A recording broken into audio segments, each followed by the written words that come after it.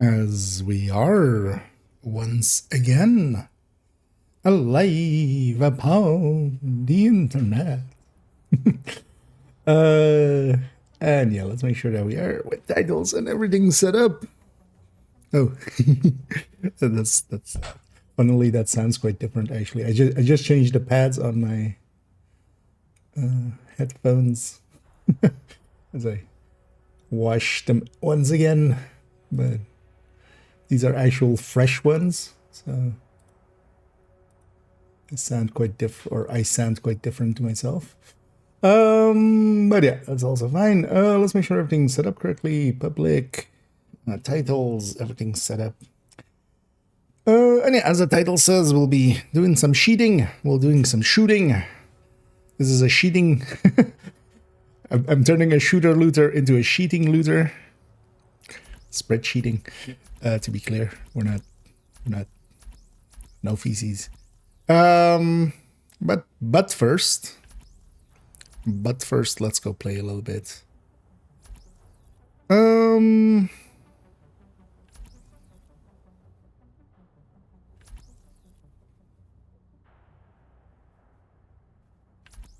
It's like Heartbreaker.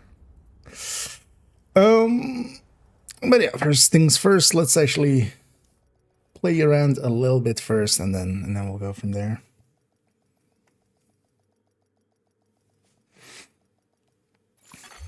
Oh, I need a Zimmy, I need a Dag, I need a Rob, I need a Chris.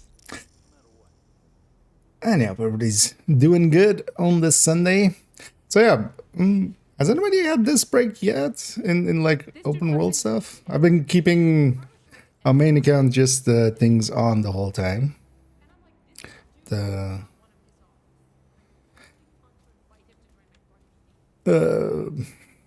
directives. Mine was stuck on modifiers, but the directives on the whole time, and I haven't had it bug out once yet.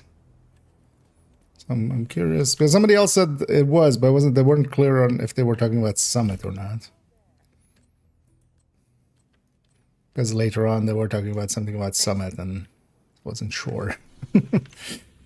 Although we'll just try turning them off and on and see if it, one-time breaking is still broken. What's shaking? Were the milk coffee drinks? We're shaking those. Although, I'm more like swirling it. Figured before. Bad jokes, gotta love them. Oh, are you going to put out a companion guide? Not likely. Not unless it becomes a repeating thing. I'll put out a season modifier, in-depth look, definitely. But not a written guide, but there's also not much to it. It's basically, hey, you know how a drone works? You have an extra drone, but you don't have to put skill tiers in it and stuff. So that's basically the dude. But I'll definitely do an in-depth look into the modifier, and we'll discuss the dude, Darude.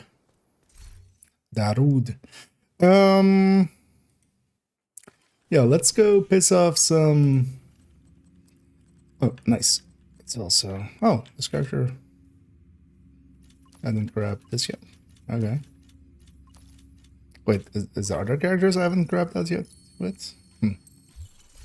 Maybe we're checking.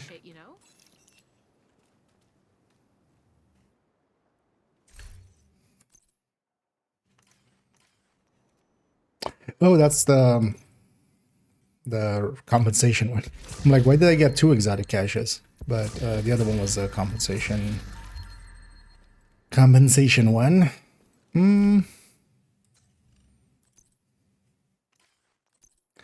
And this one, be sure to. I'm gonna do it also separately. The contents of that one is a 0 weight items. Looking for something? I'll actually keep it in the stash. I might actually make a short for 0 weight items. So I'll keep it in the stash to grab later.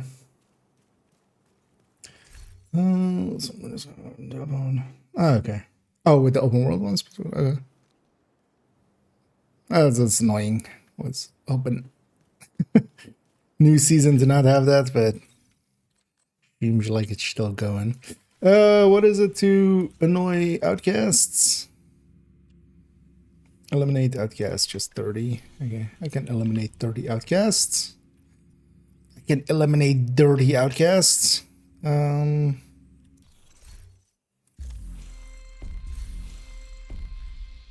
can do it in DCD.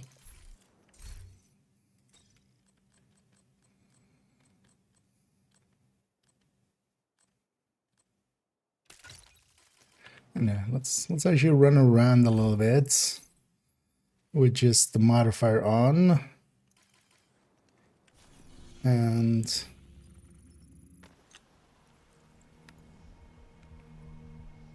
oh wait, does this character have full passive? Don't remember which characters I did it on. Okay, so this one does have full passive. Kind of curious about this, especially as well. We'll turn that off, especially the skill efficiency on the tech tank as well on top. It's still, and you can run with low modifiers, but okay, boost passives. I mean, yeah, there's some quirks to it and stuff, but like, thing is also like it's not gonna be worth to make a separate guide, like actual like in the, like that's also the thing. I'll make a video, in-depth look, kind of like I did last season's. And likely as well, we'll do an in-depth look and then do an only tips. Because at the in-depth look, you know, we'll go like in-depth into all of the numbers, and then the only tips will come after and then be like just, hey, this is the basics, basically. Because I do want to do an in-depth look into like some of these and stuff. How much does it add and such, of course. The passive in multiple ways, exactly, with like not having the guy on, which is exactly what I'm kind of playing around here with. But just a specific like written guide, the thing is it's just for one season, at least for now. Maybe if they like repeat it or something. Because although at the moment as well, it's not well received anyway. People, the thing with companions is like the second you say companions and stuff, people go like, oh, you know, they build a whole version of that in their own heads. That's like not viable. from a realistic sense, right? Like everybody thinks towards like the good companions in some other games, but those are also like heavily crafted single player kind of stuff, like Alex or like Ellie or stuff like that. Like, or they think like it's gonna be super smart AI stuff because, you know, AI is in the thing now, but yeah, you don't have the server infrastructure to make that happen for every character or for every player. This is just globe play. I mean, not particular. Just doesn't like. It isn't very group centric. Yeah. Thing is, the second you're in a group, you might as well just take the passives and just, you know, your companions are now real and hopefully smarter than that's companion. Also, hopefully they yell less. You know. That is actually kind of interesting. They were put in the ally thing, and then there's a bunch of exotics that are and gear that is more like group centric. Even though, of course, the thing is like the guy that they're giving you is kind of like a group member, but still. I feel concentrated company is like so much better in a group and stuff. Just 8 directions. I've never seen before. Oh yeah, in the open world, even if you have more. No, so specifically, I mean like directives not turning on because yeah, if it the ones I haven't seen, yeah, so it bugs out. I had it as well when I was trying to take ownership, but it was showing modifiers. Or yeah, it was showing passive modifiers there. But yeah, I've had that as well. But no, specifically, I'm looking to see if anybody has had issues turning any directives on. But yeah, I've seen that as well. I didn't see it with other directives alongside of it, but I've seen that as well with it showing some modifier icons. I hear Doug saying the same. Okay. I hadn't seen it before, actually. I thought it was something from this season. But it was also only when I was trying to take ownership and stuff, and it was like in a weird... We had just loaded in again and stuff. I need a Luffy. New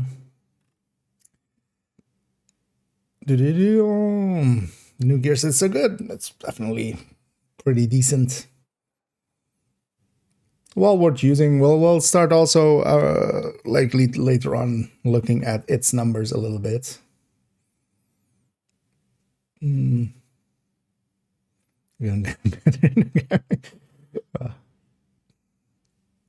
As long as there's sugar in there as well. Seasons pass. Can I share if they opened in a group? If claimed in a group, yeah. Need extra? No. Although, well, yeah, no. At least if you meet me, I have the blueprint. I'm set for it.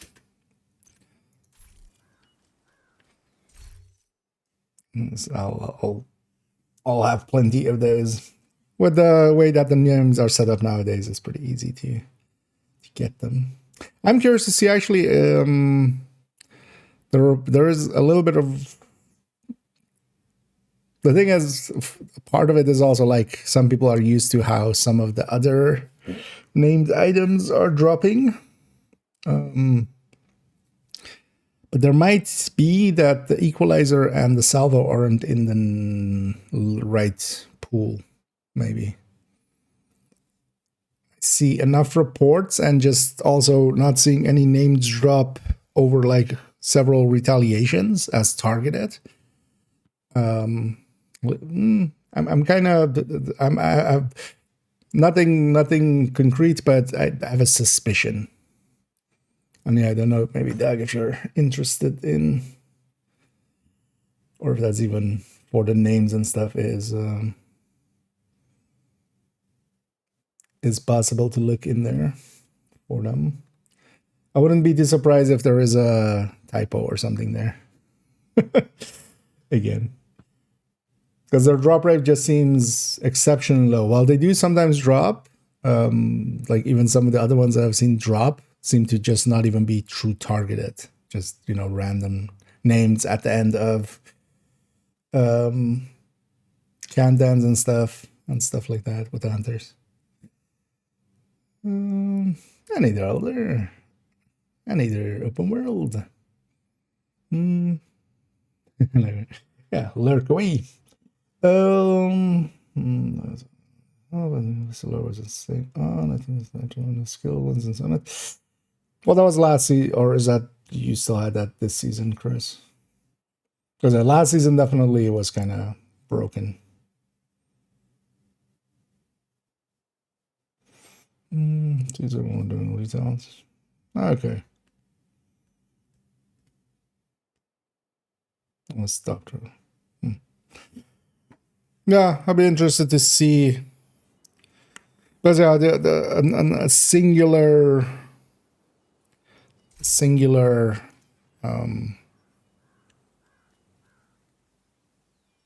confirmed from targeted would be enough.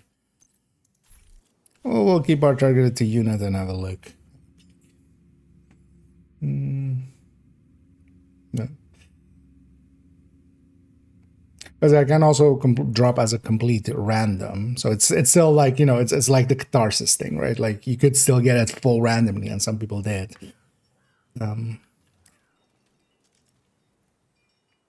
But yeah, it's just a thing I'm keeping on my radar. I'm gonna keep an eye on, see if we can. Because yeah, there is a positive confirmation if it's a normal item with a named item alongside of it from targeted. That will be positive proof. But I want to see it like, picks or it didn't happen kind of deal, because it could always be just from the full random. It could be also from some people like pulling it from their season track, for instance, and stuff. I'm guessing not in your case. You would know, but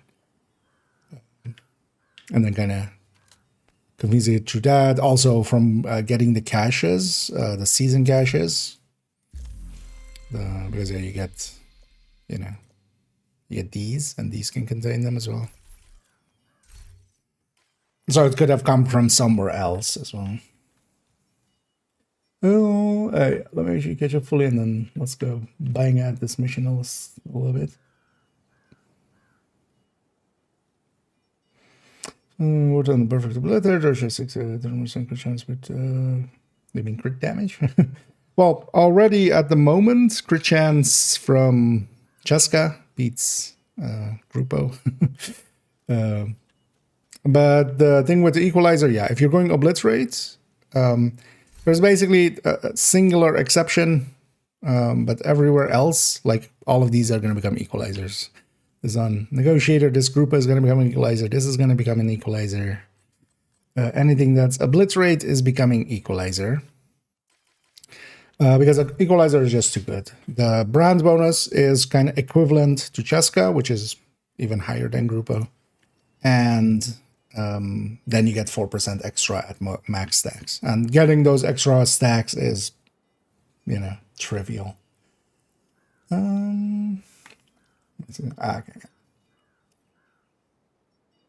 Chat about this season. Oh, in what way? Oh, and then becoming weaker. Yeah, I'm actually kind of enjoying having a little bit of challenge again. Like the difference as well with even, you know, yesterday we were doing some retaliations with a pretty decent team, and it went from like us just streamrolling to like we had a moment yesterday where we had like we were on the defense and we had a kill squad spawn as well. And we had to like kind of just, although the good thing was as well, like all 4 players recognized it, and you know we kind of had to consolidate in a corner and just kind of fight our way to like get everybody in front of us, and then kind of fight our way back out, kind of, which was honestly one of the more fun fights I've had in like a while. Active terminal detected. See if you can hook Isaac into that terminal and get us some intel. And part of it was also, yeah, we didn't have a as Dozy was calling it, the timeout button. But I can also totally see people kind of, you know, going like the other route with it, yeah. So we're talking about everything. We're talking about Spain's involvement in the second, or the Spanish, what was it actually? What was the war before the World War? It was Spain and somewhere else, right? Or was 2 factions within Spain? I was gonna go with that, but it actually blanking. You know what? We're talking about the Second Peloponnesian War. Yeah. And they totally should have used strikers. Spartans totally should have used strikers in that. Then, wait, actually, the second one they won, right? Yeah, second one they won. The first one they lost, right? Or did they even win? Can you guess I'm not a history nerd? I know enough to get myself into trouble, but not enough to get myself out. Connection established. DCD data stream enabled. Alright, let's see what we've got. There's an active lab on the north side close to you. Your first priority should be to shut that the thing down. is also, you have to remember, I kind of noticed that as well the last 2 days and also towards the last event season. We had like 2, you know, the 5 times together with like then a week before that, the stretch goals and stuff like that. A lot of people will be like burnt out or on the edge of a burnout. And the bitching increases quite a lot around those times. The thing to do is kind of just call out when it goes too far and just yeah. I'm actually considering a video even about like a rambling talk about, yeah, the Don't Be That Guy is the title. I think I'm gonna go in for it. Because yeah, we've had a bunch of that guys recently. as well in like chat. I've tried to also in some discourse and stuff try to push back on some people being like way overboard. And then they'll latch onto like any. The thing is also like, for instance, there is some actual frustration to be had. Like the guy needs to shut up. Like, yeah. But there are a lot of people. I mean, that's always true for a lot of games that are kind of like, because Division for a lot of players will be kind of their first players, especially coming more from the shooter side of things. I feel that this is going to be like speculation a little bit, because also we're talking about people. Every human being is different, but a lot of people that are more used to like playing MMOs and stuff, you know, the part where you go like, okay, it's time for a break. Just, hey, yes, I enjoyed this game, but I shouldn't be, you know, just logging into WoW every day to do a daily grind and stuff. Like, am I actually still enjoying myself? And I feel like a lot of players are often going to hit that, especially because it's exacerbated. For me, in my opinion, like the 5 times the stretch goals really exacerbate those things as well. So then if they're given an out through that, they just like rail on it super hard. Same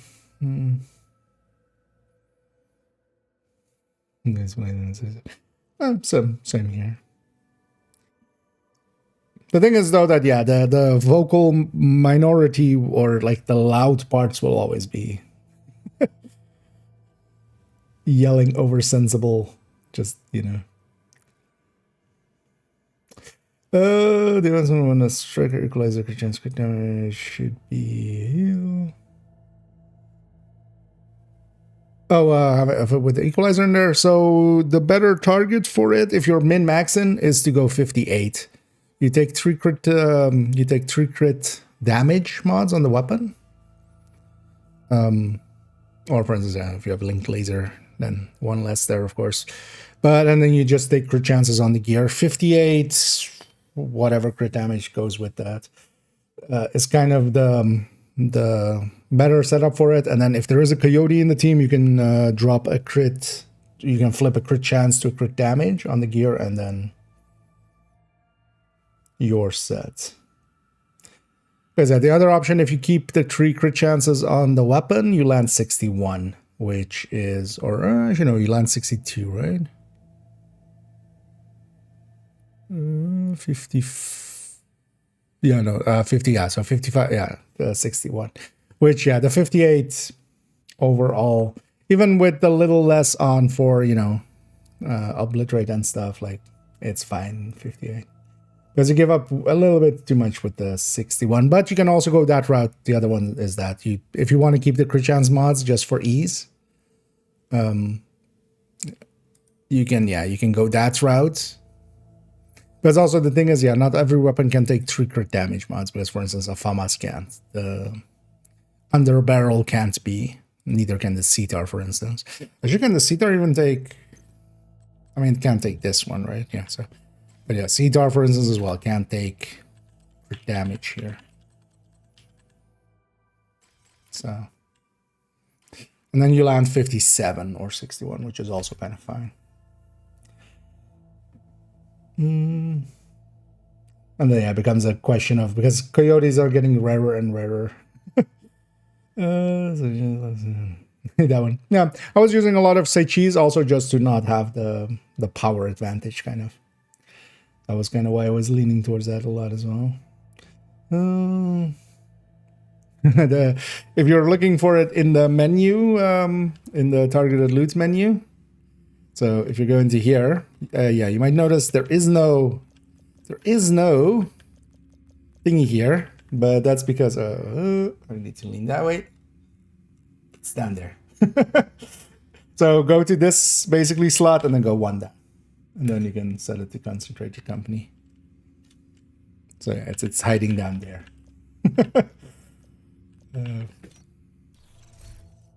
But yeah, that's an easy one to miss. Don't worry, you're not the only one that missed that. I also only knew it because it was in the PTS.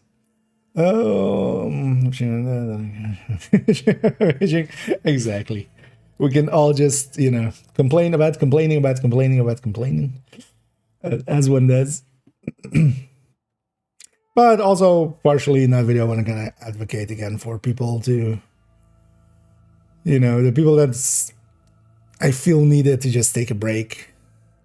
Maybe you come back, maybe you don't. Either way is fine, but there's a point where you just have to go like, either you're okay with it and you stay, or you just, don't be the uncle at Thanksgiving that nobody wants to talk to.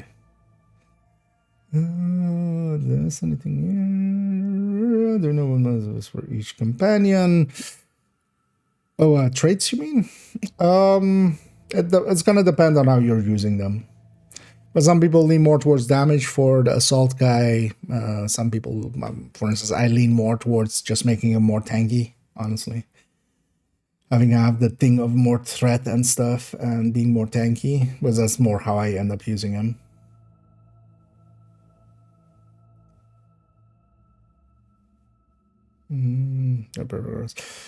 I mean, for a large, because some of those don't exist in, because the only thing that the orange ones have is overall, they're bigger, they're rarer, but that's like saying exotics are better than high ends or something, right? It's not always true. It's not always true that if you just pick whatever one with 2 orange ones, because some of the orange ones are also not that great. It's those orange ones you kind of have to see as like, they're exotic talents, but that doesn't mean, that they're per se just outright better than other choices.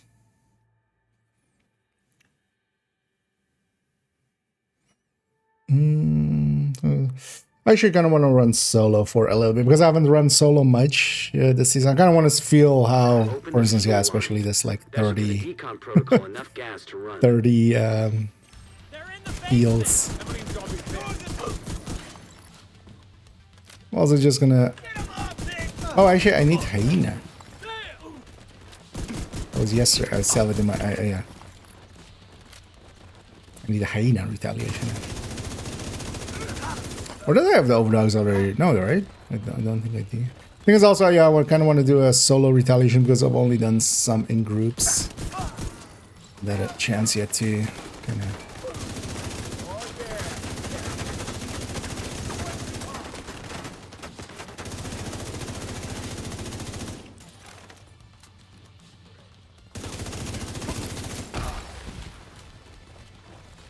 But then also, I already have the shrug here.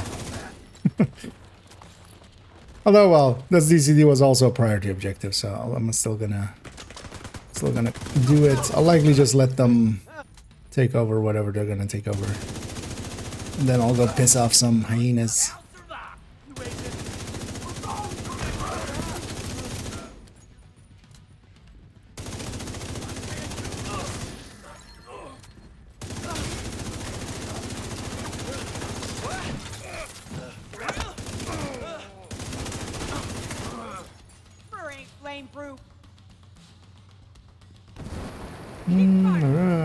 But instead of the chess commander using himself also for demonstrator fire from some, is it worth it? It's so overall that's a choice that can work. The thing is, the salvo is basically from a damage perspective, but with the Heartbreaker Tech Tank I'm likely as well gonna although we'll do the calculations. I need to know how much sustained DPS we're dropping. Jessica piece, the salvo piece, is basically the same burst DPS. The sustained DPS and the damage per mag is better with the Cheska, because this adds to that damage. But then the stacking is a little bit better with the salvo. So I think if we're not dropping a lot of sustained DPS, I wouldn't mind having that extra RPM. That will mean running out of ammo a little bit more. But because we're losing as well a little bit of damage per mag, but I'm kind of leaning towards that as well. But I won't have a full answer for you for likely another week. because likely this week we'll go through. I'm kind of very busy with units. Virus samples Although detected. I'm also trying to like play a little. is the thing. I could if I wanted to like burn myself through units, but also not. You know, have some fun. Agent, hostiles are retaliating in downtown West. But yeah, once the unit is done and concentrated and the 2 exotics, I'm gonna start going through the build collection. So once the build collection stuff starts, then yeah, I'm gonna calculate all of those kind of things out as we go through them. And one of the things is, yeah, exactly that. Salvo instead of Cheska for the Heartbreaker tech tank and the Striker tech tank when it's in, like, with the chest. Kind of curious as well to see the Striker tech tank with the chest and then 25% rate of fire. That feels a little bit better than it If they haven't been disposing of the corpses properly, we could have another outbreak. than it on our used to if you're mostly trying to just main the AR.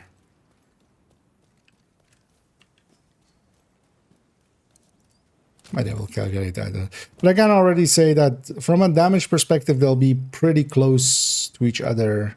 It's mostly, yeah, you'll stack a little bit faster with the... which the Heartbreaker tech tank definitely can use, especially with AR. You'll stack a little bit more consistently, or faster. Not per se consistently. Spread out and search for them. They could be anywhere. With the salvo, but you'll give up a little bit of damage per mag and a little bit of sustained DPS. Supporting fire. And you'll likely gain a tiny bit of burst, actually, because it's Heartbreaker doesn't have the RPM bonuses Striker does, so it'll likely be like a 0.5% or something overall DPS burst DPS increase. When do we stop? Let's go bugs in what way?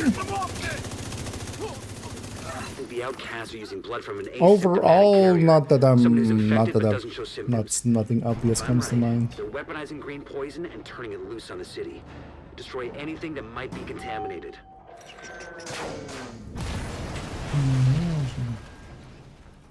Okay.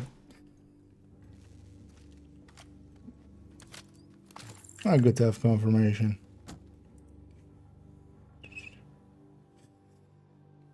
Although, well, is the tag also correct on it?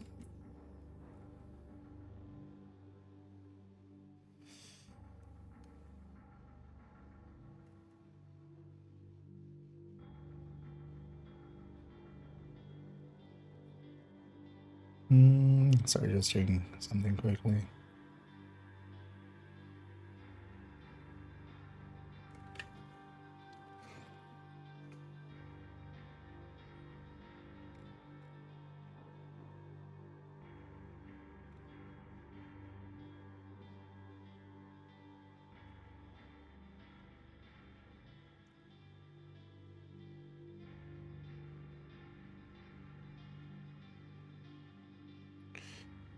Oh, did it do?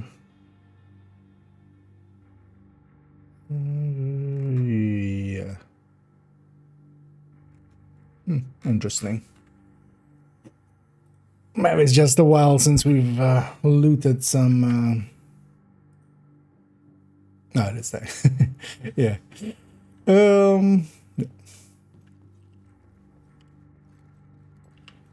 No, it's just been a while since we've farmed targeted names that aren't dropping shit tons.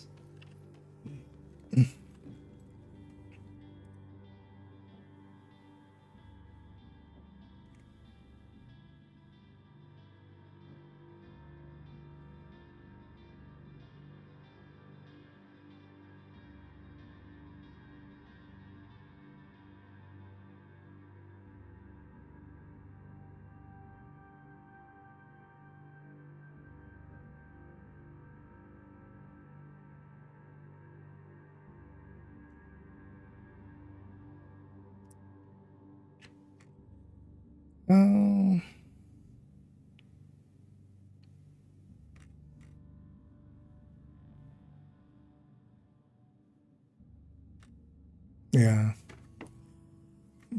Odd.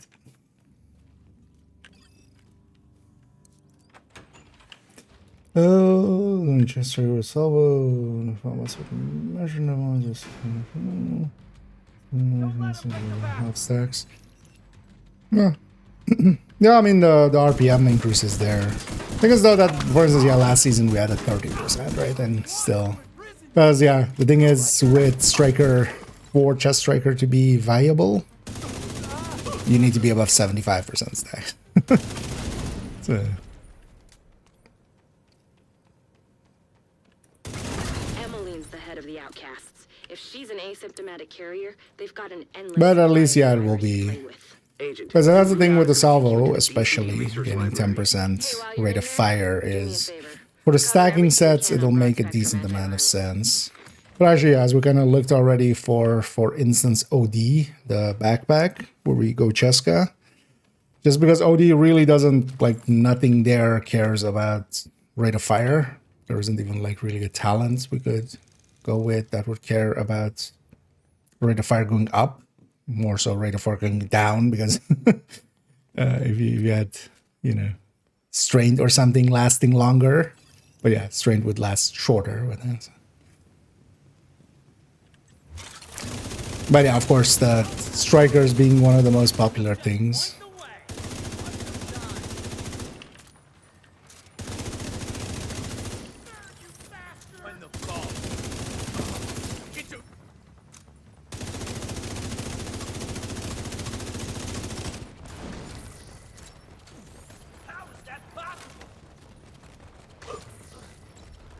How is that possible? What? Oh. Hold still. They're wounded. Go up on that flank.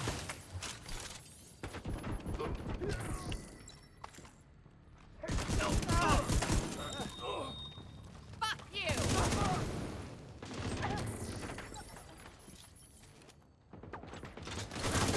The DCD's data analysis lab is just ahead. See what data you can grab for Kelso. Not 30 weapon damage and the 30... Like, this shield feels significantly more chunky. Because it's also getting healed for more. That skill efficiency actually, like, really being felt here. I mean, that was always the case. That's why it has a memento. Data transfer initiated.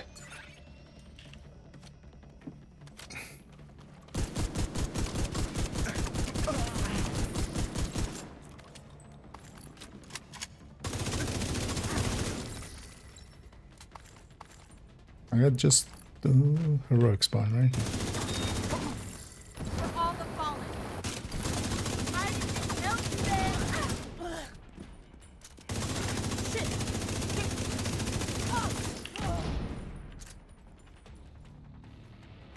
Let me get fucked.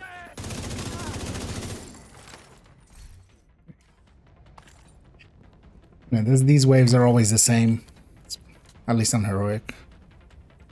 Solo or in group.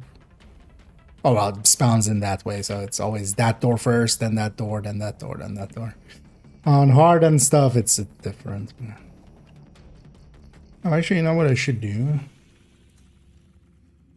Because these guys are retaliating, I'm just gonna abandon it. Because this mission will fill it like most of the way up, and then we'll go actually after Hyenas, which is the faction that I need. I totally forgot who I need. Data transfer Who completed. I need. You're clear to get out of there.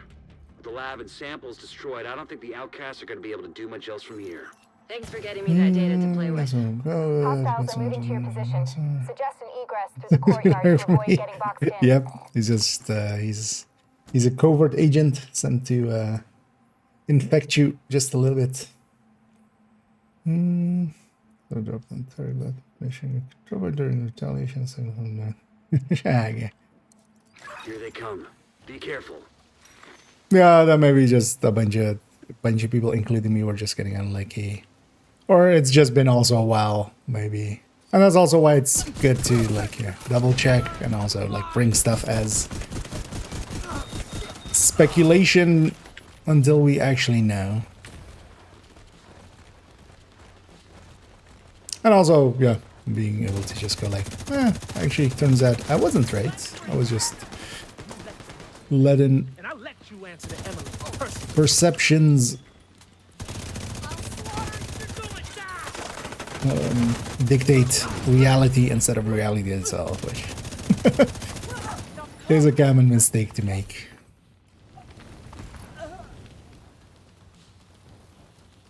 But it turns out it's fine to be a human, because we are. Feel that, Agent? Let's get the fire up.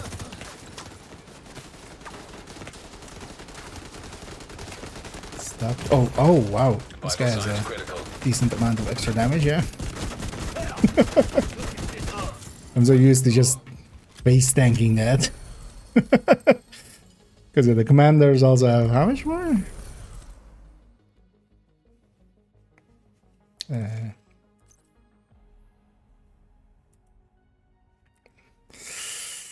25. Okay, so it's a little less than the...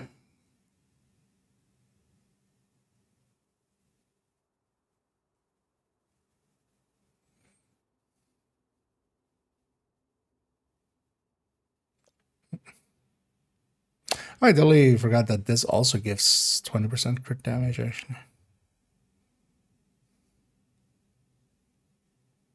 Oh, this is that healing that's happening. Totally forgot that killing those guys also gives stuff.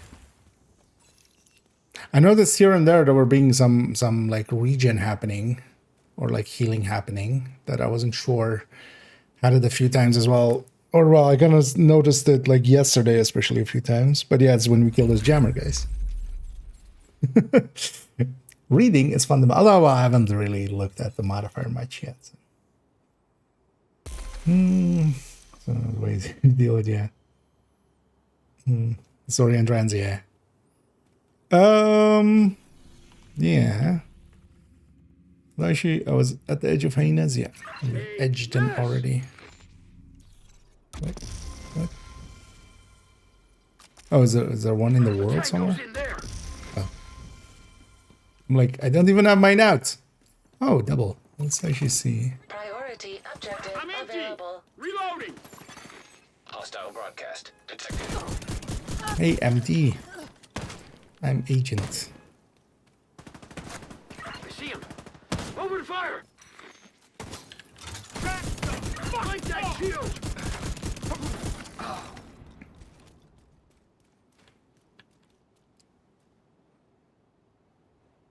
Because actually, I would lean more towards like that kind of that high profile one on assault. I think is likely the one I would hunt if I get one. I'm kind of curious about this actually as well.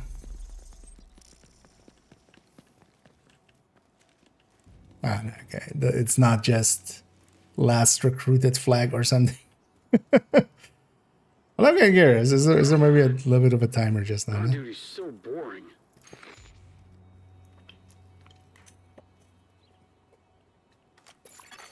Hostile broadcast picked up.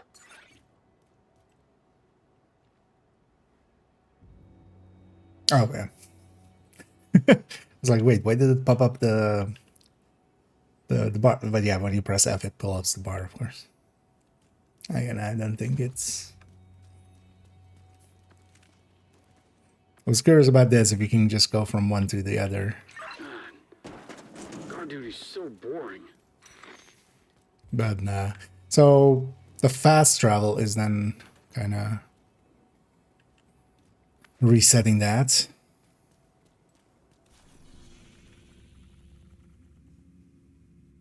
I'm kind of curious. Although, yeah, we should go to a non-shared space. Curious if they... Let's go around. Let me see that look for this. Yeah.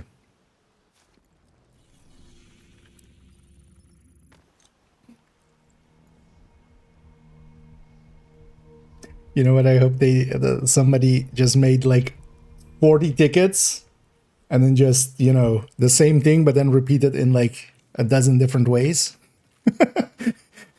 Just like, then with the last one, see how annoying it is? No,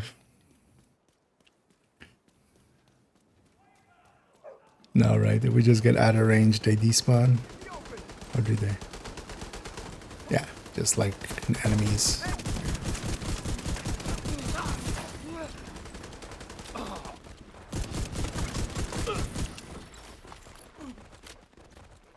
Oh, okay, so yeah, that does give me a lot of healing. Okay. Just to check as well, just to be sure. It should work that way. When we get too far away, it should just despawn them, clean the world, and then spawn other things. Heinous. Heinous.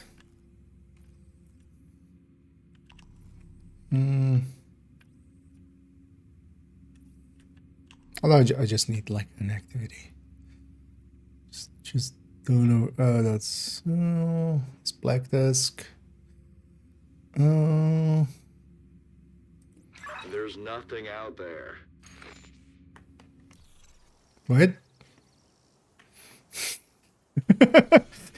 No, sir. There's a territory control out here. That was well timed. I should guys over there. Yeah, let's have a peek at Trilla. Oh yeah, they're gonna be adding. Did they fix Tempest actually? I haven't looked at that at all.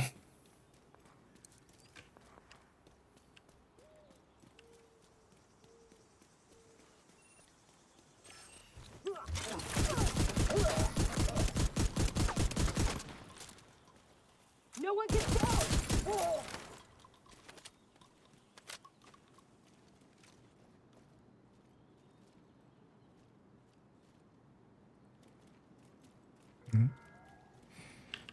How much time have we got? I think it's safe to say that nobody knows. Actually, I should have just likely killing those four would have been enough. Enjoy yourself. You might not be alive tomorrow.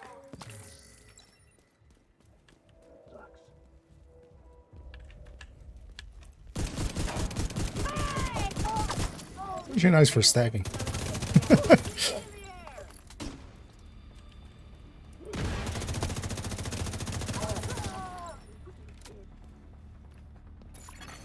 Hostile control point nearby.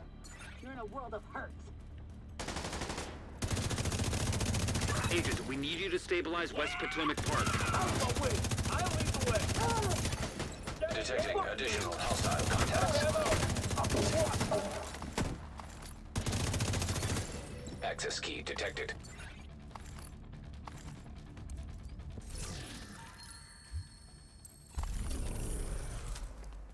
Yeah, let's go do that retaliation.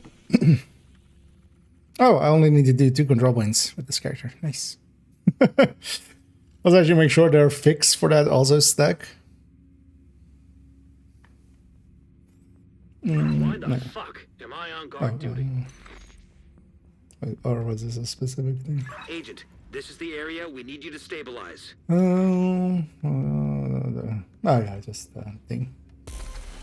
Yeah, no, I mean just somebody that just kept, you know, like these guys just kept repeating things over and over at them until they went, okay, yeah, this is kind of annoying, isn't it?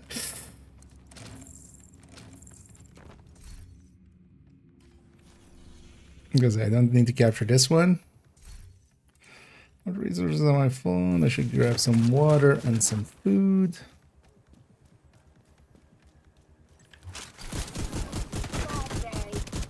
I did not join up for this. You didn't join up at all. You're not here. Especially as well, like unrecruited ones should totally like never be talking.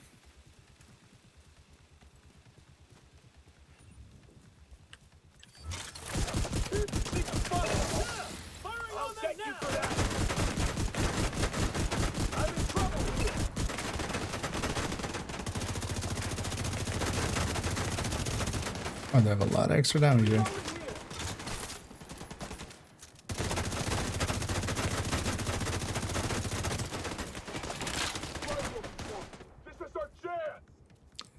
reaction, of course, also going through the shield. Why the fuck am I on guard duty? Because you talk too much.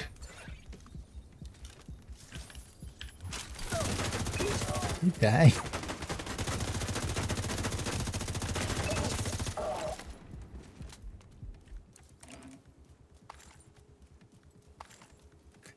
Well, actually, Nothing is going on here. because that shouldn't be in my ear. That should, like, even if he's, even that chatter, even if you go like, hey, we want this guy to chatter or something. It should just be in world.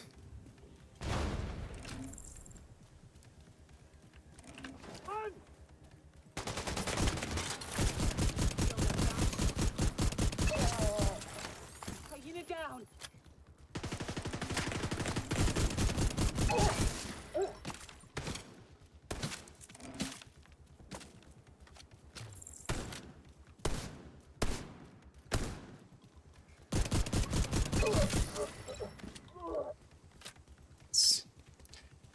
We completed the maneuver.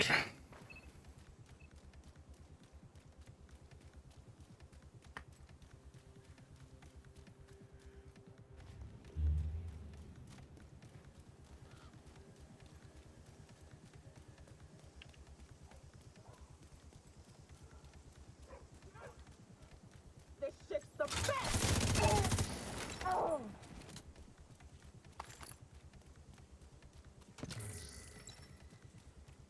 Did I in the end make a retaliation video?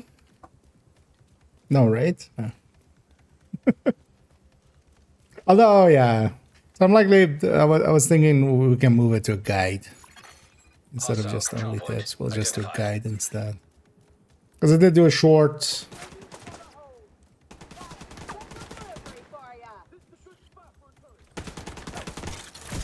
But I kind of wanted to, well, first wait with the target loot and stuff, and then got busy. Should I realize now. We never actually, oh. Who has shock rounds?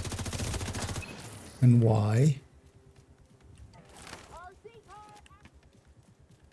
Oh, was that a shock grenade from that guy?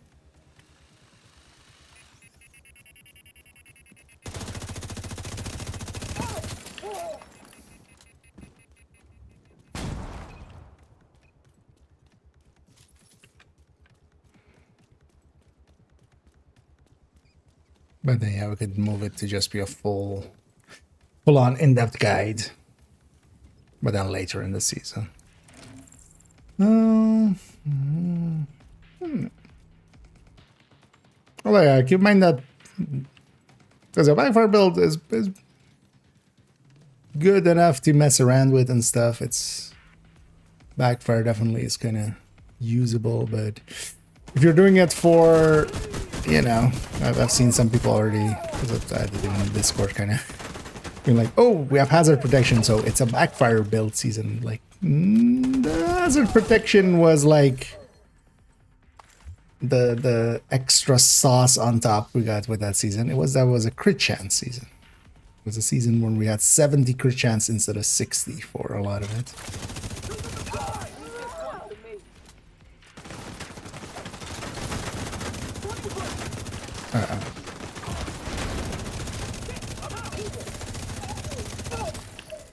I'm being dumb.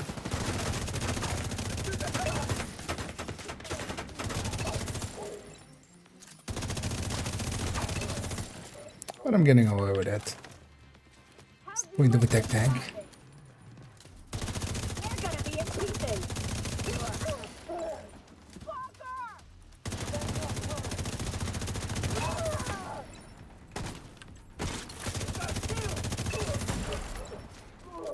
I feel that yellow glow that the emit when you kind of bring them onto screen gives away where the jammer guy is. Reinforcements incoming. I need the facts. Incoming I'm doing pretty hostiles good. detected. Yeah, hope everybody's enjoying their day that I totally know what it is. It's Thursday, right? But I'm also only half joking that. But it's gonna melt it all together.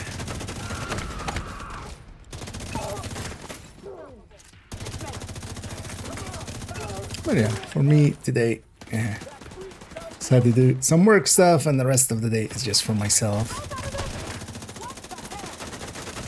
It was a good plan to free up a bunch of time last week for this week. Especially enjoying kind of diving into the new season.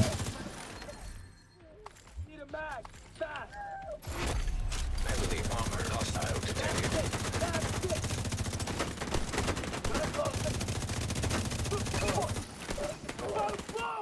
Oh, soul engineers. Should actually treat this with a little bit more respect than I am.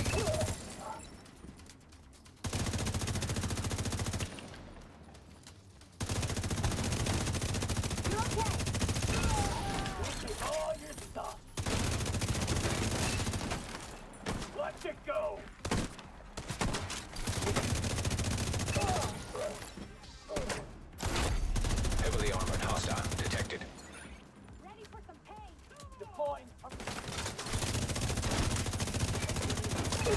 No turrets. Only good for Multiple medics. You gone. You gone.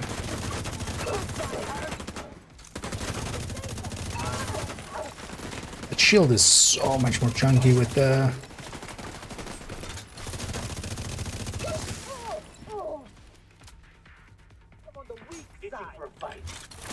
with the 30% shield or shield. It's 30% skill efficiency. Because that trade, it goes into the shield with a little bit more skill health, even though it's basically, it is additive. Although we should actually double check that it is additive too, because it wouldn't be the first time or something where a new system is introduced and it's not working in an additive way. To the Mementos 30, but that makes it quite a bit more chunky. Well, the damage is a little bit noticeable. But the damage is basically because I don't have a graded weapon here. This just feels like I have a graded weapon, which... Duh. But also, I could have a graded weapon and I can have that on top. That would be juicy, of course. Ooh, we're kind of low on time. Hopefully I get a kill squad here, although we always get a kill squad here anyway. I'm gonna drop you back.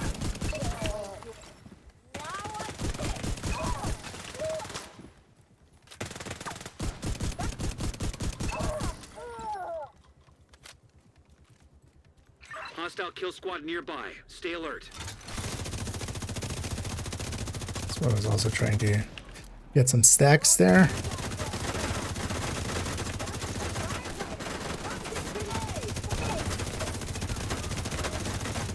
CC worked out.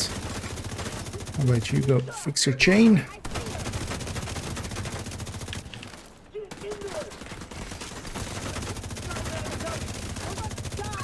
Sniper first. How about you fix your chain?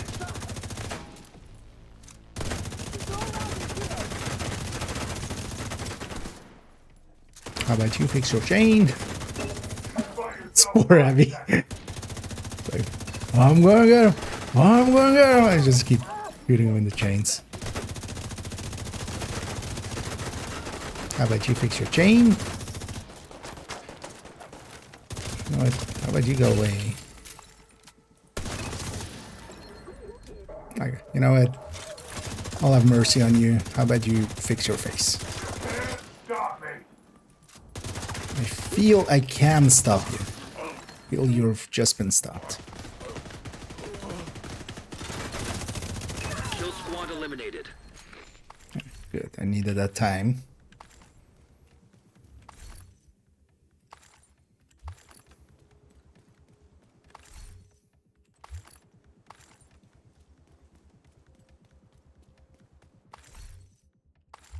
Or should I actually check? I do want to get a... But yeah, a double crit backpack. Just for testing purposes.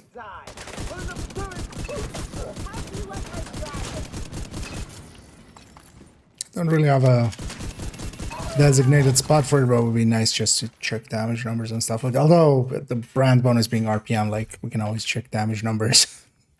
Just in general. Any direction indeed. I mean, yeah, he shouldn't have been so heavy.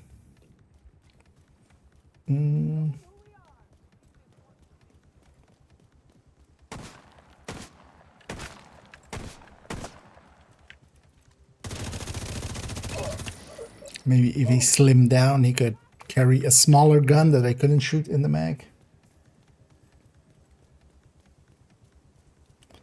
The only one. Oh, yeah, of course. Missed that earlier. I'll do 515 actually. There's a whole build collection. I'll put this in the boat chats. But this is basically what I'm running now. Could you stop shooting me?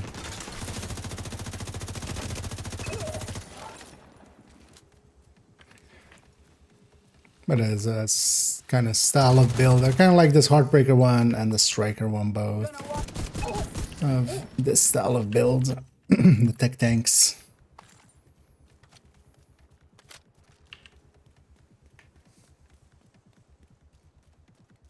Let's grab ammo actually here.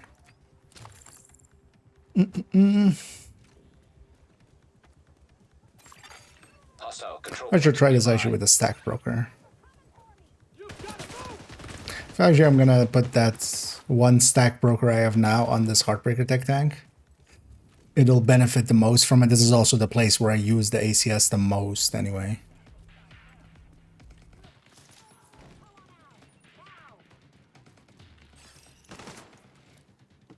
How do you like me?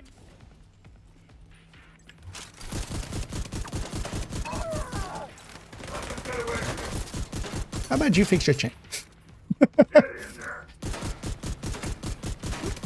I'll let you know it. Okay. We already made a heavy suffer. Let's not overdo it.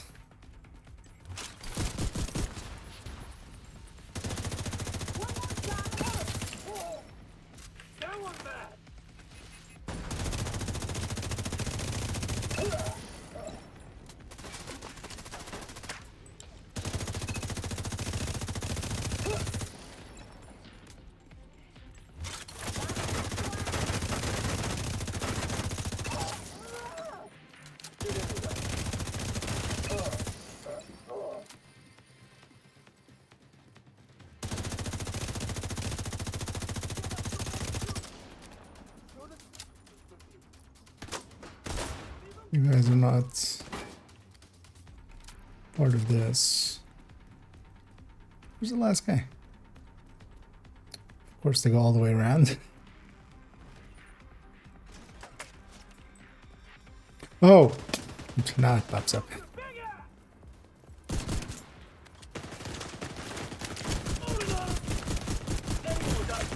Immediate medical assistance needed.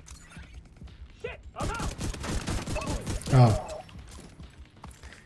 It's like, who hit me that hard? But she did.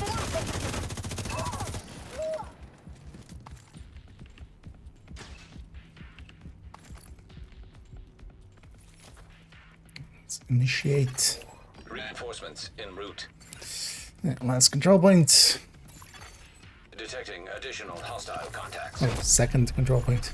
Heavily armored. That's kind of nice, actually, seeing as I need the completion, and I don't per se care about the resources and stuff. This Bounty Cheese character, because they don't have that one side mission then. They have a control point less to do. Although that did actually, yeah, if I hadn't gotten that kill squad there, but we basically always do get a kill squad between those two control points, but...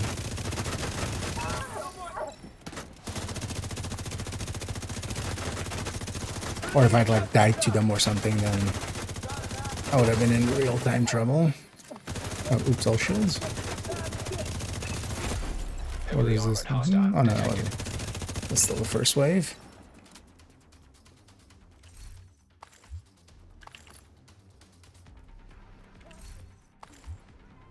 Oops, all grenade launchers.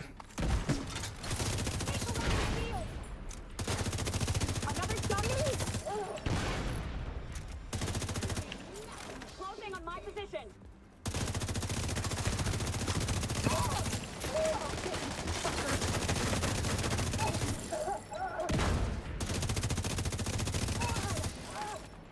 I'll take it apart.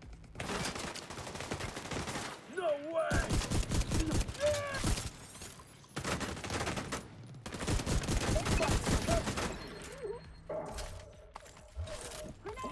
I should keep that glove. Back off.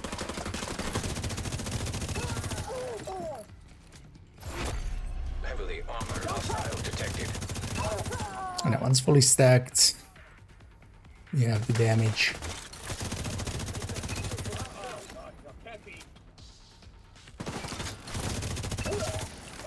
Hey, you have a shield. I have a shield. My shield's better.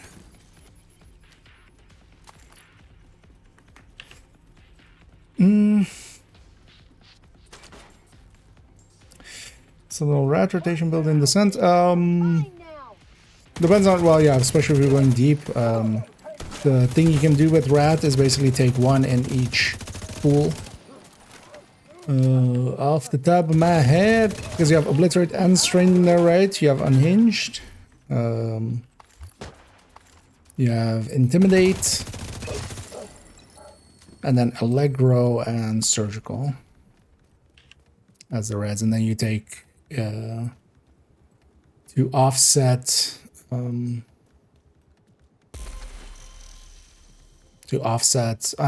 you take steady-handed, and then usually braced, and you definitely take trauma plus eyeless is the one in there, right? And then you have the other two you can kind of free pick. The area is stabilized. Good.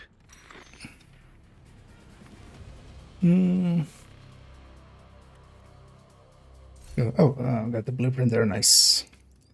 So we got our overdags.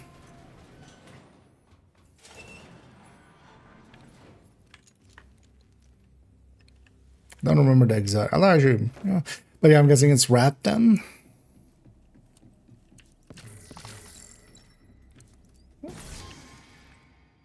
But we already got our weekly in. I might jump in for a little bit. Although, well, we have better things to do.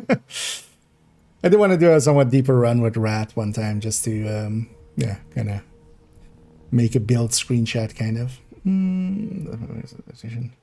Oh, that's not fixed. The big downside on Heartbreaker is still, but that's not a link laser pointer bug.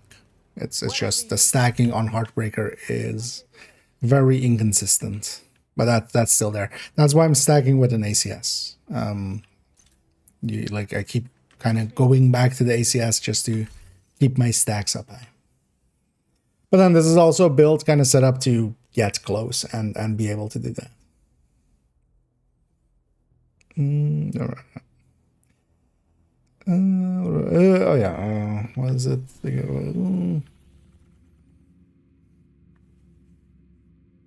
Oh no, I can't. It's annoying that they don't show it still here again. I was actually checking when. So what was in the? What was in the Excels here? Active. Oh yeah. So yeah, you take Bloodsucker as intimidates kind of partner.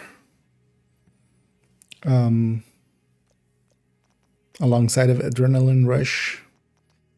And then yeah, Bullet Hell plus nowadays it's adaptive mostly. The thing is though that's the thing with Rat. It's really like it's a lot better with 4-man because every person can be on a door, triggering Intimidate very consistently, killing fast enough that you always kind of keep adaptive up because, you know, as long as you clear under 45 seconds, And if you have 4 players, you can do that. And yeah, Bloodsucker is there for Intimidate. You can also go Plague instead of Bloodsucker, but the consistency of that combo is too good to kind of give up. And Plague is just not that much. Oh yeah, you have Vindictive here as well. But then usually as well, Vindictive plus Salvage. Oh no, you're taking Bullet Hell, right? Yeah. You could take extra. I remember usually taking extra for just triggering some ammo returns from this. But you can also take optimized so that you have braced, steady-handed, and optimized.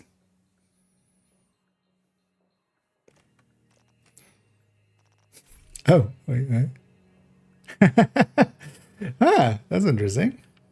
Wait, is it really checking? And wait, that's just all the way there.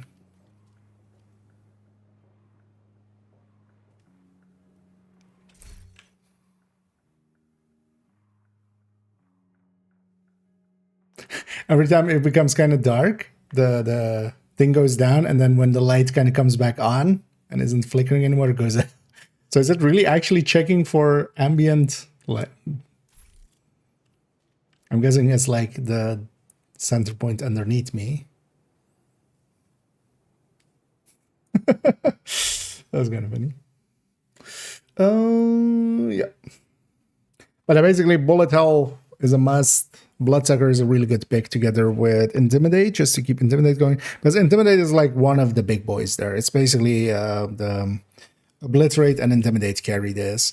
And it's also that you can have, because yeah, rate of fire, weapon damage, total weapon damage, crit. And then yeah, you need this to kind of trigger these because you don't have agonizing.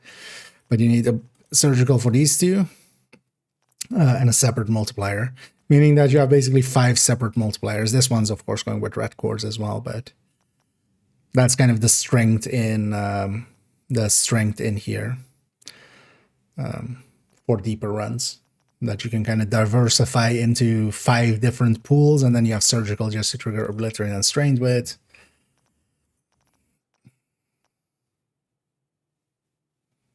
Man.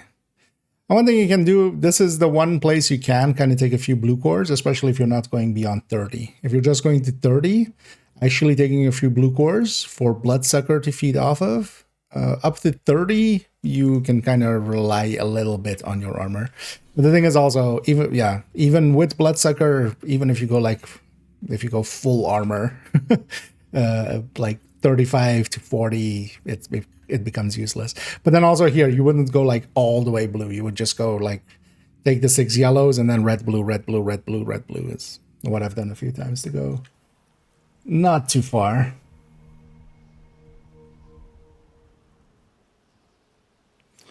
That's over. Yes, this is the premium bundle outfit. Yeah, I don't hate it. It has a little bit of LMB markings on it. It has LMB there. But this thing has way too many. This thing looks way too bulky. How many lenses do you need? Yes. We could put 2, we could put 4, we could put 6, or we could put 8. Yes. Yeah.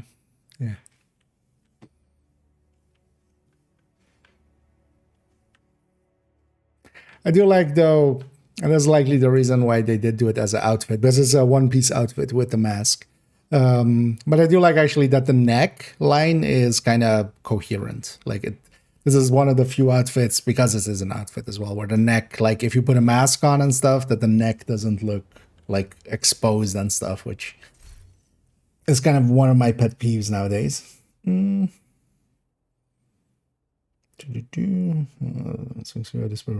Around the sun. It's not after well, it's if you pick something above it.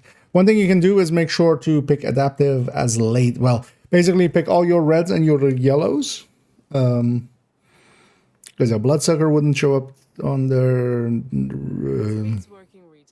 A bullet hell would. So you'll want to basically pick adaptive as one of the last. It's basically whatever you've picked last as a talent is what shows on the, if it has a sight of weapon thing, it will be the, you know, whatever you picked last.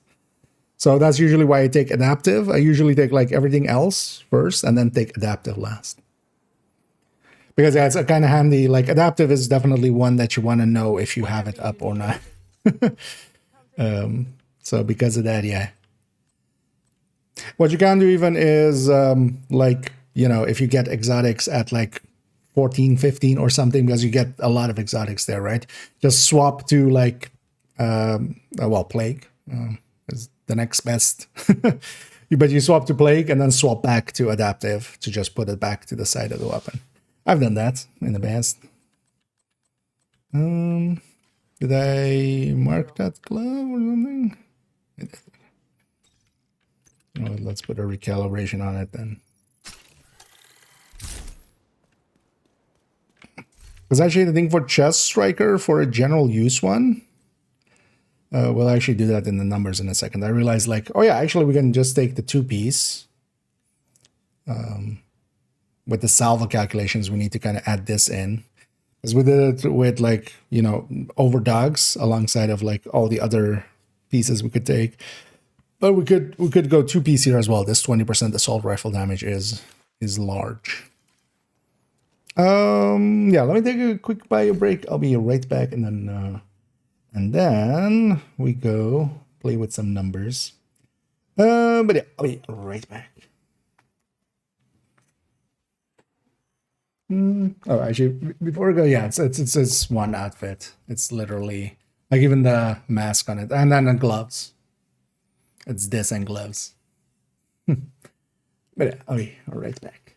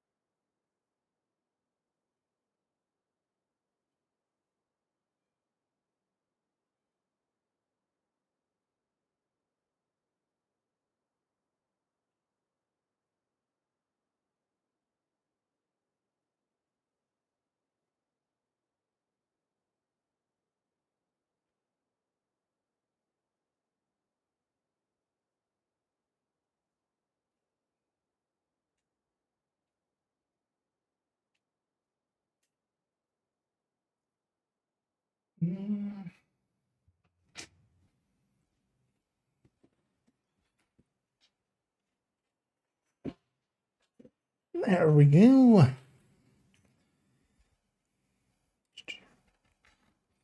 Let's put there also. No need for that. Let's let our hair down for some calculating. I calculate better with my hair down. Yeah, let's go over here-ish.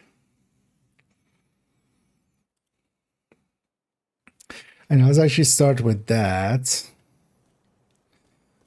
As I was looking at this salvo one, and I was like, oh yeah, I should add in a 2-piece as well here. Even though we're gonna basically here have this as a real, like also looking at that. But I want it here as well already.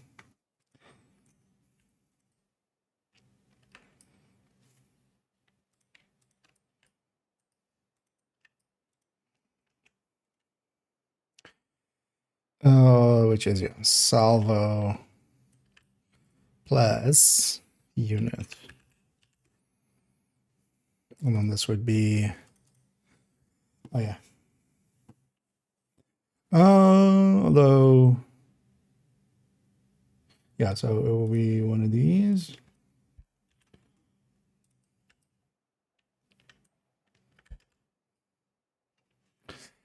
And then we can take at least this. 75. And this is this way.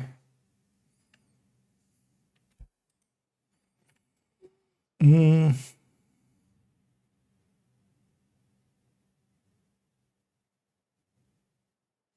Oh, actually, yeah,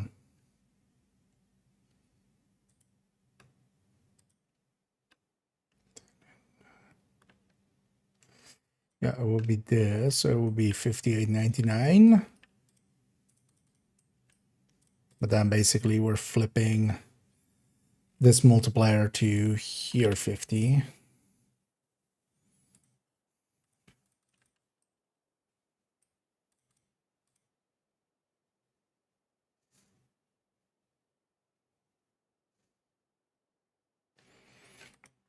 Yeah, 10, 0, 21, 180, and then 0.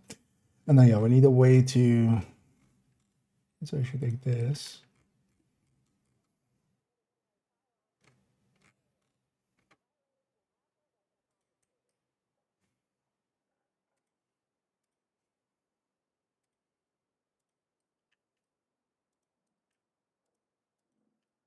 That.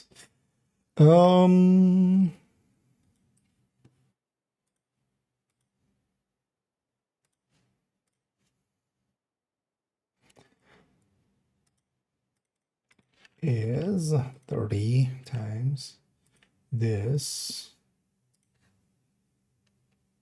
that.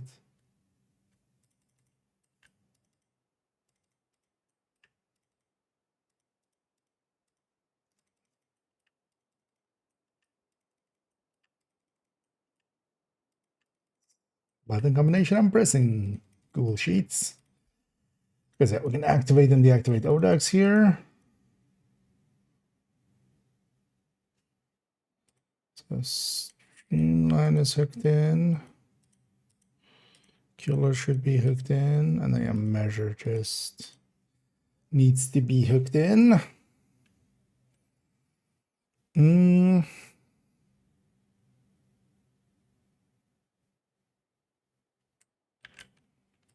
Should be just that. Should be just this.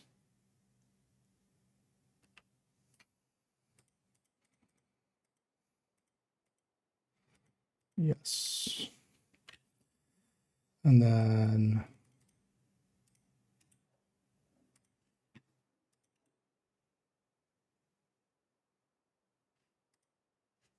oh, yeah.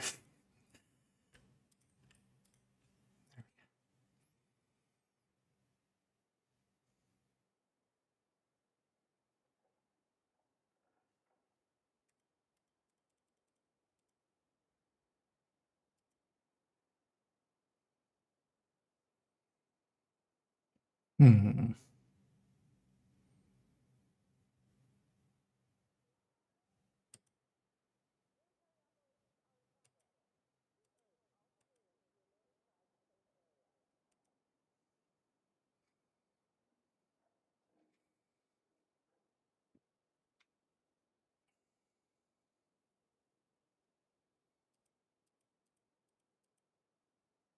Ah, that's actually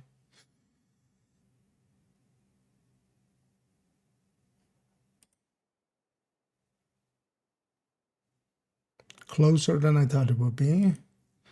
So effectively 7% at a unit. I mean, yeah, we're pushing weapon damage pretty high.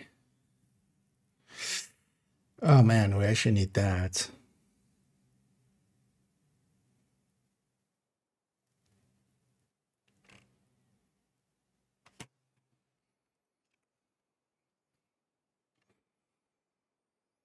Hmm.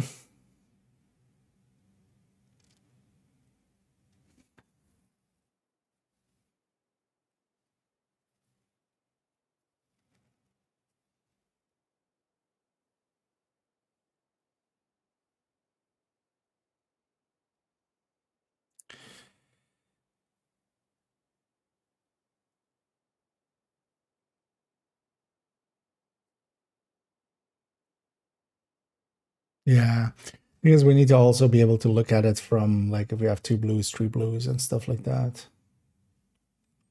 and without grading. Yeah, let's hook that up.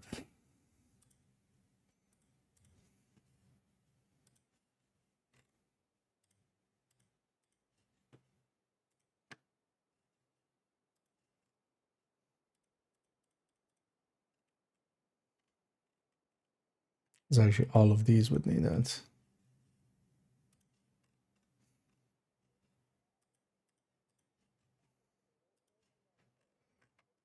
I know we should always actually have that in there. Kind of forgot, didn't I? Yeah. So if we did, although here it doesn't matter.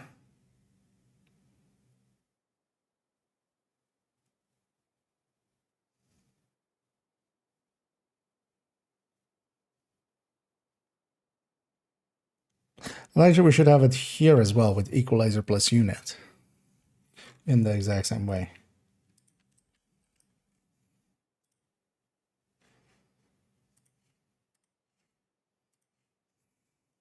Scope creep. Yeah. Who doesn't love some scope creep?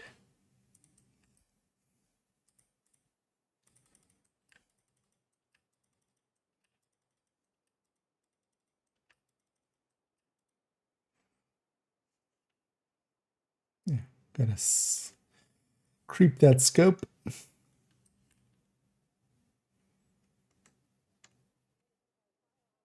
Although actually, no, right? Because we have that here already. Yeah. Yeah. For that one we have. It was just for chest striker. Yes. Yes. Okay. But then yeah, this can stay.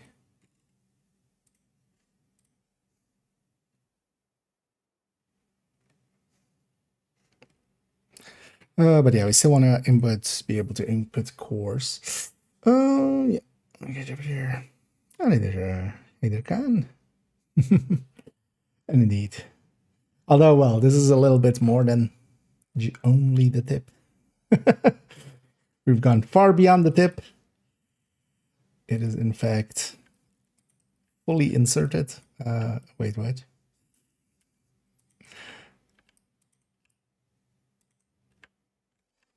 You know what? Let's actually then do it like this. So 6.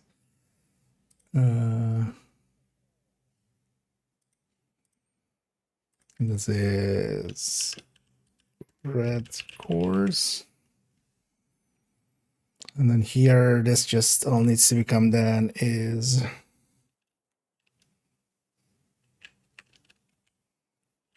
10 plus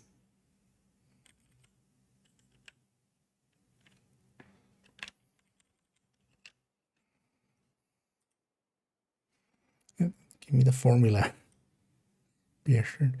Yeah, let's not over bracket here actually, but so this is this times 15.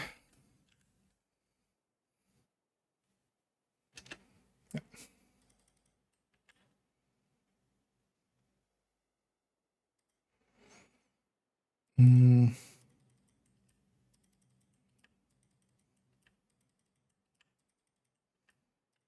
So we're gonna go 0 to 6, and then all of these is this.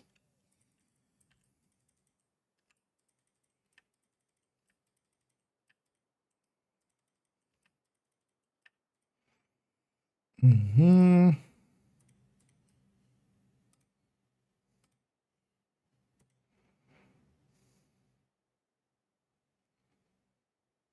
Yeah. And we take this section and paste that here. Paste that here. And here.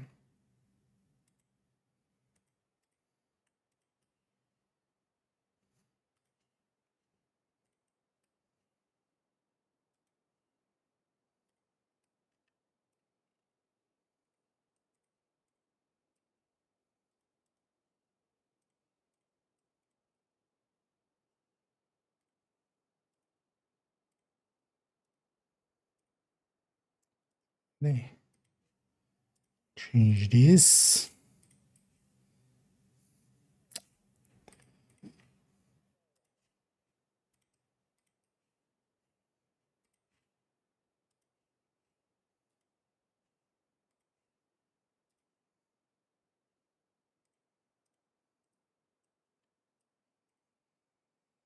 Okay.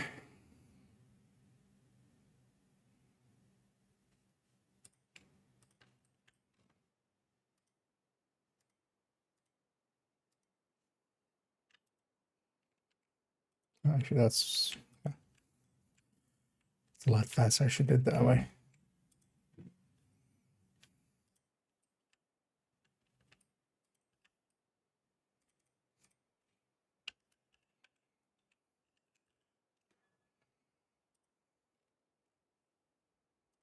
Already these to here for later on.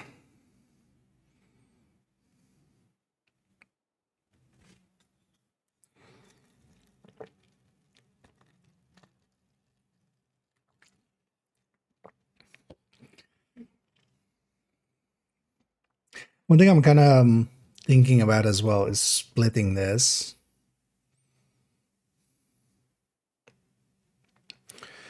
Because it's getting kind of to be a lot.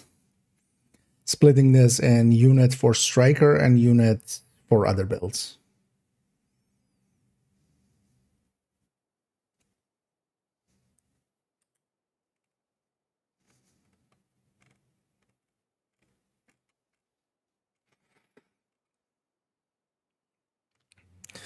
Because there are parts I kind of want to go deeper in, like extending the Heartbreaker then a little bit more than I thought, and Umbra. And then we could also even include things like, yeah, Heartbreaker, Tech Tank, and such for Salvo. Should we start Burger Salvo and Ninja with Huntsman? That doesn't sound really great. Heartbreaker already also having that bonus. Like Heartbreaker by itself already like struggles a little bit in like direct competition. Because yeah, for a solo build, like a Tech Tank is just gonna outperform that. But also just a choice of kind of like 2-piece units. I think 1-piece unit, 1-piece Fenris. Even if you want a ninja bike, which at least on Heartbreaker is less of an issue than on Striker. But yeah, Memento pretty good. And a 40 stream streak. Well, turns out I was there for them too. How funny would it be if you had a longer streak than me? Yeah, so let's implement all of these because this is just getting it in there, jamming it in there.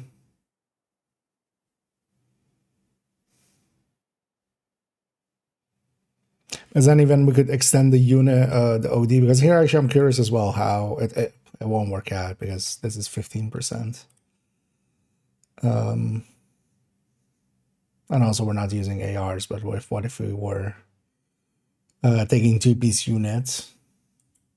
I mean, it's gonna lose to this, but I'm curious how. I mean, although we could expand from this because it's 160 going to 180. So 280 over 260. 280 over 260. That'll be a 7%. Okay, so that's quite a loss. And then you would also be forced into AR. But I'd be curious to like expand it there. So maybe we do that actually. Maybe we take it to just unit on Striker and then unit on miscellaneous.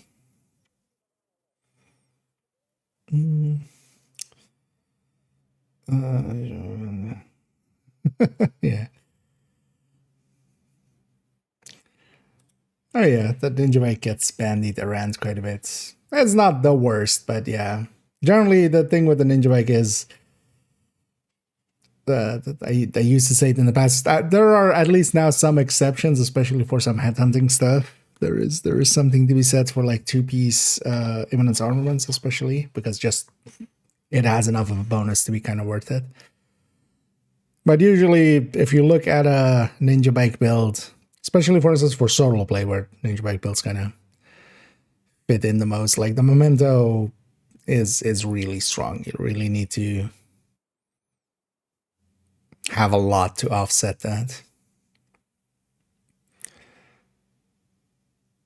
And usually it ends up basically, if you see a ninja bike build, likely there is a better way to get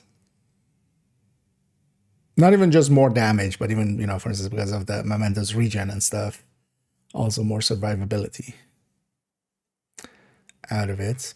Yeah, I'm just sitting here blanking. So yeah, this just needs to be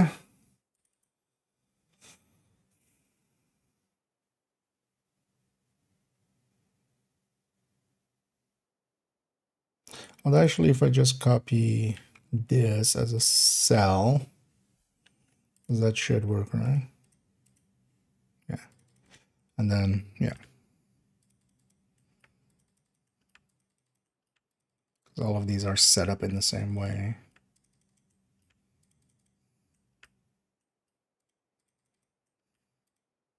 It's also the nice thing about splitting this off.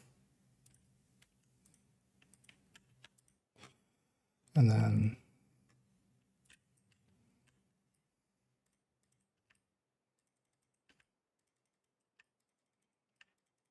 I could actually lock this and just copy paste, but let's just put it inside of it so we can, if we need to like duplicate one of these, it'll be easier then, even though we're likely not gonna do that.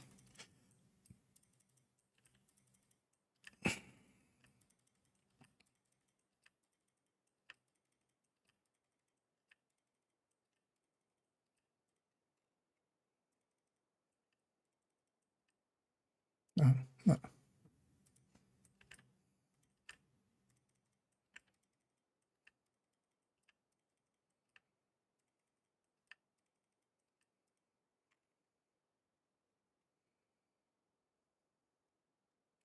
Okay.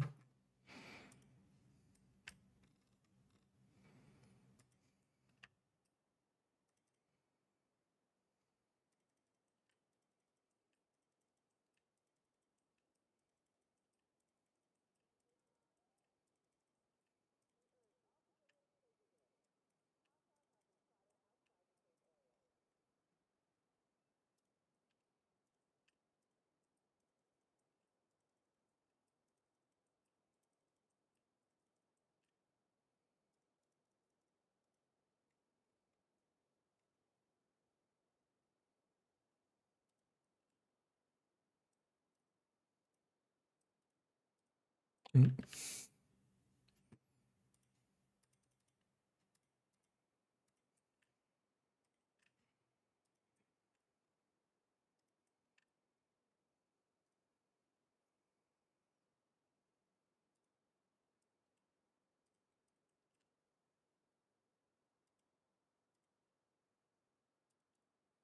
I should this one.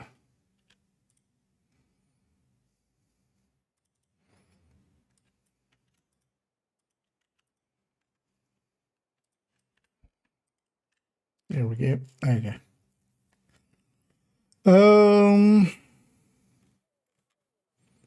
Yeah.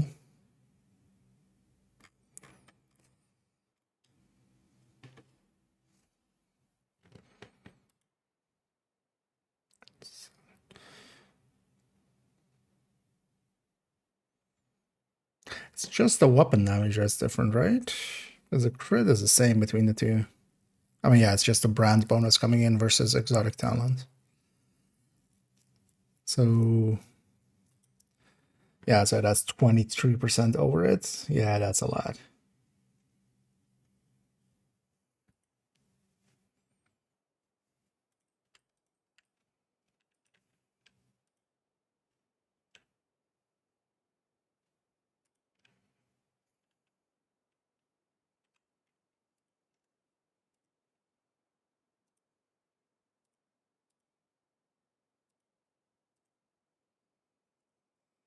Hmm.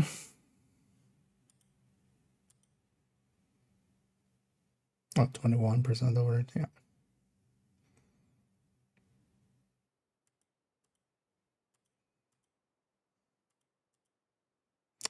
Yeah, that under over is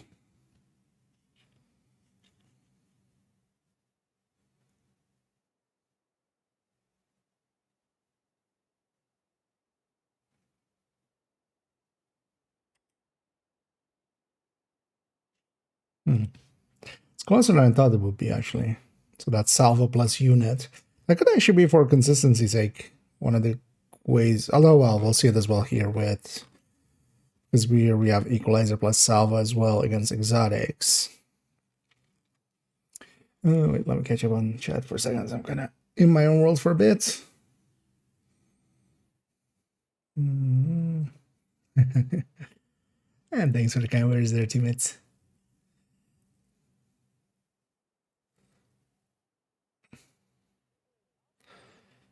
There's it. Yeah.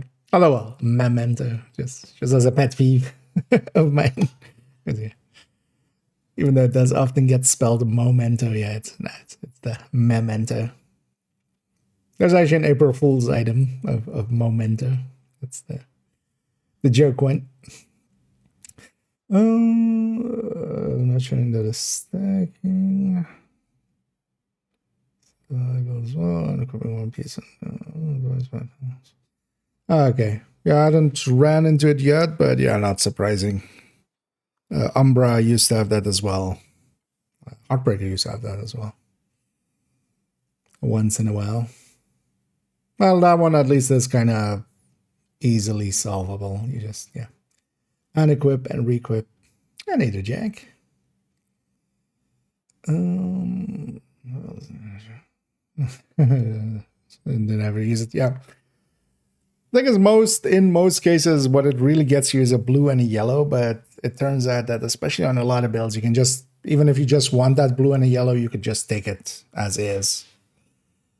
And the bronze bonuses, like unless we get another thing that is as powerful as unit is, because unit is one of the more powerful things to stick with a ninja bike, definitely. But that still doesn't take it to enough of a place where it's kind of worth in that way.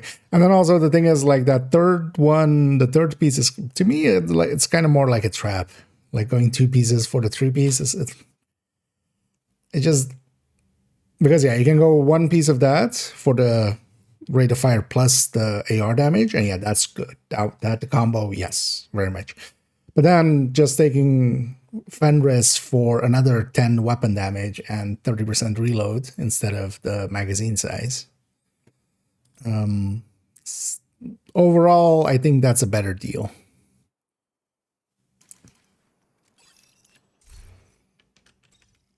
And let's actually donate. That's right. I'm like, what do I have in my inventory there? But, oh yeah, we then clean up actually after the thing. Neither hard. Also, I think some people push it also too far in the other way. It's also like not like a ninja bike build, because there's way worse exotics, like sticking a tardigrade into a build, or hell, going, I don't know,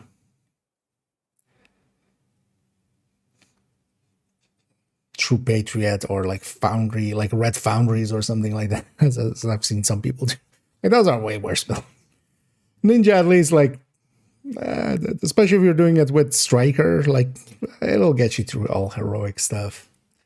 The question comes more like, could we make something better? And for the ninja bike, most of the time the answer is yes. Yes, we could make something different that is better. Turns out. So now we have all this. Actually, yeah, curious.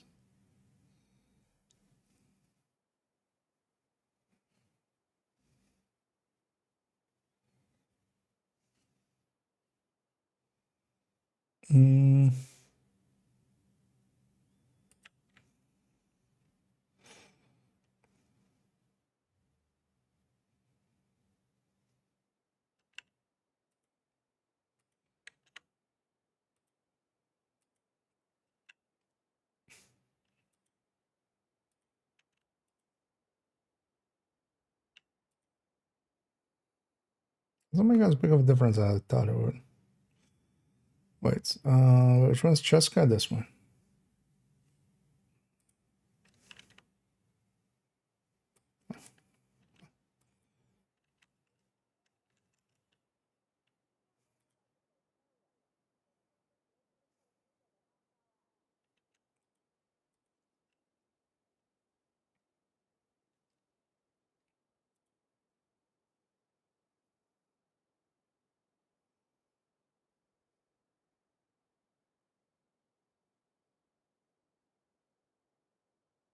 And yeah, the crit is also super low, isn't it?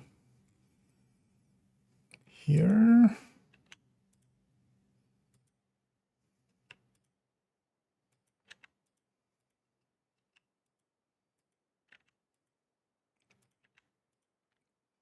Oh yeah, if we also take grading out as well.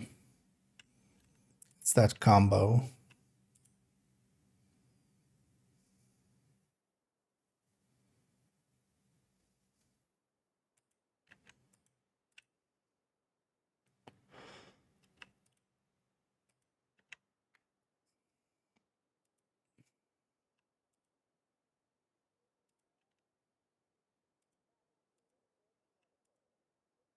Well, I mean, it is a decent difference, but I would expect it to catch up more. Well, effectively, yeah, because it is the brand bonus. So yeah, it's just double that. So. Oh yeah. Now, wait. Let's actually sign off on some of these. So this one's completely there. Also, last night after the stream, I actually checked some of these numbers. I checked at least 2 in every one just to make sure everything lined up. Then we only need to check in the exotic one.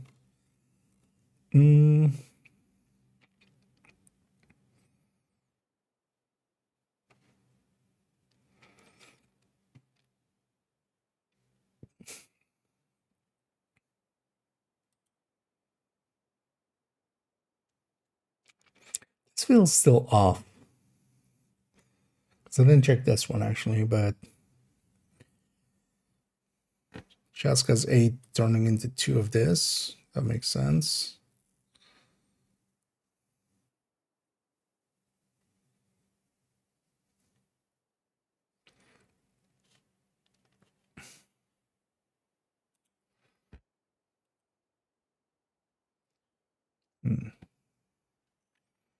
Well, it's almost 4%. That's also not nothing.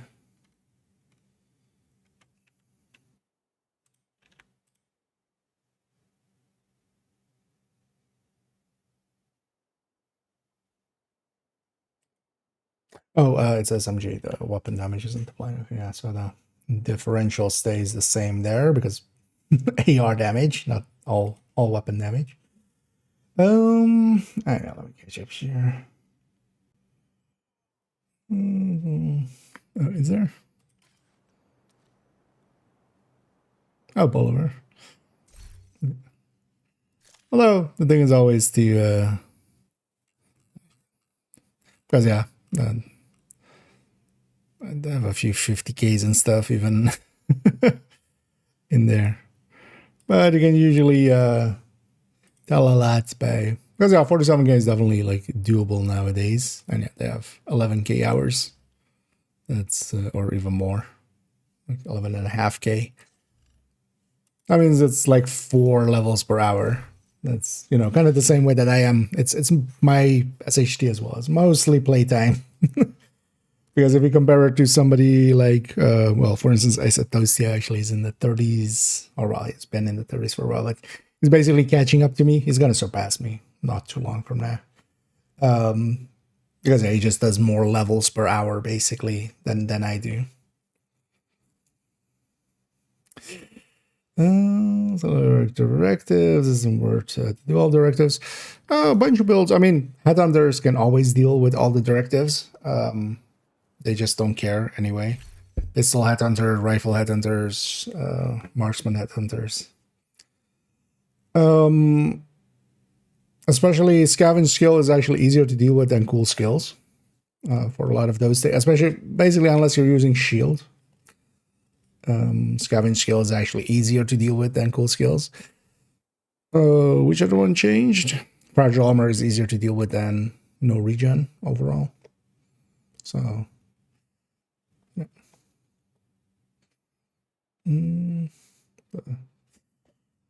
Well, Pesty would more so an OD build, but OD wouldn't per se just always be with Pesty. But yeah, triple tick, for instance, could deal with it decently well.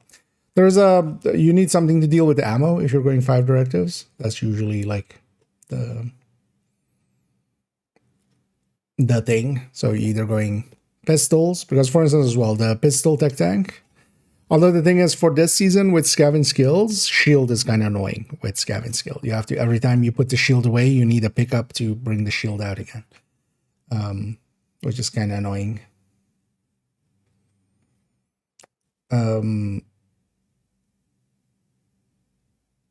But yeah, usually like the pistol headhunters and stuff work well enough.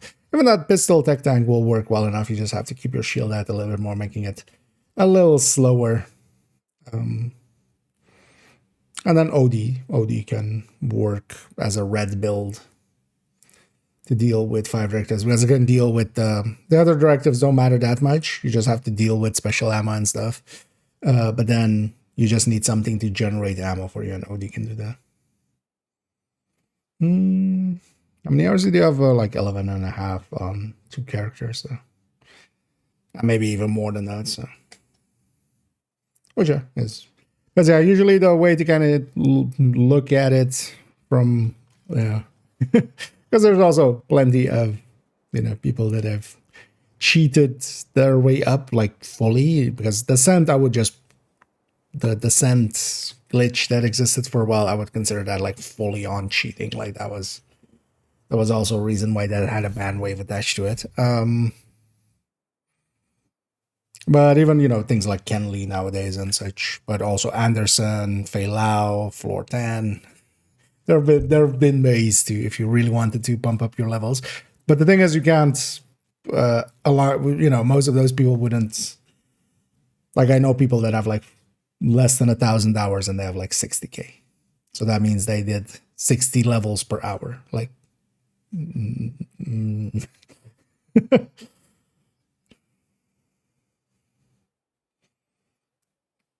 there's a point like around at most like kind of 15 levels per hour, where like anything beyond that is very suspicious if you divide just the levels by hours.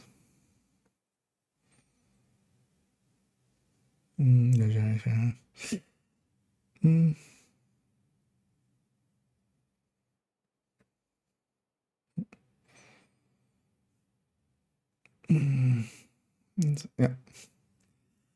But also, yeah, headhunting, like just 5 directive. Like that's the thing with hotshot, especially, is it works with like, just making a marksman hotshot determined is always going to work with any of the directives. Oh yeah, like on their case, it was definitely, that seemed perfectly fine. In my case as well, my SHG as well is not that high in comparison to my hours played. But yeah, some people are sometimes very suspicious in the levels they have versus the hours that they have. Because even 10 and such is well doable. Like, even 15 is like doable if someone's just on that character, just doing that. But yeah, the thing to remember as well is like, I have hours and stuff, like just standing here next to the stash and just, filling in spreadsheets or going like, do I want this piece or do I want this piece? And basically then if you're doing like 15 levels per hour or something, now you need to do, for the other hour, you need to do 30 to make the average 15. Right? And then that's like doable still, but you need to just always be grinding, basically.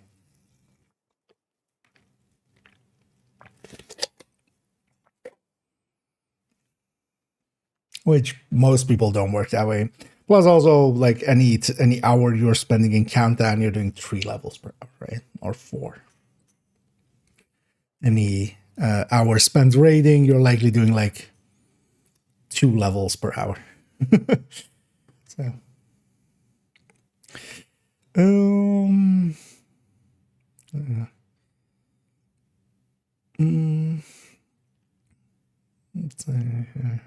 let's say 5 hours, yeah. So that would be 20 levels per hour, and that's kind of beyond what is really doable.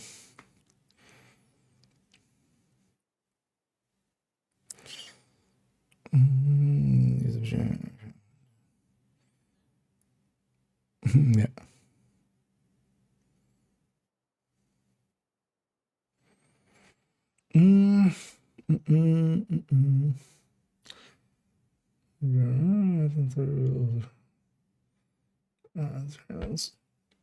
Thing is though that like any other gear set would likely outperform a Red Foundry in basically most metrics, but especially as well if you're not using a shield, which you can't with an MMR anyway, unless it was a rifle one. But then also like, yeah, you could get pretty decent bonuses out of something else and just have the blue cores to have a shield up for a rifle.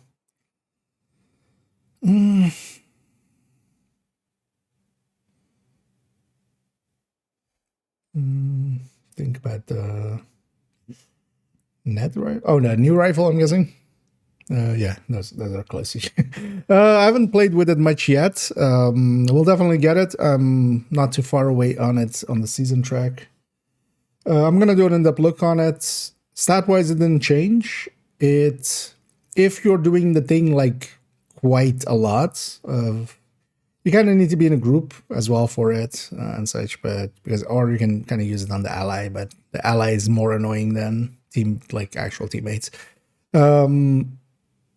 If you're doing the thing right and you're in long engagements, it actually kind of works out.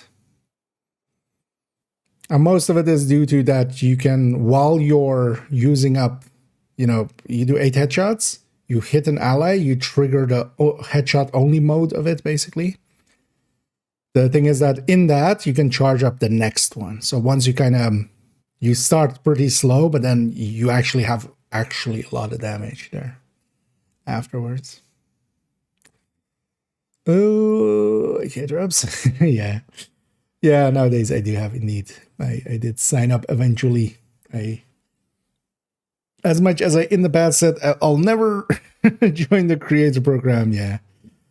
They do drops now so often and stuff that I kind of have to if I want to consider streaming as an actual thing, because I was kind of just usually going away during those weeks, but now they're doing them so often I don't want to not be streaming every time there's drops and stuff, at least not streaming Division.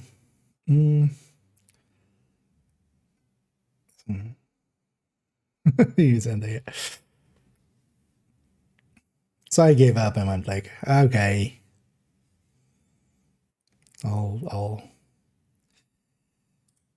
I'll join the shills. I'll sell out. Here we are. We've sold out. But yeah, we're still mathing. So Salvo over the Coyote, Exodus Nimble, Bloody.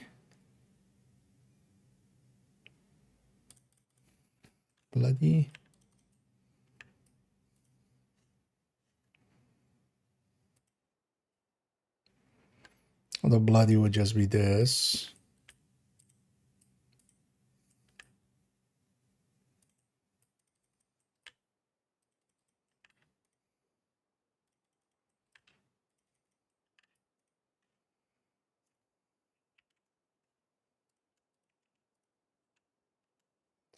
And then is less 30.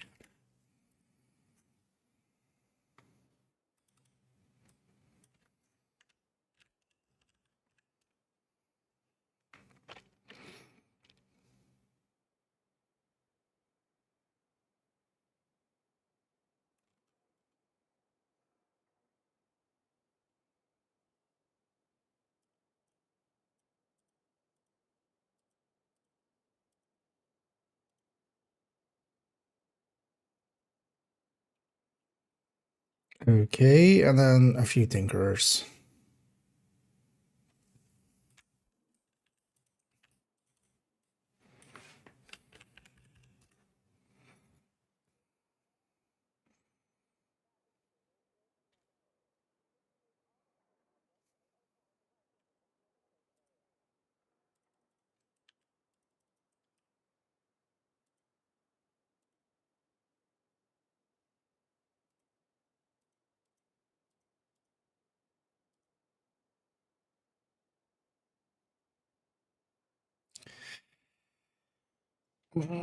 Yeah, wait, how would that even work with measured?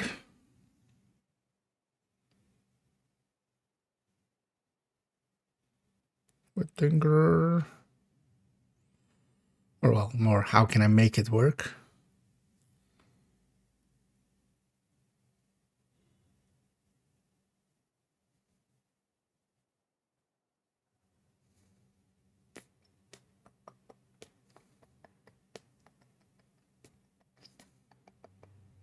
Oh, actually, yeah, we can just do it. Yeah, yes. Yes, yes, yes. Oh, but then, yeah, so think, think, think, and then,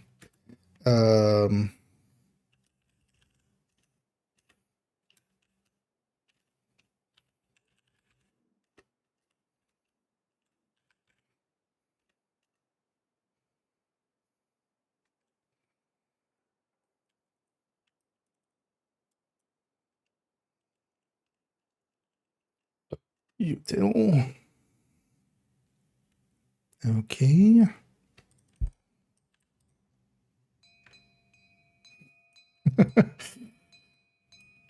Getting build.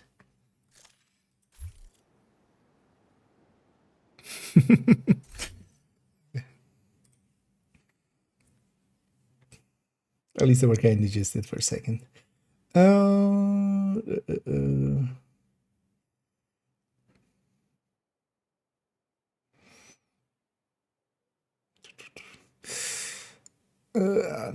now, CFRs, indeed, and as well, I should do the shilling part, because also, yeah, for those actually interested in the drops and such, make sure to link your account because that's required. I put the links there in the chat. So yeah, you first need to link your Ubisoft account and your Twitch account. You do that with that first link there, and then you can watch whoever has drops for whatever.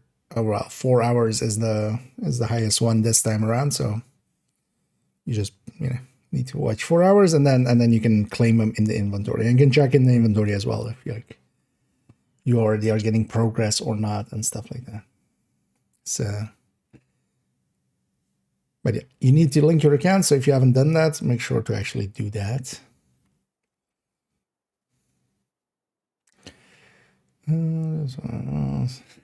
Yeah, that was also one of the reasons, like, yeah, people, wanted to be watching as well, like, yeah, kind of that way. So I was like, okay, I'll give in, because I'm not a big fan of like creator programs and stuff. So far I haven't heard bad things about Ubisoft side of things, but some other companies have been a little, not completely kosher with how they use and abuse their like creator programs to kind of incentivize, hey, don't talk too much shit, otherwise, would be a shame if something happened to your drops. Stuff like that, right? Well, at least Ubi doesn't seem that invested in there. With newer players considering 5, 10, 6 and 3 times 6 on relative new. That even with those, like 15 per hour is already quite a lot. And also there for 1,000 level. So if somebody's in like the 50s, they as it moves on, it'll be a little bit like that. But the thing is also, even like it also in the other way skews sometimes. because it also depends on if like a person has played, for instance, a lot in year one. Like I've played a lot in year one. SHD didn't exist, so while those hours are on my character or on my characters, because 3 out of the 4 characters existed back then as well. So yeah, they have a lot of hours which weren't SHD-able. So, but anything under like 10k, 15k, like you can't. Yeah, you shouldn't per se. But also anything under 15k is like nowadays, like I would say there are thousands of players in those levels. So that's not per se suspicious to be like 15k or something.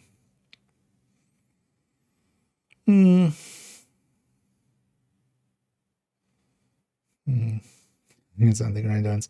Oh yeah. Oh yeah, that's I mean that's one of the things that incentivizes. If you're only into leveling, like yeah, why would you ever play outside of the 3 times and 5 times? The thing is, for most of us, like the answer I give to that as well is just like I play the game because I enjoy playing the game.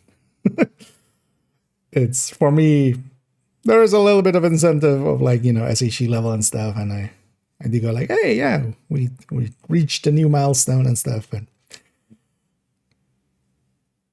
I feel actually the 3 times and the 5 times I've actually cut into those quite a bit of just like caring about it less.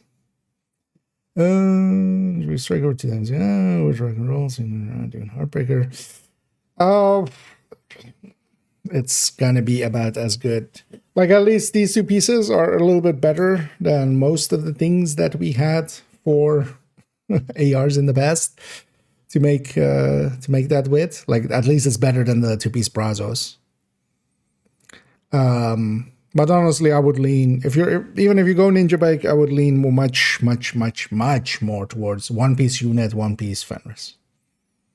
Like by a lot. I would totally trade that 50% max size for 10% more weapon damage and 30% reload. Like that seems a better deal. But yeah, especially on Striker giving up the backpack talent. Like we've already looked at it in the PTS. We'll actually look at it here as well. But I likely won't do it with Striker. We've already done that with in the PTS. But from a damage perspective, you can just take that blue and that yellow on just a normal Striker. And honestly, you're better off. Especially once stacked. And you can then also just, instead of a blue and a yellow, take 2 blues, which is actually more useful than a blue and a yellow for if you're just using a shield and a revive hive.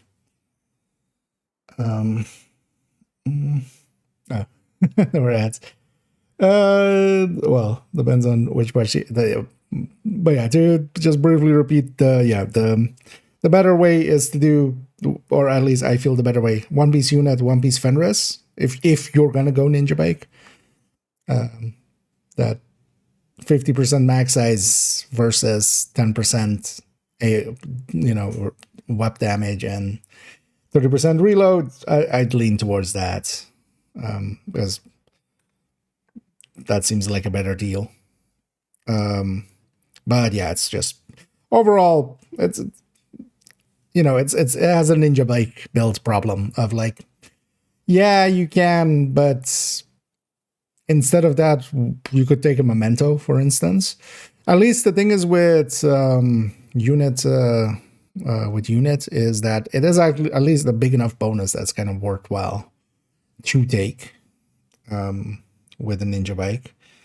But it'll be a little bit ahead of the memento, especially before it gets charged up. But once the memento is charged up, it's about the same damage.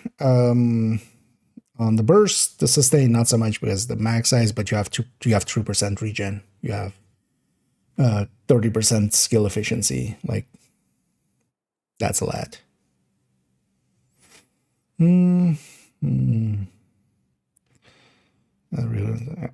It's basically the thing with the Ninja Bike is also like if from a pure perspective, if gear sets and brand sets were equal, which they're not, that's why we go Strikers and Heartbreakers and Umbra and stuff instead of Ninja Viking brand sets.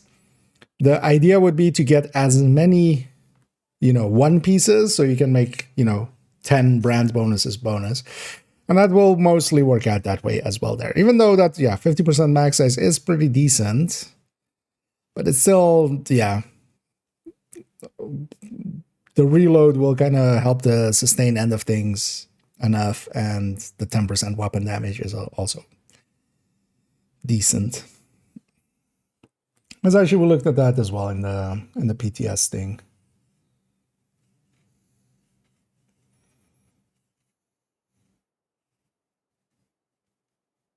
Oh. That was hovering over the...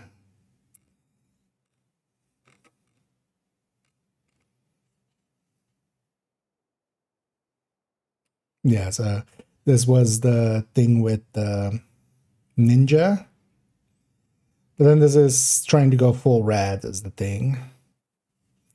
But the Fenris one is like, I feel a better deal than the unit. Especially now, because this is even the old salvo. This is like 3% less now. Because I was like, hey, these are pretty close actually. But yeah, this is the old salvo, so... Yeah, you would gain over a little under 3%. Your sustain would be about the same. Your damage per mag will be a lot lower, of course, because, that metric really affected by that, but yeah. It's almost as if having an extra brand bonus is well worth it. I would like to also revisit it actually. Because I've kind of decided now actually we're gonna split this into two, because we've creeped the hell out of this. Which kind of a given, honestly. But I'm gonna make it unit alloys on Striker, and then unit alloys in general. Kind of.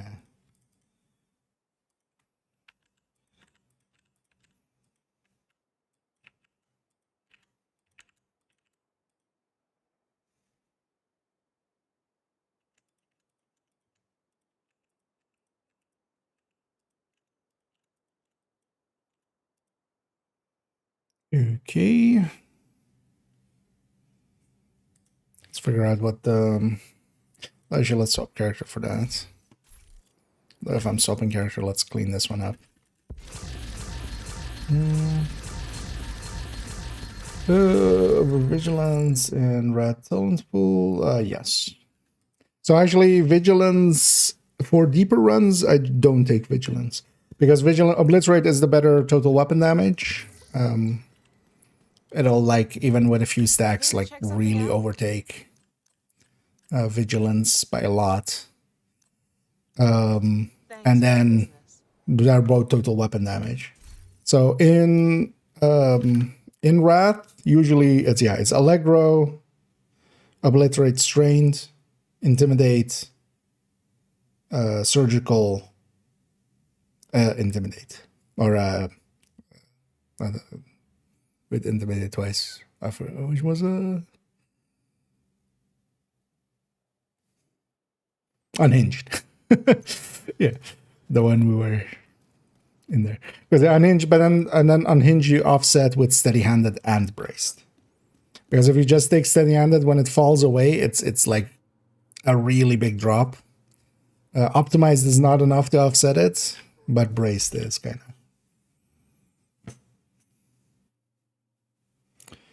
With we must already of pressures and missed out at second row bonuses running. Yours are getting real low at times. Do you mean mag capacity? Because that's two different things, right? The ammo capacity is the how much ammo you have. The that shouldn't be ever your total ammo. The mag capacity is the what this is, for instance, or where's unit? Oh, this guy doesn't have a unit here. I actually do have that glove. I need to put away, or already did. But then the thing is, mag size at the cost, like at least this third one, like if you're going too deep, this third one somewhat makes sense. But you would have to be making a high end, which don't make sense. A lot of the gear sets are too good nowadays to compete to them. But yeah.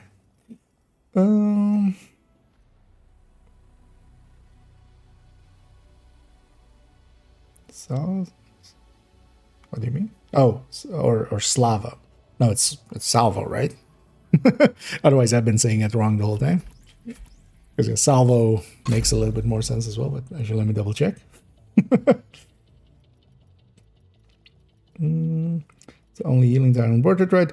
For deeper runs, you do also want to take clutch.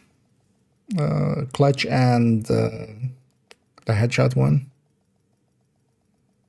Yeah, the one. Entering safe Oh, area. and there's that. And thank you so much for the raid there. As always, much appreciated. Hope you had a great stream. Hope you had some fun. Let me make sure I have a shout out here. But yeah, clutch can be handy, even with that little bit of surgical, even with that agonizing, just for when you reach rogues and such. Because yeah, you won't, well, especially like very later on, like 40 plus, you don't instantly kill them, and then clutch can be nice to kind of just keep you topped off the whole time.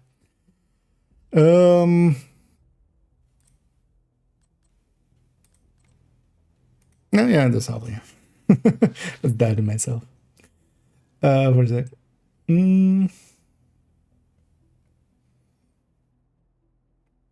But the preservation is the one I take to 10 first, and then clutch like later on, and then what's that shot one? That one can be handy as well, just to have alongside of it. And then like way later on, when you're kind of the reds are done, you can also take some of the hazard protection just as a little bit extra defense. A lot of numbers, indeed. Well, that's kind of my shtick. I do numbers. And yeah, welcome in Raiders and welcome in Zed. For those that may not know me, yeah, I do number stuff. We're looking at especially equalizer and units, and yeah, we're kind of comparing numbers between, in this case, the last kind of segment that I need, which is between the exotics and equalizer plus salvo versus equalizer plus a bunch of the exotics. No worries, Viking. Entrench, yeah. Exactly that one. And entrench can be nice as well, just to have like later on level it up, like get your reds first and stuff, of course. But later on, it can be handy to like have entrench plus clutch, because you can just continuously kind of heal yourself up a little bit underneath.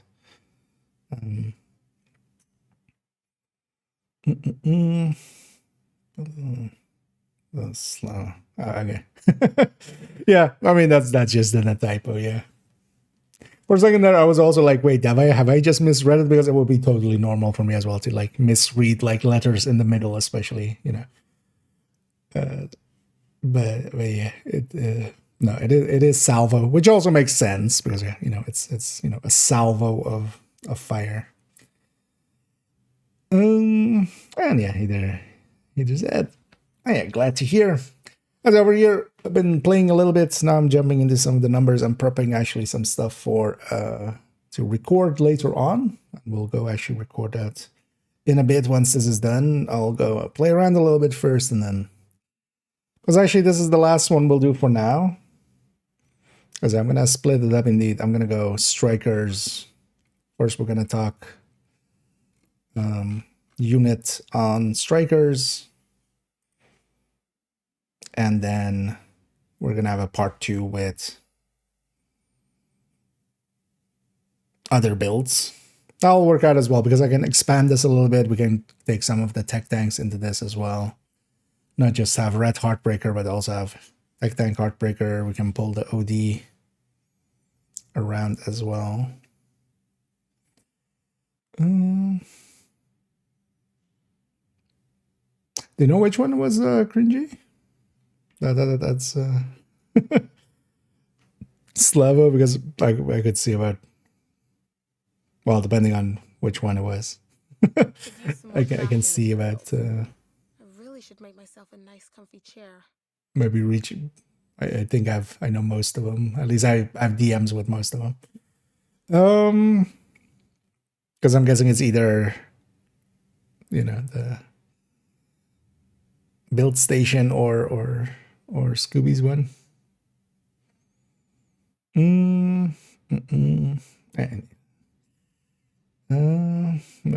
I get it. The thing is, it depends on keeping at it. Like, I sucked at the few descents. I don't think I saw the Nemesis until like my fourth one or something, and then I died to the first Nemesis because didn't know skills picks back then, which is very important for that. And then I think I beat him on the second one by just getting lucky, and then still struggled with it until much later on figuring out the skills thing with Nemesis, where he copies your skill, except not all of them. So I need to know which skills can and can't be picked. Yeah, so... Oh yeah. So Equalizer...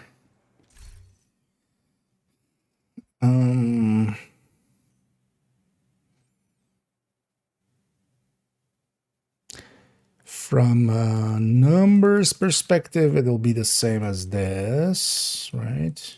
As the Overdogs, but just an extra weapon talent instead. So we take that.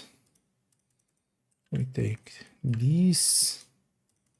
And we take this. So...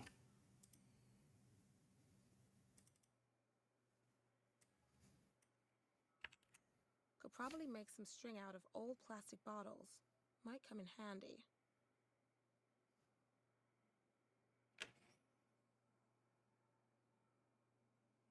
Wait, can I combine all of these together? No, because how do we... Yeah. Because if I click two of these, it's going to add them to all of them.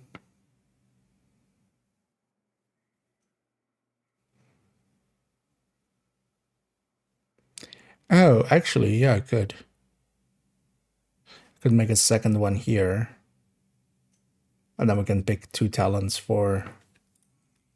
That might be actually...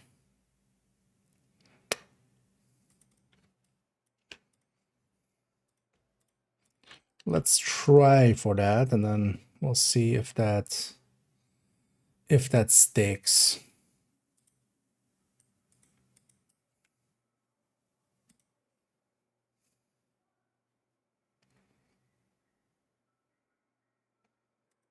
Because what I can do, just take this, and then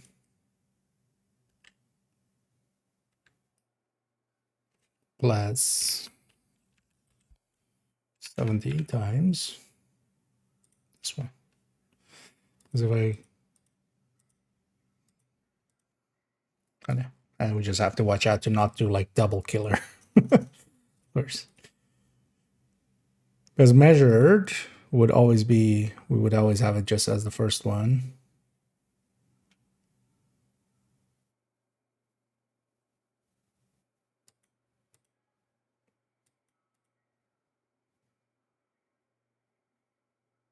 I should try making leather. Or actually not even. I can have two. Can I have two F statements within one cell?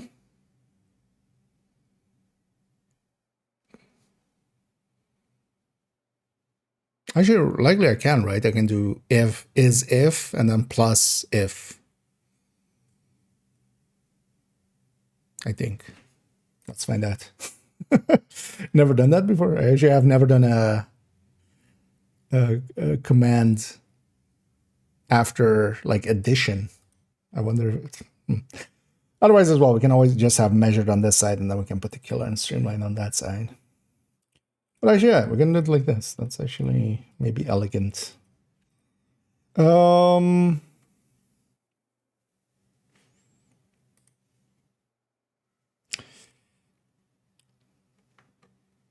Should take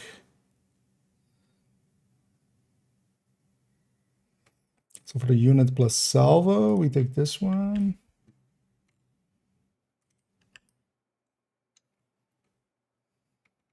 Or well, equalizer plus salvo. And then equalizer plus everything else is that one.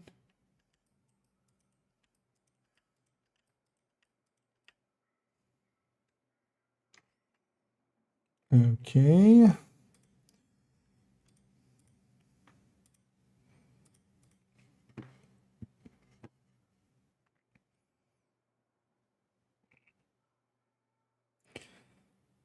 We need to hook up all of these into all of these, but that's pretty easy.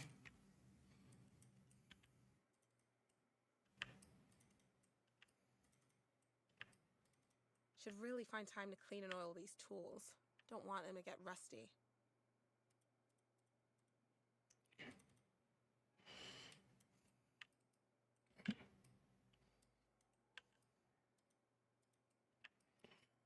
This becomes that.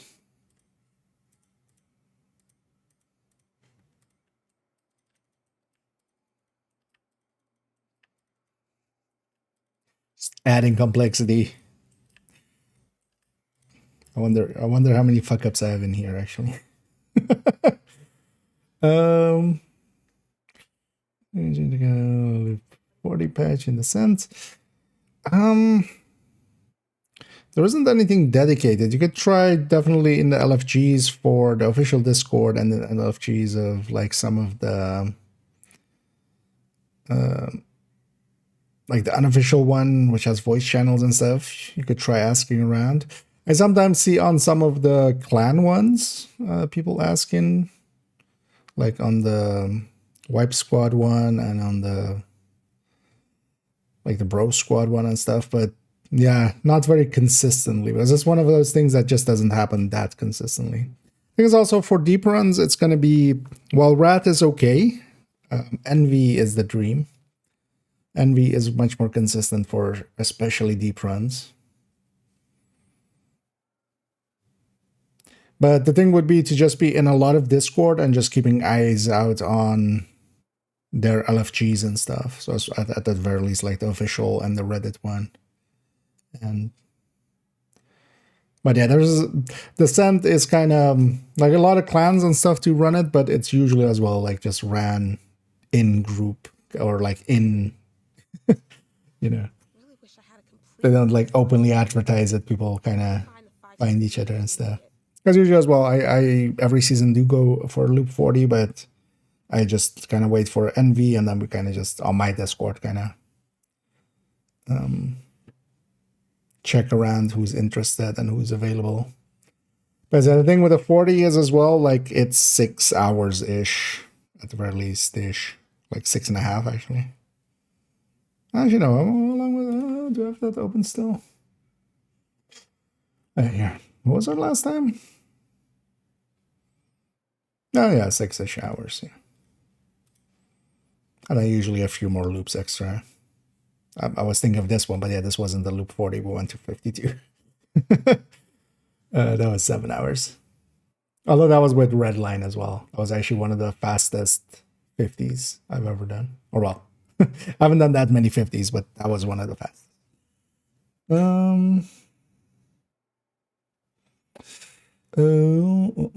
Season pass. Nah, yeah, but definitely keep in mind as well the bittersweet and the courier bacon. The why did I go with? you're gonna get one from the season, right? Like there's one from the season track until the end of the season. So definitely stick to it and like hang on to it. I'm myself. I'm almost there already. So I'm yeah, like yeah. But yeah, it's gonna be the only one you'll have till stretch goals. It's not like a super needed weapon, but if you want to mess around with it and stuff, like just as Doug said as well. So, but yeah, I'll get my own one. I'm 57, 56. And I haven't even been grinding. And yesterday I was playing on the other account, so the season pass will get then. Don't worry about it. Oh, go to the general. No, they don't. They used to. That's how it used to work, but it hasn't for like 5 seasons now. Now it's basically the current season's one. You only get one from the season track, and then you don't get chances at them again until stretch goals.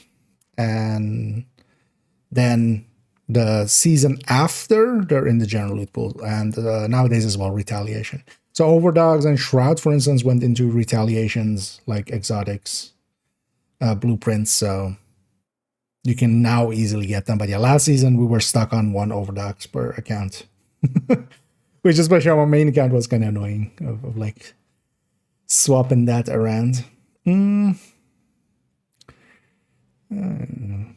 No, that is actually the way a lot of people still explain it in that way, but yeah, it hasn't been true for like 5 seasons now. So,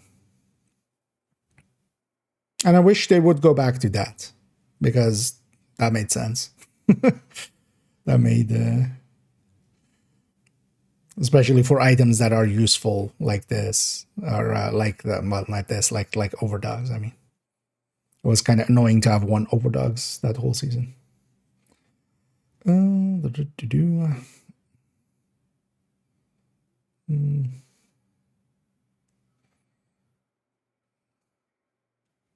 That's massive.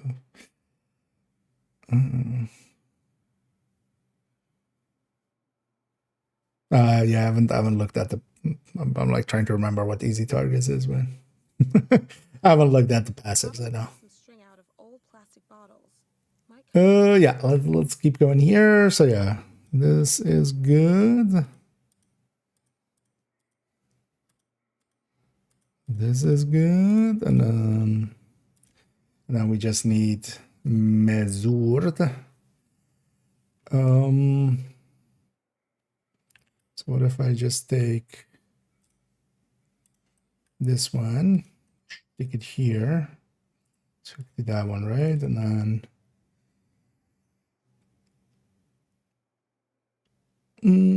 so 58.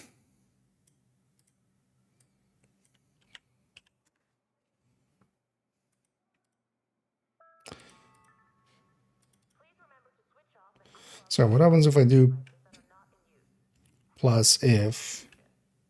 Oh, okay. So I can just do it like that.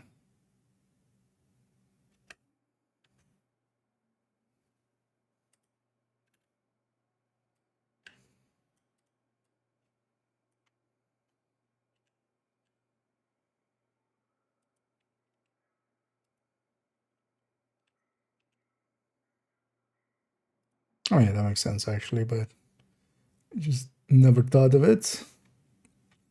Actually, yeah, so it's just the same contents, except this is now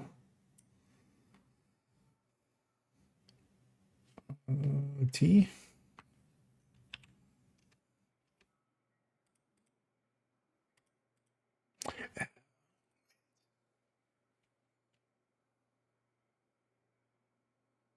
Oh yeah, it's gonna add them together. Second one to make 0. So this is 0. Should really find time to clean and oil these tools. Because that's a plus anyway. Yeah, now it's gonna add those two together.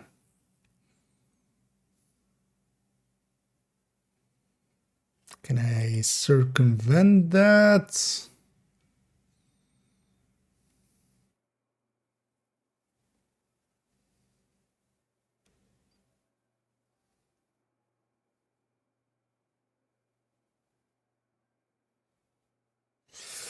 Oh wait, we can do it.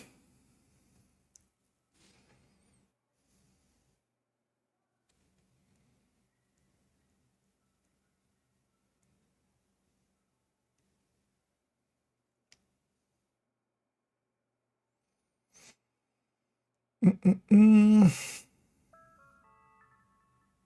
Firearms training is now available at the shooting range.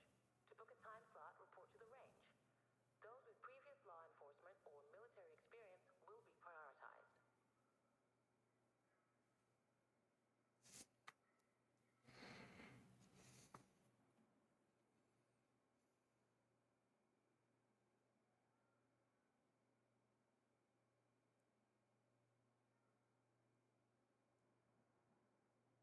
What happens if I did this?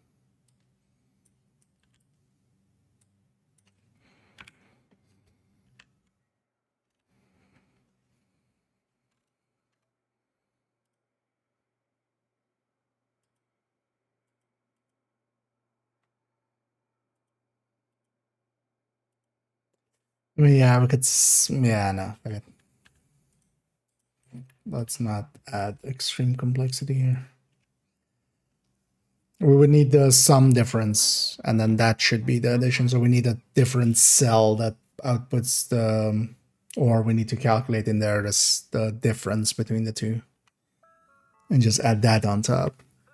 But we can just have measured be like, if we're taking measured, we always take it there, and then we can add killer or streamline to it, which effectively does the same thing. So why am I trying to make it so much harder for myself? I need a melon.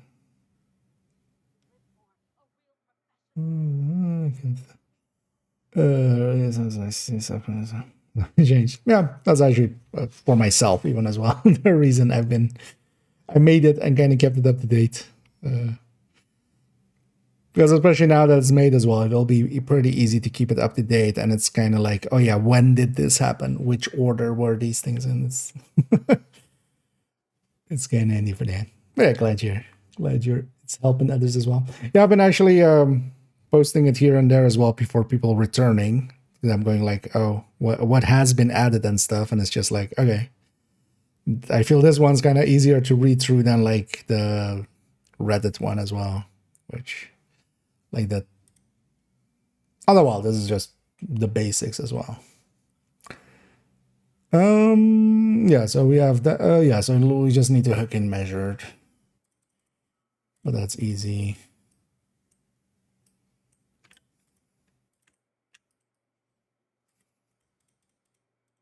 So that's that, and then RPM side. So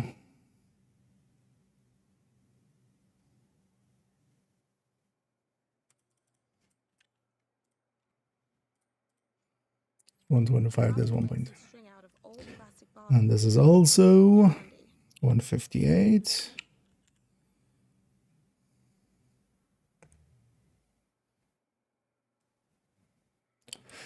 This is 159.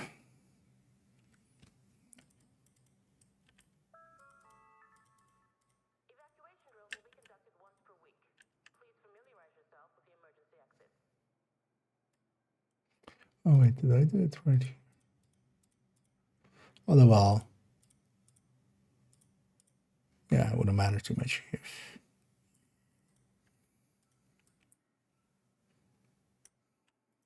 No.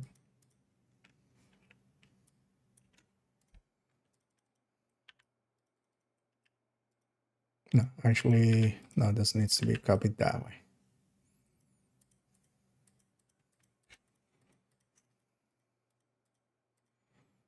Okay.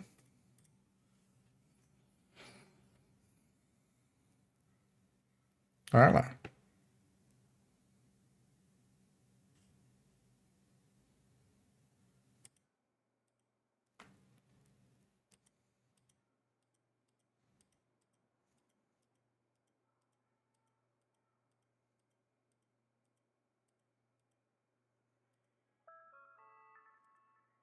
Physical and verbal violence inside the perimeter will not be tolerated.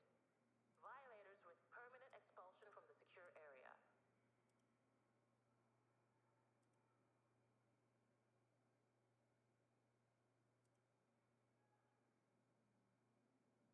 God damn it. You're a dumbass, IKEA. Sometimes. I'm like, wait, that doesn't look right. Yeah, I basically made all of these tinkerers too. Some more crafting. No, only the tinkerer gets that second column. Made myself a nice comfy chair. Dumbass.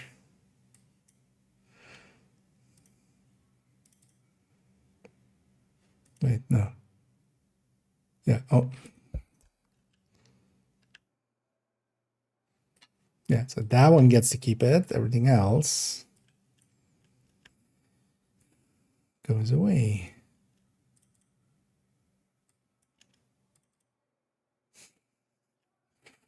That was the whole point of it. Like, this applies to everything, and then this is extra on top for the tinker.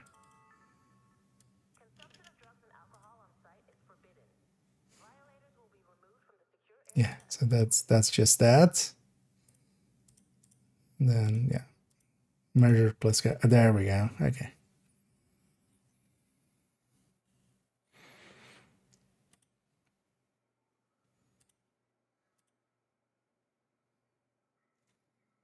Right, that doesn't make sense either.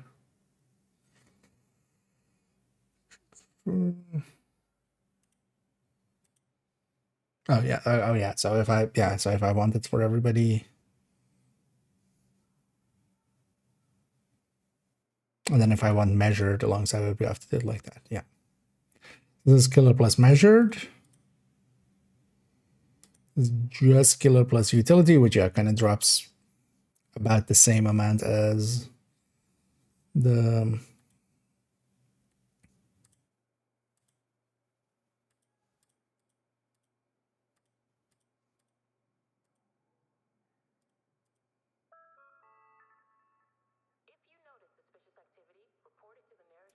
oh, with that measured there, I can't do it the other way around with this.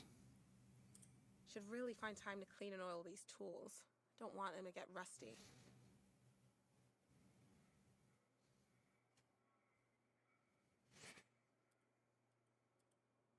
Because while this combo is the same, it's not the same of having killer and then adding measured on top. Other than it is what it is. But no, I want, yeah. I want it that way.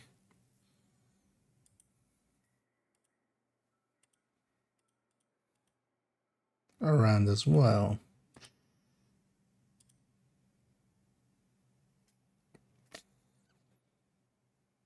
Nah, I think it is what it is. It's going to be way too annoying to implement that.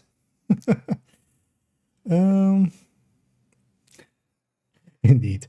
Everybody got a tinker, even if you're wearing a bloody or a coyote or overdex. But yeah, that was a dumb. Although, well, I mean that's half the thing of this. We just play around and then yeah, I implement stuff and quite often yeah, the implementation is wrong and we fidget with it till it fits. I was going to. And also, I want to know these as well. Like, I in the past, well, not as thorough as these, but I would always, you know, calculate stuff out and go like, okay, so how much is the difference between this and this? Because honestly, you need the numbers, and then you need also, yeah, the game knowledge in like what that actually means and stuff in practical terms. You know, because even things like overdogs, kind of like, yeah, looking extra OP. This isn't always active, of course. That's why we have a toggle for it to deactivate it and activate it, kind of to compare against the rest. Thing is though that the overdogs is kind of like on average enough active that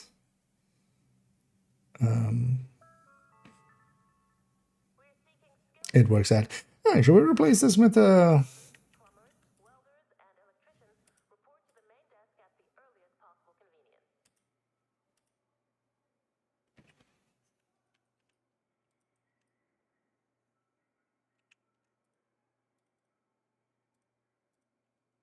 let's actually do that. Let's change this with the uptime thing.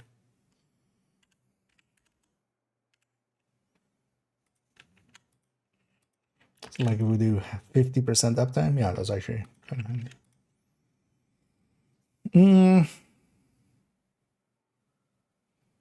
Yeah.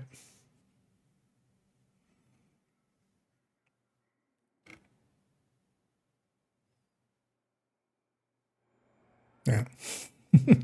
Game deciding we need a timeout.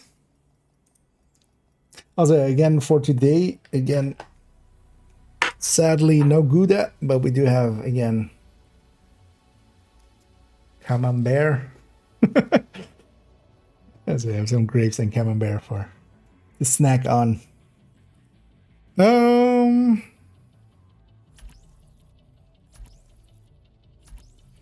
You guys want to go somewhere else?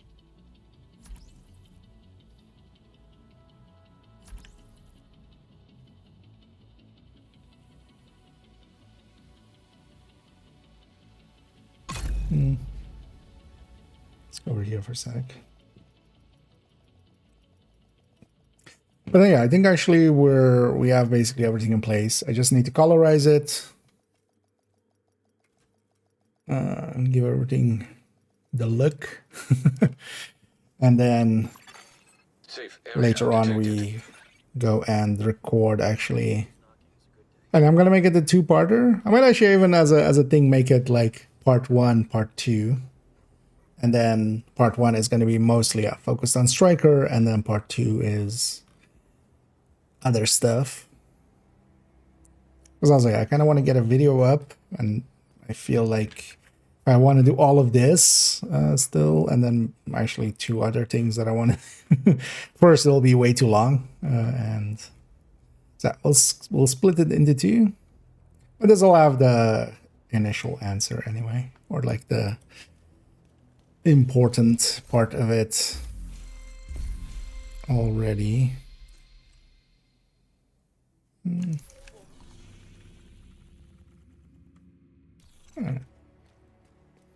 talking to yourself again. Agent, you haven't seen a selection like this since before the Big Boy. And then we'll go over here for a second. If you want to try, actually, yeah, let's try this.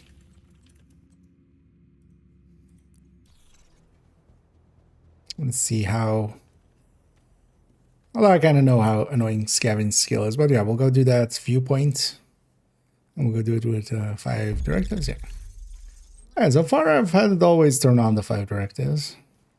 I've even kept on a few characters with 5 directives on, which like last season would usually bug them out the next time I logged in on them.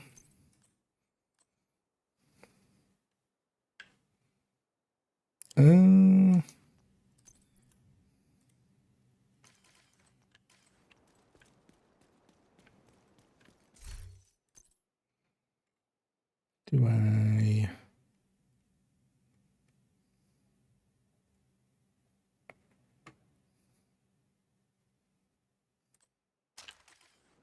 Let's take the crit chance out of that one.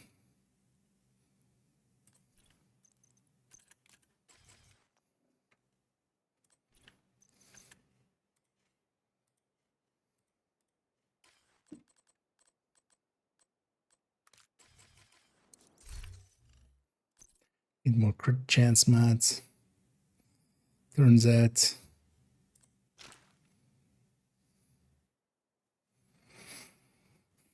It'd be nice actually for some of these. Well, it's a 1 piece, but yeah, we don't need a Grupo 1 and a Cheska 1 and stuff anymore. Because basically, yeah, if it is a blitz rate, if we want a blitz rate, equalizer is, you know, rounds bonus wise, this is on par with basically everything else. And then the perfect blitz rate is just too good to take any other blitz rate really. So Cheska blitz rates and other obliterates are on the way out. The only obliterates that they will stay. That's actually the word. My blinds.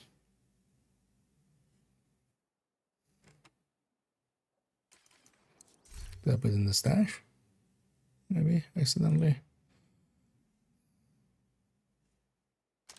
Alright. Because she should have that DNH one.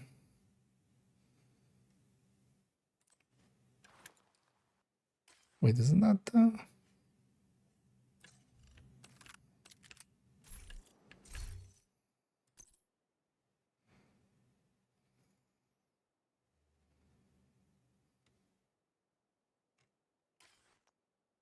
wait. Because it makes the striker tech tank. Did that have it set up fully? I was leaning with this. Oh wait, that went. Where did that go?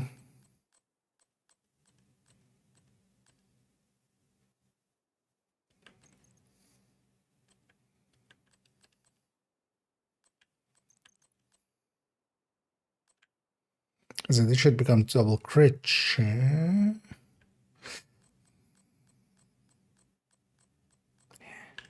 Oh, that was second. I'm like, didn't we? No. Okay, yeah. I was second account, of course. That makes sense. We were on second account yesterday, of course. Yeah, so...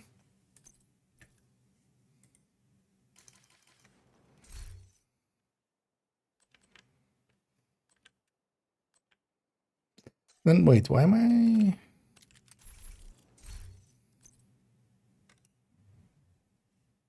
Isn't this loading with this? Or is this so low still? It's not. 57. Wait, what? Oh, yeah, this needs to have a crit chance mod. Yeah.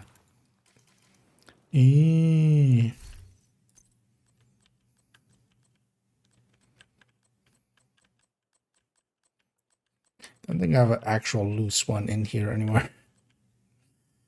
I think I've used up all my crit chance mods recently.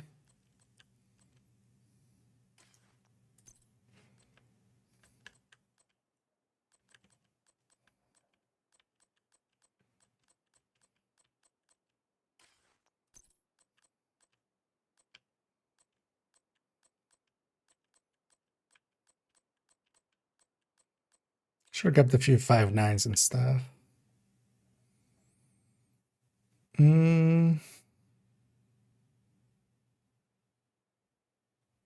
Is no longer needed, yeah.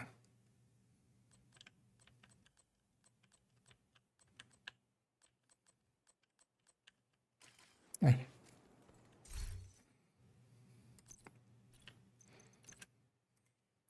Yeah, the only obliterates that, you know, is actually really just this one, this DNH one. I didn't think it out of that backpack. Also, actually, this backpack gets to go. This was just for Tinkerer testing. Yeah.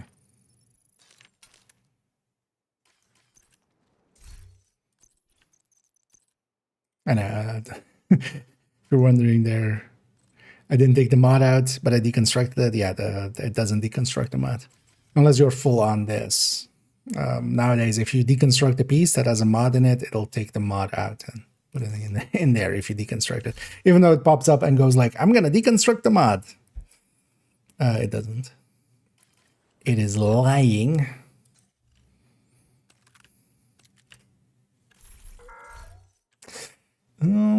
So I was actually, so Striker Tech Tank goes to this for when it's running ARs and stuff to unit alloys or equalizer. Actually, wait, how does that look? It's a 55, no 93, so actually that works out fine. That's still balanced, although 55 is dropping quite a bit. For obliterate.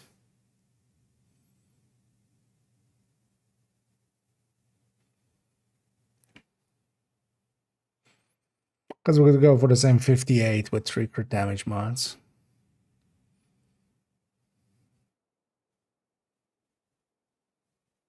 I'm kind of thinking actually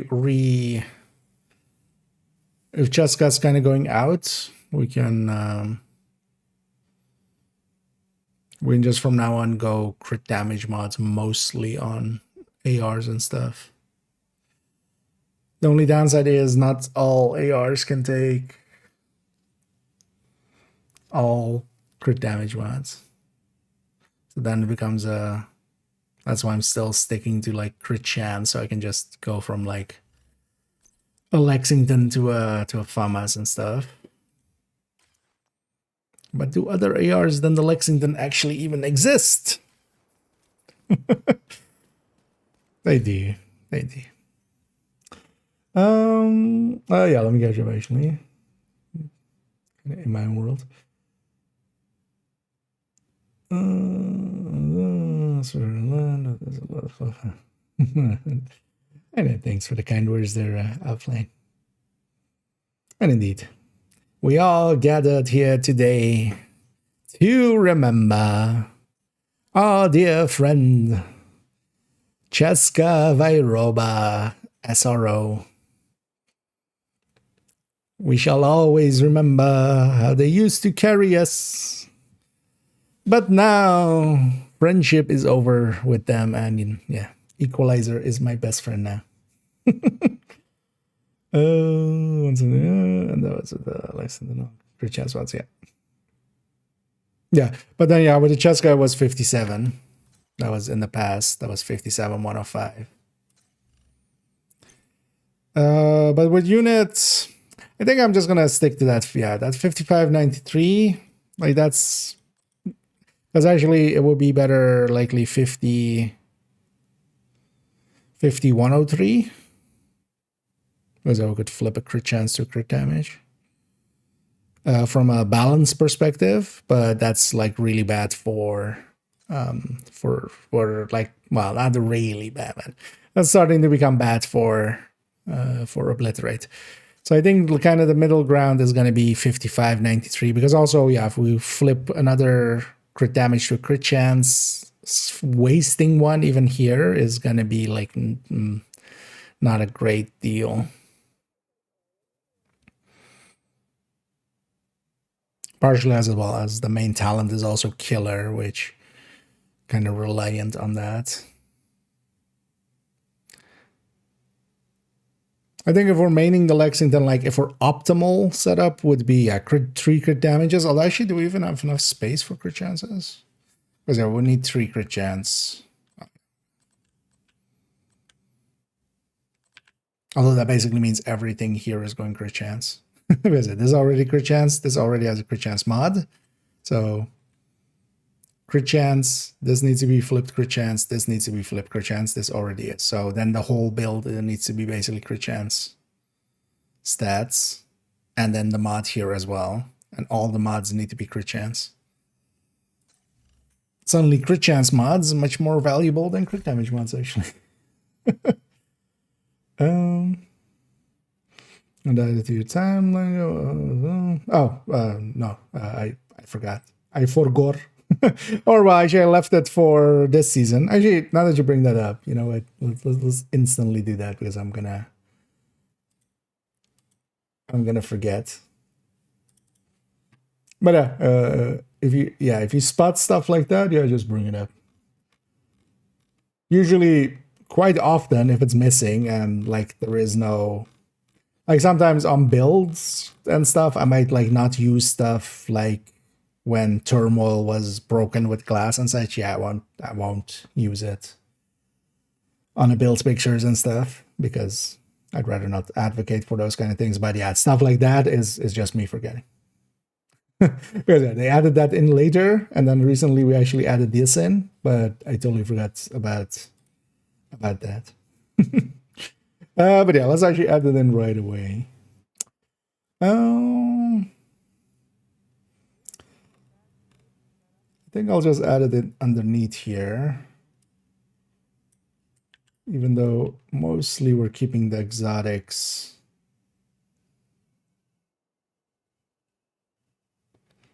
Partially as well as they kind of announced it later. Actually, let's just do this.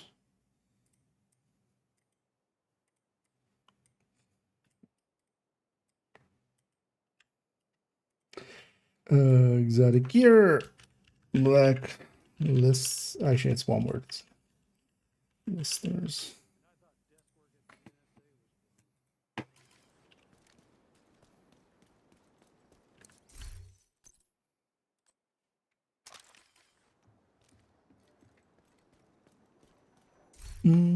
Actually, oh no, we don't even.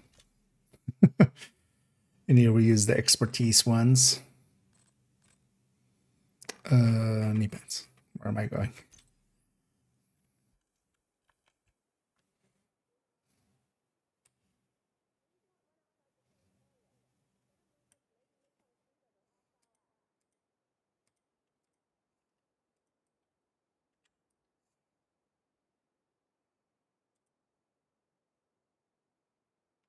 Oh yeah.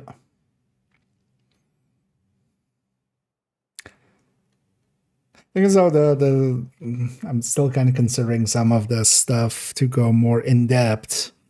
Because here I'll just do it like this, but it might be interesting to like even have an extra.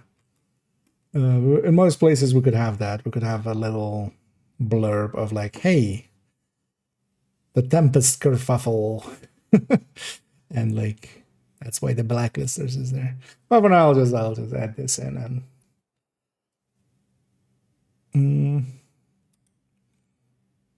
Why do I have these like? Oh yeah, yeah. Until I have them proficient, right? Yeah. But yeah, that was a good point out.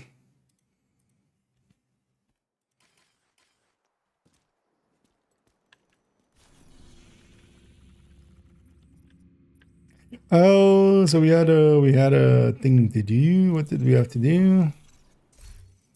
Viewpoint? Viewpoint.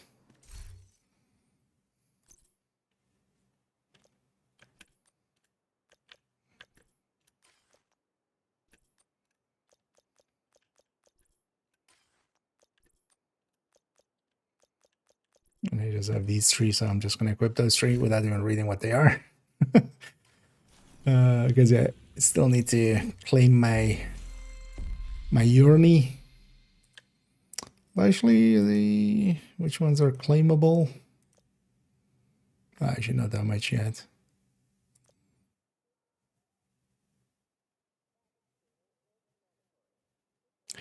Get multi kills with Spearhead active.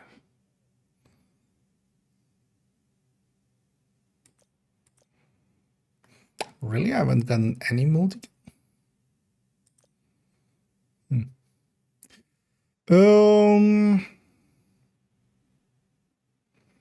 Oh, the medic. I just need to activate him a few times.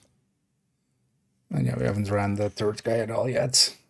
But actually, for here, I'm still gonna. Or this. I don't even have a. Oh, if she doesn't have a medic.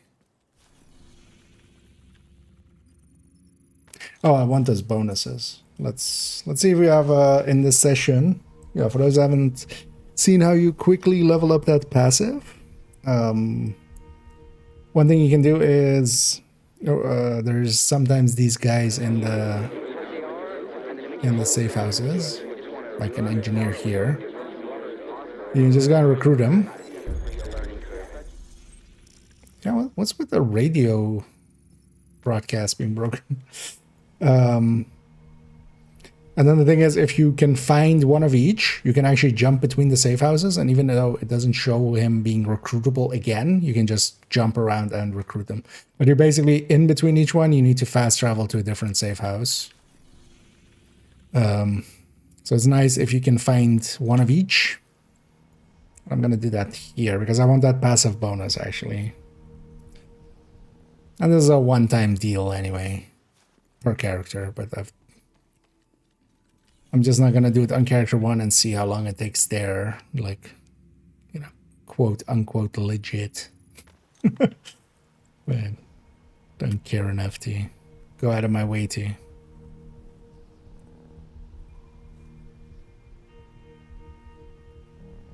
Look there.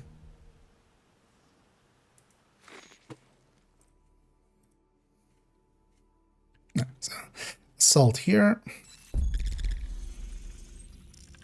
So we just need to hopefully find the medic somewhere, and then we have one of each.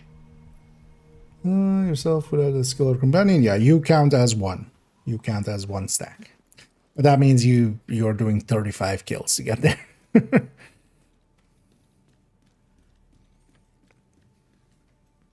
But you could technically stack it up in the range and then go and stuff. But that just seems like a lot of work for not very lot of reward. It works best in group. It really like makes a real difference if you're in a group. A group of 4 pretty quickly gets it maxed out.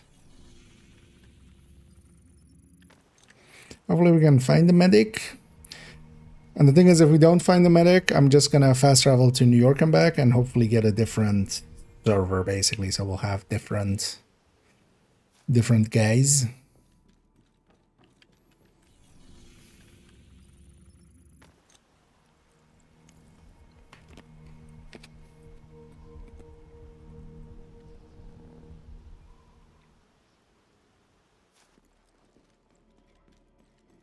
Another assault. Lord.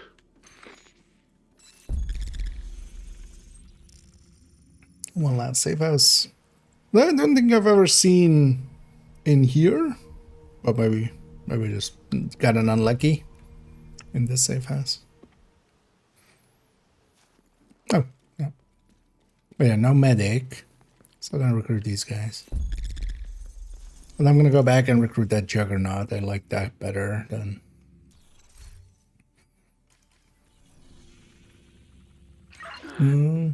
You're right. Don't remember. It was either here or the other one. The East small one.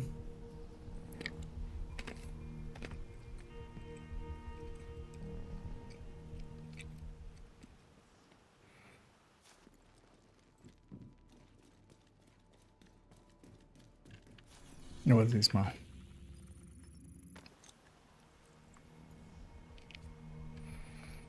But yeah, it turns out you're one ally to yourself.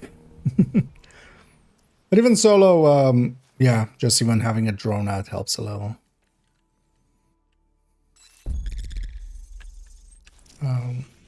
Wait, what was the engineer?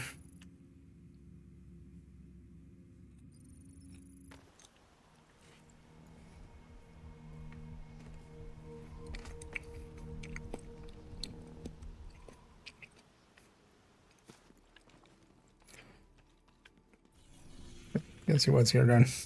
Was like, I don't think he was there. Just disable the companion? Why? I mean, I'm actually not going to run him in a second. And I'm going to run the modifier. But I'm going to run it without the guy. But I need to get the full bonuses for that to be worth it, anything. This character otherwise has like 5 5s.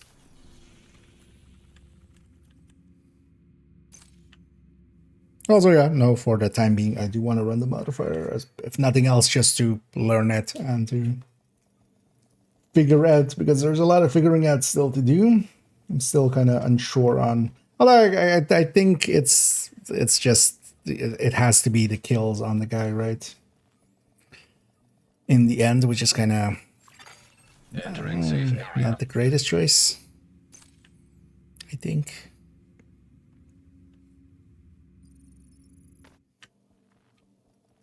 Or the XP on them, I mean, the kills and command link actions.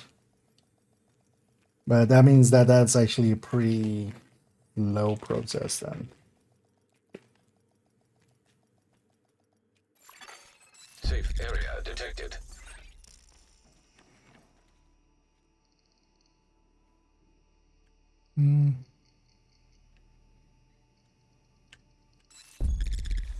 So wait, this guy has different traits, so yeah, this is different. Let's see if we can find a medic. An assault.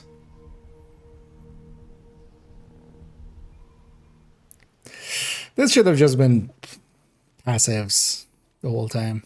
Yeah, we are in different session, but yeah. There's an assault. We can just find a medic, we can jump between the 3, get the passives really quick. All the way to 10. I think I did character 2 and 4 already here, so... Oh, nice. Oh. Nothing is going on here. Nice small circle. But yeah, once you have 3 in the same session, you can just jump between the safe houses, and then each time, even though it's like not showing that you can recruit them, you can just recruit them. This guy's here again, but then like here we have engineer 6 out of 10. Even though it doesn't show that I can recruit them. You just press and hold F, 7 out of 10. And actually, we're going to jump to the medic in between each time. Because yeah, we need much more of that. I don't think they're going to fix this bug. I wouldn't care enough. It's also there's just the acceleration thing. Also, this should have just been account wide. This shouldn't have been per character. There should have been account wide that you just recruit 10 of them. And then you have the passive. But then also they should have just given the passive. They shouldn't be tied to recruiting like this.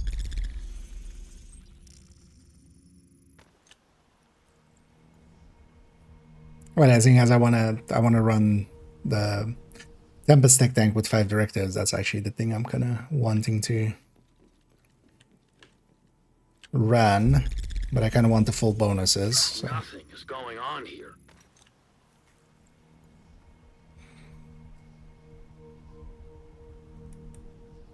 That away.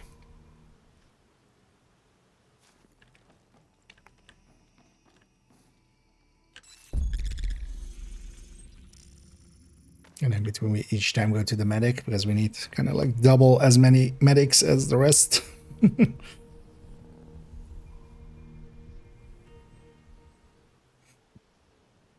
This is worse than my old job.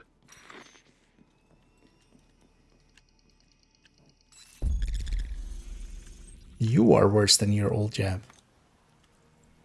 What does that even mean?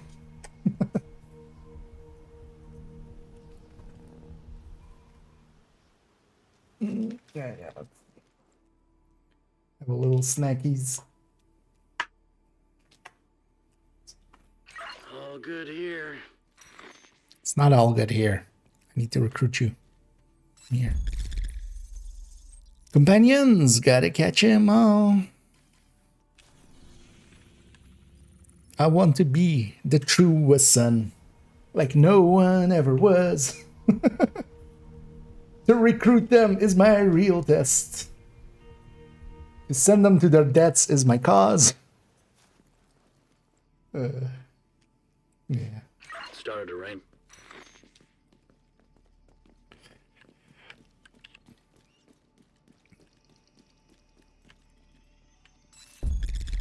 We're already losing our minds. The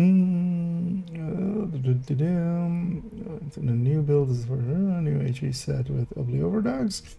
Overall, yes, but yeah, the build collection won't start seeing updates until like next week, most likely. There's no new build pictures yet. Although likely over the weekend, like weekend in the weekend will start. So, but it won't be complete for like a while because we have a lot of changes. But at first, I need to basically do my in-depth looks and stuff. Which, you know, the unit one is mostly done, but then I also want to look at concentrated, and then first we'll put a concentrated in there, and then I'm just going to go through the whole build collection one by one. The build collection always is a bit laggy. But for now, yeah, you can set up the go-to is, especially for an obliterate striker, you can take, you definitely take equalizer for that. For an chest striker, the salvo is not per se like outright better. So you can stick to Cheska plus overdogs and stuff. One thing that kind of works there as well is taking for that is just taking 2-piece unit, either salvo and a unit or just 2-piece unit. That's kind of on par actually nowadays with like a coyote, except that, you know, coyote would also give a group bonus. But actually the 2-piece unit, as long as you're using the AR as the main weapon, actually is pretty powerful as well. But yeah, especially Equalizer is the standout winner of like, that one is a must. If you're going Obliterate, with the sole exception of, actually, well, this, but with like DNH being 20% pistol damage. But it beats Cheska and stuff, but here I'm using it, you know, Tempest tech tank. So this is the one exception, basically. Every other brand bonus is... Well, this brand bonus is bigger, so it works out.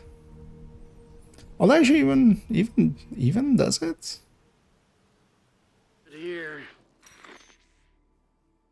I mean, because yeah, just because it's striker, it will. Because this will be...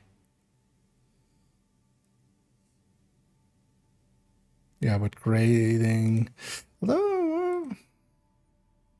should I actually check on the...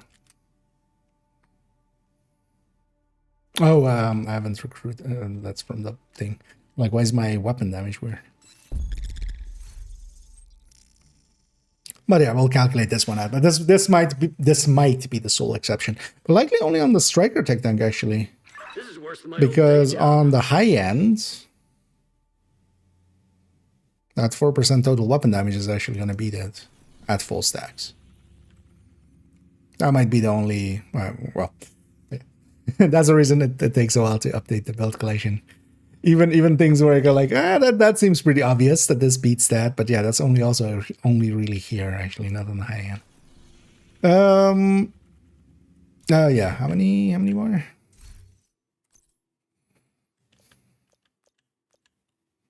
Feels like I've been on watch. Yeah, one assault and 2 medics. So the assault guy is here, medic is here. That's enough for that there. You didn't. It's gonna be likely tomorrow. I mean, we're gonna later on actually record it here, so you can if you want, you can catch the live edition.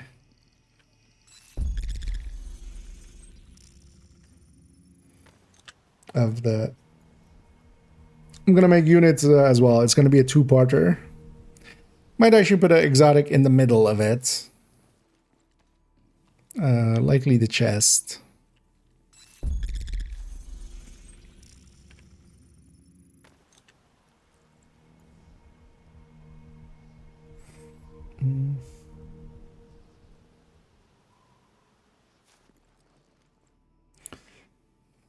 So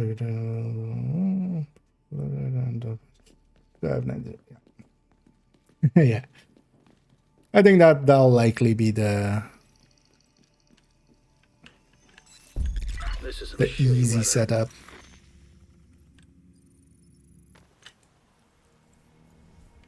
Although I think, yeah, if you do have Lexington, and especially with Killer, then 3 crit damage mods would, but yeah, we're talking less than 1% difference. We're really talking less than 1% difference. That's like min-maxing it. I'm likely for myself also going to keep it like this, just so I can... Then as well, I can even take the Chameleon. Because if we set it up the other way... Because actually, I used to have this actually as the build picture with Chameleon. This is the one build where I kind of... Well, not in this way, but, you know, the normal tech that here is for the Tempest, of course. So yeah, actually, likely I'll keep it at 55, just so we can also just stick a Chameleon in there. Because I don't mind the Chameleon, especially because you can really quickly get that reload bonus nowadays. Medic.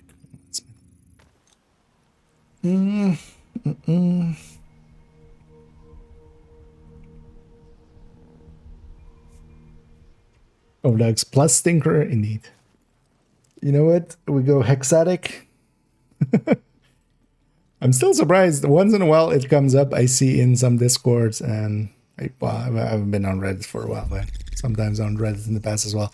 People going like, they should just let us have multiple exotics, which I can get the idea, especially they were like, usually the argument is that they let us in Division 1, but also in Division 1, like, which exotic was better than a piece of normal gear.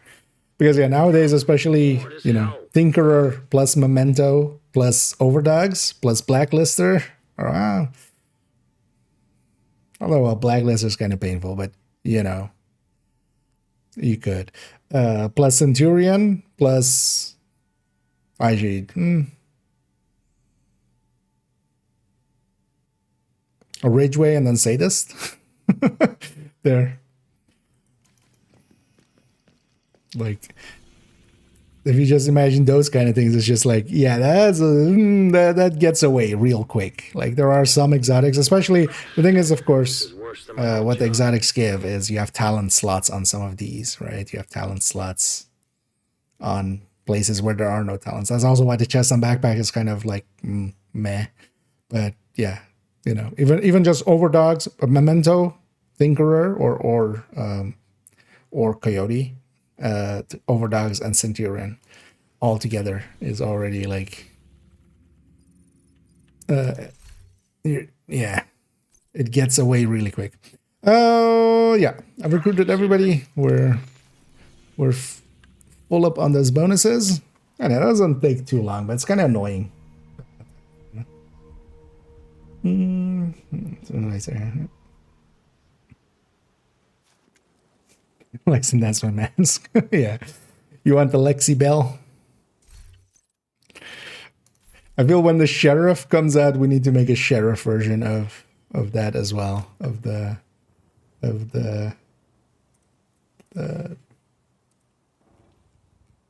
X's. Because yeah, we have Elmo. Although the thing is, Elmo is no longer like what it used to be, though. But yeah, back in the day, this was made for like the rebuttal video to Fog, of like going like Elmo is the only weapon that exists now, which is like, was it? But yeah, Lexi Bell. I think we need to make a sheriff one at some point. Like sheriff kind of is of that level as well. The Viewpoint Museum away from True Sons will make it a lot harder for them to coordinate their troops and spread misinformation. All communications coming in and out of the building one will too. be controlled from the production I was trying to studio on the top parse. floor. So you'll need to Hey find there, it Wenty, and secure it. And yeah, thank you for doing the shilling for me.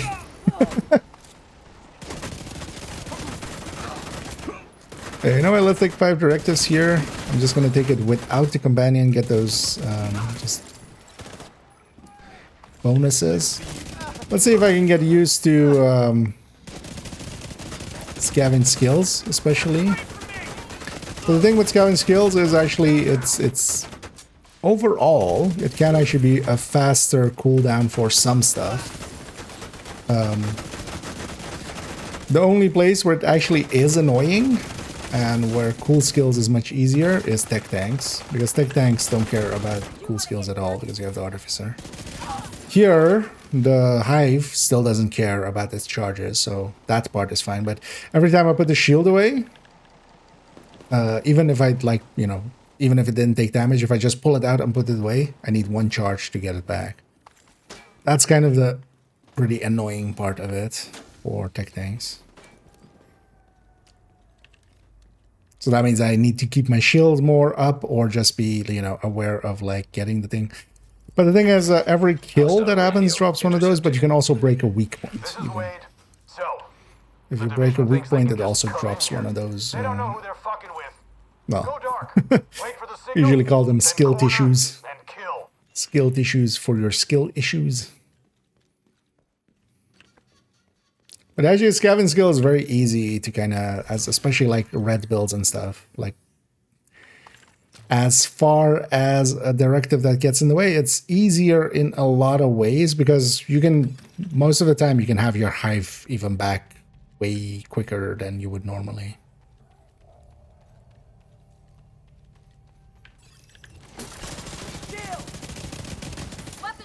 I'm with you. I'm out. Finish this. We're fragile alongside of it, but if I do it right, you know, we're not fragiling. But stuff like this, normally here I would put my shield away and run around. Of course. Guess I'm solo. Wait, you're Han Solo? Can I get your autograph? Would you like a companion? You can take mine. I'm not using him. It's a good thing our companion doesn't use that line. They should totally make the companion say that if you like make him get 5 or so of the kills or something. This goes, guess I'm solo. It's like, what a dick. That's in the our friends have that. Or healers. Or also even actually BTSU by itself, it is that like Overdogs is big. But even like, yeah, BTSU for it by itself, because you can, even if you're full red, if you deconstruct the hive, you still go to 6 skill tiers. Like even if you're full red, so yourself, you go to 6. So. Imagine that with a, oh well, you overcharge, I mean, which takes you to 6 and then overcharge. Imagine that with a smart cover, right? Like that's a lot. Oh. Yeah, so, well, let's go grab one. Put my shield away. Too late after picking it up. So. But yeah, that's gonna take some time to get used to.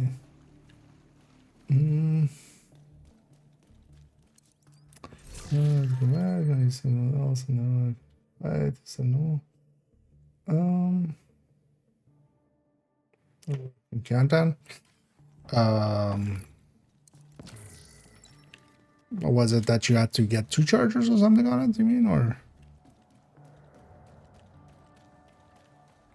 Because normally it's like 300 seconds, right? So, oh, maybe at the maybe if you maybe it was used at the start before the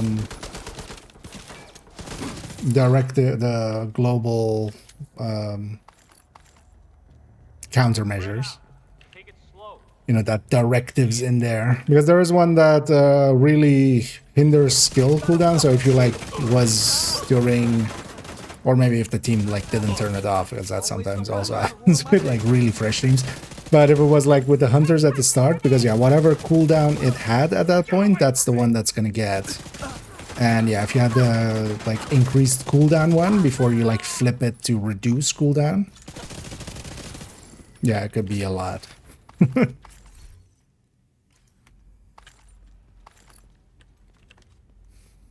That would be my guess.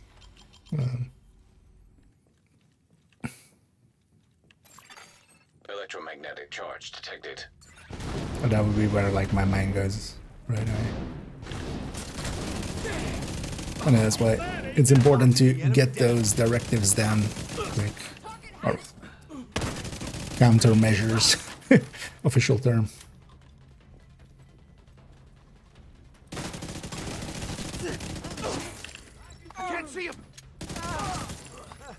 I know, this as well as a decent way of dealing with 5 directives. I kind of like these Tempest tech tanks. I know the striker one's definitely, once this thing gets going, it's a little bit better than the high end. Which, Hell Surprise, am I right?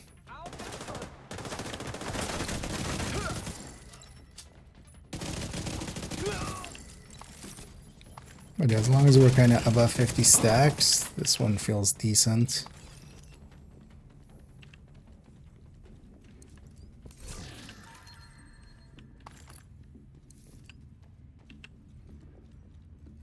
We don't need no stinking ammo.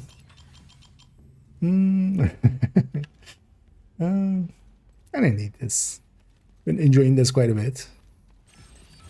And as a good way as well to deal with 5 directives without going headhunter or stuff like that. That was always the... Because you always did have pistol tech tanks, but the Tempest, of course, really... You know. Even though I don't mind clicking as much as some do, but... You know, if I don't have to...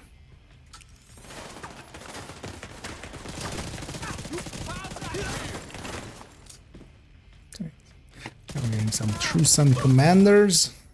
And True Sun Commanders is actually that hostile modifier.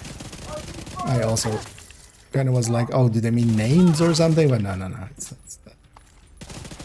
the blue modifier is Commanders, so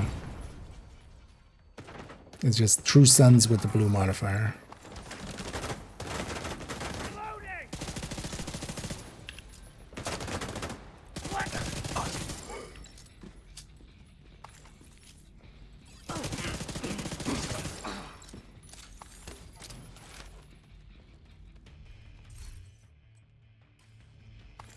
I should. Oh.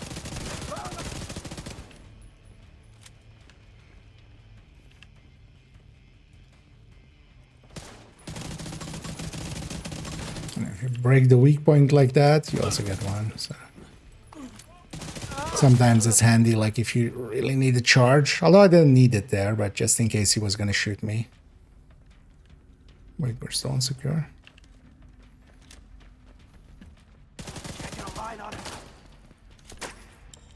Like, yeah, it is heroic. It's always gonna have the elevator ride. Just letting everybody escape today. I need to nail this guy.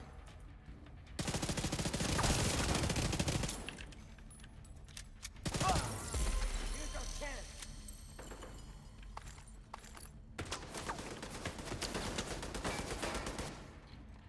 Are you all the way back there?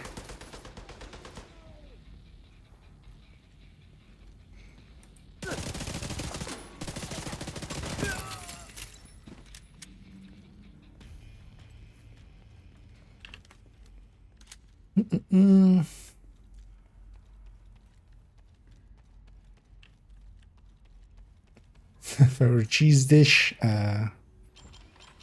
Omelette du fromage. I feel... Is that still a meme? Although it wasn't ever actually a meme, because it's kind of before memes were memes. Go, get out of here. It's gonna... That must have been weird. But yeah, they do run away. Get to the TV studio and get these guys off And the air. there's the original spot for this. I would always do this, and then just in matchmates and stuff, because you had to wait here anyway, and then just always watching like what people do. Just to, you know. Stuff like that.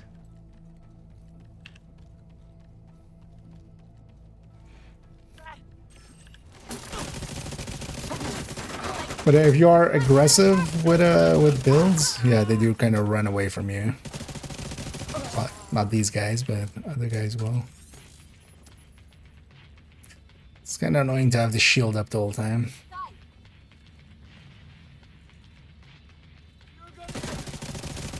But yeah, that's if we want 5 directives. But then yeah, this season might lean more towards just taking. Immediate medical assistance needed.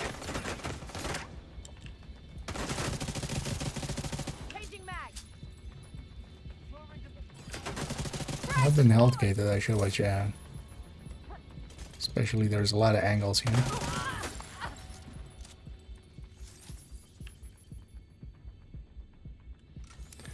My fragile isn't effective, at least.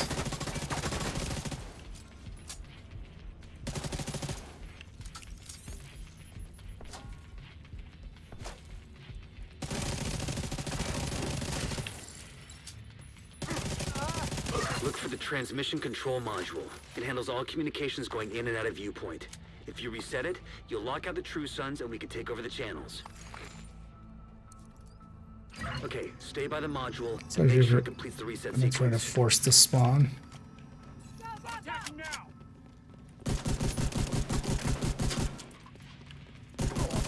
Fuck the division!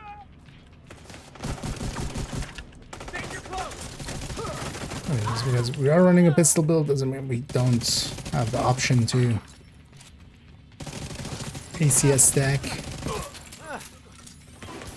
And this place is very much, as long as I keep looking this way, they'll mostly spawn this way. But there's a guy behind me now, so he's gonna force me to look behind.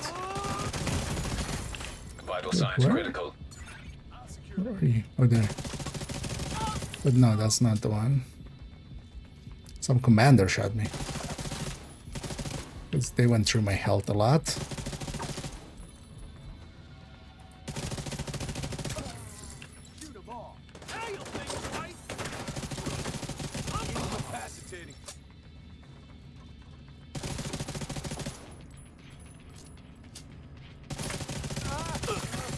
All site facilities are reset to default or under direct SHD control.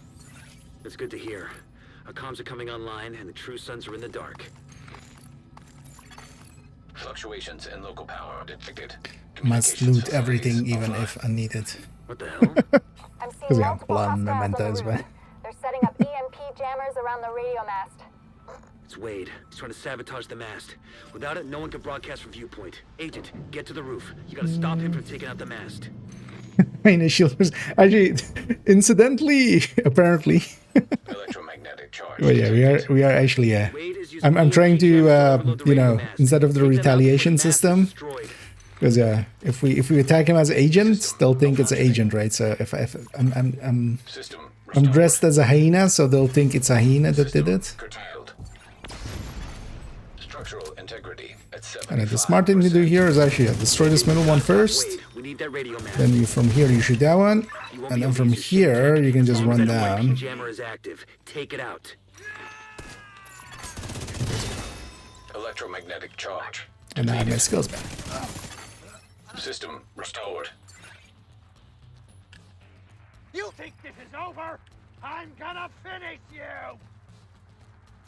This Well, is come finish me then. Don't say it and then not do it. But yeah, let's have a nice dance.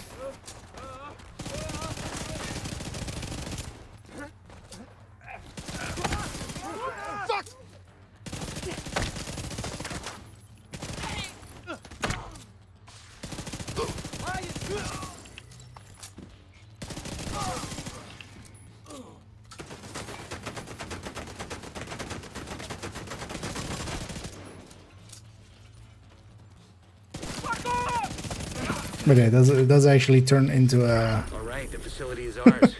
True Sons just lost a powerful tool for coordinating into their a troops. cosplay, Starting doesn't no it? more Of shit. just Once we get the playing radio a mast shield. prepared and operational, we can extend the reach of our own broadcasts. But this way they'll think it's the hyenas attacking them and they'll retaliate against them, right? They won't know it's me. No snitching.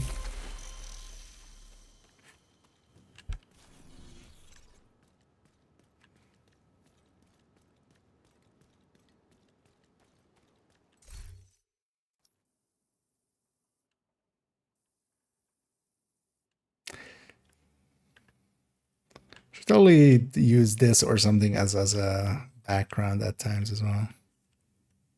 Wait, what? Where's stuff's... Oh, because the mission's over now. I wonder if stuff... Yeah, once the mission boundary is over, it can't spawn stuff, of course.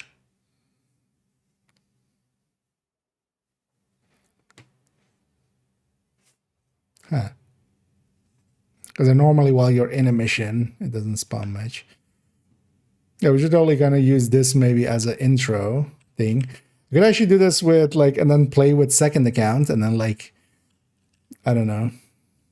Or actually we could make a bounty go there and then like assault the bounty and like record it from here. That could actually be kind of cool. Maybe. It's kind of dumb that they don't allow you to look over because it's not like they don't render the shit out there. Like everything's rendered. We're not like in a special place. Just let us look over the edge.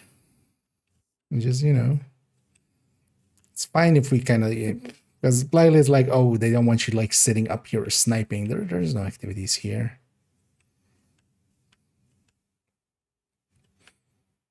I can see you.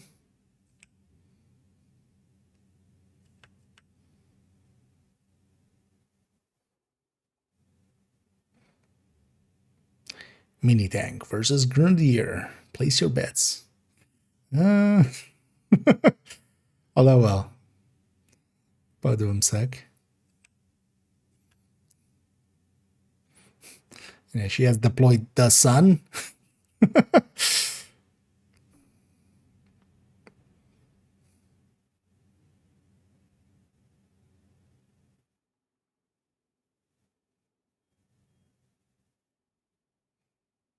Like, is she trying to assault me? I mean, she hasn't spotted me. Now I'm curious, like, how this is gonna end. Because yeah, the hyena's definitely gonna lose, I feel. Like, she's not gonna get past the mini tank, but oh, leaning too much on the spacebar there.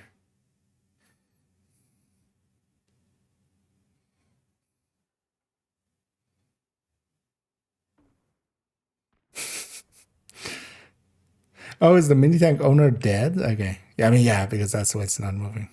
Yeah, she deployed 2 new suns. She deployed true suns, not sun, but sun.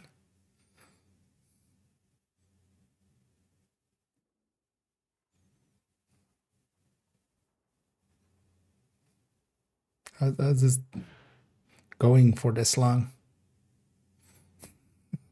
Why doesn't the mini tank ever do that when we're there?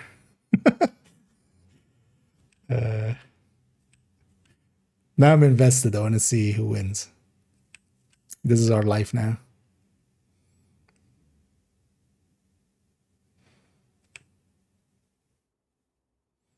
Will she? Won't she?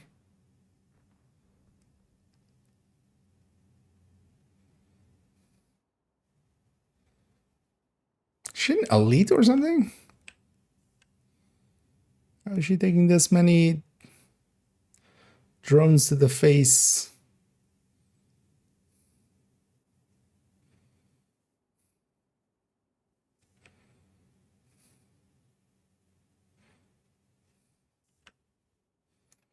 Yeah, you know, I'm a hyena. I'll say the hyena one. Yeah. I've actually, so this shield is like way too strong now, actually. 21 million.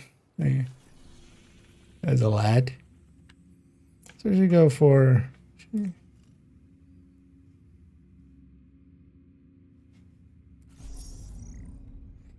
Yeah, we did use a bunch of these bounties, so we can actually go get fresh ones. Let's go for that one.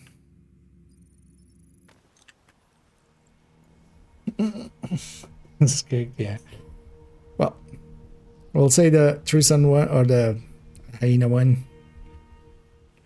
If nothing else, a moral victory. I lost my momentous. You need to stop Black Tusk from obtaining the data they're after from the vault. Now we're gonna have the the spawning, well, not bug, but a weirdness. Priority objective available, Agent. About that. Capital.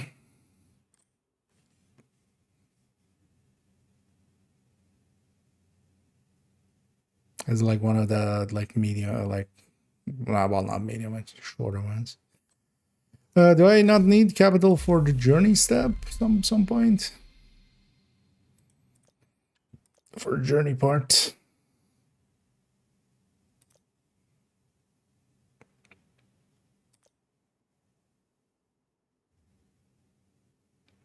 Oh, I've done the capital. Oh yeah, we did it yesterday already. On the other one. Oh yeah, I should have these guys out and mess around with this. Especially triggering this 3 times, then that's done. Oh, and we're almost done with that as well. Yeah, let's have a medic out. He says, full of glee.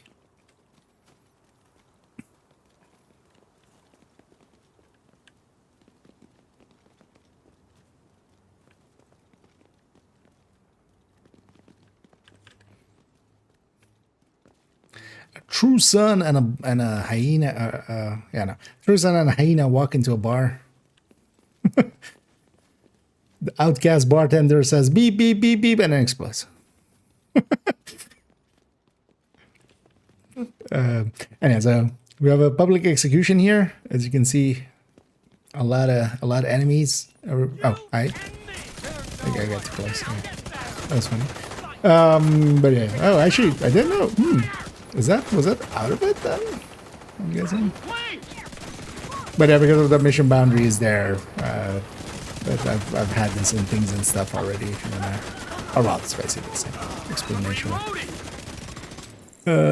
Because of the mission boundary, the game thinks I'm in the mission, Moving position. so it doesn't spawn them until I. Oh, I guess. Oh, the mission boundary goes to here. Okay, so when I got here, it suddenly realizes I'm not in the mission, and then actually just spawns outside stuff as well.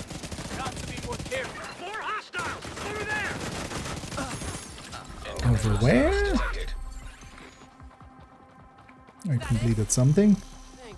Let me reload.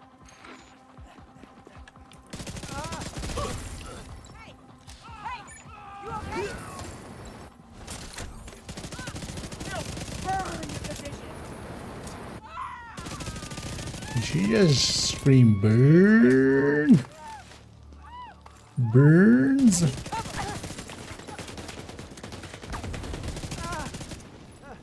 As you know it.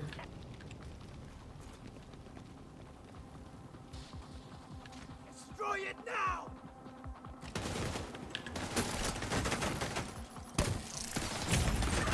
Medical assistance needed.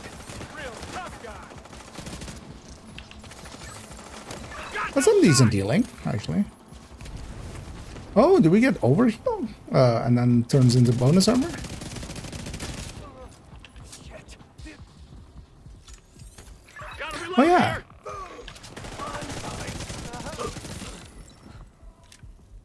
Totally forgot about that part. Totally forgot that that healing box gives you buff.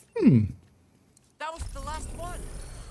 Although it will be too inconsistent and stuff for intimidate or anything like that, right?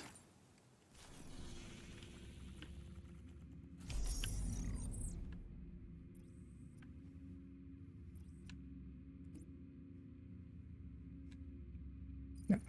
Let's go over there, but I need a quick bio. Let me go take that, and then I want to just run around the world, play around a little bit with this guy, and then we'll go and colorize that spreadsheet, and maybe actually start recording a little bit. But yeah, I'll be right back. There was a CGI. Although he also has more comps. A little bit too many. But yeah, I'll be right back.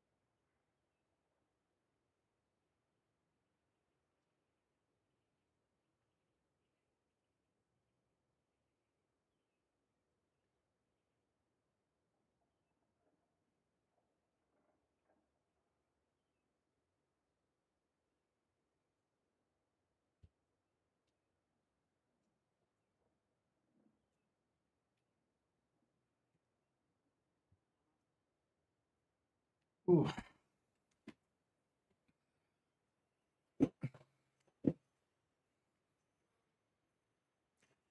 But also, it is already on the Trello board of like that they're gonna change it a little bit more.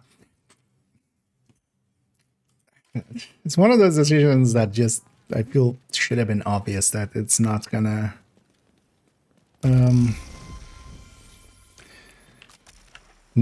work out. But yeah. Yeah. But honestly, he shouldn't say anything. He should only say like, okay, like if I target him on someone, he should acknowledge that. Or if I make him use his ult, he should acknowledge that. Outside of that, he should.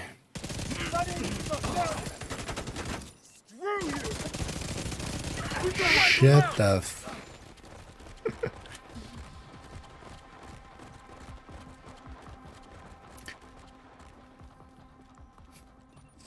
Oh yeah, I feel the oh shit.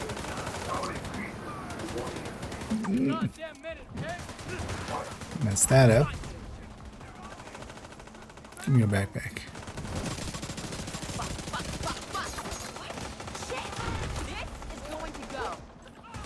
Put my shield away.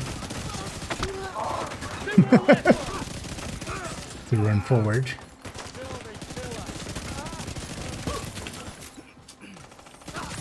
Another dead asshole.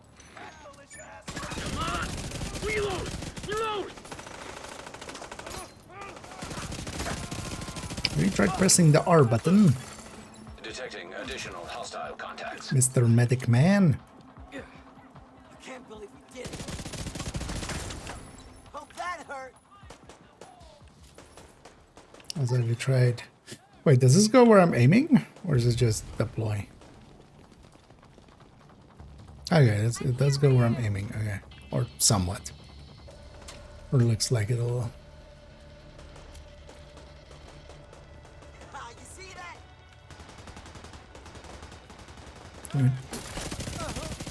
Doesn't give me overheal.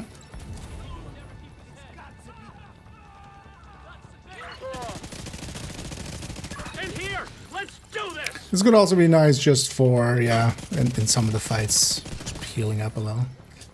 I think they teleport.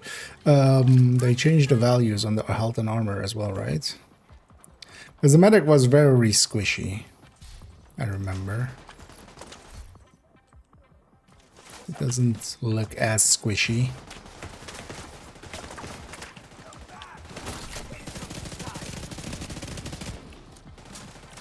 They're flanking.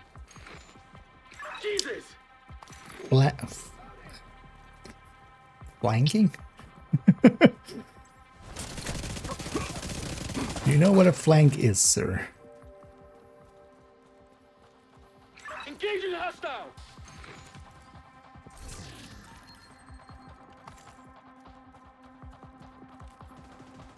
We learned this one. Give us 2 exotics before Nemesis and now we're turning around no exotic since. Sometimes it's just, you know, RNG will RNG. We've had sometimes droughts as well, and sometimes you have 3 exotics before Nemesis. It's sometimes it goes like that. Wait, all the way up to 23 and then? That's extremely unlucky, but yeah, that's within like, yeah, decent possibility actually. That was a close one, H. So. Thanks for getting me out. Because how much is it after 10? 20 or 25? That's actually not that. They're coming from the sides. Like, yeah, it's not common, but yeah, definitely within like pretty low probability still. Where's the dude? Hostile control point identified. Oh, there. Dude. Where's my bounty, Lebowski?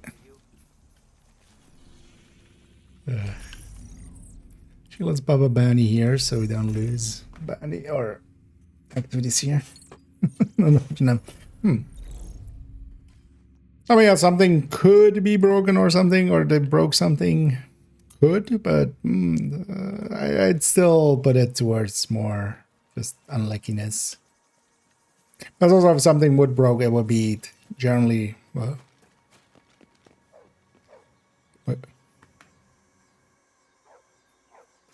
Yeah, I'm guessing that was the full list of bounties that I popped up. Because I have a shit ton of bandits here. What was that? Why did it show all of them?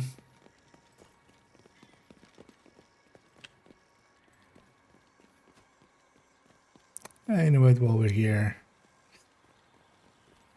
Might as well say, oh, that door coming over this way. I know, let's do the convoy then. Might as well.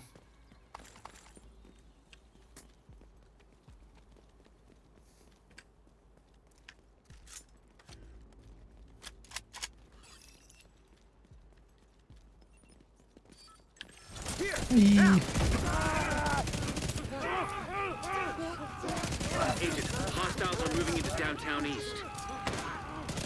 I know, we no longer have to care about retaliations in that way. No buffs attached to it anymore. Come on, come on! They're almost on me! Incoming hostiles detected. Fuck you! Whoa! Jesus!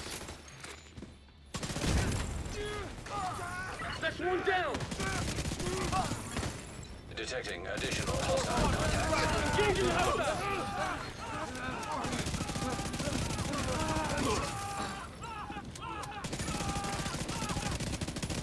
Need some fresh ammo!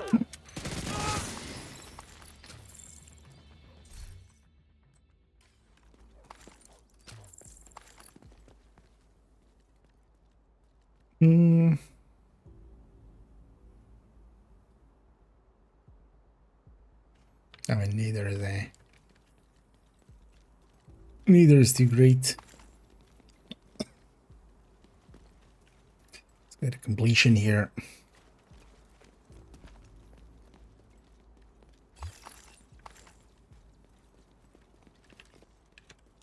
Is public still here? It is. Let's go get that. Hostile control point nearby. Yeah, I do feel like getting used to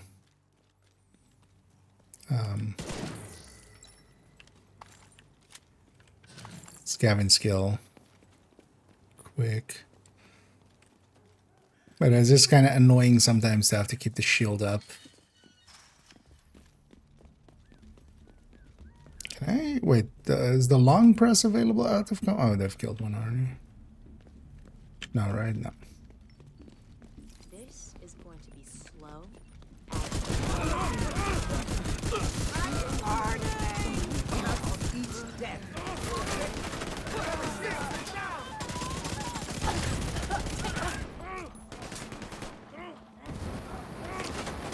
Or is it where I am?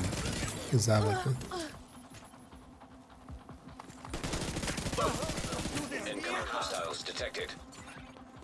What?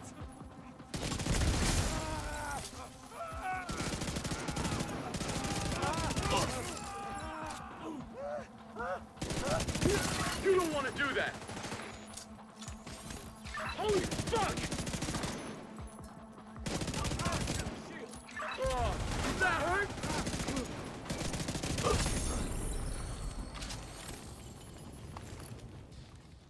Yeah. So that was the 3 tech line uses I needed there, so... Yay.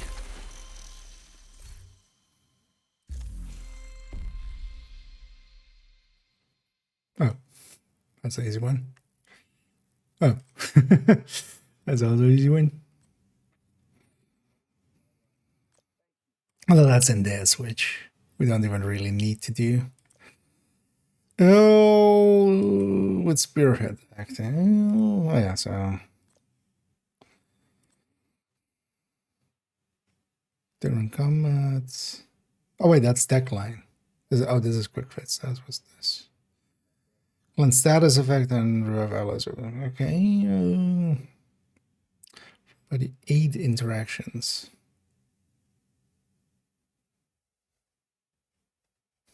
Maybe just send them into the middle of a pack and just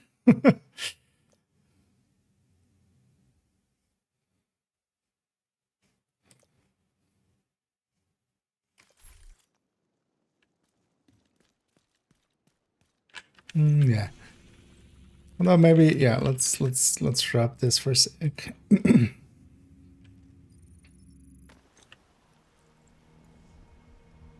Let's get those SMG kills. We'll just go hunt this fury. I thought I could stick SMG in the striker tech tank too, but we'll just go with a. Well, I'd rather be guarding than fighting. Oh, we could actually go backfire. So actually, with the backfire with the 40.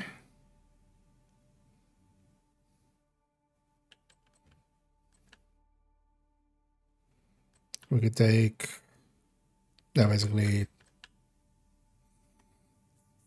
this could be. Thing is though that it's just gonna go into crit damage, especially, right? At that point, because we have enough crit chances already, right? I mean, yeah, because we're already Guard duty figures. So you just gain crit damage. Yeah, that's not gonna work out. Like you're gonna get, it's a better start to it, but the cap is not gonna be that moved. So I kind of find it funny that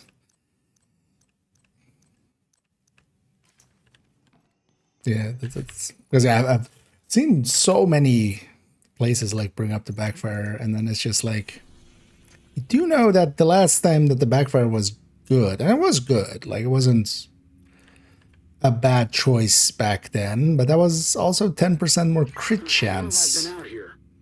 That was actually the thing. That was actually the thing that made it. It wasn't that like 37.5 hazard protection that we got from the passive.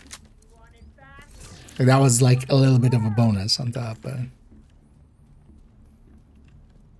was it 37.5? I think it was, right? It was 5 7.5s. Hello. No, I'm Kia. Toasty is a different guy.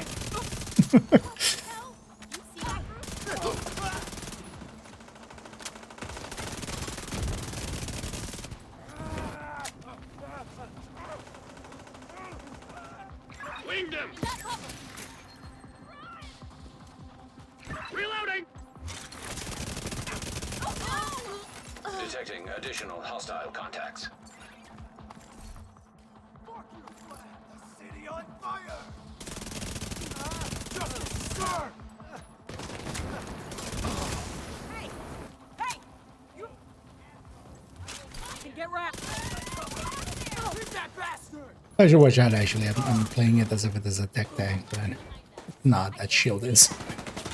It melts instantly.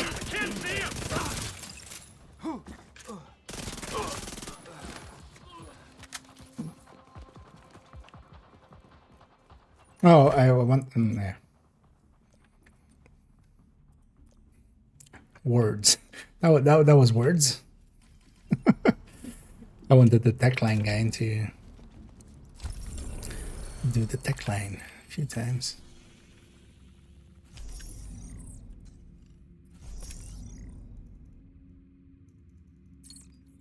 Put one there.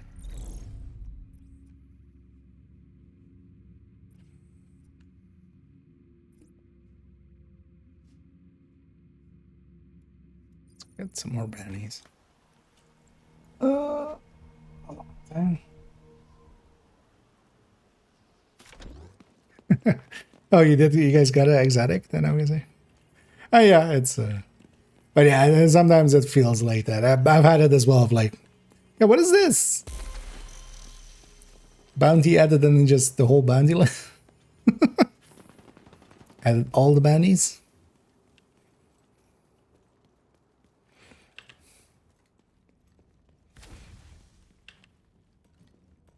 You're like, couldn't have gotten anxiety for this long, right? But yeah. Actually, when you then look at the probabilities of it, it turns out not isn't even that far out. But yeah, it is rare. So.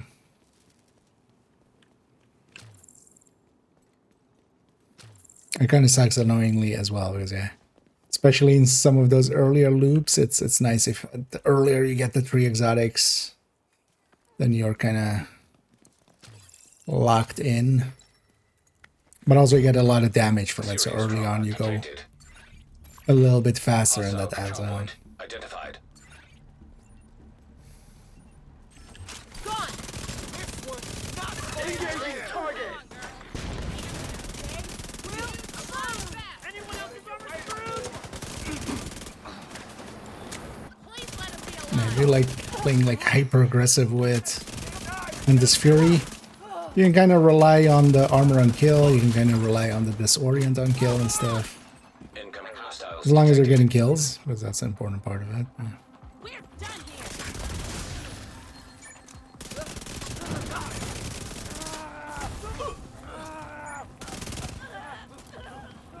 Engineer, you wanna... Out of shells! Reloading!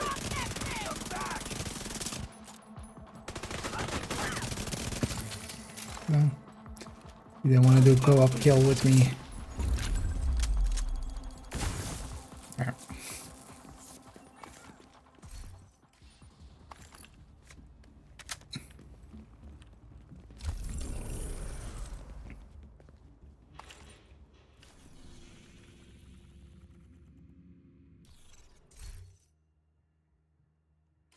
Was likely the SMG kills, right?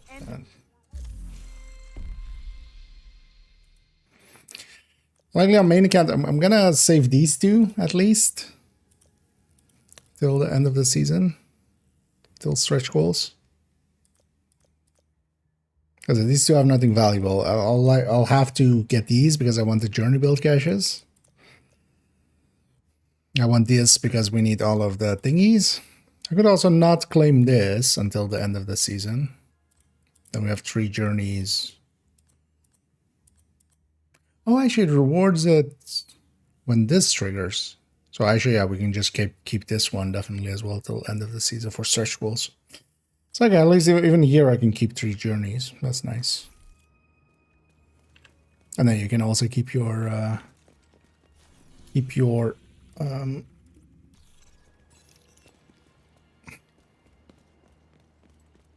what? Why is it? I mean, it's just the UI bug, but it's a what? Why did anybody even fiddle in there?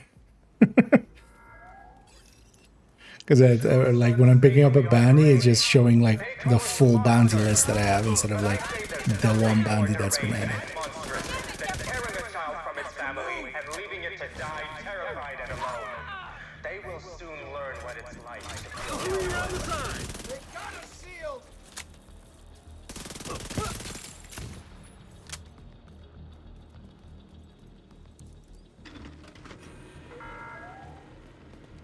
To all the true sons, JTF, and division agents listening to this broadcast, we will not stop hunting you down.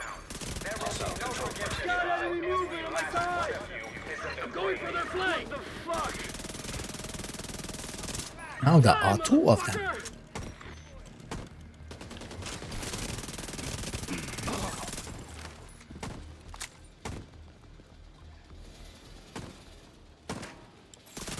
Progress halted. Manual override. Yeah, that's right. Access key detected. Let's go override Manuel. Oh, Slug just for you. yeah. Give up, asshole! That's the downside of more. Wait. Oh, you have fun. I would reset him back. He ran so far away, he got set back. Give up, asshole! You have fun with assaulting a control point. They're trying to surround us. We wish you the best. What now?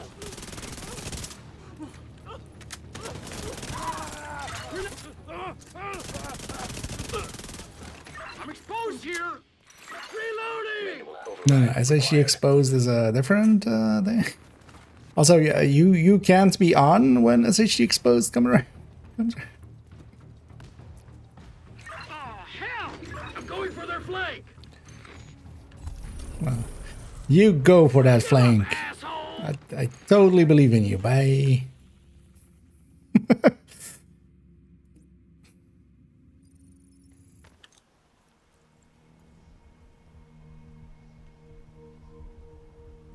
I might just turn off that level.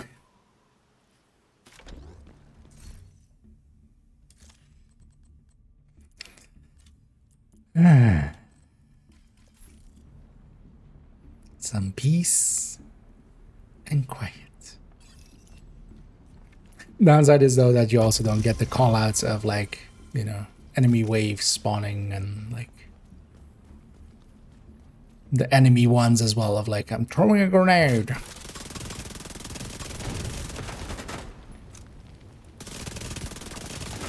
Basically shuts everybody up, including him, but at least including him.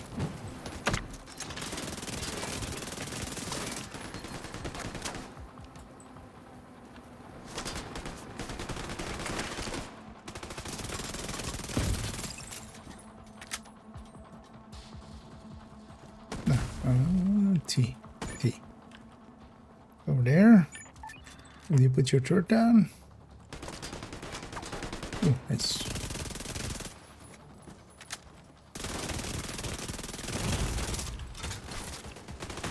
Is your turret fire? Oh, it is firing.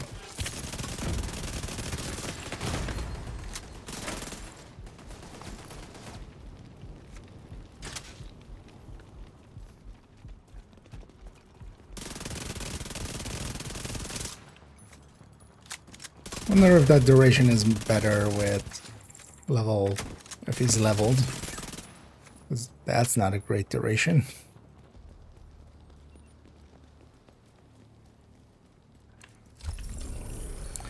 Also, while they changed it from, because the thing was it was going after weak points especially. Honestly, that would be more useful like here. Wow. Added a lot of bounties there.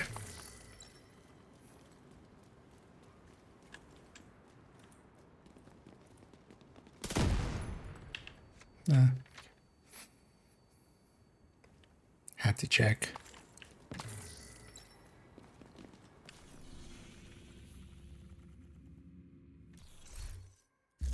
Got anything here we can quickly get her in?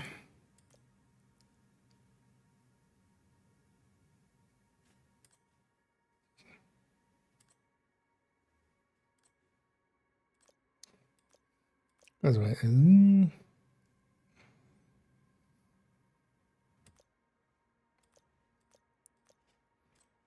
Is this the mark the enemies thing? One's priority. Kills your mark target. Actually, you know what? Let's check that.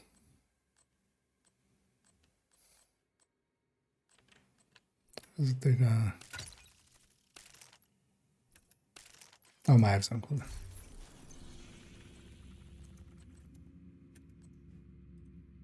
Set the wall to normal for a second. Especially if we need some turret kills and stuff. I'm kind of curious. And then actually, let's check out actually if the XP is the same. Normal and heroic. You cannot use the modifier in content this season? No, you can't. So I'm guessing just because of how like the guy's set up. Because, you know, you can have one guy per subgroup or one guy per group. And instead of like, you know, how do we do that in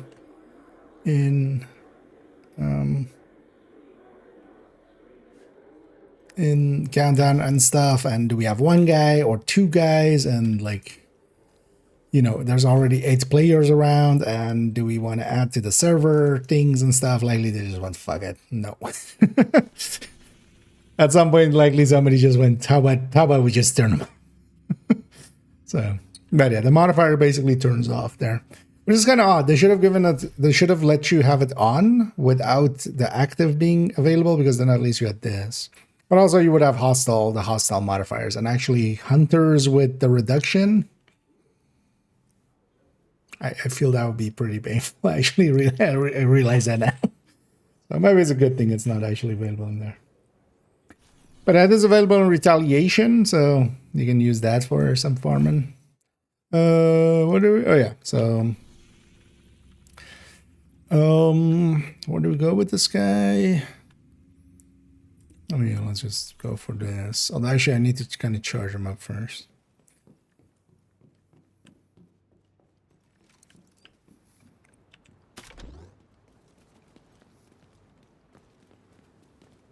I'm kind of curious if the intention is just to level and stuff. What happens if we just set the world to normal and just go like, you're still skilled the way you were, I'm guessing, so.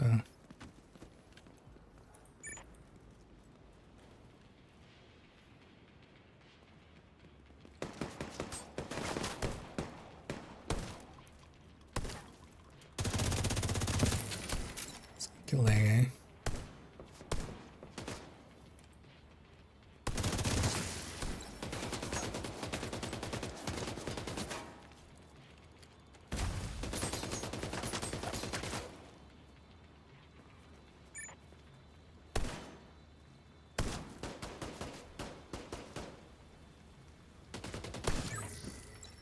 Okay, so same 5.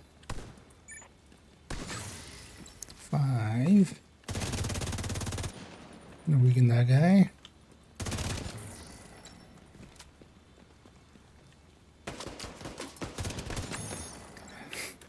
Too weak. I don't want to actually priority trigger it. I want to see 3. Okay, so seems to be the way that the kill is done and stuff as well. So. But that's a 5 plus a 3, so I don't really get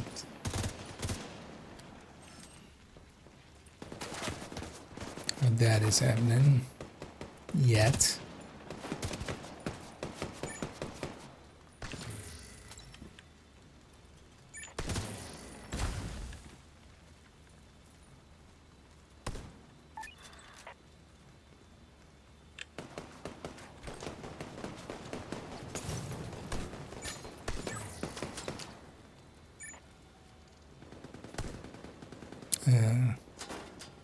Turret? You wanna do turret things? You consider turreting?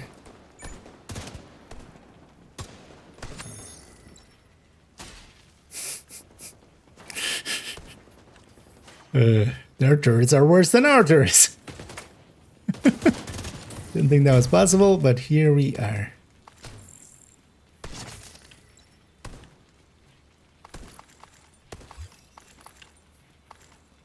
I feel this just turns into, because you could just kind of half passively do it by just setting it on normal like this and then just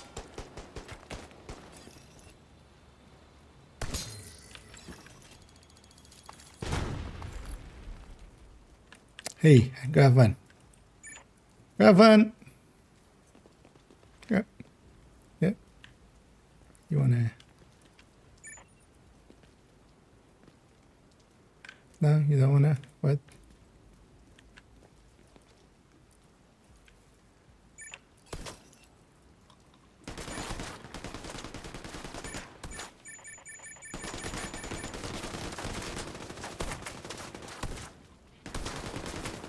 How about you? Oh, there. Then how about you try putting out your turret?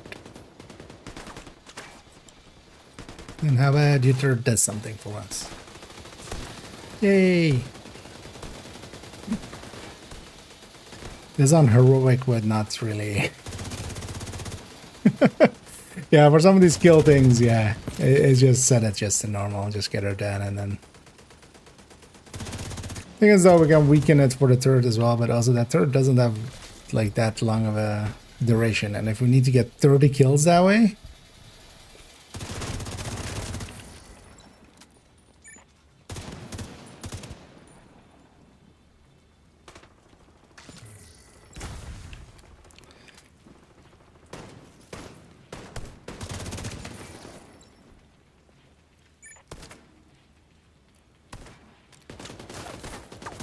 Well, at least the assault is a little bit more...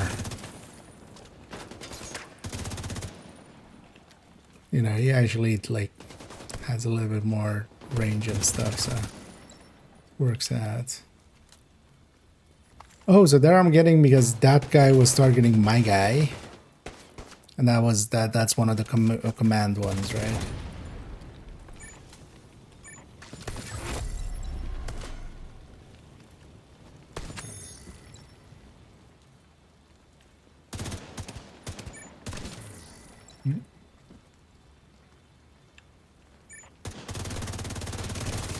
Yeah. That was a moment.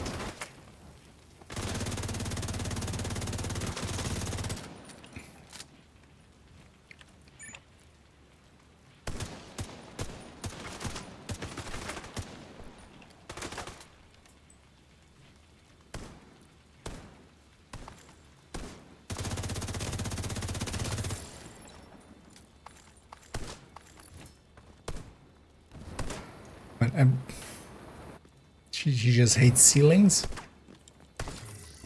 Okay.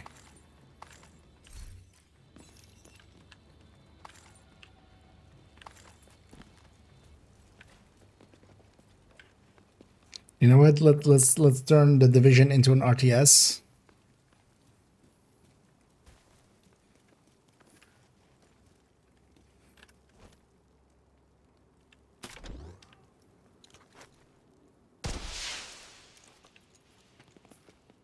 It's funny that they keep teleporting sometimes.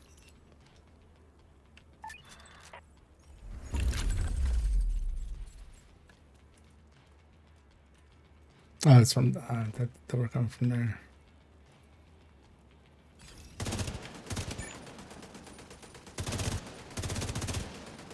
When the turret is against us, okay, that's assaulting all the way down there. I was gonna say when the turret is like against us, it shoots from a bajillion miles away, but.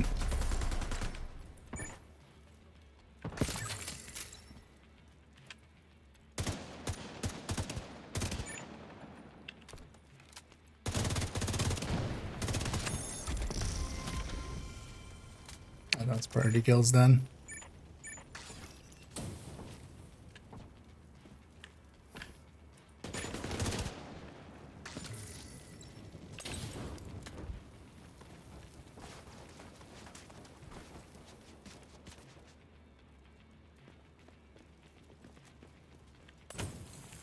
Oh.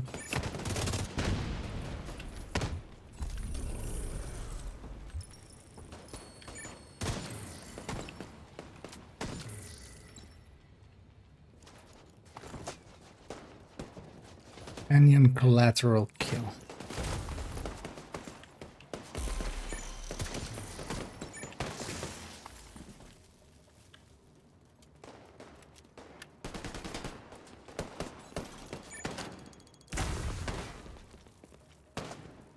But you know what? How about you go over?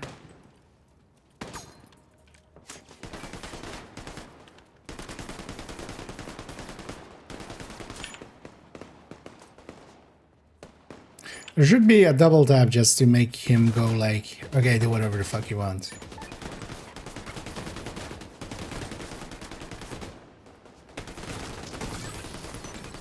That third should get some kills, right? Like.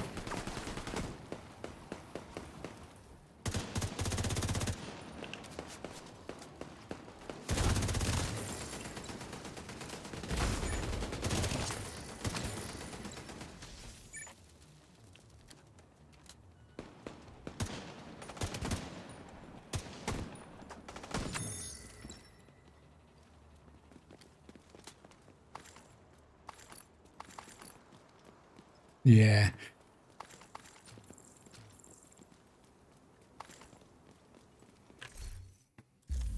Oh, we got the priority kills done. Yeah, we should donate. So at least that's done. Getting some of these now. Oh, we could just take control points from them.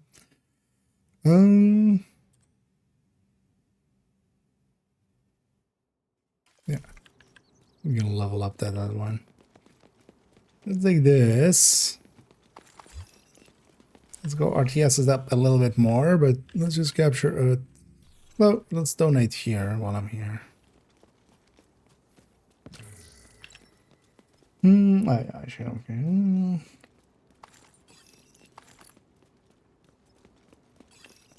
That's my dag. Yeah. Although I feel cats is more the level that they seem to be at. That's why I also quite, keep comparing them to a drone and not the turret. Usually we say the turret is more like a dog, and then the cat or the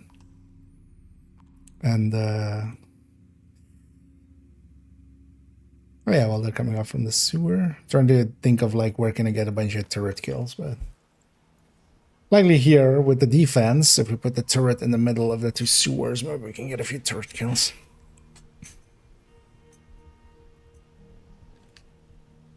But definitely lowering difficulty is kind of the way to go. Which it often is also with like global event challenges for some of the stuff.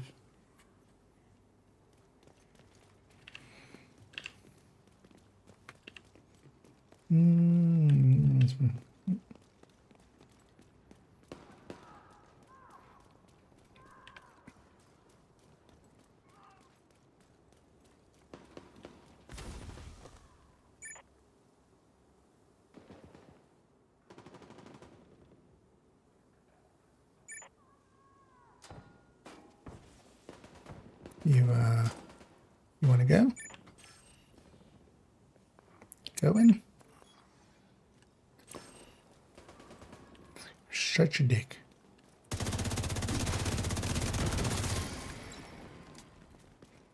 Like these nice 5 juicy targets for him to kill. The bastard doesn't want to listen to me.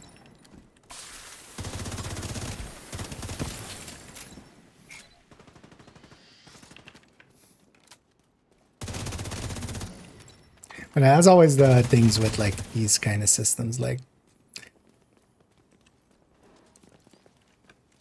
it's always a little clunky, especially in a game like this. That like this is even worse than Ghost Recon or something, because this game definitely isn't made for it.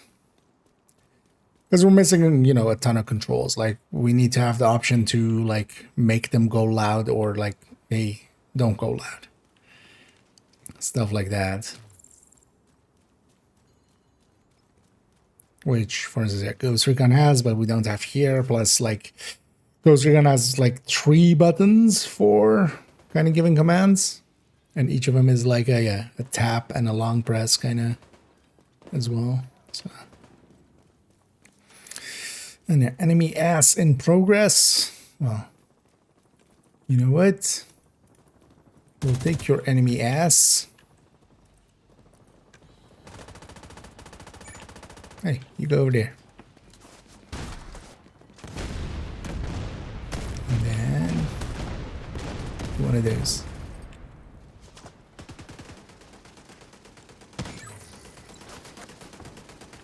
Oh, the turret kills count as well. Well, actually, once my ally hits someone, I can just shoot them, because we get from that as well. Not for the turret, but for the XP.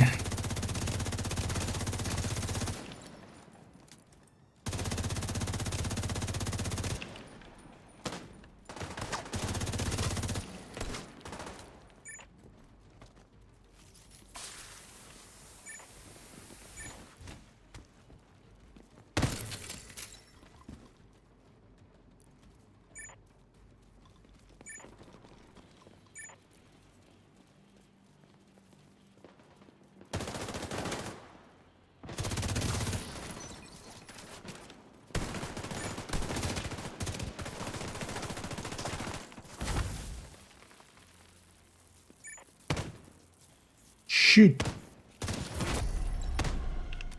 Oh, actually that didn't count there. Shouldn't that be a other kill?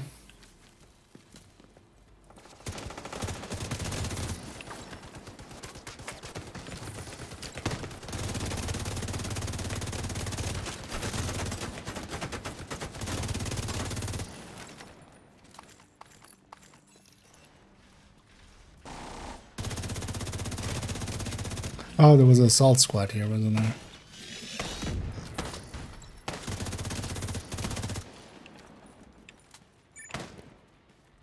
Do it. Left them on a slur for you. Yay.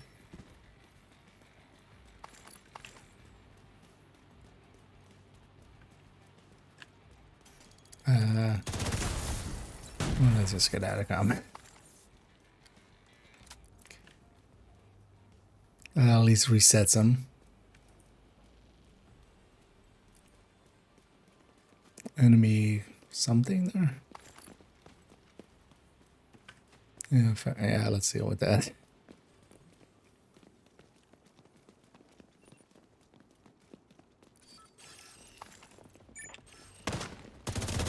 Oh, already despawn. You assholes.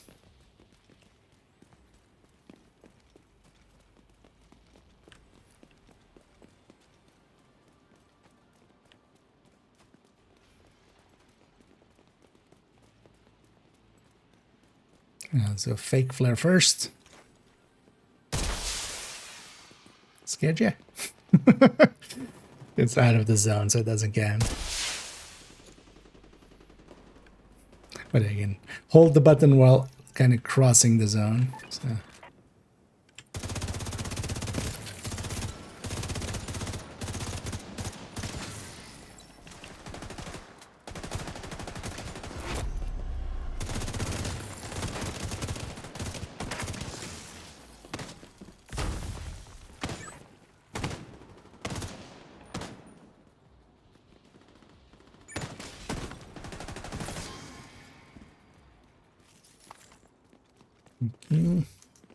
I'm curious actually. I barely ran the engineer. Okay, so we're already on 211. And we just need 2 levels per thing. Yeah, we basically need 2k. So we need what we just did basically, but then, you know, 10 times. Which over a season, yeah, it's gonna happen. But those go quite a bit faster on normal. But it's also quite boring. Let's wait for the capture to happen here. I'm going to donate and I'm going to go back to heroic on the world. Let's yeah. But yeah, a little bit too silent. Yes, it doesn't just turn him off. It turns Isaac off. It turns like all the callouts off. Also enemy callouts. Turns all of those off. But yeah, I was either going to shoot him in the face or mute him. So we went for the muting.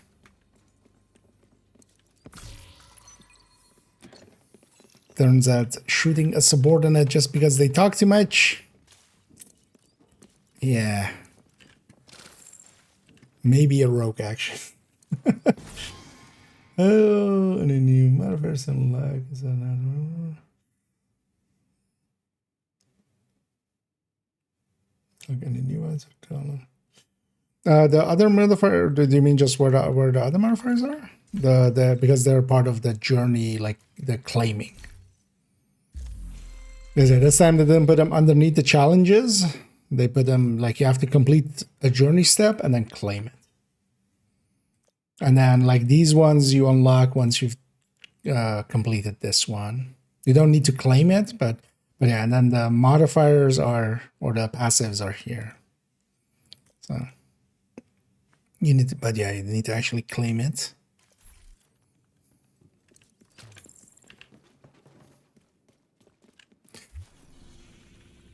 Yeah, let's get back to heroic.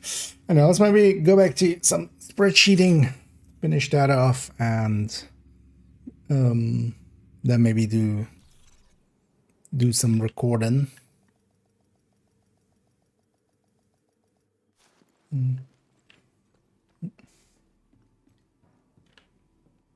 Well, no, you need to do 6 steps of it.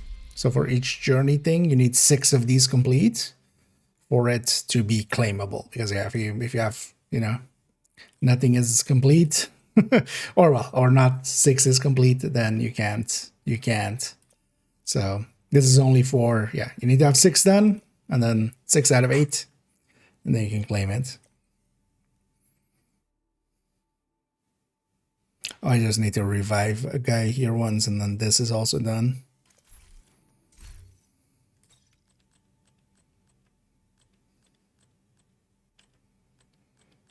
But let's load that one normally, because actually I still have the revive out there. Although I just the build didn't load correctly then.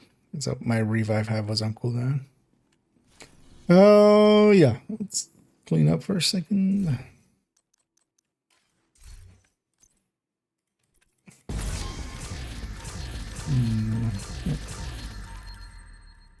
There's still benefit to like even doing the steps that you don't want to do per se. Because yeah, there's also XP per thing. There's also some season XP and normal XP, so because basically like for these things, the XP that it has here, that's just completing this, and then the rewards that it has here is, you know, on the claim now basically. But always with the journey things, it's you don't have to do every part of it. You just need 6 out of 8, and then you can claim it. Keep in mind though that you don't per se want to claim everything maybe now, because for instance in my case as well, I'm gonna at the very least on main account journey 1, 2, and 7. I'm not gonna claim because there isn't too much attached to them. I'm gonna claim the rest because I want the passives. But these I'm going to save for stretch goals because this is a lot of season XP. And I'm going to get the, you know, this is going to get done, like the season pass here. But then we can, especially if they do a double as well, that's like 5 levels each for those journey steps. It's like, you know, just 2 of those journey steps is a whole page by itself if they do it with double XP again. So. Same for the manhunt. If you're smart about it, you can save most of the manhunt till the end of the season. You know, watch if you really want to hear the comms, you can go to, you know, some people's YouTubes and stuff. In my case, I'm gonna on main account do all of them. On second account, I'm just gonna do the HVTs, so I'm ready for the manhunt. Because you only need to do 4. Which one was it? 4, 7, and 12. Which are the HVTs to unlock the manhunt, and then the rest save it for the stretch goals. Because yeah, if you do them in that time, especially these manhunt steps as well, this is you know, this is well. If it is double, this is basically another, you know, 2 of these is a page, so that goes pretty quickly.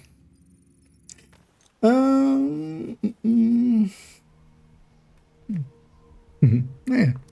No worries. And yeah, it's one of those things that it's handy to know. You don't per se have to do it because in my case as well, I'm going to, for instance, yeah, do the scouts because I want to kind of keep up with the story and stuff. And it gives me something to do every week as well. But yeah, if you want to be extra smart about it, yeah, there's benefits to saving some stuff up. Oh, yeah. Let's go back to character 1. Oh, wait. One thing I need.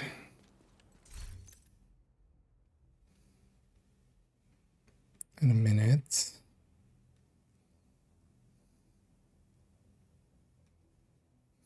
Should I have a second one? I know. Question is, where did I put it? It says likely on the character. Let's go to character 2 first. Grade 30, Lexington. Or maybe it is on character 1 already. Because we'll take character 1 to kind of do the intro and stuff with. Is there a place where there is like fake snow or something? Maybe Christmas.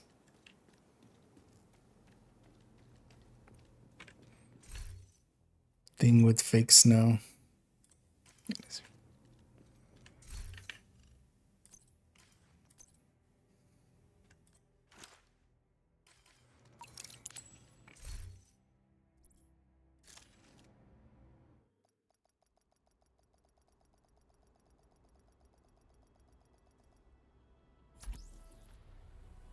Yeah, you know, with the outfit.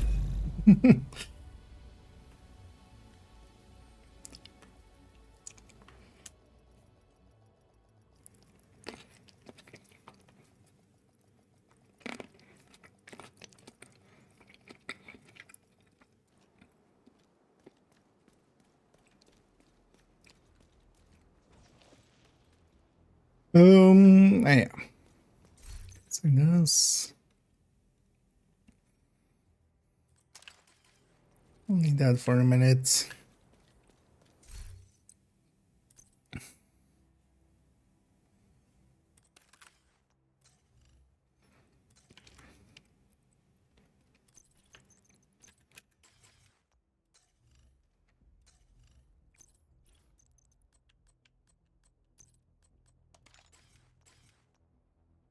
Okay.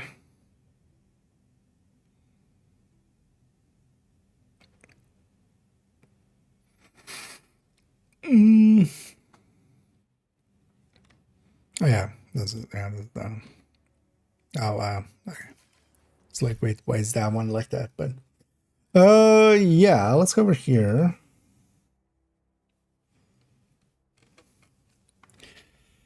So yeah, let's do the color work on this. Well, basically everything's gonna be red. um,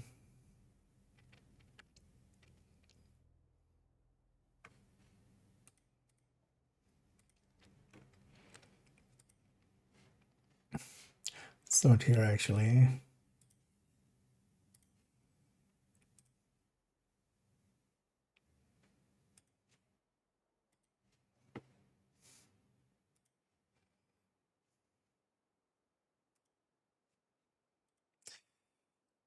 Not really color scheme we can go with the rest with so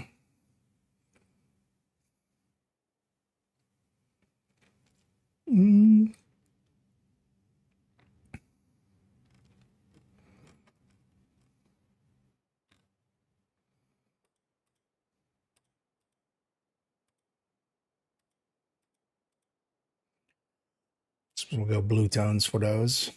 But then let's do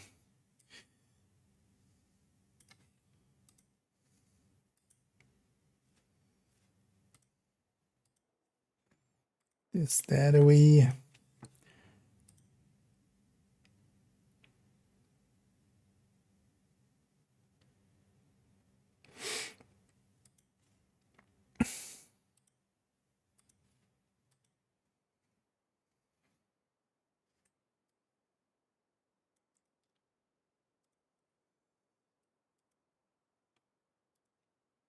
Let's actually see if we can get enough separation here though.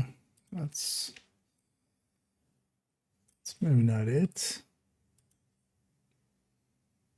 A little bit more. Yeah, needs to be kind of that. Although what we can do is just go with that and then this one here.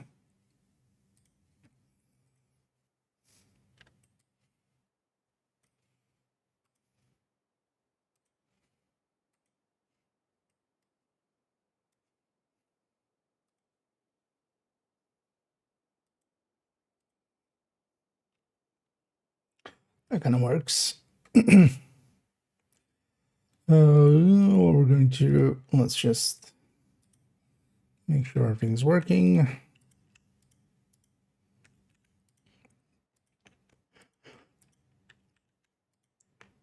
Definitely feeling the lack of sleep a little bit.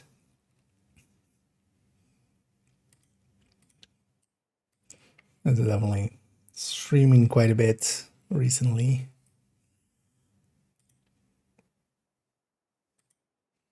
And mostly as well because it's like new season stuff. Gotta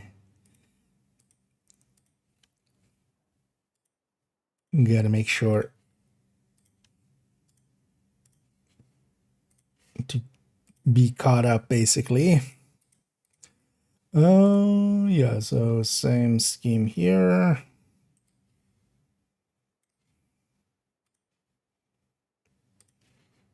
Because also, yeah, there's still a humongous amount to do.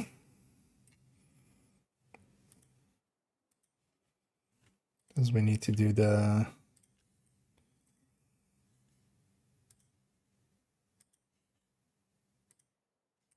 basically add the in-depth looks into brand sets and gear sets, and the two exotics, and maybe even the talent. Although the talent I'm okay waiting until a bit later.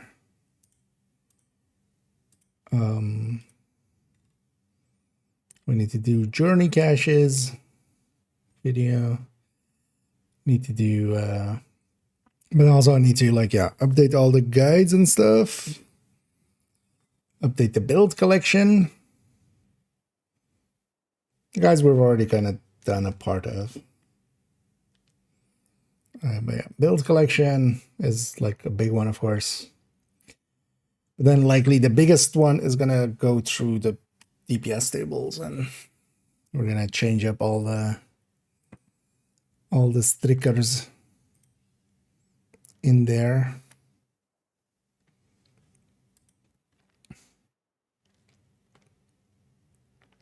But also I kind of want to rig it up differently.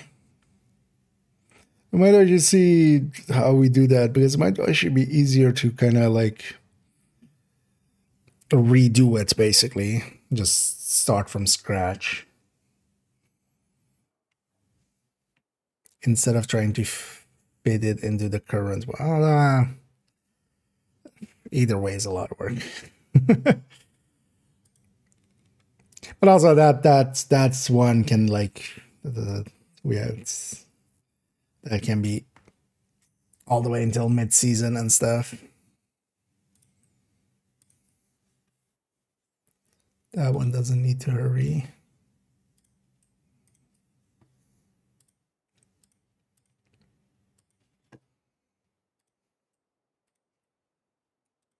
Because also I want to lay those out in a way where the build is kind of on top, and then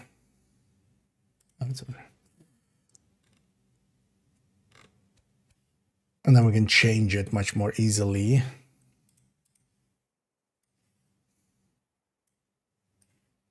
So that's first.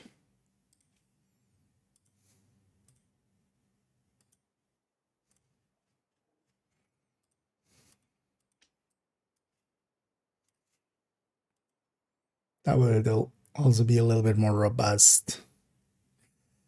Actually, with the equalizer, that does make it a little easier, because we don't need to have like places where we flip like Cheska to Grupo for some of the exotics and stuff, because, you know, the equalizer with the obliterate choice is going to be that way.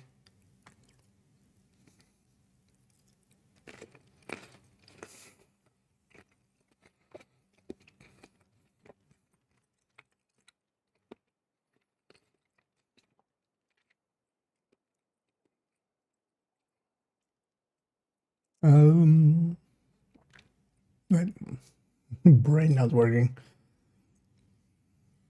No, not that one. That one.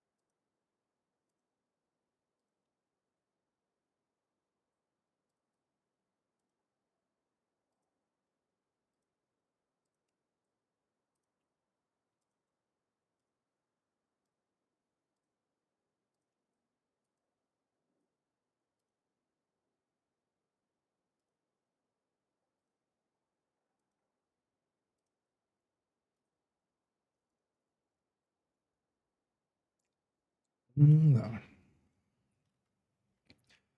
Oh, yeah.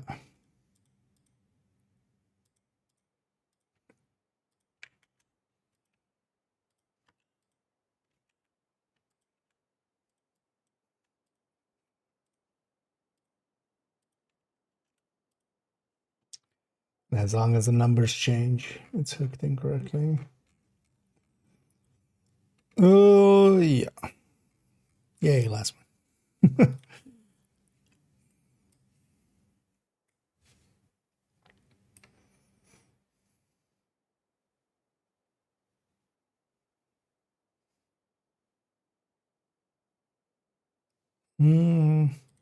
Sure, for this one, we just go alternating reds.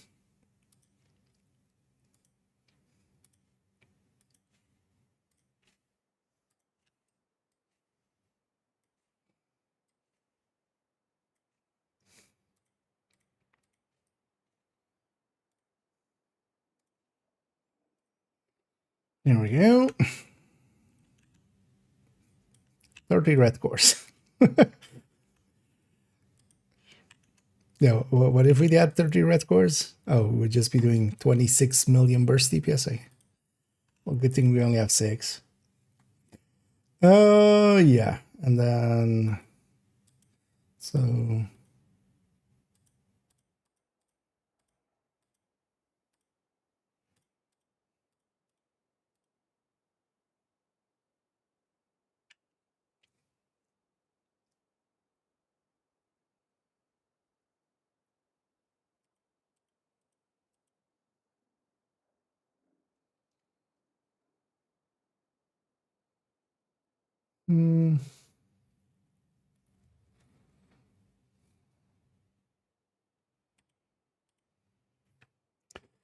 What I want to mind here...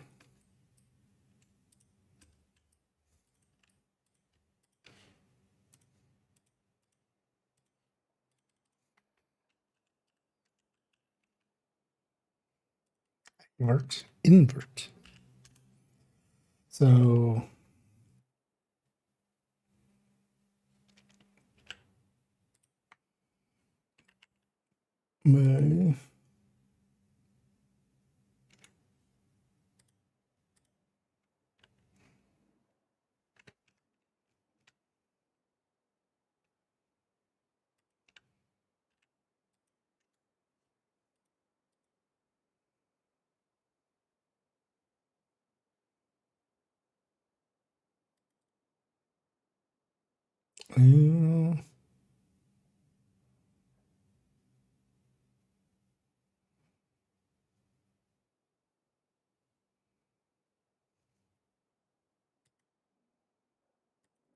well, as you know, versus XL/util.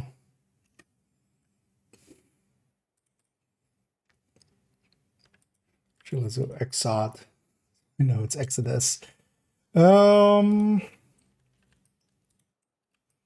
then there's one here. So is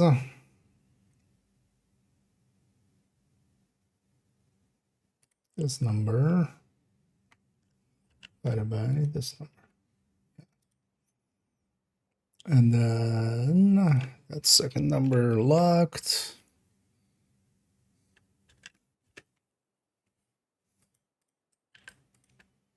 And there we go. Yeah. So we can see how much over basically, if there wasn't a brand bonus, we are.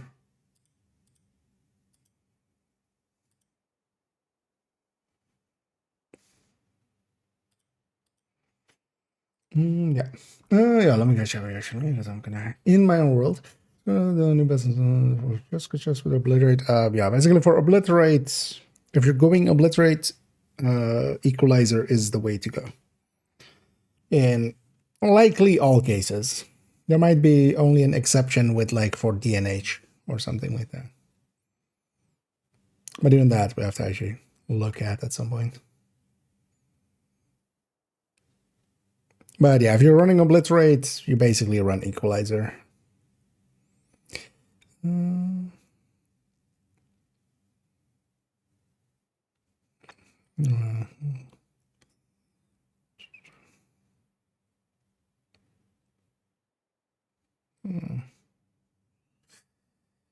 So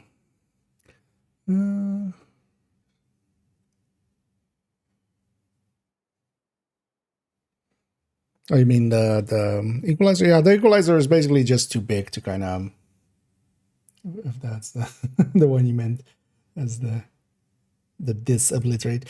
The yeah, equalizer is basically too big to kind of ignore. Equalizer is the, like, as long as it obliterates, it's basically either much better, especially with Cheska and stuff, and then it's only like with DNH plus obliterate or something like that, where it's 20% like pistol damage with DNH. But that's only really for like the pistol tech tanks or Tempest tech tanks and stuff like that, where that gets used.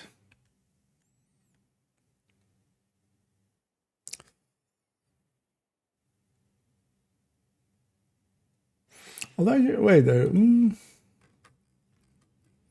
it's actually even in the high end.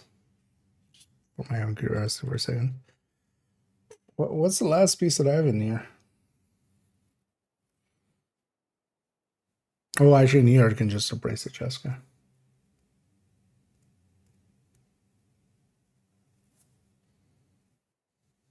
Yeah.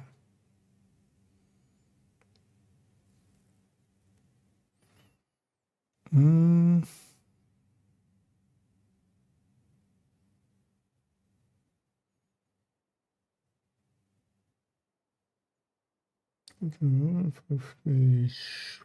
Well, yeah, so 61, 55 or 61.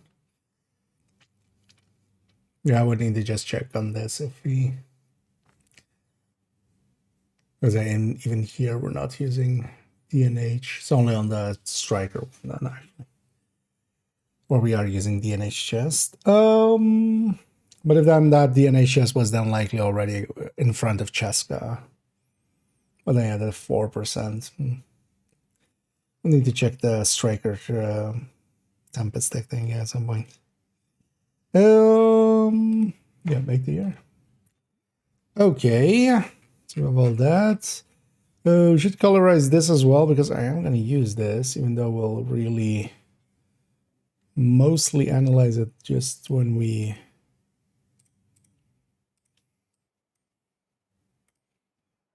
look at the second part.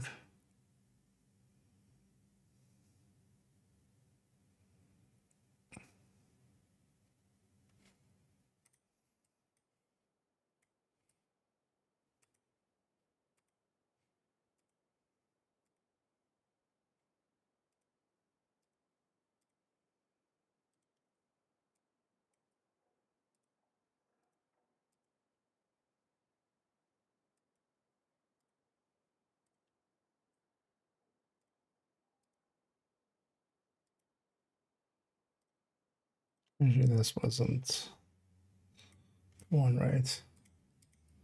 This one. Okay. Oh, we have a heart over there.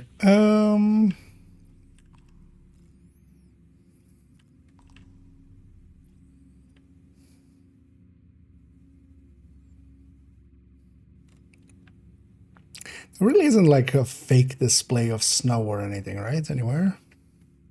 Because there isn't real snow anywhere, but I'm only thinking of like, is there any like Christmas thing?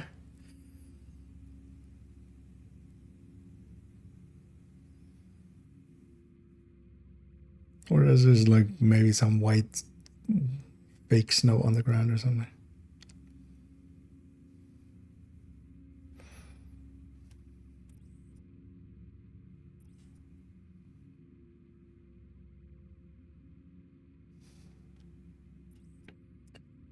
Nah. Let's otherwise. We're meaning to reuse this spot. Let's just reuse this spot for here. Gonna go with the little creepy toy soldier thing, whatever it's called. Let's make sure all of our scenes are set up correctly. Otherwise, I need that one, this one, and this one. Yeah. And we're gonna spend a lot of time in this one. Okay.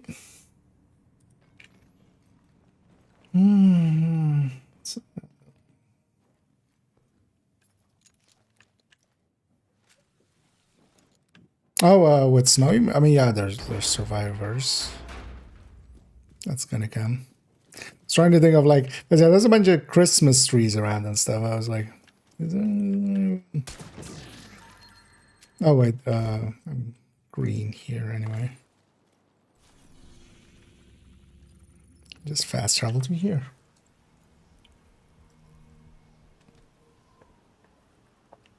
And then we'll have some cheese and grapes.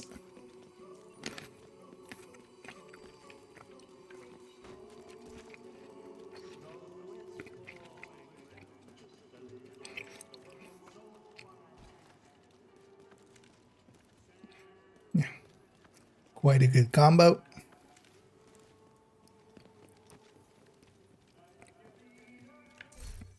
As you're ever going to be close to this area.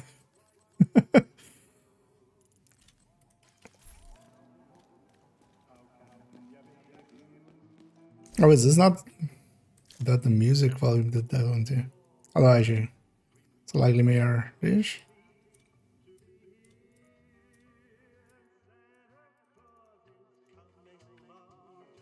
No. It's just unmutable. I should remember what I had this on.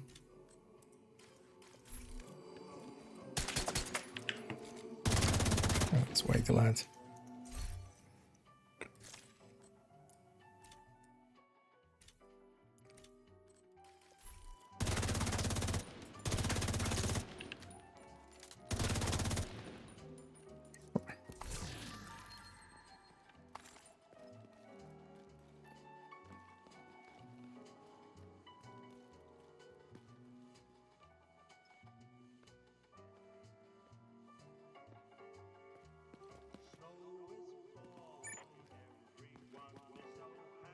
That's not what I said. Go over here. Ah, doesn't wanna. It's fine.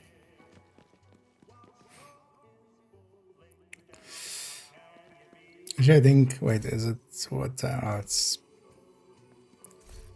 just daytime.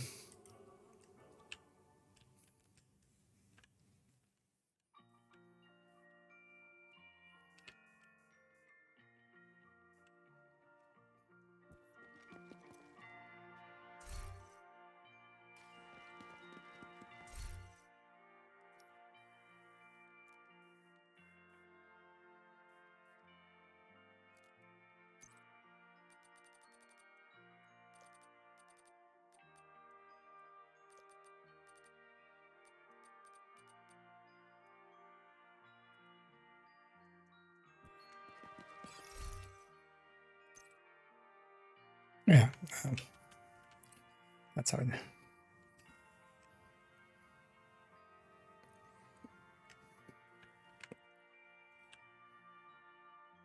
Maybe.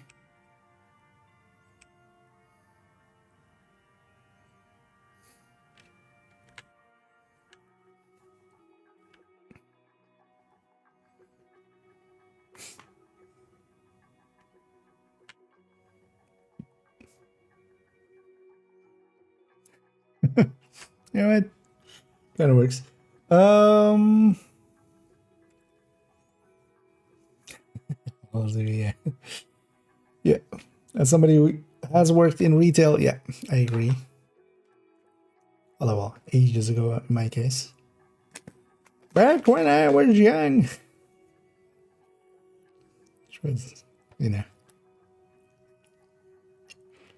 before Toasty was born.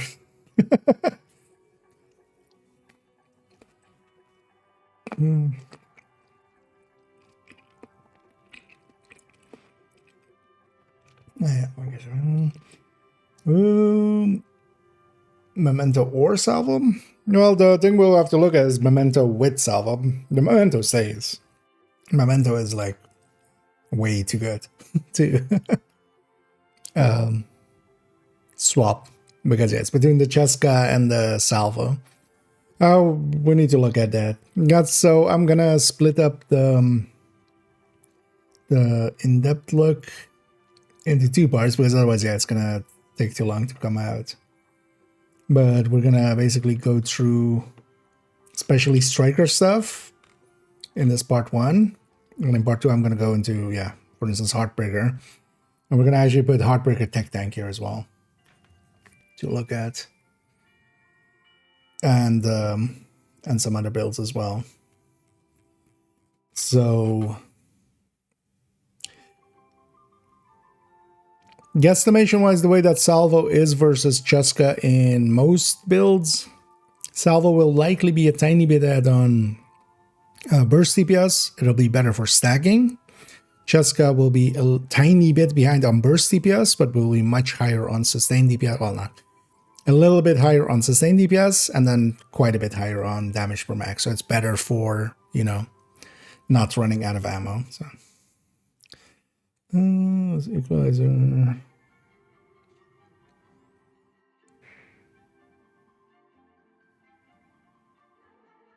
Oh, for striker actually, that striker technique. The thing is, yeah, with striker you can go chest striker. I'm just going to stick an equalizer in it for now, though. Yeah, but memento is like if we're talking tech tank, like the memento is also the 30% skill efficiency and stuff like that, or 10% skill efficiency in that. So those kind of stuff, and then the regen and stuff like that, like Salvo would not be worth it versus that. But you can make it just a Heartbreaker, basically, at that point. Thing would be you wouldn't want to take, because in either case as well, you wouldn't want to take the Heartbreaker's backpack. Like the backpack adds bonus armor, it can work for survivability, but you would be better off just taking Memento, for instance, or even without that, like you would just take a Vigilance backpack. Like it would still be like you wouldn't go Salvo, you would just go a Vigilance backpack with units, because yeah, that could work. But also with Heartbreaker, you could go Tinkerer, although yeah, again, you would then need the backpack.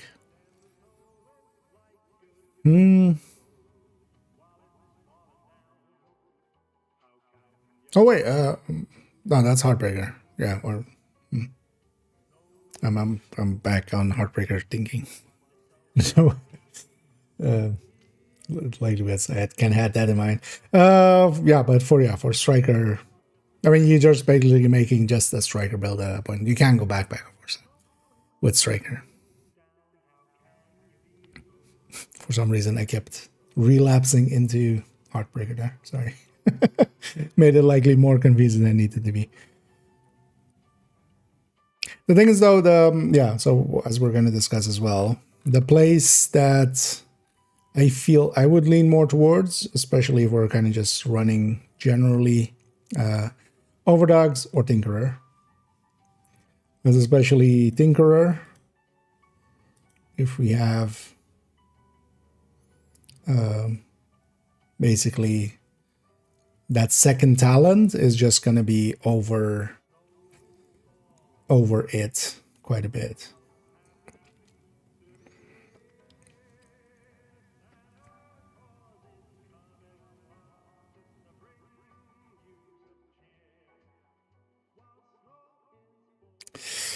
Man, I still kind of want to be able to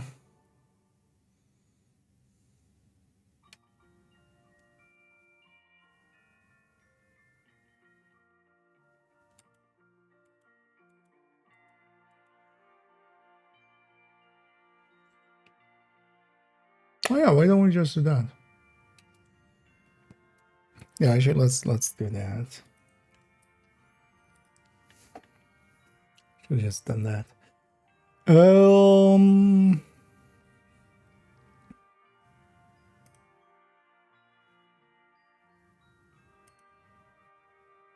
T.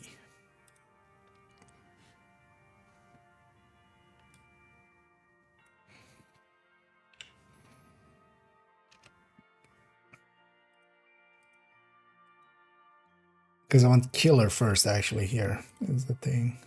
So actually we just don't have this measure to apply to this one, because I want to have killer, and then how much that's measured over that add in is kind of the better way to look at this.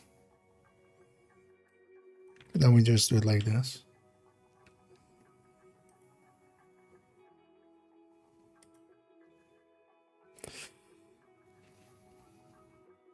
Wait.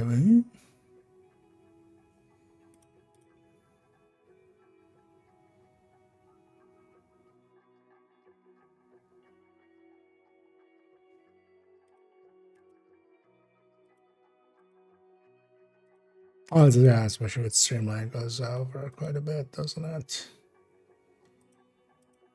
But actually with measured, not as much.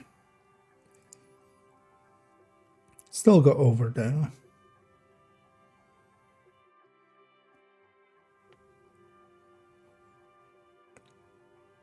Yeah, the equalizer plus salvo is a really good pick, but it's just AR bound.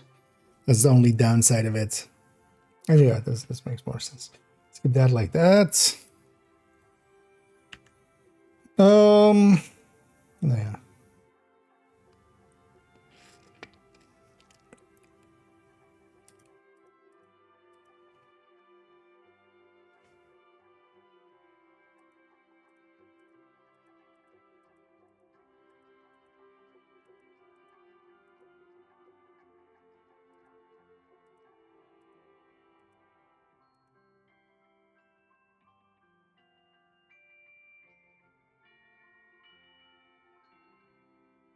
A little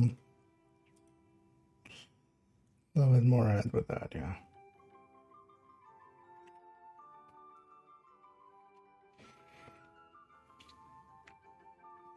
But yeah, basically that combo is as strong as some of the exotics. Which, yeah. And some of the exotics that are kind of OP.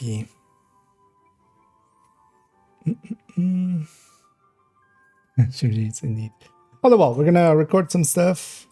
Let's actually set that up. Let me actually make a quick folder. And we're gonna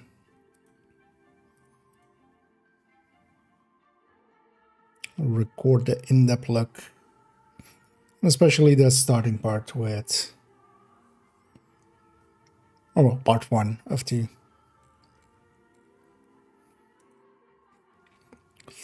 The folder 2512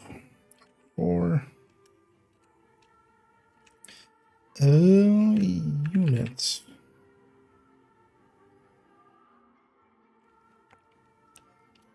Put that one. Video.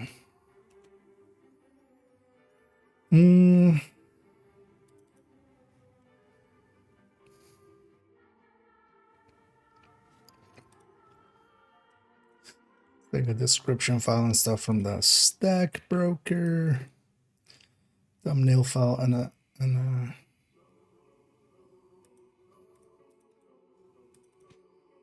just quickly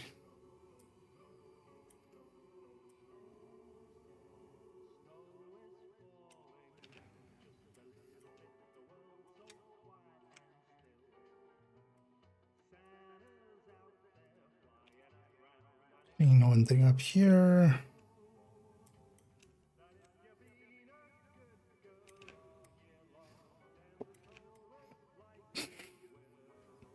Just the slight Christmas thing in the background.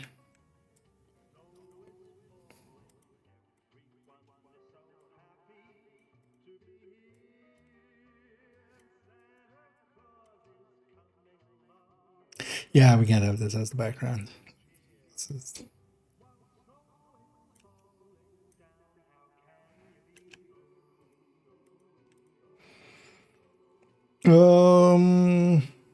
Yeah, spreadsheet showing a video.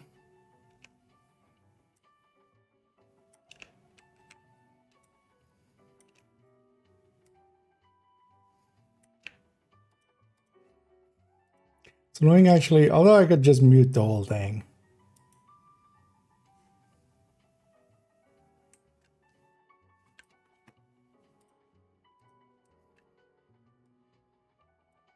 Although we just, yeah, let's do that actually. Shut up, game.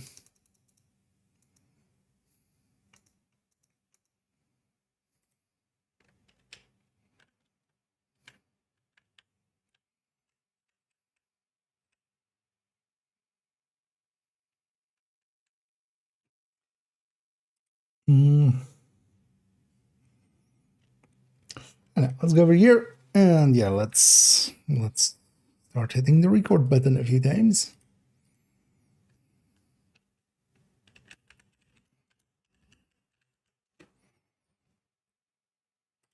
Also, just to double check. Oh shit, yeah. Although I should know I can claim them, of course, here.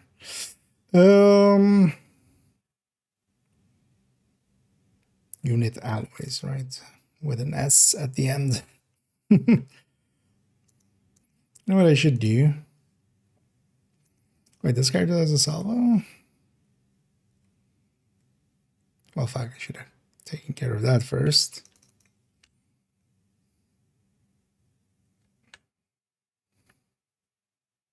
Let's go get a salvo. What's this location? Well, you likely have. There's a there is a an SHD cache there. It's the one next to the Christmas caroling.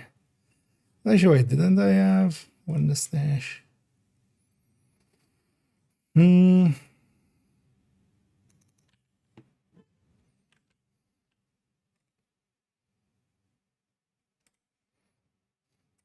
I make a few? Can make 2. Maybe something a little cheaper than what we have there.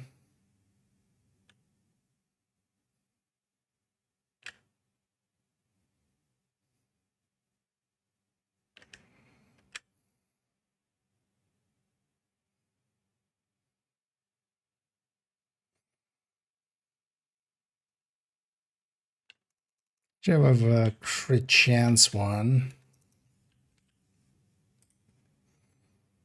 Because likely the core is more likely to be changed than the crit chance was most likely. Yeah, fucking. Well, yeah, no, let's go to Brooklyn for a second. Fix that. I'll claim the one from the thing. I'll wear 6 pieces of it. That'll be the easy way. And indeed. Although we're gonna, I'm gonna make it 2 parts because it turns out I am scope creeping hard, and it might be better to do it just in 2 parts. We're just gonna go on to strikers, especially as the focus of the first one, and then a second one with like other builds, other places. That way as well, I can actually do already a few of the calculations for the build collection. We can just put in there. It's also why the game is muted for a second, because the we were next to the Christmas song area.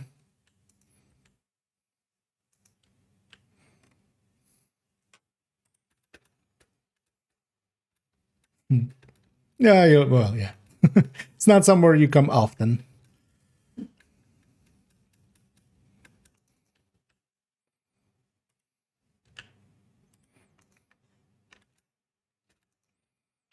It's kind of out of the way.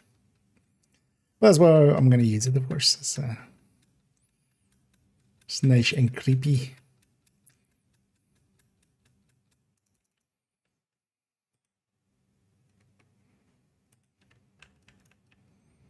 We'll just use it for the intro and then to discuss the items. And then once we start going to calculations, we'll just go to the range just to have menu sounds happening and stuff, because otherwise it feels a little off, I feel always. There's a bunch of videos when, like, if the menu sound isn't playing, when they're doing actions, I feel it just feels like super weird.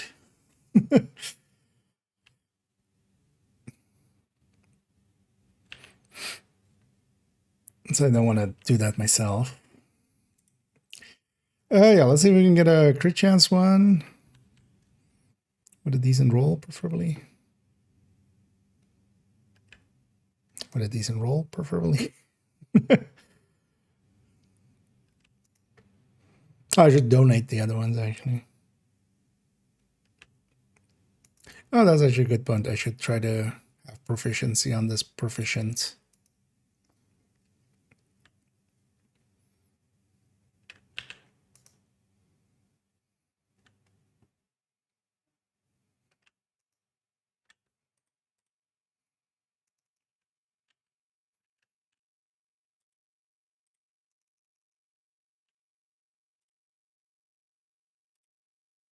Just for the look.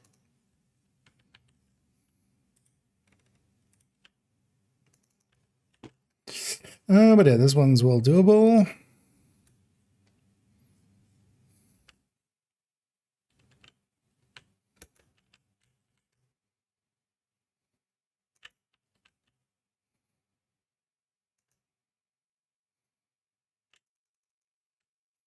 And at least it's eating some of the, you know, it will just, otherwise, you know, I'm going to six piece it, right? So I'll just change it in a second. I should donate.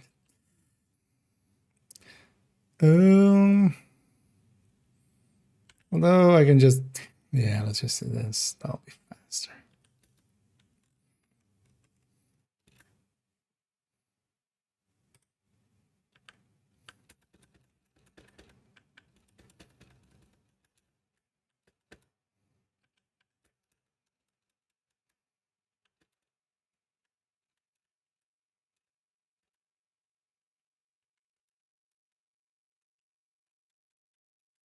I use up my printer filaments for this a little. Just for the look. Yeah, let's claim these because I want to have the blueprints.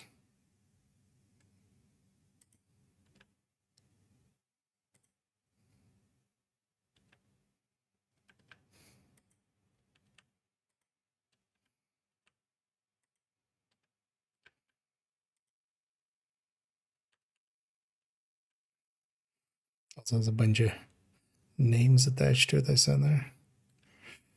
Oh, we don't need those two.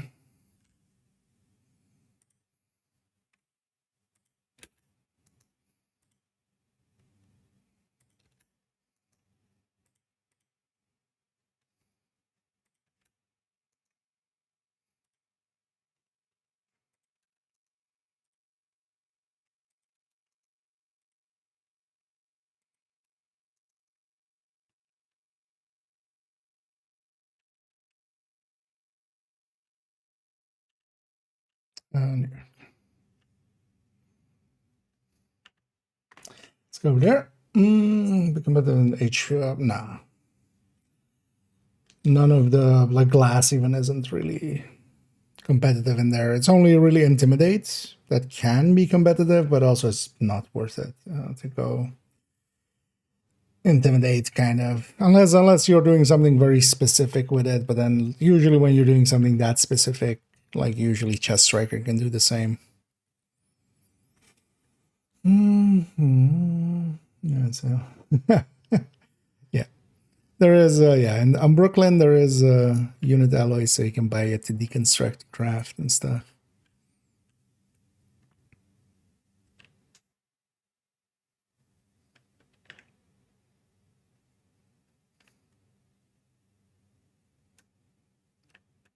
As I can just deconstruct those for the crafting parts, the equalizer and the salvo have blueprints in reconstructed caches, but that's more like, you know, for the veteran players. Also, yeah, that worked out because now it's kind of darker, so this light is on because this actually makes for a much better scene as well.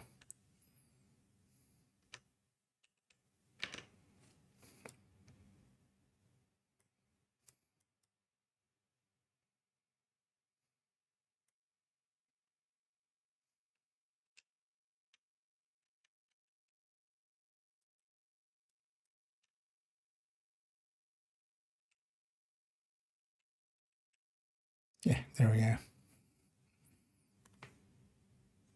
Much more creepy with a little bit of darkness. That's that one.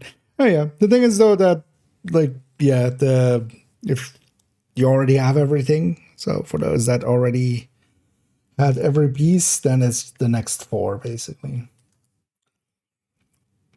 But eventually as well, I mean, you don't get duplicates or anything, so eventually you basically run through all of them. But yeah, you might get unlucky indeed if you're kind of starting out now, because there's also there's a ton of named items there.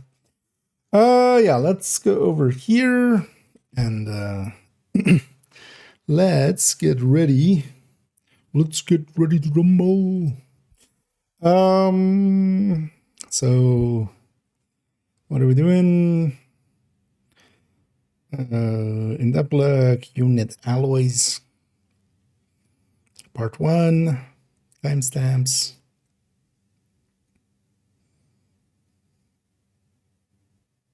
Yeah, let's try test stake. Although let's first try technical test stake.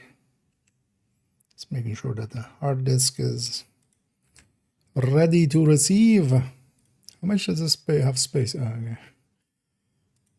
At some point, I need to just delete a bunch of older videos and stuff. Just I keep way too much, way more than any would ever be necessary. Yeah.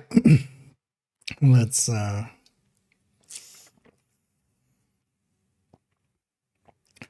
get her going.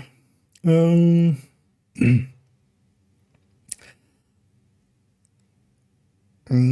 then yeah, let's go. Hi, I'm IKEA, and for today's video, that was weird cadence. Also, I started like a little bit too early.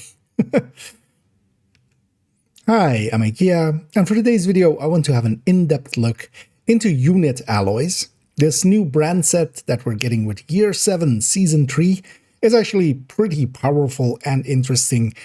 It will come into play in a lot of places, as we'll see in a bit, with some calculations to back it up. That equalizer has no equal, and as a gear set, or as a brand set. Take 2. Hi, I'm IKEA, and for today's video, I want to have an in-depth look into unit alloys. This new brand set that we're getting for Year 7 Season 3 is actually pretty powerful and pretty interesting. We have to look at it from the perspective that it is giving us rate of fire, which it is an uncommon stat for us. Some gear sets and such give that to us, but a brand set giving that outright means that it will be decently powerful, especially from that rate of fire on the burst DPS end. But actually, as we saw as well with a recent look into the Stack Broker, just having RPM actually eats into the sustain end, depending on how much of it you get, of course, and such. It does eat into quite often into the sustain end and also into our damage per mag. And we see that here as well, as we'll go into some numbers in a bit. Everything will be timestamped down below, so you can jump around and see for yourself. I might get distracted by this. Why suddenly? Also, yeah, let me disable this guy. I suddenly see a shadow creeping up on me. It actually kind of worked, but also distracted the shit out. I like see a shadow coming up like behind me. Can I close this door? Can it be dark again? Can it be rainy? This place looks a lot better when it's dark. Maybe we gotta do a something and wait for darkness. Yeah, let's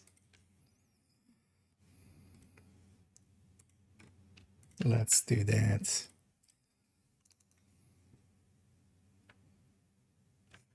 Okay. But then yeah, let's turn this back on because man, it feels weird without.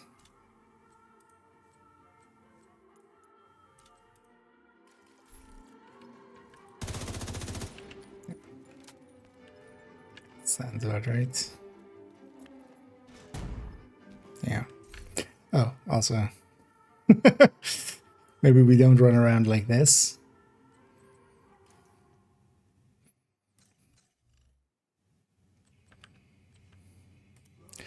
Can we have a loadout with this?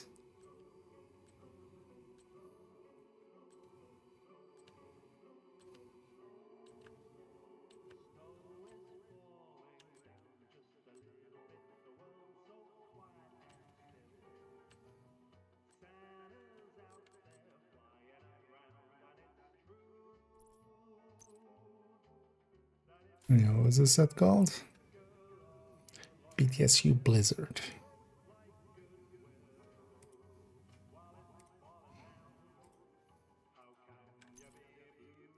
BTSU Blizzard. Still, that in that one thing they wrote it as BTSU Blizz with one Z art. Blizzard. Actually, that's how you're supposed to say it, right? Because then it's like lizard. Although actually, yeah, the idea was wait. So if I go to this, it shows all the parts right here. Because that's all I want. Because I especially... Oh, they put... Oh, I didn't notice that before. They put... But is there still Hana U logos on this? As well?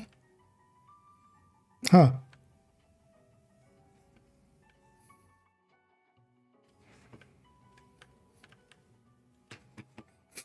Because on the gear set, the backpack is just RNG. It just says RNG. But this is a Hana U backpack. Although does Hana U actually have a logo or anything there? I don't think so. I think it just says it's just blank. But yeah, Hana U, Hana U, Hana U. I'm not sure if that knee pads are. Oh, those are also Hana U, Hana U. But this brand set is basically graphically a copy of that. I don't notice actually that they put the other logos on there. Let's take bestie. Because I will use that for the intro and then we'll swap to this outfit just so we can show the pieces.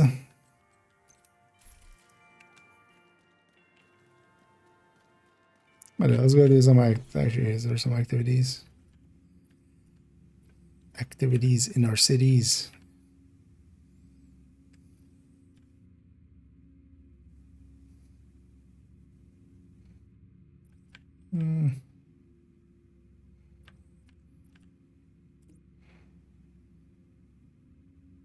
Let's go over there. Let's play till it's nighttime. I'll be like a few minutes.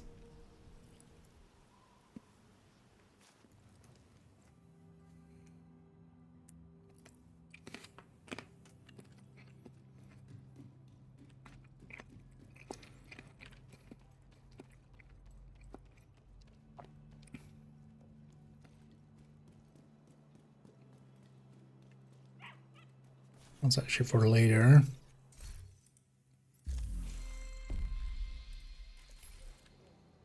So we don't have that tracking there.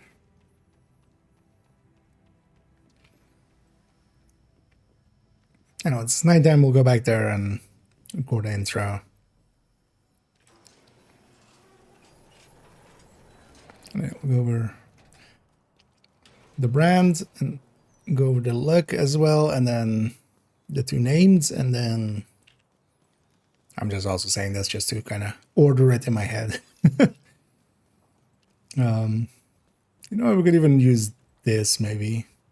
We're meaning to use this one as well.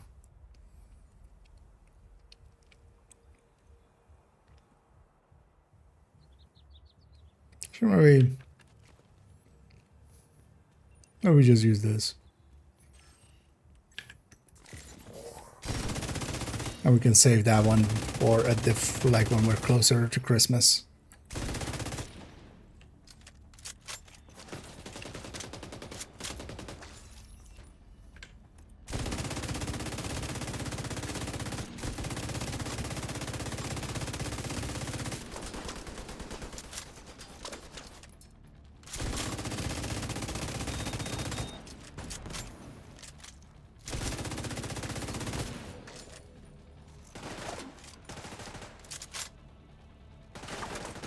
Oh, is it just the commanders that a lot of the time?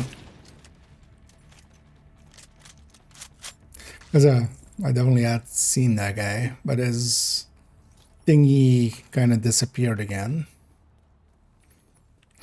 Because there's definitely something not the way it used to be with the UI. And I think that's also the same for the like people talking about foam icons and stuff disappearing. It's just the whole bar is disappearing. Sometimes.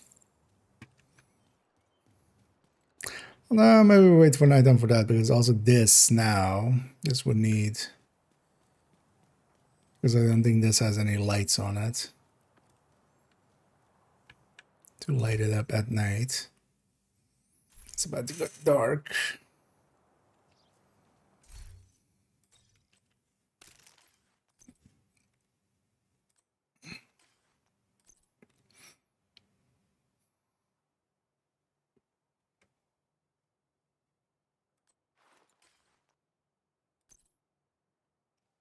Oh, actually, everything's transmog then. You don't see anything except really the holster.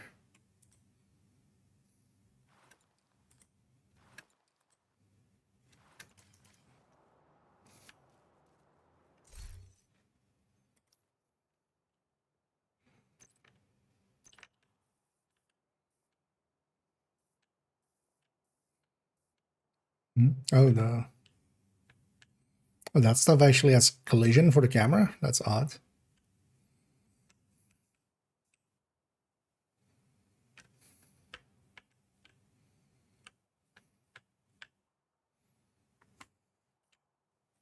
I don't mind having the temperature thing there, actually.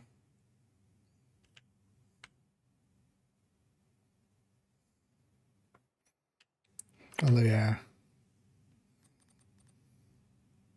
To kind of get this, we need to blow out the rest. I'm kind of okay with that, but...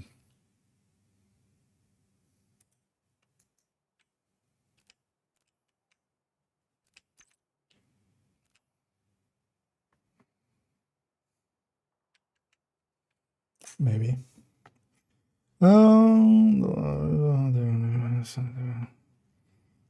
So Delta in 3 hours. Okay. I haven't ran into any recently.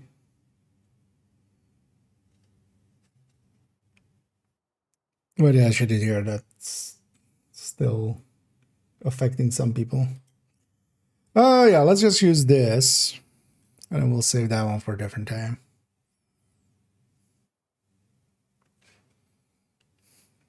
Yeah. Well, it's also for this. It doesn't like per se need anything too special.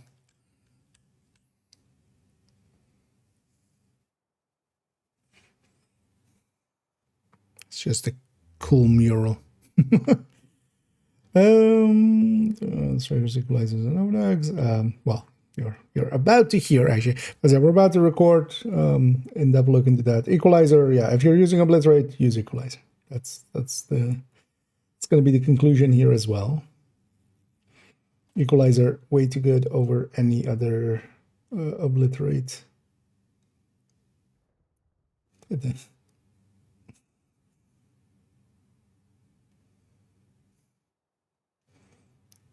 This zoom is a little also like notchy, so it's annoying. It's a cheap lens. Yeah.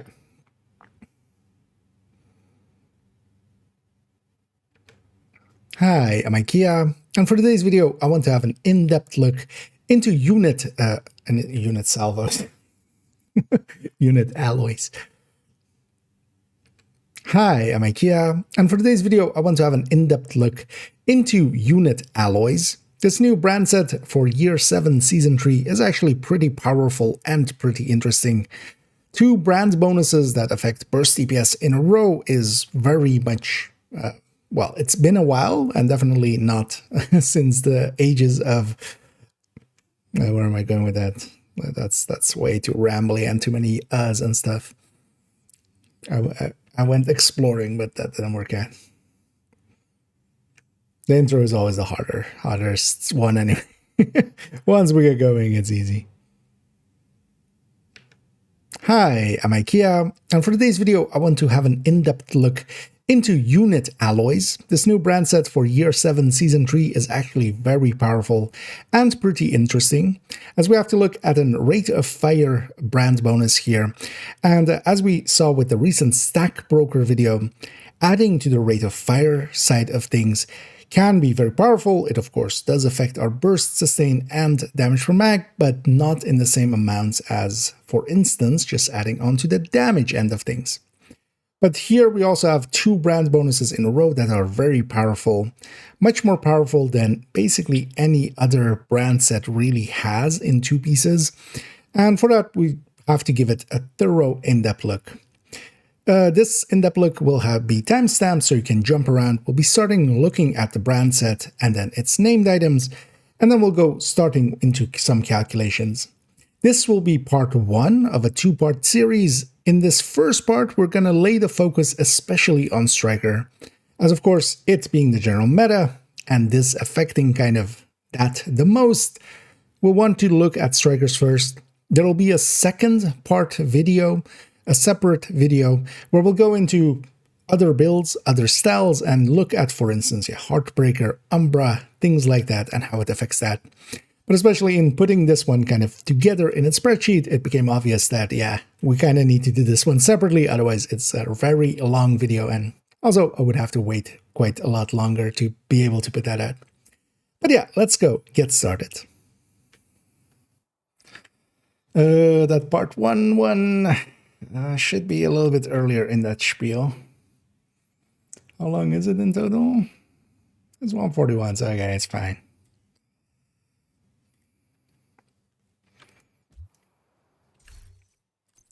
Let's equip 6 pieces of it.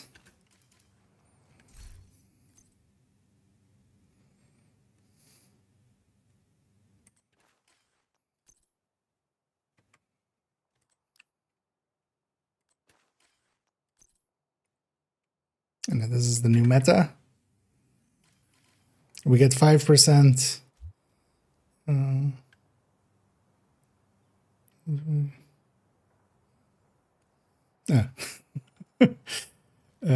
don't know if the person that just messaged me is also in the stream there,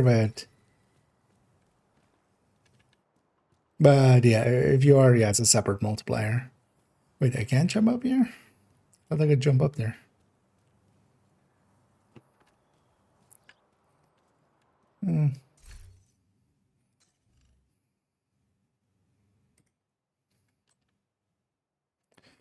Go with this.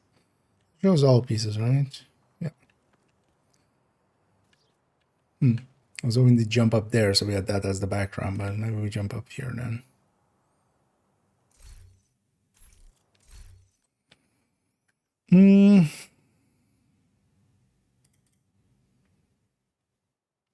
Yeah.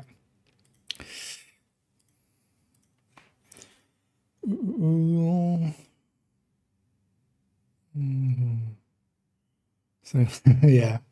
I mean, yeah, that's always the annoying thing. It's the, like, once you don't feel like, oh, I can just, there's no deltas and stuff, it becomes once there's one delta, you go like in the back of your head, oh, I can't do any missions. I can't do like important stuff because I might get delta. Yeah, let's actually equip instead of this. That.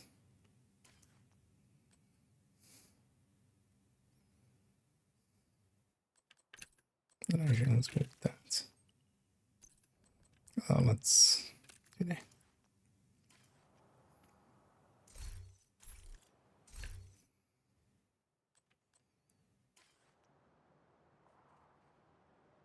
Can't get up higher, can I not?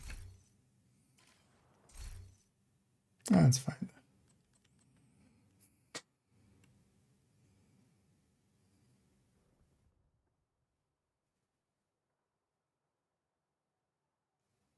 So, and then season track, reconstructed, and yeah. Okay.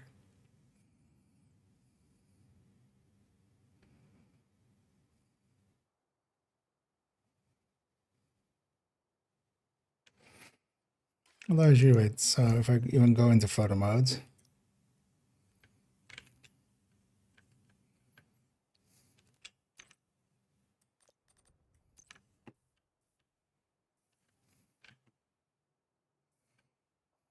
otherwise we're going to stand over there then. There's some light.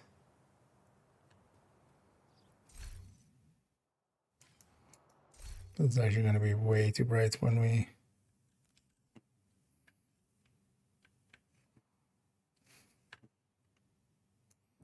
Kind of works. Although, well, now that's kind of overblown. Because we don't need it to be this anymore then.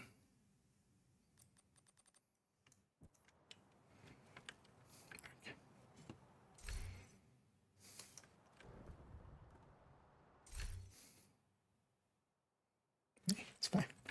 Yeah.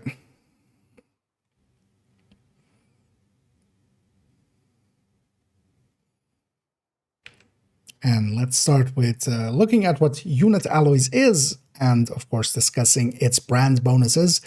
As with the one piece, we get a rate of fire, 5% of it. With the two piece, we get 20% assault rifle damage, which that combination is actually bigger than most combinations that we have. There are some brands that do have subsequent parts that are very much damage related, and this actually is one of the bigger ones, because this is kind of in the style of Zvia, where we had some magazine size and then followed up by rifle damage. But this isn't similar to that, because the magazine size that it had, side of things, very much is not a burst DPS change. It does affect sustained DPS, it does affect damage per mag, but the burst DPS was not affected by that. And because of that, it was a first piece that you had to take to get to that second beast bonus, and the second beast bonus was the good part.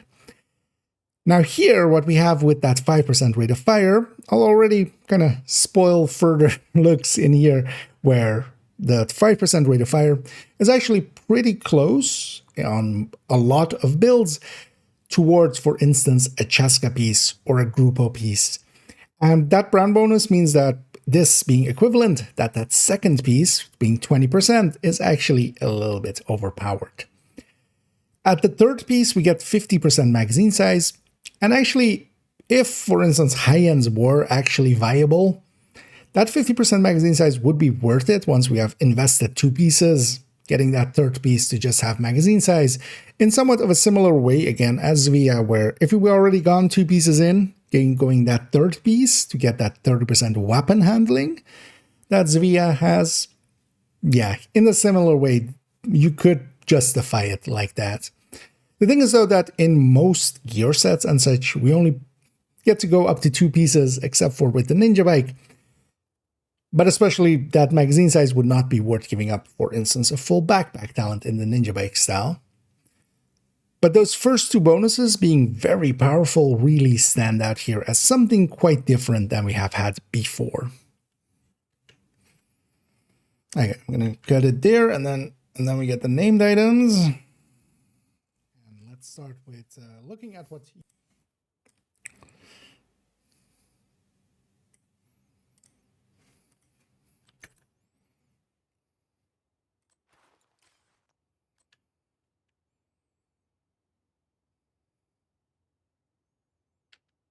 And then together with those two brand bonuses at the start being actually very powerful, we also get two names with this. We get the Equalizer named chest as we have here, and that comes with Perfect Obliterate. The Perfect Obliterate's difference to normal Obliterate is that it stacks up to 24 times, and because each stack is 1 total weapon damage, we are getting 4% more total weapon damage here with a total of 24% instead of the 20 of a normal Obliterate. So that combination is actually very strong, and the Equalizer has no equal. It is very much unequalizing things, as this now is the de facto Obliterate. Effectively, if we're going Obliterate, there is really no reason to go this. That means that Cheska chests with Obliterate, Grupo chests with Obliterate, Fenris chests with Obliterate and such really don't stand a chance against the combination, especially of that first brand bonus, especially being equivalent to most of those, but then a much stronger Obliterate, of course. And especially if we kind of go into a second piece as well, then that second piece bonus is actually much larger than a lot of other brand bonuses. Because yeah, if we look at Fenris, of course, 10%, this is literally double. Then we also have the Salvo, as we have them here. And that has, as a special stat, one of the stats is flipped to be a rate of fire as its distinct named stat. And 5% rate of fire, together with, of course, having 5% from the brand bonus as well. From just one piece, we could have 10% rate of fire, but this comes, of course, at the cost of a brand bonus, or, well, it is in competition to a brand bonus, and then also a stat here, of course. Now, either here we could have 6 crit chance or 12 crit damage, although we have crit chance here already. And then on the rate of fire end, of course, it's competing, for instance, with Cheska, where it's 8 crit chance. In the case of having unit alloys, the brand bonus being 5%, being kind of equivalent to the 8% that we have on Cheska, as we kind of discussed, you can already guess that this 5% here, being against 6% crit chance or 12% crit damage, is actually a little bit higher than that. That means that the combination of the brand bonuses plus these name pieces really do actually add up. And it does make it that we're kind of power creeping our way up a little bit. Now, in the PTS, actually, it was a little bit even higher with 8%. And yeah, that was, to me, actually kind of, way too much. I advocated for, as well, to bring it down a little bit. And I'm actually kind of happy that they did, at least with this one thing, because honestly, we're getting 3 pretty OP things. And in the end, actually, the Salvo is kind of in a balanced spot. But I would definitely say that the Equalizer and the brand set itself actually are pretty high above other things.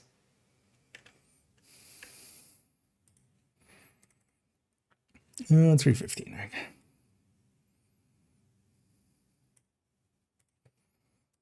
Let me get you up here for a second.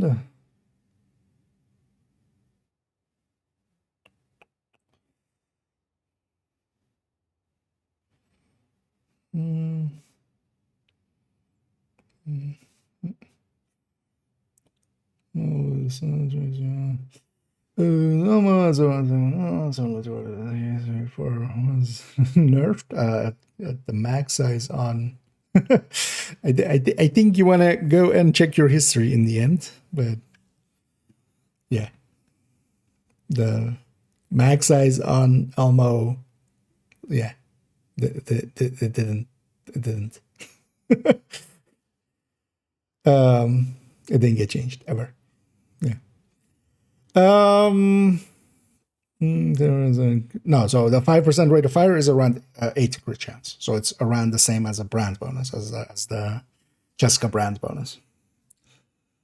But also, yeah, the thing is, magazine size is not per se worth it, because also I would like you to introduce you to some LMGs. They come already with a lot more, and then you can take other bonuses if you really want, like larger mags. The 50 max size is okay-ish, but it's not, unless you have to be investing these two, but then also you're excluding yourself from, either you're ninja biking or you're excluding yourself from gear sets. And nowadays, gear sets are just too powerful. Like, high-ends can't keep up with gear sets in a real way. For Bighorn, not particularly either, because there as well, you would just want to have, like, you could have 2 pieces of this plus full striker or full heartbreaker or something like that with Bighorn. That would make a much more sense than trying to 3 pieces with a high end or trying to stick a ninja bike in there. You lose too much there.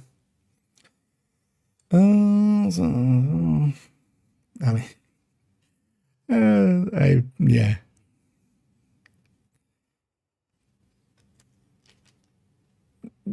We have different definitions of what fun is then. Because that's the reason I don't use fun as a word. Because if it's not useful, I can't really have fun with it, honestly. Because in the back of my head, I'm going like, unless I'm doing it for the challenge, but then I'll go like 6 piece like this or something like that. Just for the lulls, but.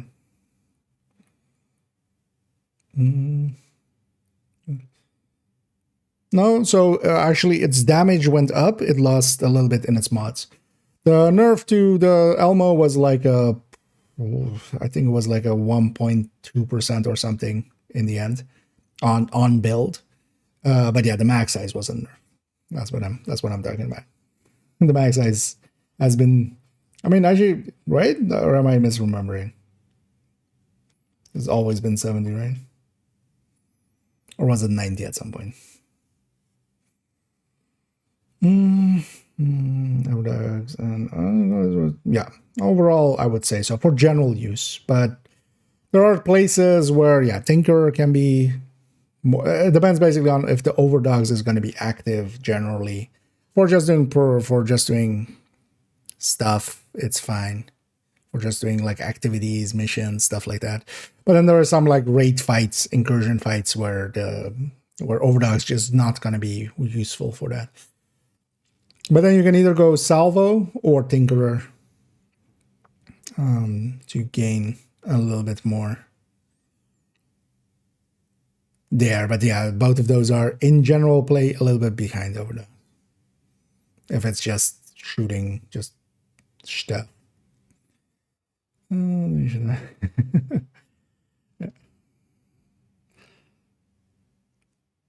Yeah, actually, yeah, it was right. They went to 60 and then they reverted it because it was never 90, right? I'm thinking of the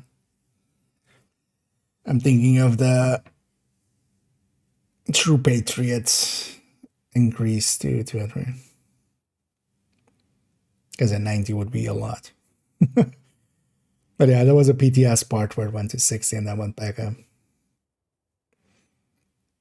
Because in the end as well, it lost on crit chance and its crit damage mod, but then it actually its RPM went up, right? Oh no, it was based on the M4. That was the Eagle that went up, but its base damage I think went up. So it still did lose a little bit, but also made it actually more usable with other weapons because also it used to be 20 crit chance, which was super annoying. 85. Yeah. It's crazy. Yeah.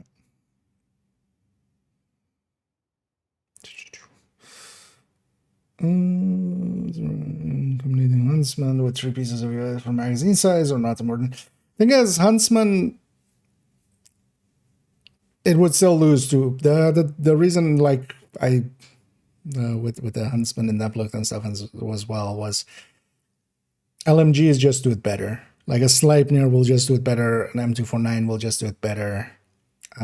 Just because they,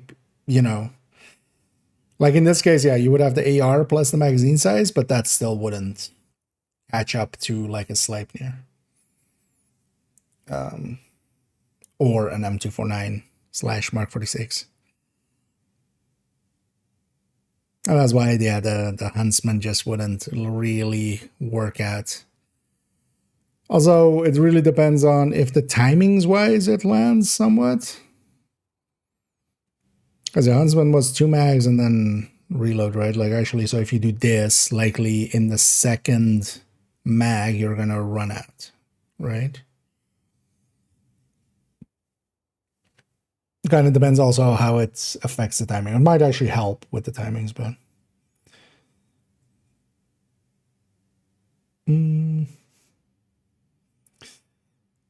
Yeah, let's go back here. Let's keep recording. So, yeah.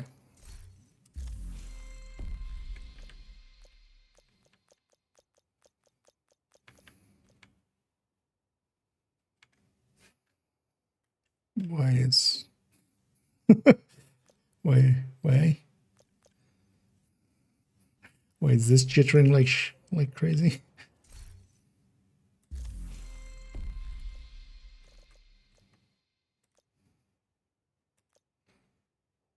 You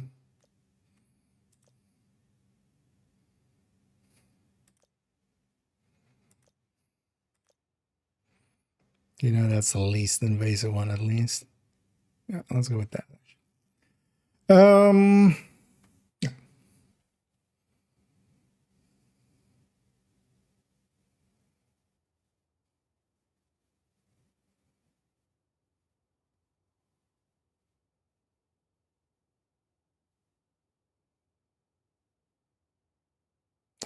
I'm forgetting a step under. So this. Oh yeah, and then yeah, we can just fast travel to, and then look at the. Oh yeah, we need to. Or we'll do this, then look at the outfit, and then yeah.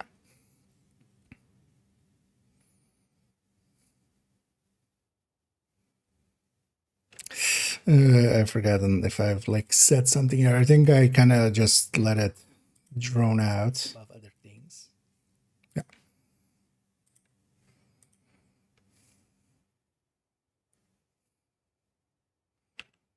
And then, oh, took that long there. Hard disk wasn't ready.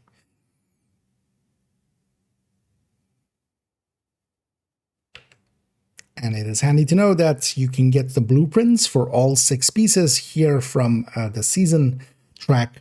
These are also just available, of course, even if you don't have the season pass, of course.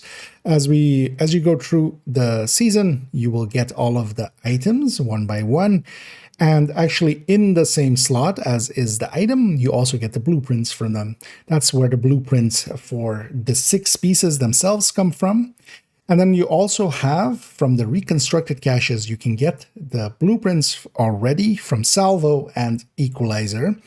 And it can be very handy, especially if you already have all of the blueprints. Effectively, if you just open up 4 caches for this season, you'll get both of the named weapons and both of the named gear available to you. In the week of, if you watch this in the week of its release, there is also actually on a vendor, there is some unit alloys. It is on the Brooklyn vendor, so you can go there, actually buy and deconstruct, and very easily craft yourselves an equalizer or a salvo, which can make it pretty easy if you have basically access to them through the reconstructed caches quickly.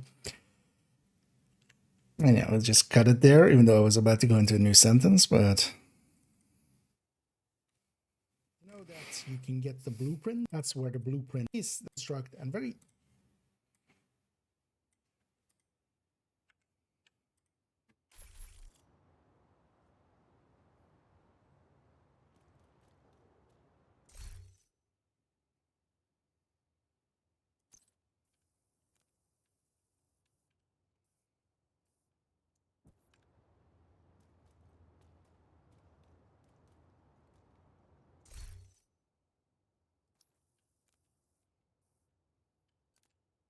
Actually, what I can do.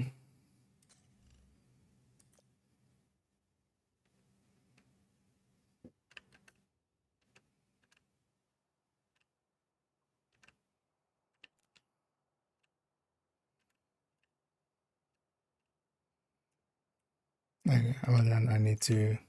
I can't do frame at all.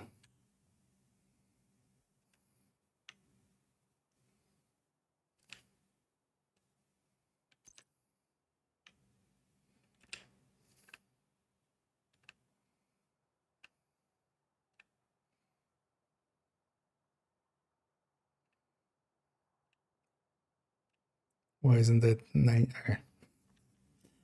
Like 70 degrees each time. Yeah, let me record this and then we'll catch up on chat actually.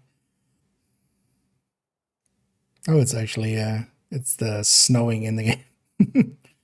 Because rarely it does. Oh no, actually maybe that's from fire thing. Because the snow wouldn't go that sideways.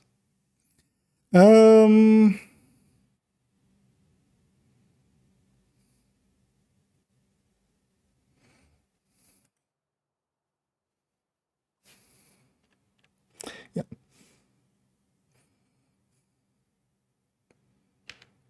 Also, briefly, I want to point out that, yeah, the looks of it in the game, of course, as we're wearing all 6 pieces here, and that was just to kind of showcase it, the looks-wise, it is a direct copy of Hannah Yu. And yeah, a very familiar backpack and gloves. But yeah, they did actually take the time, as you see there, to apply the Unit Alloys logo and actually a little text there also stating the same. Yeah, it is actually reuse, but at least a little bit improved. But yeah, from a looks perspective, it is. I'm always looking forward to seeing some of the new brand sets and gear sets, and always hoping for something new. But yeah, that is not what we're getting here, sadly. Actually kind of looks for okay. Briefly, I want to point out that little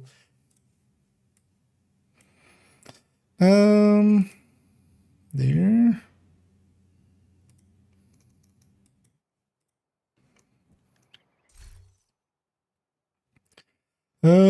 No, yeah. Let's just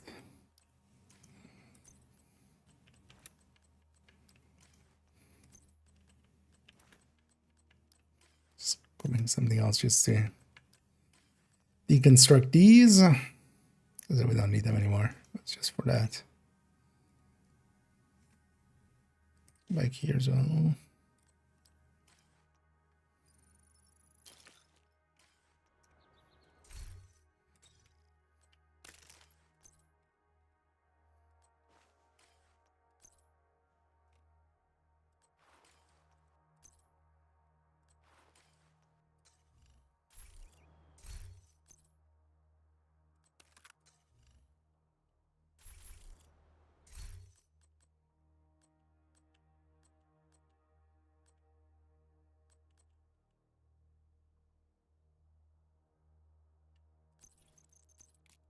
This is actually.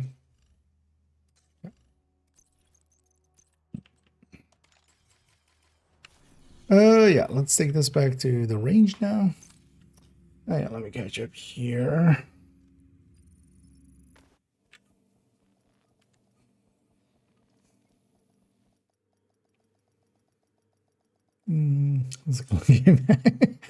Yep, just cooling all over the place. So yeah.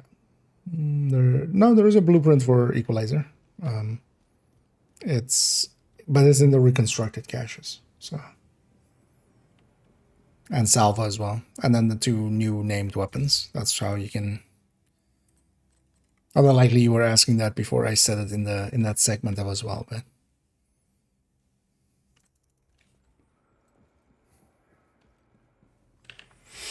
Yeah, let me actually catch up with it. Sorry, I'm recording in between. I'm doing circular drum center utilizing the cloak knee pads.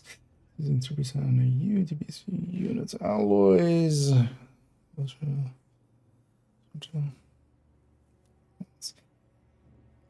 Oh, for with the what if you're 3-piece kind of you. Oh yeah. I mean, yeah, the cloak does make a little bit of a difference. I haven't really tried it with like my own turret and drone. That could make a difference there, actually. The thing is, though, you would still give up like too much for it maybe to be worth it, because the turret and drone are already going to pull away a lot of targets anyway. Yeah.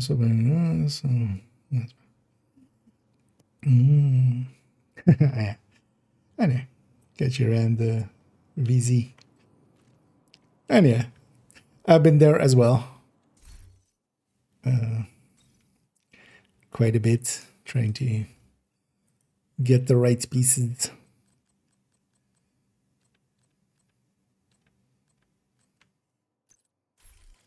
Let's go back to that. Because we're in the other one.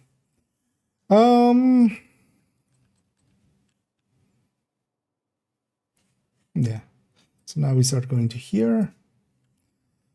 Wait, I've covered all the minor ones, right? So yeah, we went over that, the brand, the names, blueprints, look. Yeah. So intro to calculations, and then now we start rambling on these. You know what, let me actually... It'll be a continuity error, but...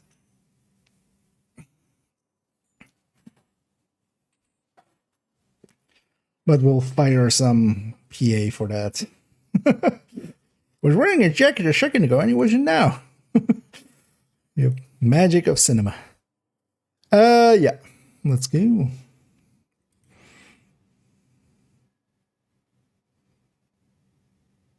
Timestamps, yeah. And let's start moving it towards looking at the numbers that this can provide us. For that, we'll be going over a pretty big spreadsheet here, and that's also kind of why I'm splitting it in two parts. As in going through this, I quite quickly realized, like, this is going to take a while to get through. And this is just a striker. That'll be also, again, our focus here for this first parter. And then we'll come back for a second part where, alongside of the OD that I have in here already, we'll go and look at some Heartbreakers and some Umbras, as they'll be differently affected, of course, because, for instance, in the case of a Heartbreaker, it doesn't have that rate of fire bonus, so it'll have the full 5%. In the case of Umbra, it's the inverse, for instance.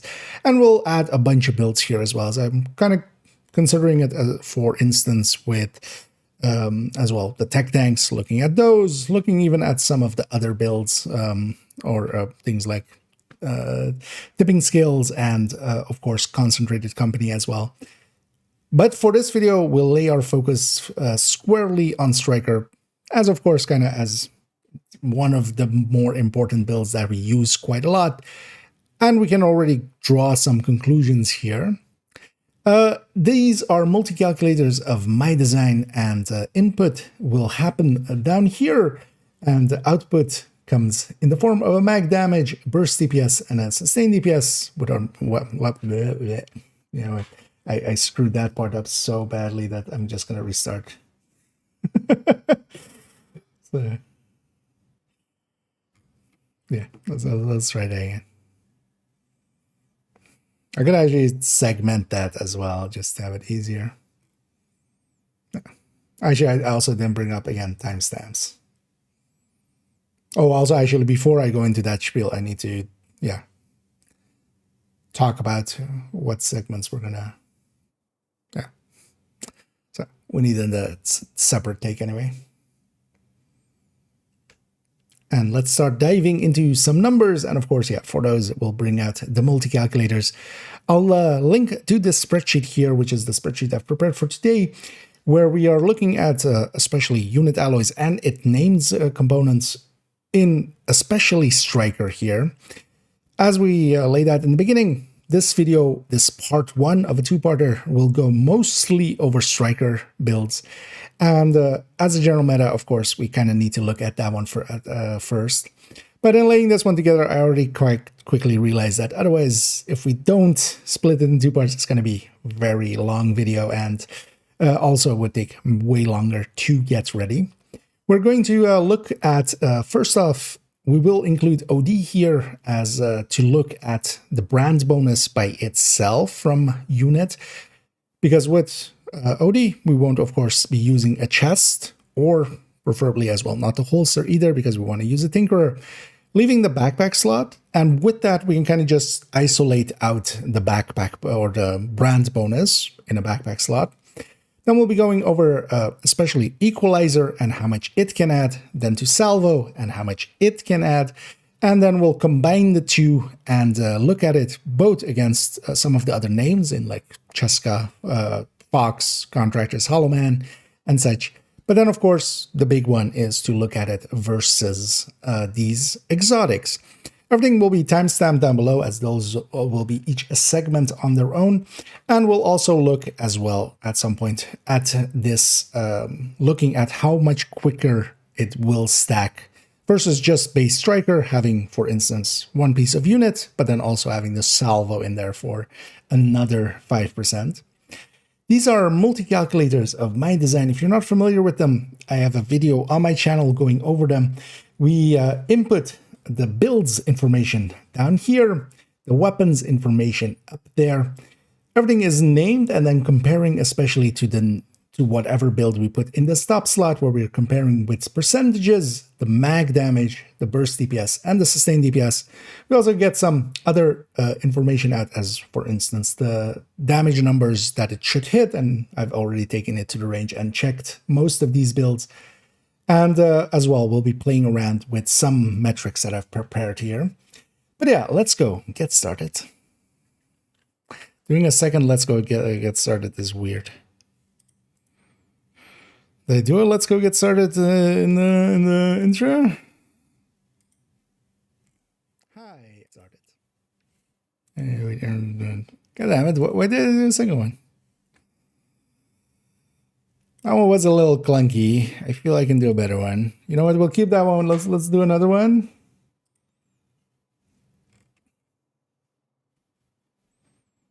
And then if this one, like, if I fail in this one, we'll just reset it.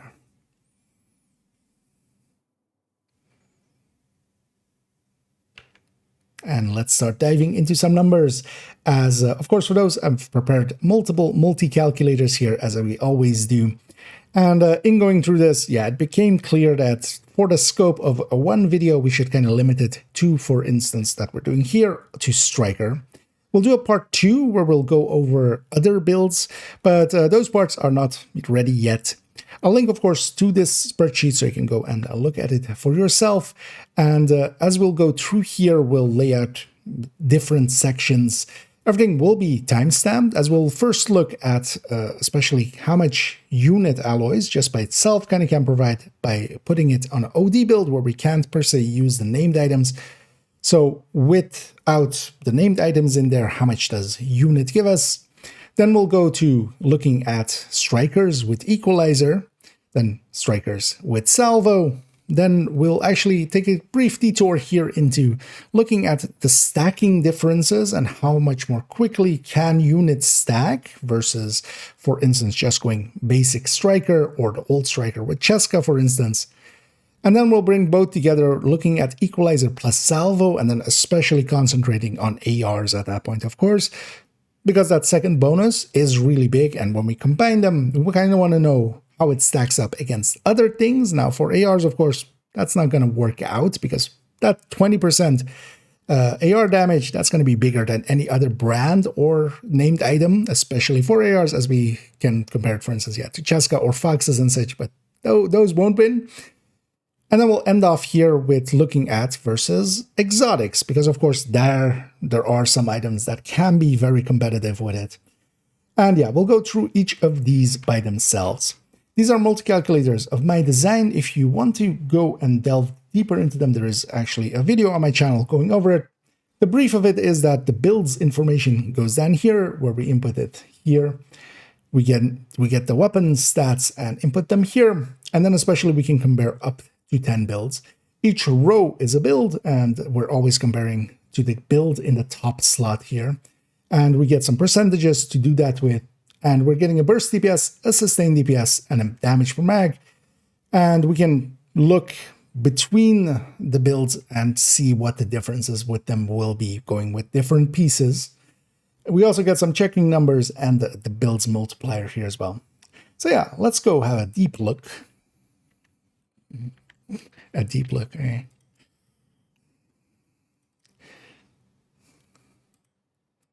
But that's basically the calculation intro. Yeah. Oh. Wait. I didn't have that backpack here, of course. That was on second again. I made crit chance, crit damage backpack for OD. Wait, let's maybe quickly try to remake that then. Wait. How long have we been going already?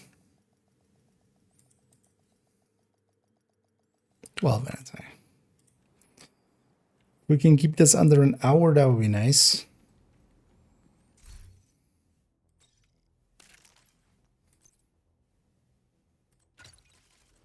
Yeah, we don't.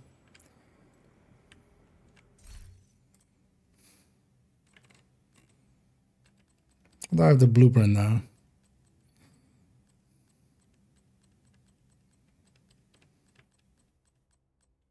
Try quickly making one.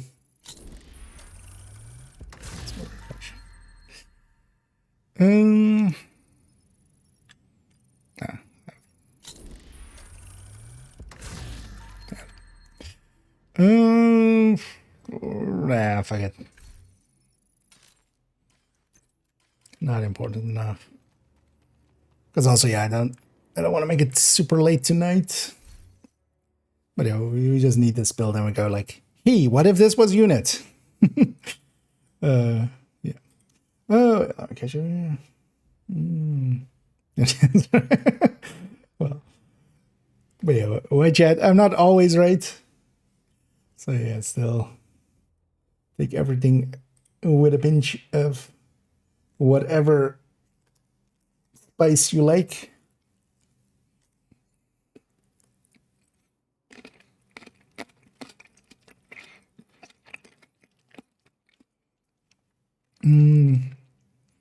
So that's for the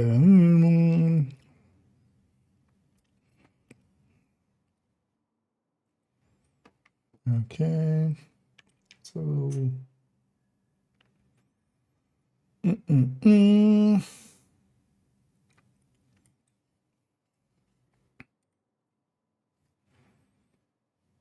yeah, that's good going.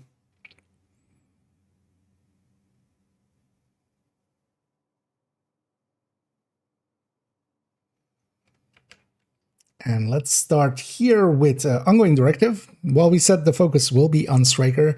First, I do want to look at how much the brand bonus of 5% rate of fire can add to a build. And for that, we kind of need to not be on Striker, because the rate of fire effectively will work just as a stat, as for instance, damage charges out of cover or DTA or such would. It's additive from all sources, and seeing as Striker already has 15, that 5 from the unit alloys will just add to it for 20%, and then that multiplies against the rate of fire of the weapon. To kind of exclude that, we need to be on something else that doesn't have that, for instance, and here OD is a pretty good candidate for that. Especially as well as for an ongoing directive loadout, we don't want to be using a different chest than the ongoing directive. Tinkerer is really good for ongoing directive, leaving it really just a backpack slot. And the backpack slot, of course, we don't want it to be the ongoing directive backpack, we want it to be the high end. Here with Vigilance, we can also go with Wicked, but this Chaska backpack could also, of course, just as easily be a unit alloys backpack. Does that 5% rate of fire, how does that stack up against just 8% crit chance? And that's basically answered here, because we can kind of look at it. Now, it is also dependent on how much crit chance and crit damage the build itself has. But in the case of ongoing directive, we aren't actually even putting the crit chance or crit damage very high. It isn't running killer, so it's not going to push crit damage really high. And also, it isn't a gear set like Umbra or Negotiators, where it has bonuses already to crit chance and crit damage, meaning its crit chance and crit damage is pretty middle of the road, making it pretty good for a comparison here. And in the top slot, we have ongoing directive, as we saw there with the Chaska Vigilance backpack. If we go to a unit backpack, a unit alloys backpack here, we can go with different crit chances that give us different results, of course, as the final output. And the reason we can do this, and this will be an ongoing theme through this whole calculation set here, is that we can shift our crit chance and crit damage by taking different amounts of crit chance mods on the weapon. And especially if we're taking a crit chance, 5 crit chance on the weapon, and we remove that, and instead of that we put 10 crit damage there, we can put 6 crit chance on the gear, and that shifts it by 1. So instead of the 5, we're getting a 6, we're dropping 2 crit damage, meaning in a very balanced way, we can actually shift our crit chance up and down by 3 points, and that's what we see here. So we can actually, with the LMG's third stat being also crit chance here, we can either land on a 58.5, a 59.5, or a 60.5, and of course the 60.5 would cap down to 60, of course. It isn't going to go above that. Now here we see actually that, yeah, the optimal kind of setup, especially here with a build that doesn't have, for instance, killer or such, pushing the crit damage even higher, as we're going with, in this case, sadist and then pressure point, two separate multipliers that are just distinct and just out there by themselves, not really interacting with much here. We see that the overall, there's a tiny difference, but the 59.5 is kind of the way to go. But if we look at the burst DPS here, we see that actually that 5% from unit alloys here, of course, yeah, we're not talking about equalizer, we're not talking about salvo, just unit alloys just by itself with a crit chance, crit damage stat, the same as the Cheska backpack would be. Just the brand bonuses versus each other, Cheska and unit alloys are very close to each other. We're less than 1/3% ahead with unit alloys on the burst DPS. But as we discussed, this is actually kind of the part where we really do need to consider it in different ways, because yeah, if you're just looking at burst DPS, you would go 1/3%, but sure, let's go pharma unit alloys. But our sustained DPS is actually quite a bit lower because, of course, we're firing faster. Our firing time is shorter. That means we're hitting our reload more often. Our sustained DPS will be lower. And of course, as well, if we're adding onto the rate of fire side of things, we're not adding per se to the damage side of things, which Cheska would do. And because of that, our damage per mag is significantly lower as well. Now, in this case, in absolute numbers, it's not that big of a difference, but we are still losing a little bit over 4%, almost 4.5% of our damage per mag. In the case of ongoing directive as well, damage per mag is a very important factor because that's actually how much basically we can unload before we run out of the hollow point rounds that we are very reliant on. It's one of the main reasons actually that I, for instance, on ongoing directive, very much lean towards LMGs over, for instance, ARs or such. So from a perspective of damage, while on burst DPS we're a tiny bit ahead, we're losing some sustain, we're losing some damage per mag. Which way would I lean for ongoing directive here specifically? I think I'm going to still stick with that Cheska. There isn't enough gain on the burst DPS. The loss on the sustain end isn't humongous either, but we are losing a significant amount on the damage per mag. And yeah, the increase here isn't enough. But you could, if you, for instance, get a unit alloys backpack, that's perfect. And you don't have a Cheska one, you could just go with that. And yeah, this kind of shows, at least on a especially here as well, a gear set that doesn't feed into either on the crit chance or crit damage side, because that would disadvantage Cheska, or if it feeds into the rate of fire side, that would disadvantage unit alloys.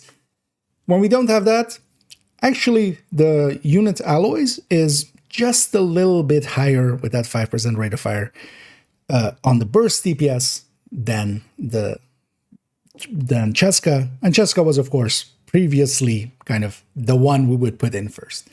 And then we lose a little bit on sustain, we lose a little bit on damage per mag. If the build as well, because that's also a point that, for instance, with Striker in a second, we'll see, if the build, for instance, is a stacking build, which ongoing directive isn't, it doesn't care about RPM at all, really, then yeah, that could also be a factor.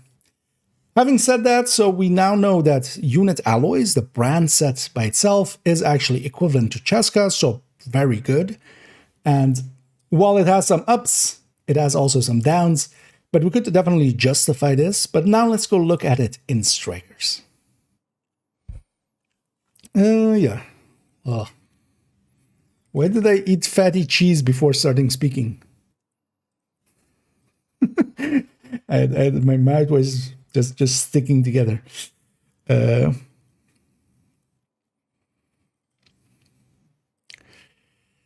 I got a little rambly, but that's fine. He's fine.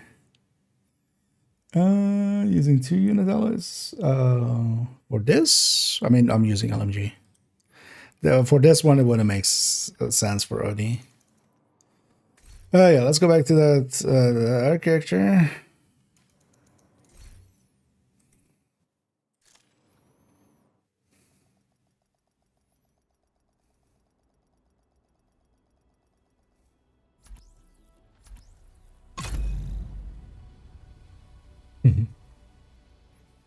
But yeah, we'll continue on here.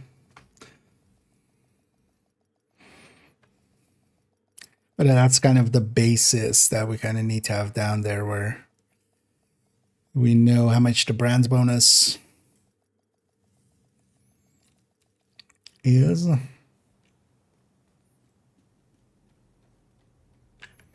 Also, actually, audio is fine, right?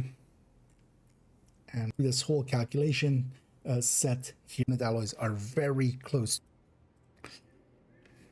I almost want to redo that part, just to save on time. I kind of got rambly.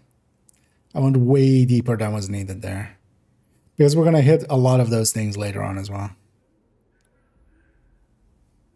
Because it's 7 minutes. Yeah. You know what? I'll keep the take. I'll keep it as an option. I'll make a options folder. Just new folder. Let's but I need that character again then. Shit. Brain. What you doing to me, brain? Also, let's not.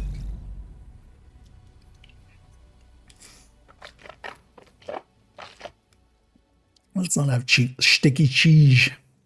Because I feel I was smacking quite a bit in that.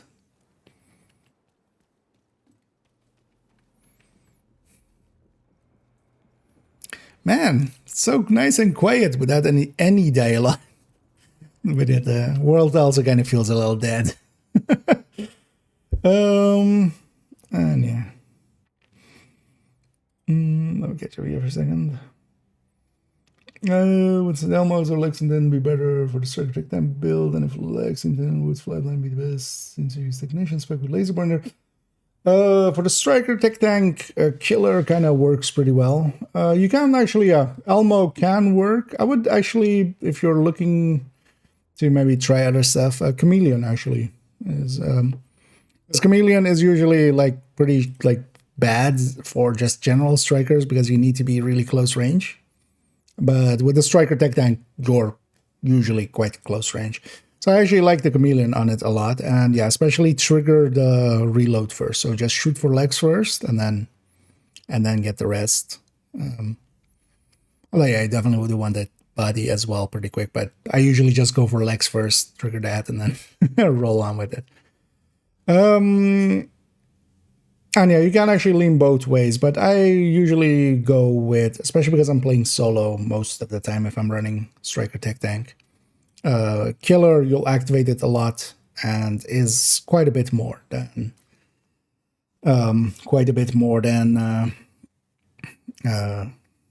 Flatline when it's active. But yeah, Flatline is always active, but with that, like, yeah, it's kind of fine.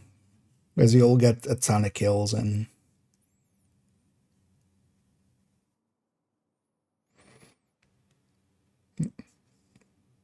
then yeah, Elmo is fine. The thing is that, for instance, Elmo is very nice on just Red Striker, where you also like the shock and stuff helps out in surviving.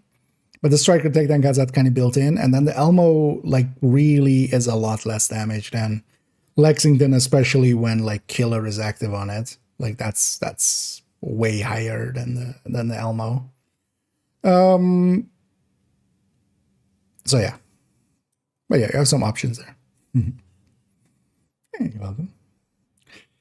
Cheese, please. Well, can I just stick it in the camera? Just smear it on the lens. But you have some camembert here with some grapes because yeah. Get a snack, but I'm trying to be healthier about snacking. Well, honestly, it turns out I think it took me like 15 years to really realize that, like, as much as I like chips and stuff and like fatty stuff, although this is also super fatty stuff, let's not kid ourselves, but I actually enjoy this kind of stuff way better than any like cookies and stuff like that. Turns out. Like some fruits with some cheese and stuff is actually actually my jam. Yeah, so we go here. Yeah, so we're gonna grab a redo on this and try to keep it like 90% shorter. Oh, and thank you so much there. Oh, Lone Ranger. I see. Rethink how the lead speak. But yeah, thank you so much for subscribing there. As always, much appreciated. Let's us waste some money on some apparels and stuff, and you know, be looking good in these videos. The characters, not me. Like, I'll just always look like shit. No amount of money can change that. Yeah. And yeah, let's go in here. And for those joining, I'm recording for a video, and yeah, there's going to be the in-depth look into unit, much anticipated. Then as well, I can finally just send people to this video instead of. I mean, don't worry for those that have asked that, but yeah, a lot of people have come in of like, oh, so units, what are we doing? Well, now I have a instead of repeating myself, I can just go, hey, here's the link. I'll likely make it a command as well, just for ease, just exclamation point unit for people to. I might actually even make a short, like a day after or something, with like the quickest rundown of like the basics. Yeah, enough yapping. Now more yapping, but while recording. And let's start this in-depth look by actually not looking at Striker, even though we said the focus is going to be on Striker. We first want to look at unit in isolation, and that's just a brand bonus without looking at equalizer, without looking at salvo. How well does 5% rate of fire, especially that first piece bonus, really stack up against things, for instance, like Cheska as the go-to? For that, we'll actually go to Ongoing Directive, and the big reason that we won't start on Striker is that Ongoing Directive doesn't really have any bonuses, especially either towards the crit chance, crit damage side of things like Negotiator or Umber would, which would kind of influence it a little bit against Cheska. So the build itself is kind of very middle of the road when it comes to crit chance, crit damage, and also it is not running Killer, especially, which would, in effect, benefit actually a little bit from running a unit, because our crit chance could still be high, our crit damage could be a little bit lower. The effectiveness of Killer is affected by that, of course.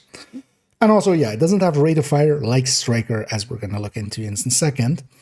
If we take it as this, especially because here as well, we can't really run Equalizer or such. We want to keep the Ongoing Directive chest. Tinkerer is kind of a must. We're going to go with Sadist and Pressure Point as our comparison talents, just to not feed, for instance, with Vindictive into crit chance, crit damage.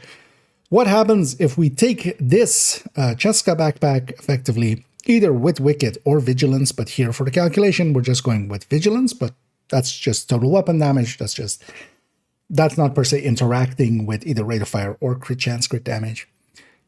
What if we take this Cheska backpack and made it unit alloys? Now, of course, we have several ways that we can lay that out, and that's especially true this crit chances that we have here, because we can actually flip one of these crit chances to crit damage on the weapon, flipping a 5 crit chance for a 10 crit damage. And then we could, on the gear, grab either with a mod or one of the stats, going from crit damage then to crit chance.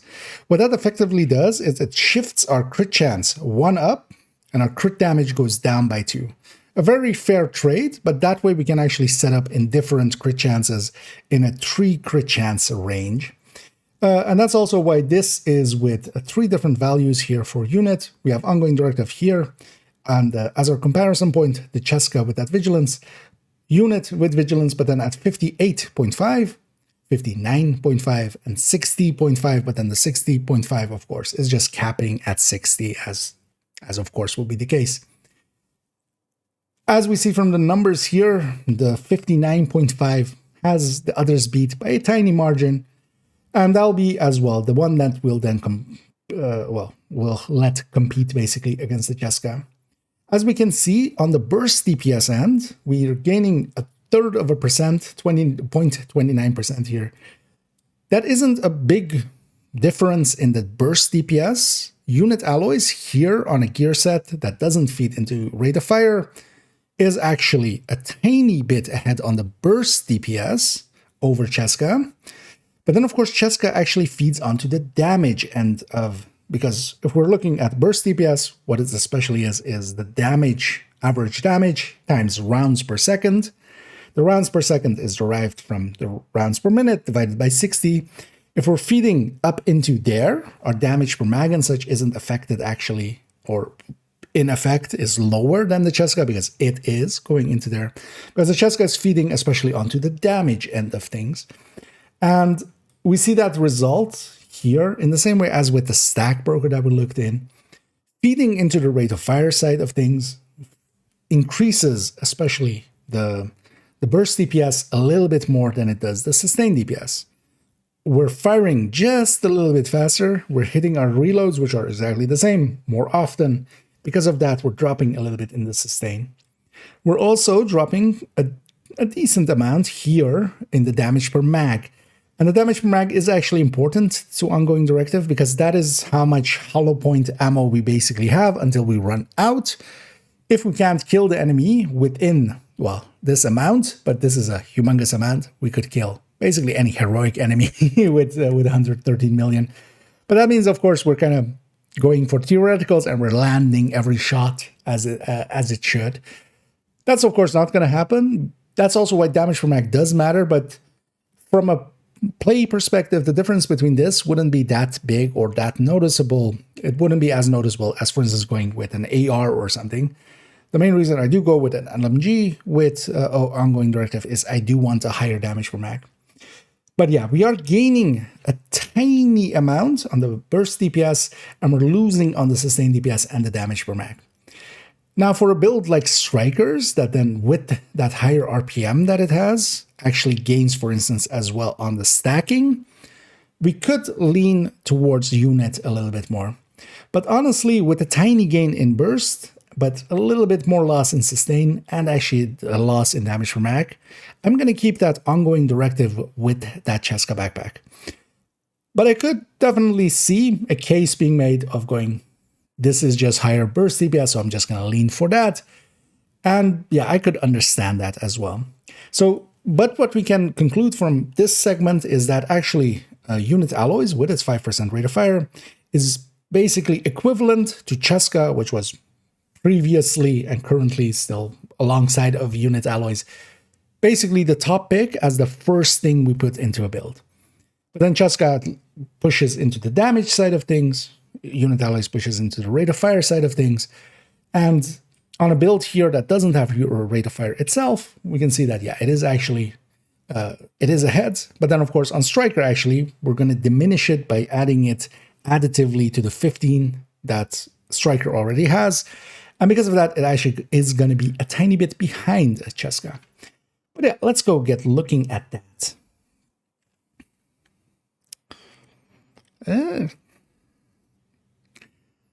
637, okay. More coherent, there was more information there, and also shorter. So, yeah, retake was fine. But yeah, let's try to not retake too much because I do need to, like, at some point, get to a bed eventually. Back to this character.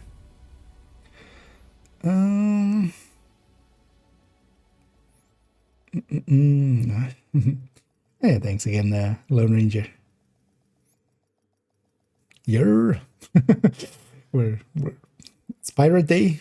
Wait, this is Pirate Day. Yer. Yarg. But yeah, yarg to you too.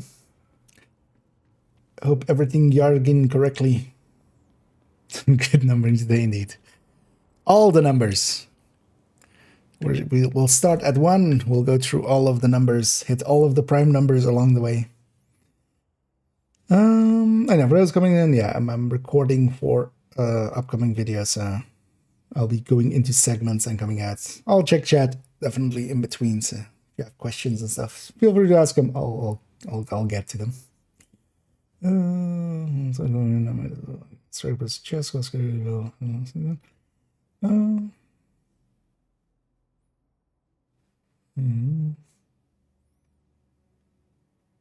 So was that your trigger?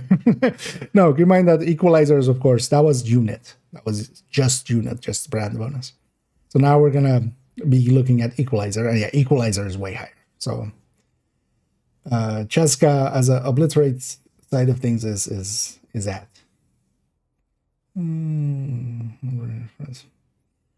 Oh, that's it. Yeah, they might have taken some inspiration from places. Yeah, that's actually. The mask is a bit much, but also maybe if it's in like a snowy backdrop, it kind of looks out of place. Like inside it's kind of okay, but especially like when it's outside and it's like just sunny, and this guy has snow on his face, it just looks a little off. But yeah, I do like the look on this one, and I do like that temperature thing that it has. Yeah. Wait.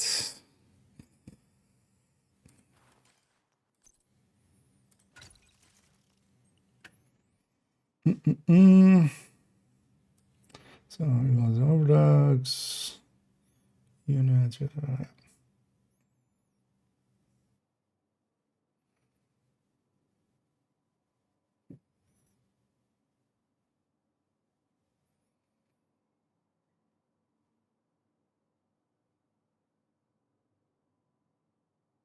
Yeah.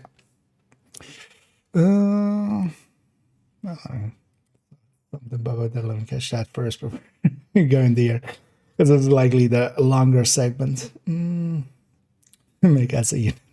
It makes us an alloy.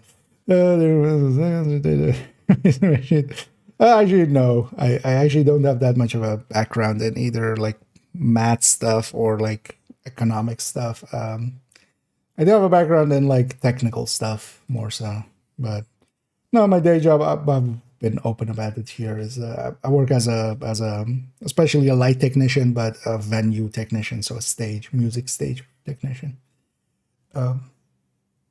And I do some production and stuff there, but actually like this kind of stuff is more just my interest in like figuring out how stuff works behind the scenes.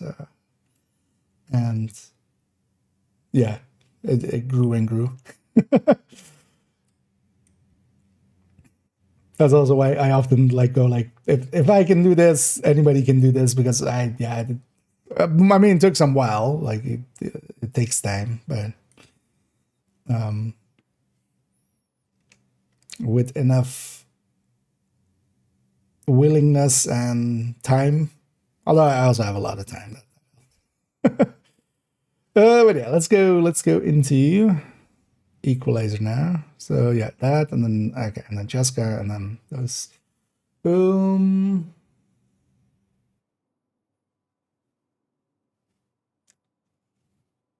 Yeah, sometimes it's kind of hard to read some of the numbers, so I'm already kind of looking at them. And then yeah, we need to do that.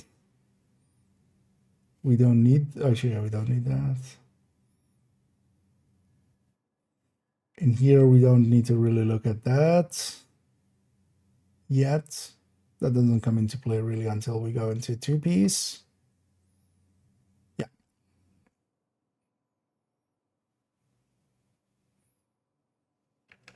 As indeed, let's move it on to Striker, the focus of here. And let's start with the equalizer. The equalizer is very much unequal. It is unequalable. And I do hope actually that the flavor text that they've placed on this thing of building them up to bring them down isn't foreshadowing, because honestly, if it is, bravo. But it is very much the top piece of this gear set, and it's perfect obliterate. I'll basically already kind of spoil here before we even look into the numbers. As we saw, the brand bonus of just 5% rate of fire is equivalent to Cheska, effectively. Even on Striker, where it loses a little bit, as we'll see in a second, it doesn't lose all the way. But then, of course, we have 4% more here from its stacking. Now, we do also need to get 4 more stacks, but that is effectively not an issue. Especially with Striker, it's going to take longer to stack up Striker than it will take to stack up Obliterate. And of course, Obliterate in the past used to even be 25%.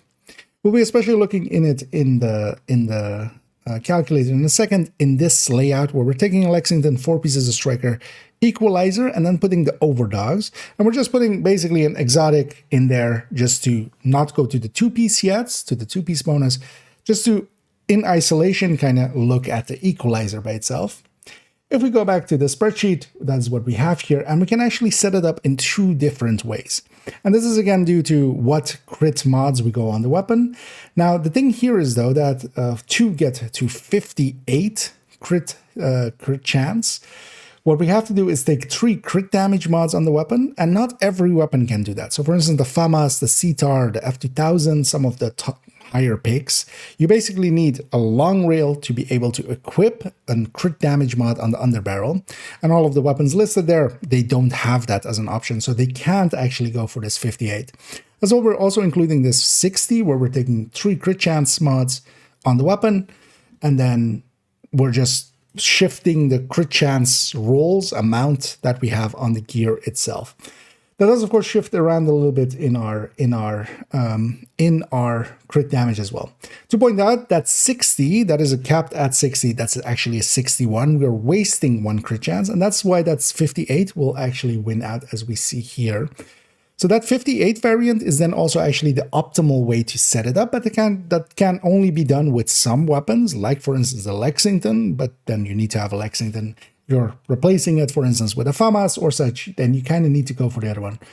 But also, as we see, the difference isn't that large. But there is definitely a difference there, and we do need to consider, the optimal way to set it up.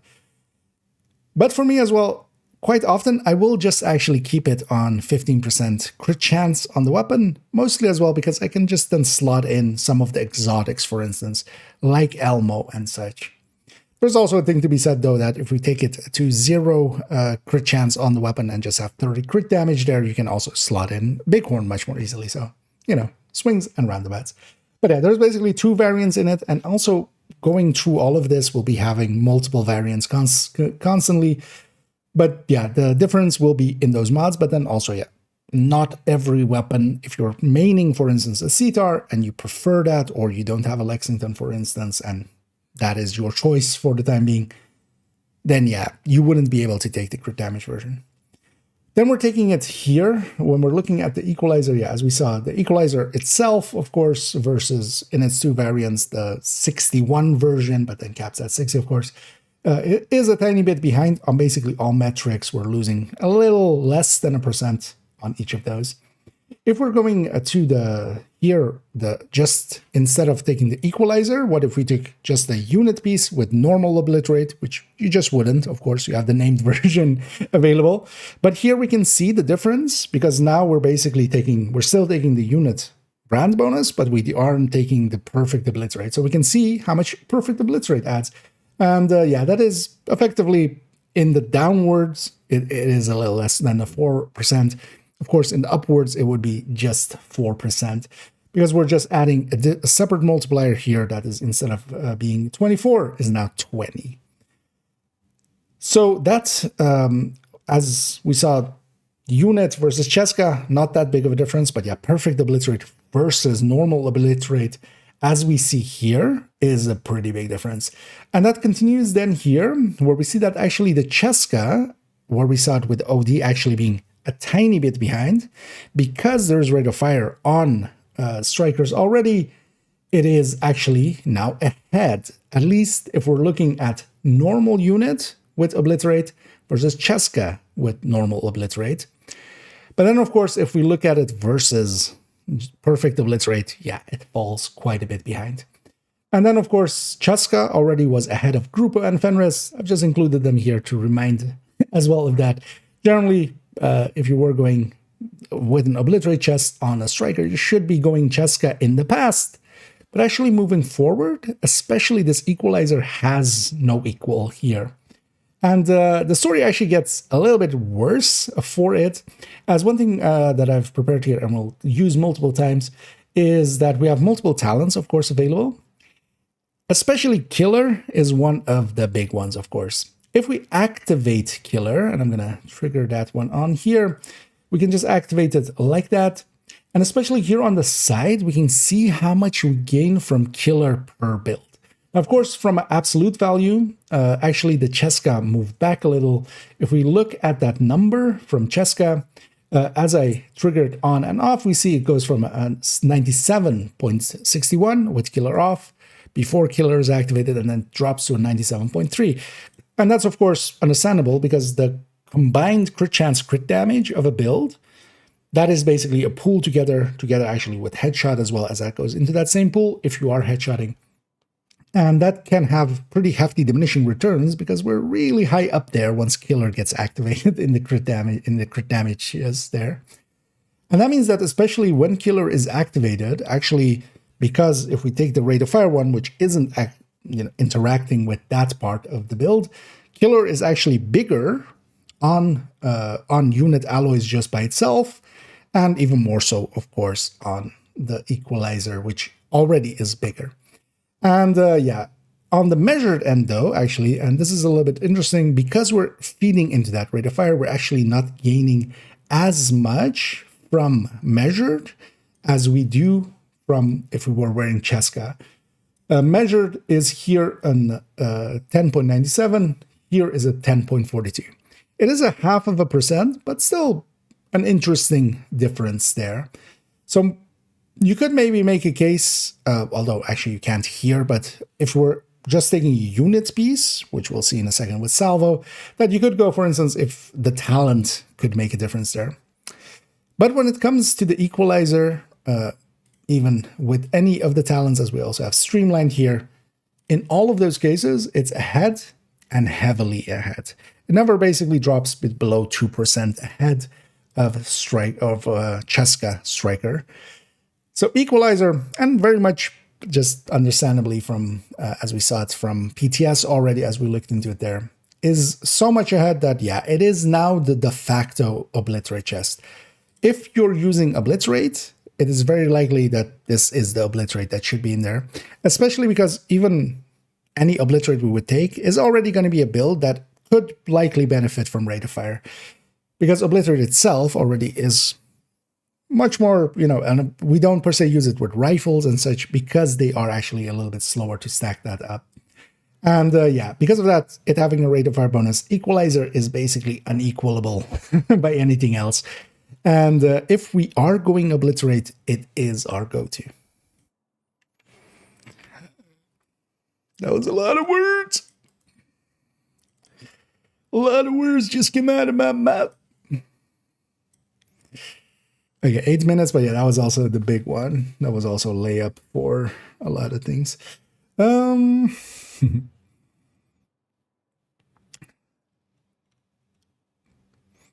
is here. Let's see here.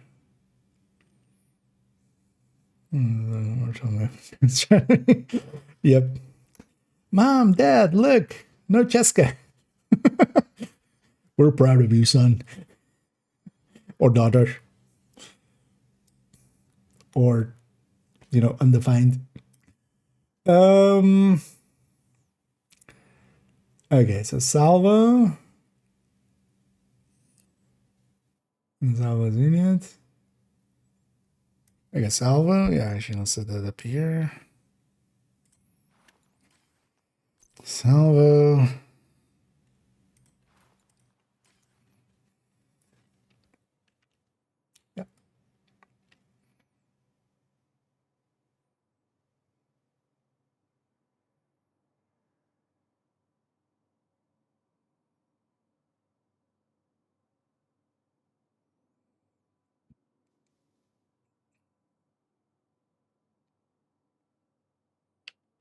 And after the brand bonus, the one piece, and then the equalizer, there of course remains one other named piece, which is a Salvo. And the salvo with its 5% rate of fire stat, instead of what we could have there in, for instance, a 12 crit damage or a 6 crit chance, although most likely we will take it with the 6 crit chance alongside of that rate of fire just to pump up that amount, basically. That way as well, we can, for instance, go between several other pieces. Well, how much does that add in? And for that as well, we'll be looking at it first alongside of overdogs without going, for instance, 2 pieces, although we'll actually have the 2 piece in here already as a little bit of a peek at it. Because of course, if we're going chest striker, and that's especially the layout that we would compare this with, if we're going chest striker, then we could go with that holster, keep in overdogs, and especially I'm keeping here in overdogs again just as a simple exotic. We're just looking at it as active basically at all times, which of course it isn't. And later on when we'll compare it as an exotic, we'll just actually give it a percentage or just kind of give it an overall uptime. But here, just as a comparison piece, yeah, if we just take Salvo, how does that stack up against Cheska, Grupo, same list of things, basically. We could, of course, also look at it in named pieces, but that's actually something we'll do in a little bit. If we go here, we can actually lay up the Salvo in, well, 3 ways here, actually. We still have that 60 here, which is actually a 61. We have that 58 layout. Because of course here we're still taking that crit chance that we have there. And that means that we're just basically losing a crit damage roll comparing to, for instance, the chest version. And of course we're going a chest striker instead of obliterate striker. We could also set it up as a 55. In the case here, because we're losing even more crit damage effectively, because that's where that rate of fire now is, the 55 before killer is actually ahead. That's why we're including it here. In the other one, the 55 would actually be the lesser one. Just that 1 crit damage roll actually makes that difference. So here actually the 55 seems the way to set it up, as long as you're not going killer with it. If we're taking it here with the overdogs alongside of it, what if we then, instead of the salvo, took a unit holster, meaning just taking a normal, non-named unit alloys holster there, so we get the same 5% rate of fire as the brand bonus, but instead of that special stat, we're just getting crit damage instead. That is actually a tiny bit behind, and that 5% rate of fire, as we saw, versus, for instance, 8% on the Cheska, it can be very competitive, but here, of course, it's falling a little bit behind as well there. But here as well, the builds itself has actually very few crit chance, and that means that the diminishing returns are actually not as heavily set in. And that is actually one of the reasons it's doing decently well here in comparison. If we then go, for instance, with the Cheska, we see that the Cheska is now actually, as we said, the 5% versus 6%, but then 5% versus 8% of the Cheska. The Cheska is way bigger than that, of course, especially here on Striker. And that also then means that actually for a Striker set up in this way with overdogs, the Cheska is before Talons, in a second we'll add in Killer, especially that'll push this down a little, is actually ahead starting out. But especially, it is notable that while also on the burst DPS it is ahead, and that's of course our main focus quite often, we shouldn't forget that once we push beyond the salvos and the units, on the sustain DPS and on the damage per mag, the Cheskas, the Grupos, and the Fenrises are very much higher. And that means that actually overall, even if the burst DPS is a little bit lower, I would actually lean towards it, especially with if the sustain DPS is a little bit higher. Although the percentages we're talking here is not outside of the damage per mag, at least, but the damage per mag is also not significantly more. But the burst is a tiny bit more or less, and then the sustain is also not, several, not 10% or something. Here at its, for instance, versus the Cheska, it is actually a 2.9, almost a 3%, so still hefty. And that's actually for the Grupo there. At the Cheska here, it is a 3.94%, so actually that is pretty hefty, actually.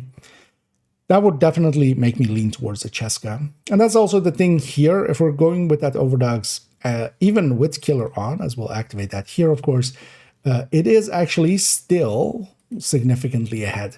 Well, we see that Killer is getting affected a little bit. The crit chances and crit damages here are actually so low that we're gaining quite a bit from Killer. And while on unit, the Killer is actually still a tiny bit bigger than, for instance, on Cheska or Grupo, it is still, yeah, way ahead. It catches up a tiny bit, but that's all it does. But then, of course, we also have the option of going Salvo plus a second unit piece. Now, the thing is, for this, we really need to look at Overdogs and how active it is.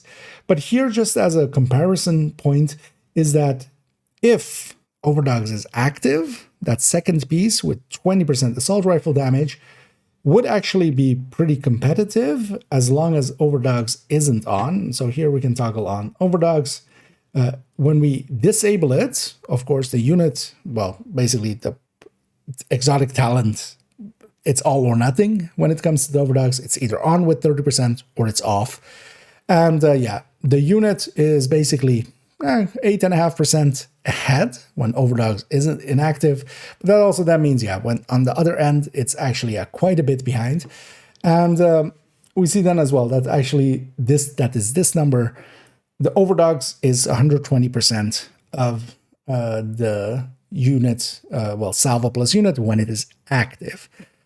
So effectively, when it is active, we can basically say that around 9% is coming from that second piece unit, and then the Overdogs can either be 0 or 30. And that's also why Overdogs is really a powerful piece and can be, especially if it has enough uptime. And in general play, with doing activities, missions and stuff, it can have more than enough uptime.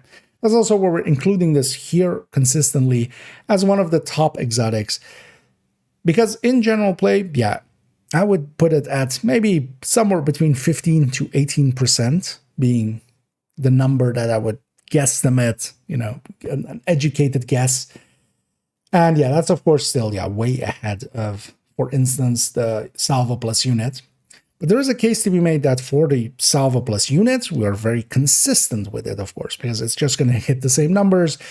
Even if you're not on the right kind of target, you will get that number, the independent, because it doesn't have a right target the way that the Overdogs has. But what we see here is that, yeah, the Salvo is actually not that far ahead of just a unit piece. It is actually behind a Cheska piece in this specific layout. And it is very reliant on that balance between, for instance, here as well, that there is rate of fire on the build itself already, diminishing the effectiveness of the Salvo. And then the crit on the build is actually very low here. So if the crit was a little bit higher as well, Cheska could maybe beat it out. But that Salvo piece by itself is actually not a very huge piece. The way that Equalizer is just effectively a best in slot when it comes to Obliterate, the Salvo isn't that. Let's actually look at the differences in stacking that these would have. 8 minutes again. A little bit longer than I wanted there. I'm also going to reconsider because I lost it here for a second. I lost that this is not Cheska.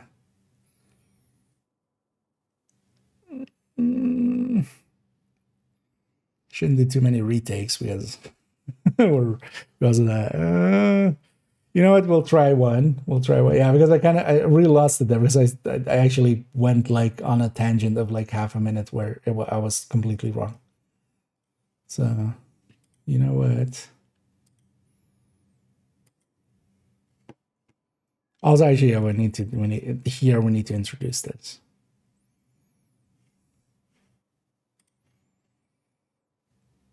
Yeah, let's do a take two. And I always have that take if I mess up here. Oh, yeah, let me get over.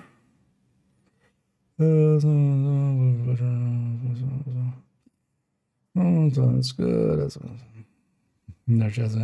No, although especially the Equalizer is is the right choice, especially.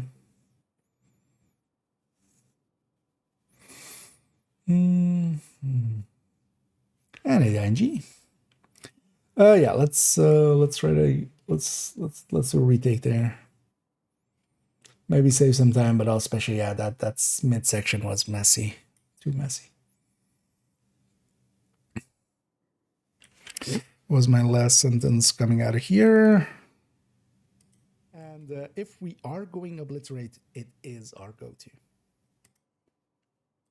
All right, let's just nondescript.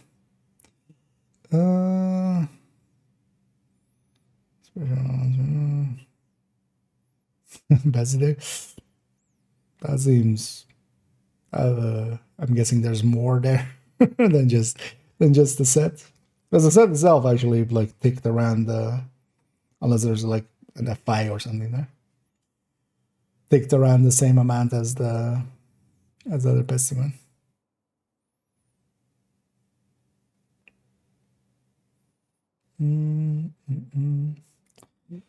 So, oh, it's with the thingy, right? That's with you guys don't have the guy out and stuff as well.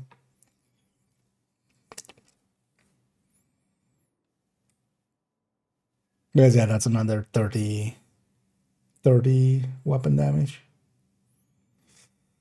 Yeah, that's, yeah. Oh, maybe we have a look into it.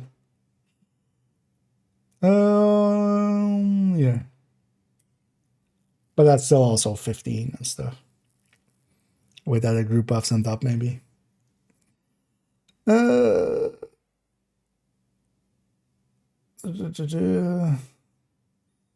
Yeah, so yeah, my brains went directly there. Let me focus on this first. Yeah, let's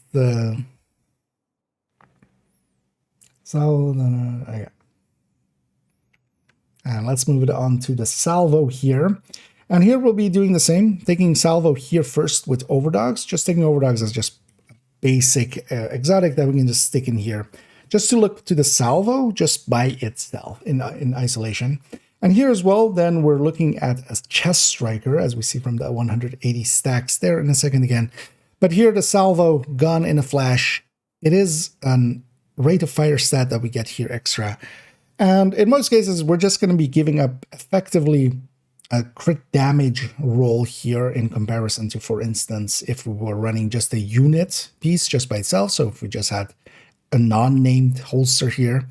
And of course, versus Cheska, it would be versus the brand bonus versus brand bonus. And as we saw, those kind of lined up decently well with on the OD, it being a little bit in the favor of unit alloys on the burst DPS, but then on the sustain and on the damage per mag, losing out a little bit here on the rate of fire being 5% versus the 6% that we have on a stat roll. Yeah, that of course is yeah. Here it's going to do a little bit better, or well, 12 crit damage maybe instead. It's going to do a little bit better than the 5% here would against the 8 crit chance from Cheska. Effectively, it's always fair 5% on the unit side here with the name as well. If we go back here, yeah, looking at overdogs, actually because of that crit damage, that extra that we lose effectively for that rate of fire that we have there on the salvo, the crit damage is dropping so low that actually the balanced setup for it is 55 as we have here. That is that same 61 that we had a second ago with 1 crit chance roll less. We can also still set it up at 58. And as we'll see in a second, that for killer actually is better, but here for just the base numbers, it isn't. And that's why we're including the 55 here as well. We weren't with the equalizer because actually there it was behind. That 1 crit damage makes that difference. But without any damage talents or just basically nothing of the damage talents that add into crit or such activated, the 55 actually is at the balanced setup. And here, of course, as well, we don't have obliterate or something triggering off of crit chance as well. That is actually also an important distinction to make, is that, yeah, for instance, the 60 version will actually stack quite a bit better than the 55. It isn't a big difference, though, between 58 and 60 when it comes to that. Here, though, yeah, we have the salvos. The 55 is a little bit ahead. What if we go to a unit holster? So instead of having that be the salvo, just a normal unit holster, same brand bonus, but we have a 12 crit damage versus that rate of fire. And what we see is that it is a tiny bit behind on the burst DPS as we have it here. And it is actually a little bit ahead on the damage per mag and on the sustain, because of course again now we're giving up that rate of fire for the damage side stat, and yeah, those will affect the sustain and the damage per mag a little bit more than that rate of fire would.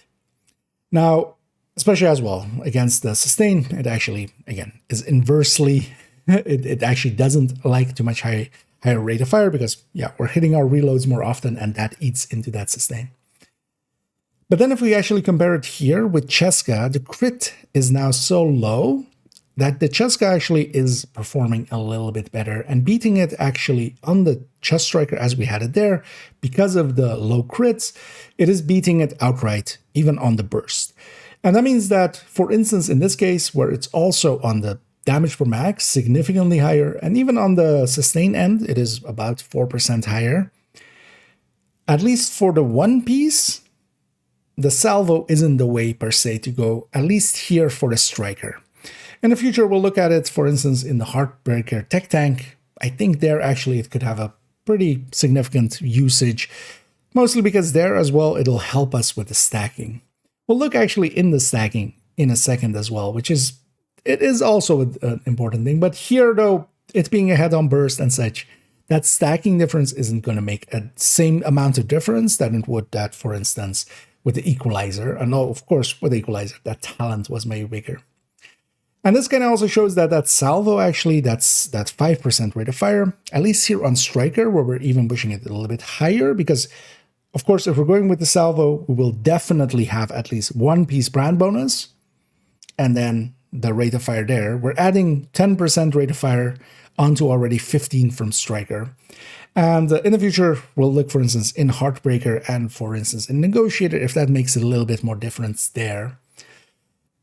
But here on Striker, at least for if we are wanting to use an exotic alongside of it, the leaning for me is definitely Cheska plus Overdox, Cheska plus Tinkerer, or things like that. One thing, though, that we definitely want to have a look at is that if we look here at the salvo plus unit, there is actually an usage there. Now, actually, here I have Overdogs turned off. Let's turn Overdogs back on, because yeah, that actually should have been on. Doesn't change the percentages here, because it is a 30% basically, all to basically a separate multiplier. So all these numbers just went up by 30%. But to compare it with the Overdogs on versus here the salvo plus unit, it is actually 20% ahead. This black number is how much it is ahead here, meaning that that unit by itself is giving, with that brand bonus and its stats, is giving around the 9, oh, especially that brand bonus is giving around 9% difference here. If we then turn off Overdogs, then now it is ahead by 7%. And that is, of course, the difference between those two. The unit plus salvo, or salvo plus a unit piece, especially in the Chest Striker, will just be always active, will be just this amount consistently. And Overdogs doesn't work everywhere. But when Overdog works, and especially for just general play, missions, activities, things like that, it works out to be overall ahead, I feel, than the salvo plus unit version. Here as well, once we turn on Killer, actually on top of all of this, we see that actually the Cheska does move down a tiny bit, but not by much. It went from a 10.55 difference to a 10.51. And also on the sustain, we lost a tiny bit. That is, of course, again, there is a tiny bit of crit damage difference. The Killer on unit is going to, or on the salvo piece plus Overdogs, is actually going to be a little bit more than it is on the Cheska. In the second part as well, we'll actually look into the Killer activation rate. Now, with the numbers being not that dissimilar here, there's not going to be a very huge difference between them, but there will still be a difference. And I am curious in if that makes a difference there. And if you're interested, I have a video on the killer activation rate. A lot of people think it is basically what your crit chance is. That isn't true at all. It is very reliant on the difference between how, alongside of that, it is very, because yeah, that is an important factor, how much your crit chance is. But alongside of that, it is dependent on how much your non-crit and your crit differ. Because especially if you need to do multiple non-crits to be the size of one crit, then you're increasing the chances of activating killer, because it is very much more likely that the kill shot will be a crit. And I have a full video going into that if you're interested. But yeah, here we see that it is actually quite a difference between, here at least, between, well, there isn't that humongous of a difference, but it is still leaning towards Cheska when it comes to the one piece bonus. And while the Salvo Plus unit, as we'll look into it in a minute as well against other exotics, can be pretty good, especially, well, we need it to be an AR at that point because we're getting that assault rifle damage. It works out decently well, but Overdogs is still a step above. One thing of note as well here is, of course, that second piece unit, that Salvo Plus unit, is actually weapon damage, of course. The red cores that we have and the grading that we have really makes a difference. So if we set this actually to 0 red cores and 0 grading, the number jumps up quite a bit. And actually versus the Overdogs in the inverse, now the Overdogs, when it is active, it is only 13% ahead. So it really does depend as well how much grading and how many blue cores you have. But seeing as in most cases we're looking at either 4 or 6 blue cores, 4 to 6 blue cores, and most people will eventually hit at least 20 grading and then maybe even more. Yeah, it is going to lean towards, for instance, yeah, Cheska plus Overdogs as a general meta there. Yeah. In the middle of it, I had a hiccup. That was 10, but there was a lot more information there and a little bit more coherency. So I'm gonna stay with that one.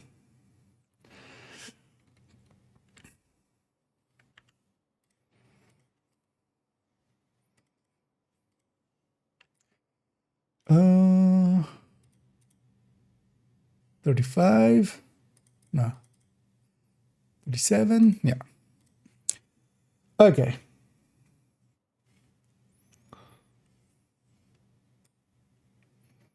Yeah.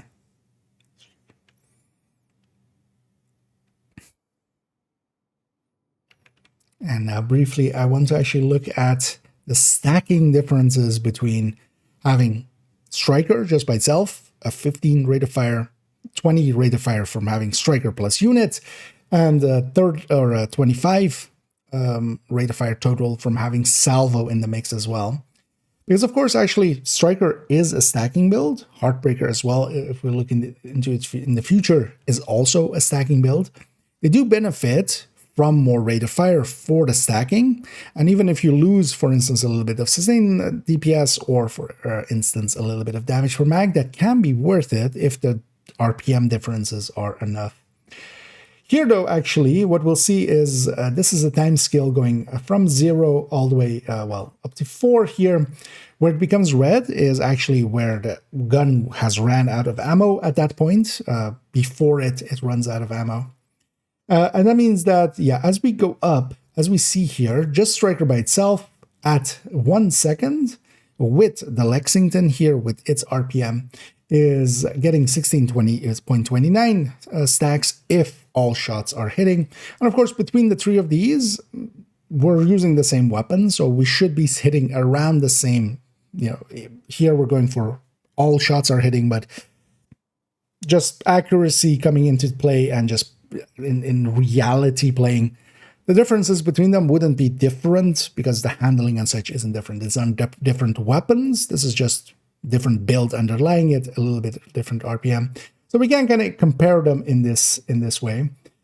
With the unit, it is 17 rounds on the second, and on the Salvo, it is 17.71.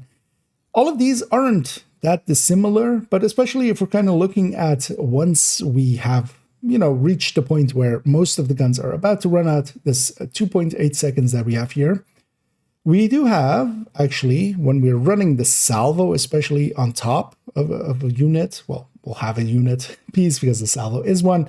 We are at 45 here on the 45.62 on just Striker, but we are on 49.58. Now, the difference between them is a little less than 4 stacks there at that 2.8 seconds.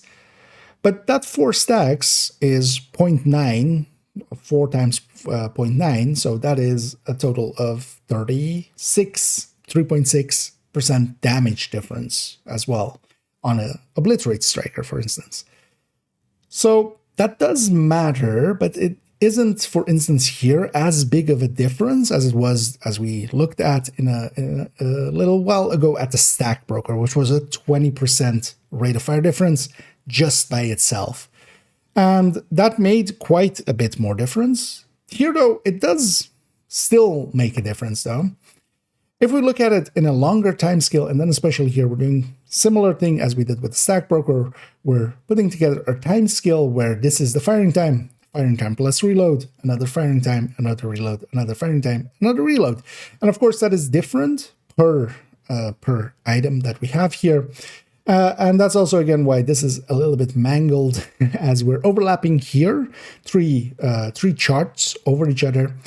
But we're on the scales, on both the stacking scale and the time scale, they're overlapping perfectly, but that also means that their names are very much mangled. Here, the red that we see being ahead and then flattening out over each other, they'll just, the other two will disappear behind, but the red that we see here, that's the salvo. The unit that we see here is the green that we have there, and then the Strikers by itself is the blue. Now, what we can see here is even on, for instance, the 20-second mark, or actually, well, we can actually better look at here 200 stacks. If we were to stack 200 just by using the gun. Now, of course, as well, as we go up, Striker loses stacks. We're not including that here, even though it would make a tiny difference, but just factoring that in is a lot of complexity to add here. And this is good enough for what we need to show. And that is that at reaching that 200 stack mark, but here in reality it will be a little bit below, of course, because we'll be losing stacks along the way. The difference is marginal. So all of them are stacking here in what effectively could be said to be around the 17 to 18 second mark, maybe a little bit below the 17 here, maybe. That isn't a significant difference because, yeah, as we see here as well, the 200 stacks here is a 17.21, and for the Striker is a 18.23. It is almost a second difference, but that wouldn't per se be a deal breaker, especially when it comes to stacking up and the differences that they have in sustained DPS. It's definitely a thing to factor in there when they are close enough. But yeah, it really is going to rely more on the burst DPS and the sustained DPS, at least for my purposes. Yeah.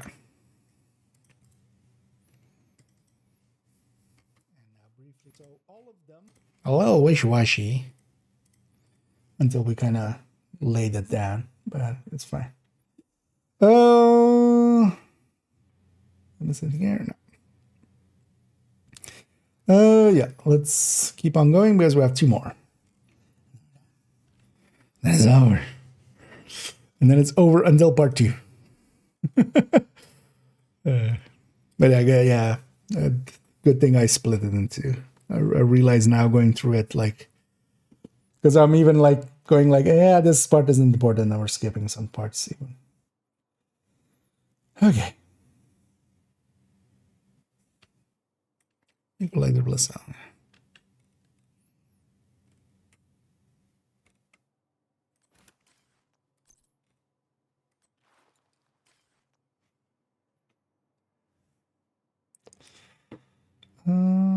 Let me catch up here. So, yeah. Oh, are they stacking? Okay. Yeah, I was gonna check that. Yeah, 100% skill wise.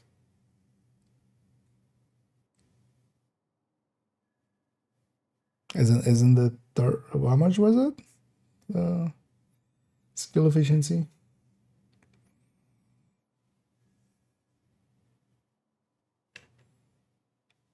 Keep in mind that MPTS was stacking 2 though, so not sure if that's maybe extra broken, but maybe also that time it just didn't want to do it. Okay.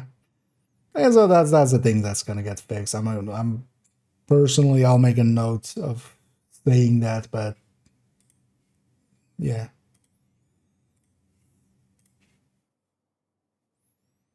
Oh, okay. Interesting that either then it wouldn't want to do it or now it's differently broken. But yeah, I'm gonna keep my focus here. Sorry. Try to parse this for now. So that, and then I got Cheska, and then some. Yeah, let's go into this.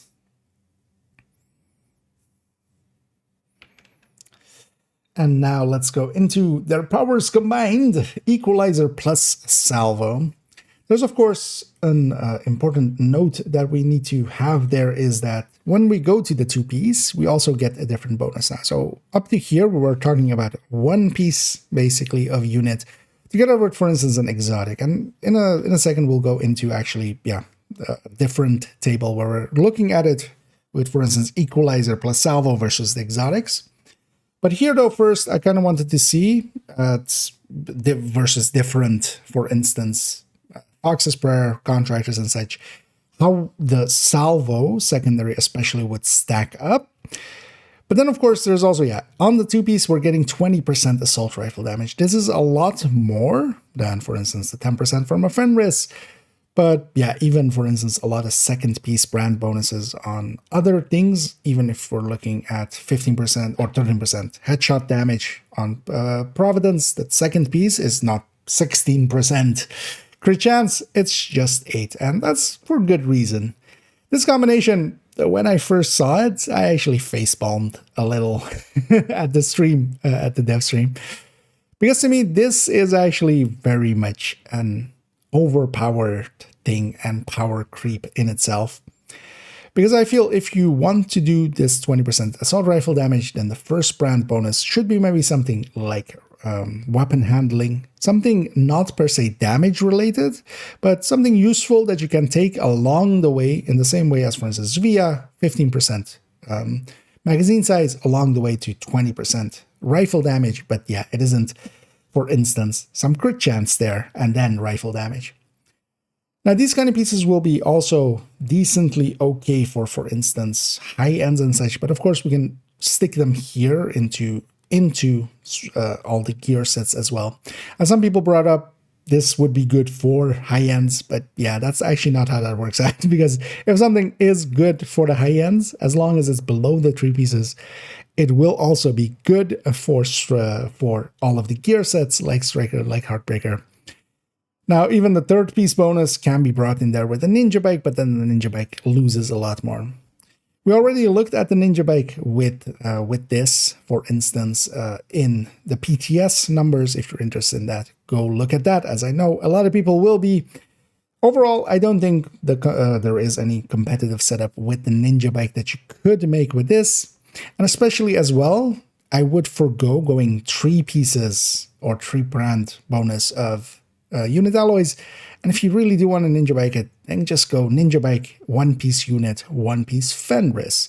Because instead of that 50% magazine size, you would get 10% weapon damage and 30% reload. And that's actually very competitive to that. Going back though to Equalizer plus Salvo, what if we put it up against all of the other named pieces that have special bonuses?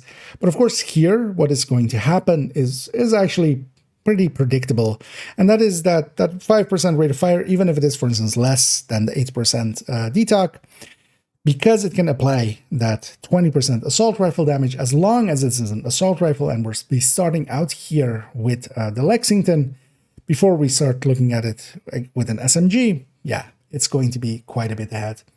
And we can see that difference here as well, actually, that the equalizer plus salvo, if we then, instead of equalizer, we take a unit piece with just normal obliterate, so we don't go with the perfect obliterate effectively, the rest of it is all the same, we can see that that perfect obliterate really makes a difference. But then actually, if we look at equalizer plus a piece of unit, and then in this case, just cutting out basically the salvo, it's 5% rate of fire extra. We see actually that that is not that big of a difference. It is actually just a tiny bit ahead or behind on the, well, the salvo plus equalizer is a tiny bit ahead on the burst, but a meaningless number. Basically, it is less than, well, 0.2%, or 0.02%, but it's losing on the damage per mag, and it's losing a little bit on the sustain end. So actually, the equalizer plus salvo, I would lean more towards an equalizer plus a unit piece. And there we're getting a little bit more, of course, instead of that rate of fire, we're gaining crit damage. Although when we go with killer here in a second, it'll lean a little bit the other way, but then the sustain is still ahead. But if we go then instead equalizer plus Cheska, now here with an AR, we're dropping that 20% assault rifle damage with 8% crit chance as that second piece. And yeah, none of these will compete. We'll just go quick and spoil it. Cheska, Fox, Contractors, Hollow Man, or just a utility piece. So we're giving up the brand bonus if we're, for instance, going with Palisade or Bellstone or something like that. All of those are pretty far behind. None of them come close in sustain. If it is an AR, the only place where, for instance, the Cheska can be competitive is in the damage per mag, but yeah, it's losing so much in the burst and in the sustain that if we're going with an AR and we aren't taking an exotic, and that is a important point, we'll come to the exotics in a second, as you can see them peeking down there. If we just want to take two pieces of high end alongside the striker with an AR, yeah, equalizer plus unit is actually the way that I would lean. If we activate killer, one of the more popular talents there, of course, the plus unit version drops a little bit on that burst difference. Now it is actually a tiny bit behind. It is still ahead on the sustain. It is still ahead on the damage per mag. The difference, though, is between them is tiny, and you could make a case that here the salvo is stacking a little bit faster. But that's also why I put that segment just before here. The difference between them is tiny, because there as well, we're talking mostly about striker versus salvo, a 10% difference. This is, of course, with unit already in there, and that's just a 5% difference, just the difference from the salvo piece. And that's even smaller, and not per se a meaningful difference for the loss of that little bit of sustain here and that damage per mag. So I would actually lean towards having an equalizer plus just the unit piece, but the difference is as well. This is if we're talking about min-maxing to an extreme. In general play, I would say generally anything below 2% difference, you could play for it with a day and not be able to tell the difference between the two. You basically need above 2% for it to really make a difference. If we go instead here with measured, actually the unit pulls a little bit ahead. So instead of the salvo piece being an equalizer plus unit, and the reason for that is, of course, that rate of fire actually adversely affects the measured. And yeah, this way around, if you're running measured, yeah, I would say definitely equalizer plus unit, because we're gaining also significantly more on the sustain end, even when the burst is basically effectively the same, but the other stats are a little bit better. With an AR, yeah, none of the other ones even come close to even being a contender, really, mostly because, yeah, that 20% assault rifle damage. The only one you could make a case for, and that's also why it's in here and actually handy to know, you can basically drop well, a little bit under, or well, a little bit over 11% on your burst CPS. And for instance, yeah, take an Palisade piece as a secondary. But yeah, that second piece is actually very strong, and really only thing that will contend with it is exotics. If we actually then, for instance, consider it with SMGs, which I would say in a very obvious sense, well, if we're wasting that 20% assault rifle damage, we're kind of in the same ballpark as, for instance, Fox's Prayers and such, of course. And yeah, those will be ahead, but of course, Chaska is actually the piece that there will be working the best.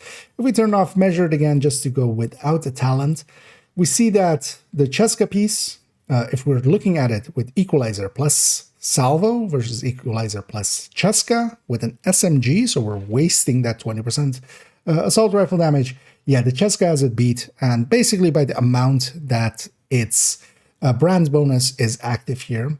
Now, of course, with SMGs, our crit chance, crit damage is actually pretty high. Our crit chance especially is pretty high. We can trade that in on the gear to crit damages, so our crit damage also becomes pretty high. And because of that, actually, Chaska isn't that large here as it is, for instance, just with an AR. But it is, of course, yes, still significantly ahead on the burst, on sustain, and of course on the damage per mag.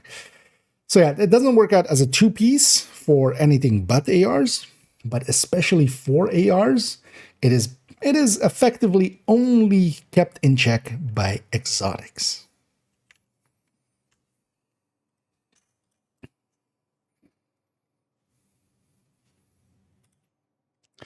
Yeah, let me Lama Jama Tema. Yeah. Snagging away, Nate. I need over there. I know, but I was coming in and wondering what is this guy yelling at the sky? Old man yells at sky. No, we're recording. And this is the in-depth look into unit alloys, as yeah, we prepared a bunch of stuff and we're basically going through it now. This is the first parter of a two-parter.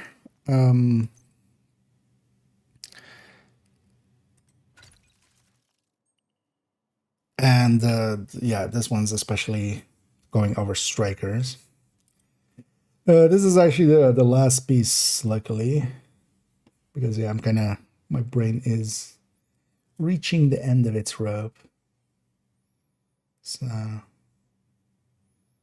we'll do this one, we'll do an outro, we'll play around for a little bit longer, and then I'll go to bed. Salvo overdogs. Some percentage overdogs. Tinkerer. Coring. Oh, I needed to include coring. I'll include it here.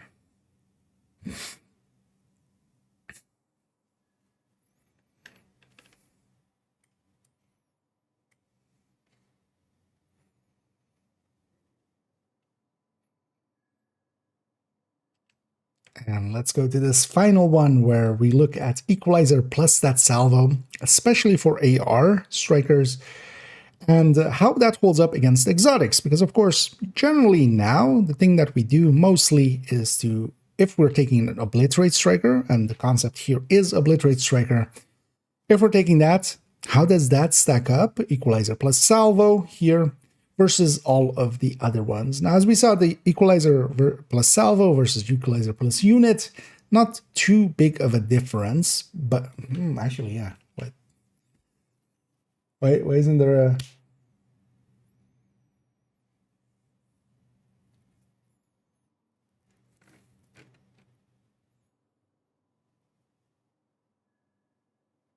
Who made this thing? I guess I just didn't parse this one. The thing I got stuck on there for a second was just like this a second ago. I came to the conclusion of like go Equalizer plus unit. That was the conclusion of this, right? Why am I the second we're going over here? It's just only Equalizer plus salvo. So yeah, let's change that into Equalizer plus unit. Because if that was my conclusion up there,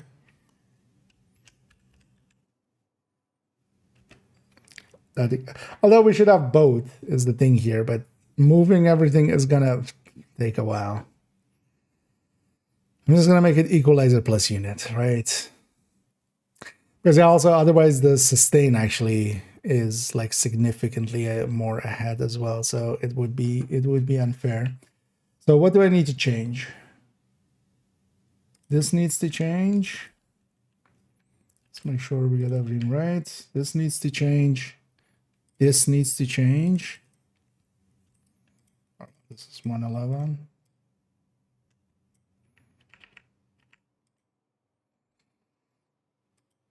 The rate of fire changes, the rate of fire changes there. And then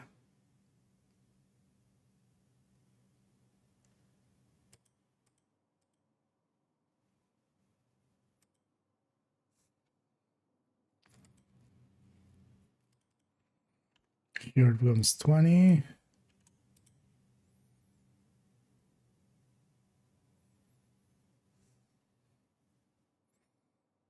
Okay, so why does this still break? 158, 159, BD 130. Oh, actually, good thing we checked this, because actually this would have been wrong.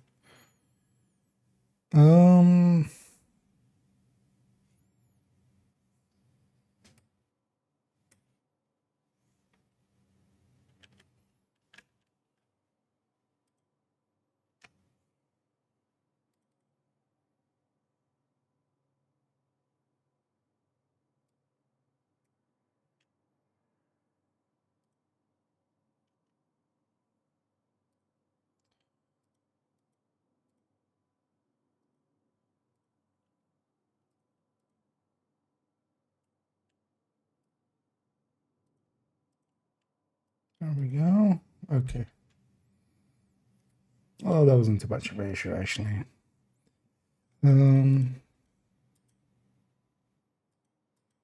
Yeah. Okay. Yeah. Let me find guys over here.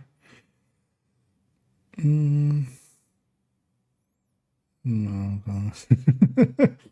It's actually, the thing is to keep in mind is like these ones as well. Like they didn't sprout like this. This is because this is the at its core. This started as one single calculation, just one line, just for one build basically, and then not even like just getting average shot at and burst DPS, and then it got expanded and then repeated by just making it 10 times.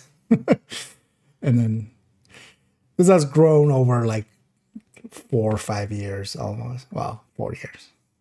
So,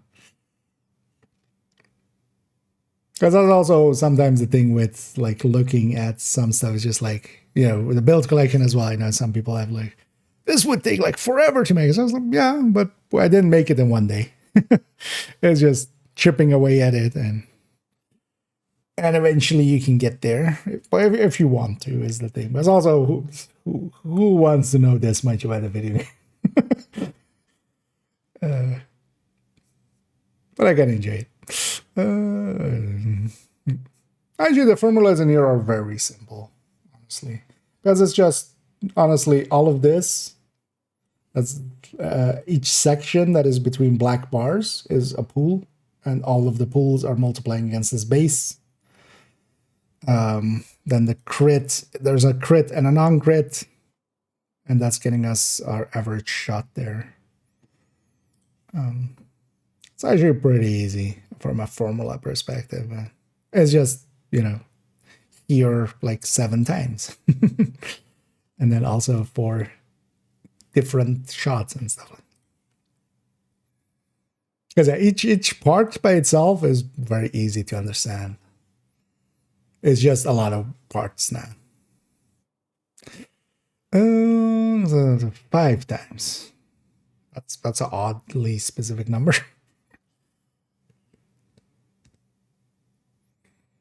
Yeah, that is indeed wild.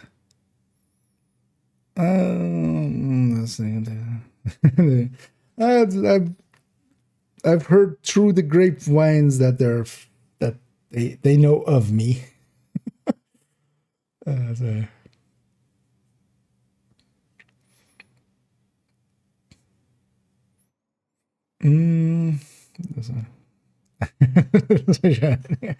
Oh yeah. Well, glad there's more.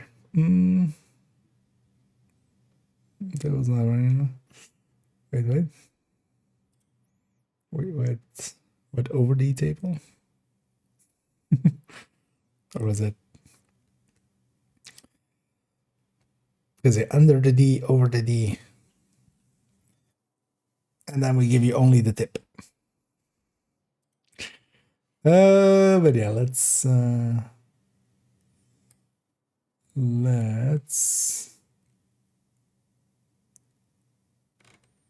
yeah, so unit was my last sentence here. I feel I left it very open. For anything but ARs, but especially for ARs, it is effectively only kept in check by exotics.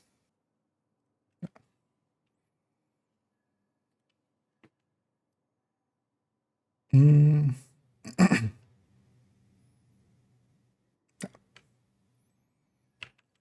that is, of course, then where our journey kind of reaches an crescendo, which is looking at that equalizer plus a piece of unit, as we kind of decided a second ago that was the way to kind of go if we're going with two high-end pieces, especially if we're going with an AR and maining it. The point you could still make is that, for instance, if you're using the ACS alongside of it, maybe quite consistently, you could make a choice that you go with something else than unit. But honestly, you're giving up so much on the AR that I would just, if that is the case, yeah, there are other choices as well. For instance, as we see here with some of the exotics. Now, especially what we need to compare it against as we look at it here from the perspective of it being an obliterate striker still. So we're going with that equalizer chest. As we discussed, the equalizer chest, if we're going to obliterate, that's the way to go. What do we pair that with? So yeah, as we saw, a piece of unit is an option. Now, there are, of course, several exotics that we can stick in here. We'll take an Overdogs as an example. We'll take a Tinkerer as an example. And then also Coyote, Exodus / Nimble, which would just be effectively a utility talent because they have weapon damage, crit chance, crit damage, same stats as, for instance, Tinkerer, same stats as, for instance, Overdogs, but then their talent, their exotic talent is much more towards, well, in the case of Nimble, healing, and in the terms of Exodus, just survivability. We'll also look at Bloody Knuckles as that is also always a pretty decent increase as well. But here as well, Bloody Knuckles is total weapon damage. Even though it says weapon damage on the tin, it is actually total weapon damage.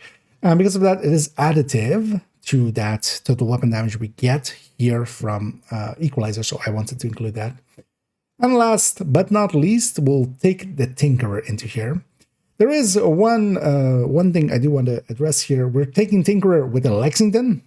That could, of course, not be. The Lexington is a named item. It wouldn't work with Tinker. Just to keep it in a direct comparison, because, of course, then if you don't have a Lexington, for instance, yeah, you could go with a FAMAS, but then we would need a second table with this, with a FAMAS, for instance, especially to compare directly. So we're just taking a compromise. We're putting Lexington here as its damage numbers and its stats. But then basically, yeah, with a FAMAS, it will be a little bit less. But we can see this as, if we're going with a FAMAS versus FAMAS. Because also, if we're going between FAMAS and Lexington, of course, that's not going to work out. Actually, you know what? If I need this much time to explain it, why not just take FAMAS? Right. Yeah, I'm just going to cut it there. Yeah, little executive the decision. I'm going to change this to FAMAS.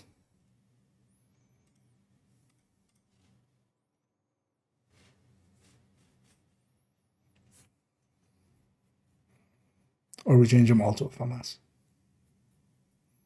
Yeah, why didn't I just do them all with FAMAS? Because that also does, yeah.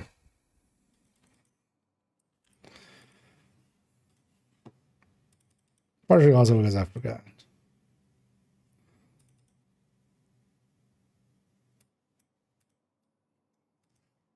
Mm.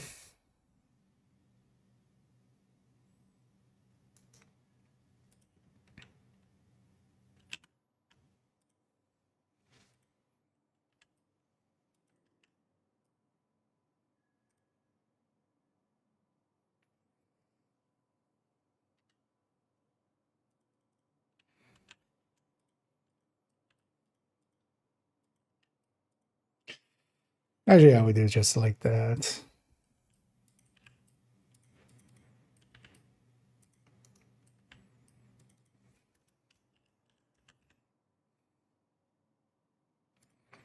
This is going to be this.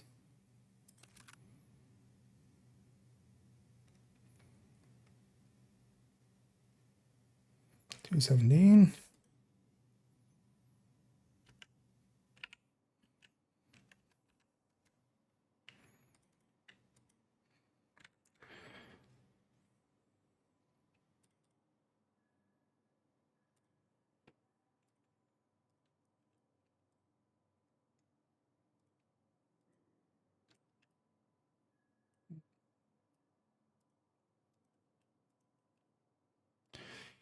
Oh yeah, so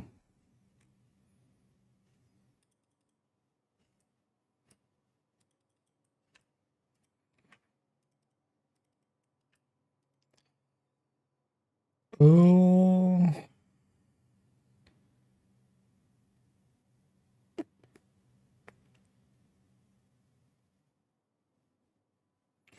oh shit, yeah.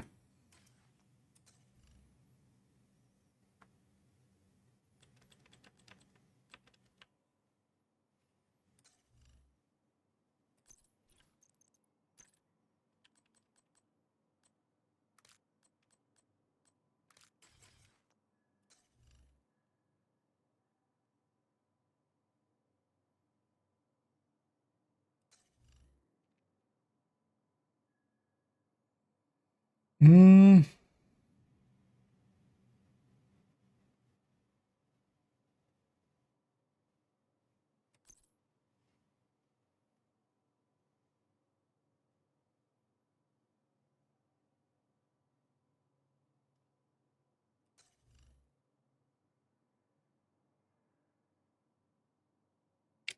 Yeah.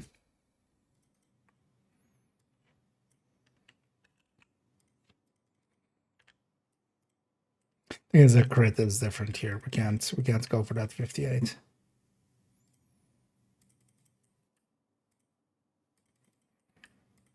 It's not an option.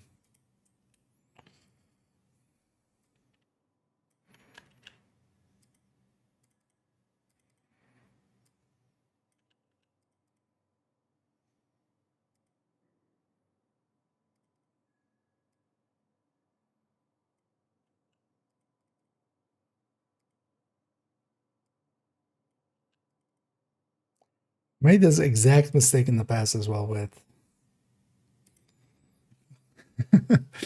with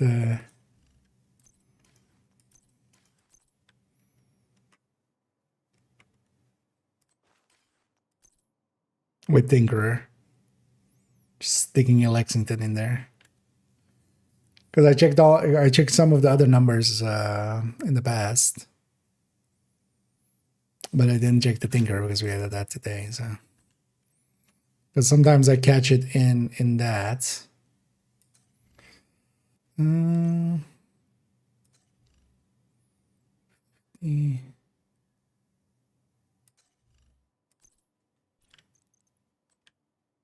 Well, oh wait, how does this land?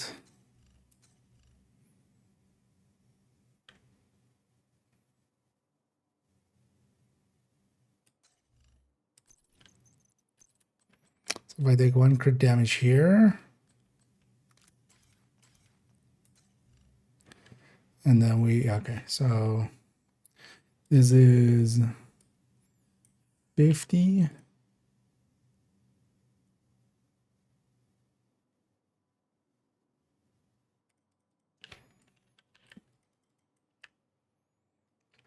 0.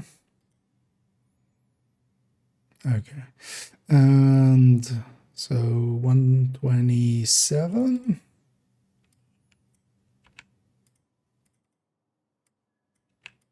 Yeah. Okay. Oh, yeah, let me get you here.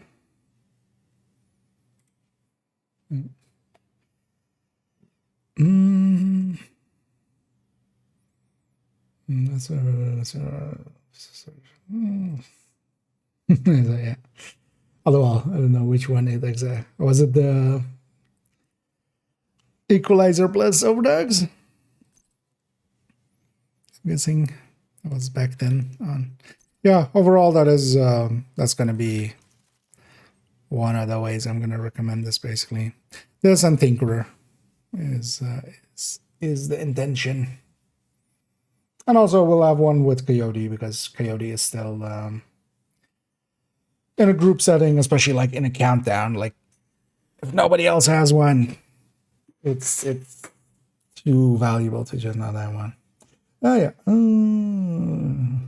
Well, I know doing pretty good. They're cowboy. Where was it? It's just what's sort of thinker. Yeah, basically. That's the word in my personal testing. No, and indeed, actually. So even here, because yeah, we're recording actually exactly kind of that video. To a degree that here, I actually a second ago also changed it to be from Equalizer plus Salvo as our companion piece to Equalizer plus Unit, just a unit piece as the two high ends, and then like it'll go into exotics after. But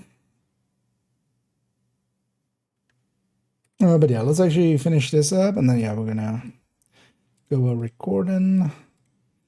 But here I made a choice out of laziness, but here I'm going like, you know what, let's not be lazy. But I put Lexington as like the base item. But then later on we added in Tinkerer. And that's not real. You can't have Tinkerer on that. Oh shit. Oh, this was just that. Okay. Yeah. So this is T.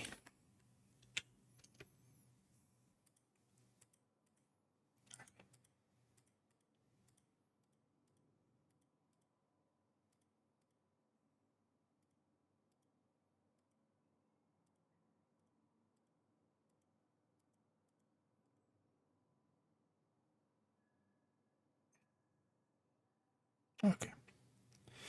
I almost forgot about that. Now this. So, because I don't want it to work with weapon balance.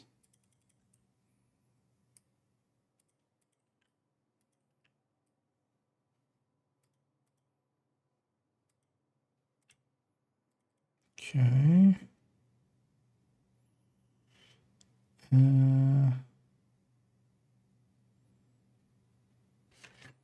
This needs to be 850.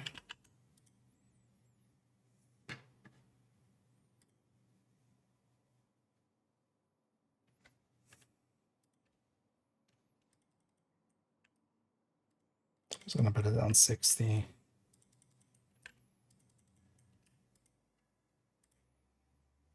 Okay.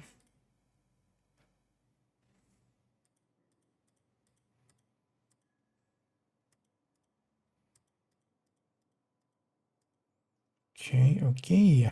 So that's that. And then this needs to be based on 850. So we just do this.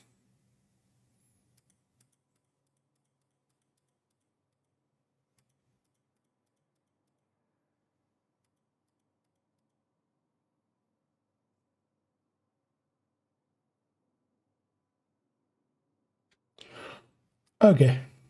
And this one.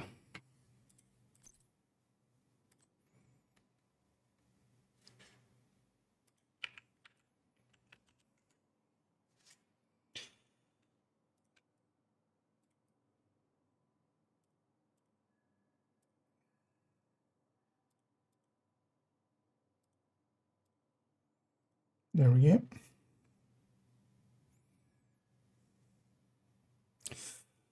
Something broke. What broke?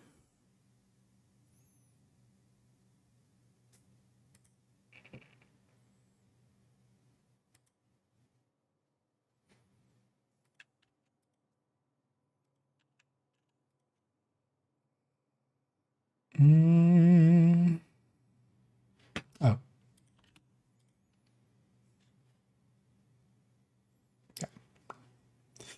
Actually, you know what? I need to buy a break before we record this section. Let me get your view for a second. Yeah. With dogs, indeed. Yeah. Yeah. Don't forget to spay and neuter and equalize your dogs.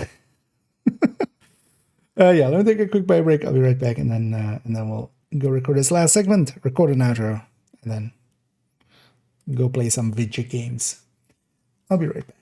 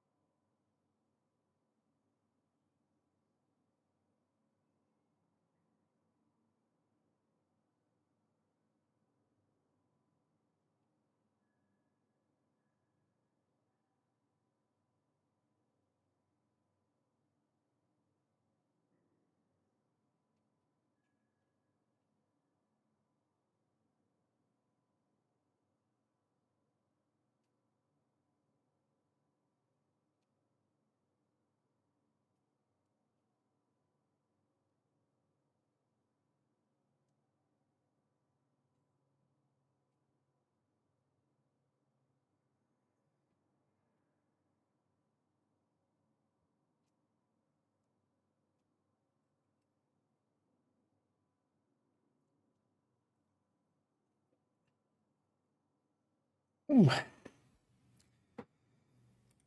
As yeah. Let's do this last one. We'll go back over here. Yeah. Yeah. So, and then Lexington as well. Yeah. And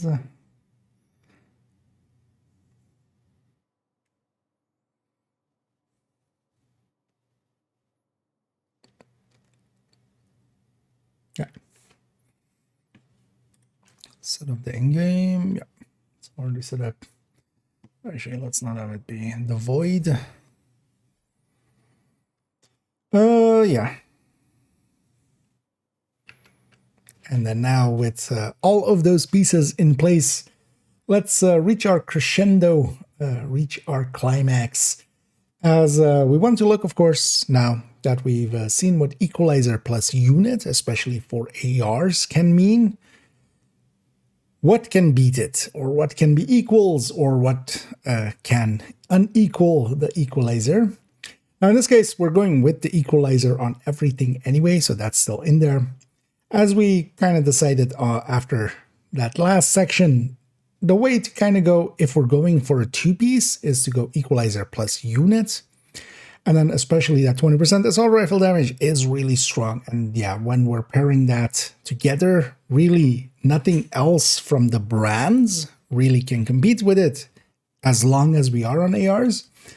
But that leaves then a big bunch of exotics as we can go through here. Build-wise here, we're actually taking as our main weapon FAMAS instead. And that's because we're going to introduce the Tinkerer as well into the mix.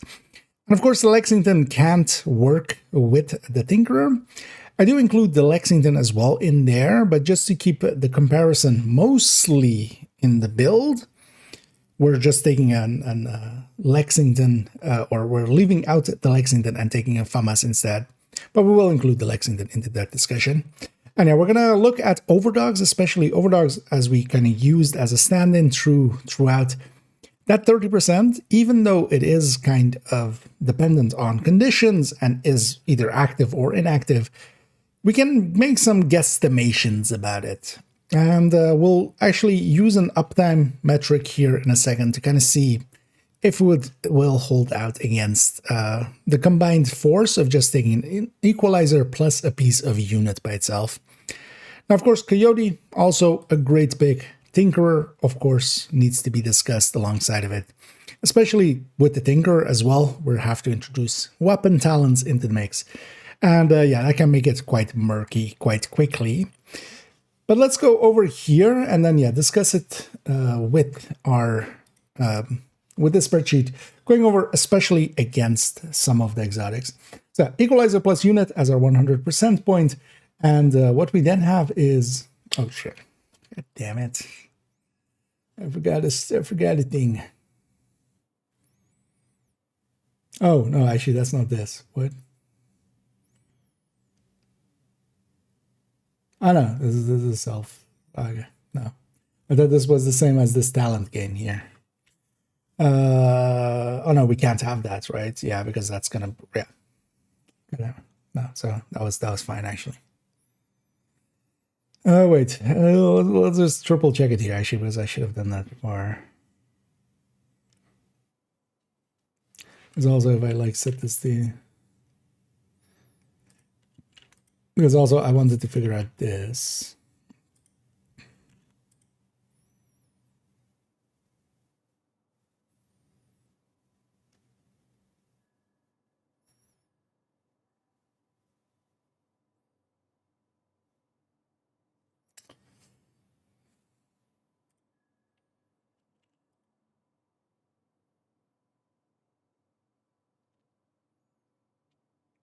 So 20, 26, okay. Yeah, that's kind of the thing as well with this is, that's kind of off the screen divert.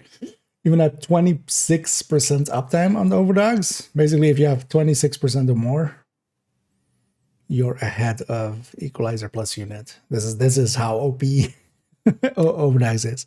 So is 1 in 5 shots landing on an active target, which outside of like in some like raids and stuff, you can make a case like, yeah, the raid boss or the incursion boss or the legendary boss isn't, so it's not worth it. But just in general play, like 25% uptime on, you know, the most common archetypes. Yeah. Oh, yeah, let's put that back to 100. Yeah, so take 78. We'll get her then. But that was actually not even like, because I thought this was broken because it with the rest of these at the start of it before I add in talents, it should be all 100%. So I was like, wait, this is broken. I even made it black to make it stand out for myself. That is not the same as those. And I still made the mistake. I predicted the mistake. I set something up to prevent the mistake, and then I still made the mistake. I'm special. Oh yeah, it's fine. Let's get her then. Yeah. And all of that brings us to this final multi-calculator for this video, where we'll pull everything together that we've learned so far and kind of bring it to a crescendo, to a climax. This will be our climax mission, or the first part at least, of Unit. As we discussed in the previous one, in the previous multi-calculator, the equalizer plus unit was kind of our pick. If we're going 2 pieces high-end, effectively, as long as we're running ARs, effectively nothing else really is competitive with it. Nothing is even really close. But that's, of course, 2 pieces high-end. There are exotics, and exotics, of course, can be quite a step above. Now, for general play, Overdogs is definitely my general pick nowadays. with even a decent amount of uptime, it can beat most other competition. And for general play, that uptime is actually pretty high. If you I've spent some time here and there kind of reviewing footage, kind of getting a feel for what the uptime is. It differs quite a lot because, especially for instance, Black Dusk and such, if you're doing a lot of legendaries, for instance, it can drop a little bit lower, but I would say a general uptime of around, well, at the very least 50%. My guesstimation is more towards a 60% uptime, even if you're not paying attention to it at all. And if you're paying attention to it a little bit more, you can actually push that up a little bit. Overdogs, though, has one failing in that, for instance, if we're doing, let's say, legendaries, and if we're going to UA, for instance, it is fine. The last enemy alive on the boss fight will be the boss, and it will be active against that. If we're doing Roosevelt, the Marauders that we want to kill quickly at the start, the Marauders are way high up on that list, and because of that, you won't be bonused against them until you basically kill everything else, and that's not the order of things you want to do it in. So situationally still, there is a case to be made against the Overdogs, but for general play, especially just doing activities and missions, Overdogs has become my go-to, and that's the main one we'll look at here. Of course, Coyote in two ranges here, in the 15 to 25 and the 0 to 15, kind of in the right range and the wrong range, as we've had it set up here. Then we'll also look at Exodus and Nimble, and Exodus and Nimble will be basically our stand-in for exotics. Both of these exotics basically not adding to damage, but they're adding to survivability in other ways. That way as well, we can use that as a baseline, and that's actually what this calculation on the right side is, these black numbers comparing against just the 100% point, basically being that Exodus and Nimble. We can kind of see what either the brand bonuses or the other exotics are above it. So for instance here, if the Overdogs is just active at 100%, 30% amp on it, of course, where it's 30% above. So, but of course, it's kind of handy to see that we have that brand bonus of just unit on top. We're gaining that 7% there, the second piece. So the 20% assault rifle damage we're putting in at 6 red cores, 30 grading. So basically the worst case scenario for it before talents come into play. Yeah, it is. That 20% basically becomes a 7.69% as we have there. And then we have also Bloody, special Bloodies in here, as it also will feed into, as it is total weapon damage. Even though it says it is weapon damage, it is actually total weapon damage, 25% of it when it is active. It is pretty consistent to activate it, and was one of our go-tos actually in the past, and still is for some content. And lastly, Tinkerer. And for Tinkerer as well, we're adding a second row of talents here. Also, actually, if we go to the build in-game, just to show it for a second, it is actually with a FAMAS, and that'll be our main weapon we'll be comparing with. Because we'll be taking in the Tinkerer, of course, cannot use named items, and the Lexington, of course, is a named item and excluded. So, just to keep it mostly a comparison of the build side of things, we're going all with a FAMAS, but I have still actually included an equalizer plus unit with Lexington, because of course with that we can go Lexington if we have one, and the Lexington is in most metrics a little bit better than the FAMAS. There is a reason why it is the go-to AR. But yeah, we'll be including effectively always the equalizer. We're keeping it to an Obliterate Striker. And then, yeah, what exotic can we put here and what metrics can we get out of it? Because especially with that Chest Striker, as we kind of saw, yeah, we can go, for instance, with Overdogs, especially. We can take a unit piece or a Cheska piece, but as we saw, the Cheska piece basically equivalent or better. And that means that the Chest Striker actually will still remain the domain of, for instance, Cheska plus an exotic, or going 2 pieces of unit, just the 2 just high-end pieces, not the names. If we go back to here, if we are looking at this Obliterate Striker, let's first discuss, Overdogs and its uptime. And here is actually one good way of talking about this, because as we saw, actually Equalizer plus unit, if we actually look at Coyote, actually maybe even first, because Coyote was one of our go-tos always. A very consistent piece, but you had basically the right range and the wrong range. If you are mostly in the right range, it was very much higher than most other pieces.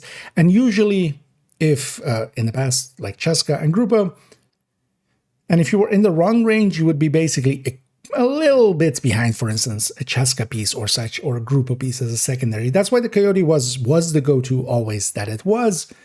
And we see here actually that Equalizer plus unit, the Coyote in the right range actually is ahead on burst. It is actually a tiny bit ahead as well on both burst and sustain here, a bit ahead.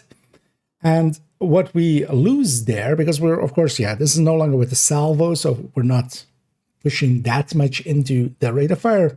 That helps it a little bit out to be a little bit closer. That's also why I went with the Equalizer plus unit, and also as we saw, the Equalizer plus unit, honestly, the better pick, as we don't give up that much in the damage per mag and in the sustained DPS end of things.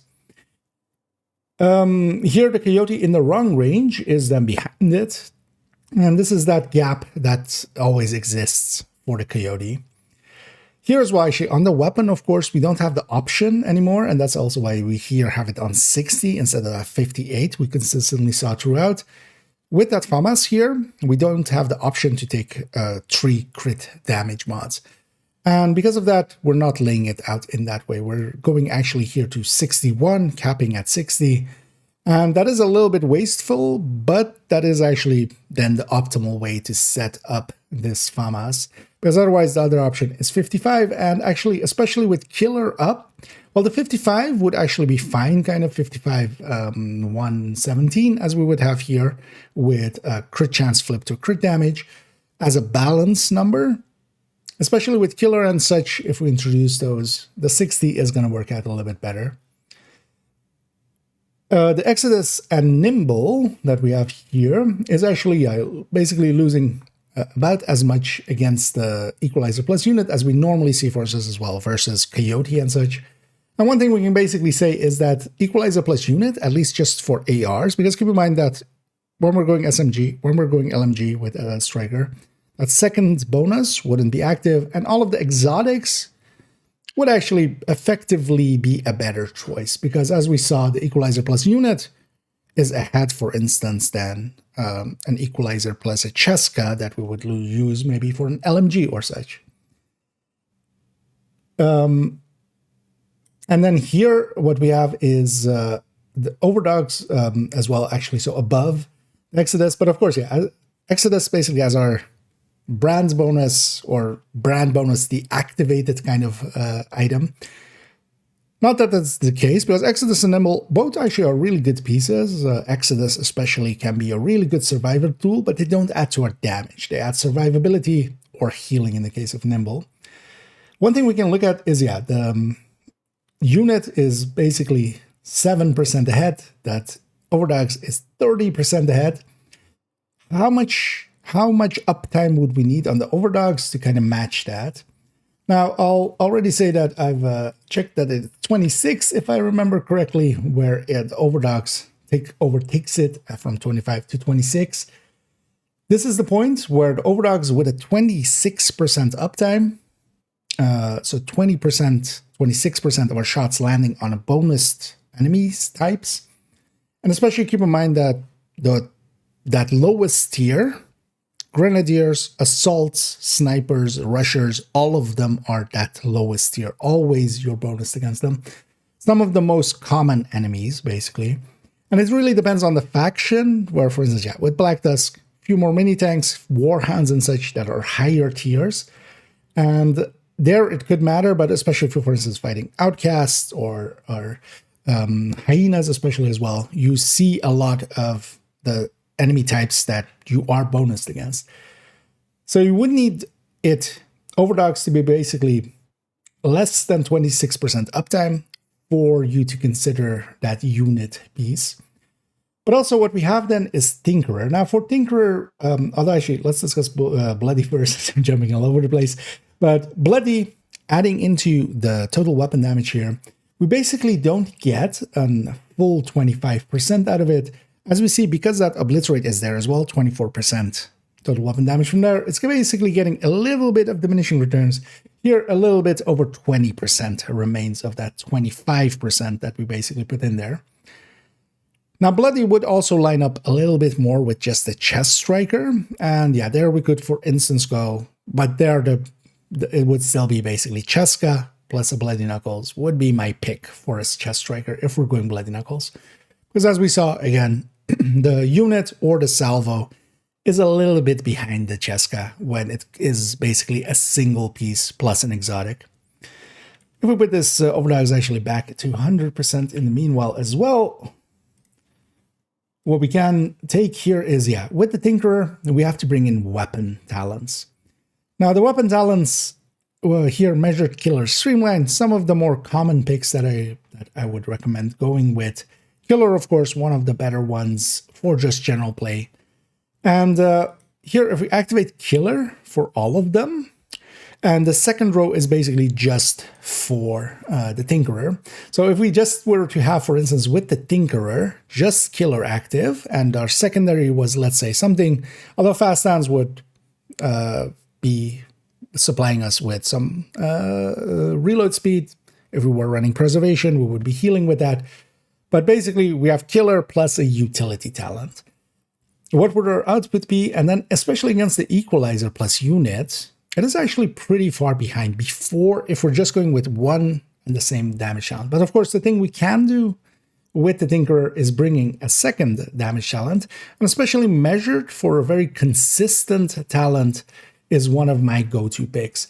Now, of course, that Measured as a secondary, we're also going as it with the second, as into that Tinkerer, because Killer, of course, has an activation rate. So if we're taking Measured, but then putting Killer on top, Killer isn't always active. Measured kind of is. We're averaging it out here to smear it basically over the whole magazine as an average number. The Tinkerer does beat out our Equalizer plus unit. Equalizer plus Tinkerer beats that out by a little bit on here with the Measured on top with the burst. Our sustain is actually a little bit below. This is the higher RPM that we get a little overall with the Measured. And our sustain is also just a little bit above. But yeah, a little over 2.5% with our metrics that we have here, 20% headshot rate. That's decent enough that I would pick, if we're going with Killer first, Measure as a second talent. Tinkerer is definitely still competitive to this, but then also this would mean that Equalizer plus Tinkerer, if we're going for an LMG, if we're going for an SMG, definitely still a pick. But then, yeah, the Overdogs here with it just being active 100% of the time, way ahead of everybody else. And this is the main reason that, yeah, Overdogs has become kind of the general use meta item that we have.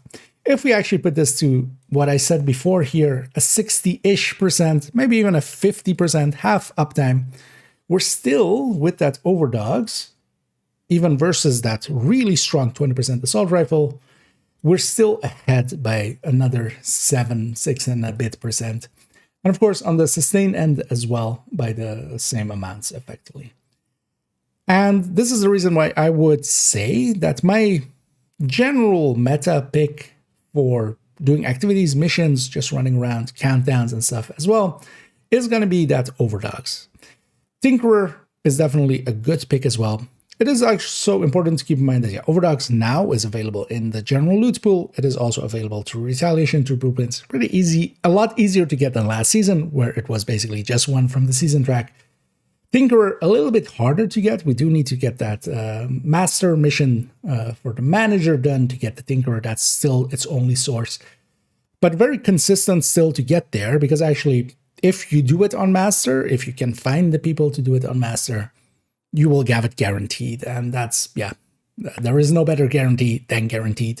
But yeah, you do need to go through a somewhat difficult mission, but it's not also, with a decent enough team, pretty easy. But that Tinkerer would still be ahead. But as a just general nothing on top, that Equalizer plus unit is actually really strong, as long, again, as it is an AR. Now, actually, here we can kind of see, but this is mostly done showcasing the difference between a FAMAS and a Lexington. But especially if you have a Lexington, you can't go Tinkerer. But you can go with for instance here, equalizer plus just the unit, or equalizer plus the overdogs. For the places that the overdogs doesn't work out, I would maybe keep a unit piece as just a glove extra. And that's likely what I'm going to do. I'm going to likely save the builds actually even with equalizer plus unit, if it is an obliterate striker. And then I can always put in an overdogs for the places it works out well. And if that doesn't work out, I'll swap it out for a unit. Tinkerer, though, still also has a place in my heart, especially for killer plus fast hands. And even though, as we saw, if we give up that second damage talent on it, it drops quite a bit below, especially as well in the past, even the Coyote and such. And yeah, the Tinkerer then, though, is still, with fast hands, killer fast hands combo. I really enjoy that a lot as it helps me stay upright a lot more consistently. Coyote should also still be considered, especially in group settings. One Coyote in a team is definitely worth it at the very least. So from time to time, it is handy to kind of keep an eye on your buff bar. If you are in a group, then Coyote. But Coyote is no longer the go-to even solo. But yeah, overall, this lays out that, yeah, the equalizer is definitely the big winner. And some of the exotics can compete with the combo as long as it's an AR. But especially as well, if we're not looking at ARs, yeah, the exotics kind of have the pick there, because especially they're also so much bigger than, of course, Cheska, because unit already was so much bigger than equalizer plus Cheska. So yeah, let's take it to a conclusion. I got rambly, and also somewhere along the line, I forgot how to swallow spit. Wait, that was 17? Okay, that got super rambly.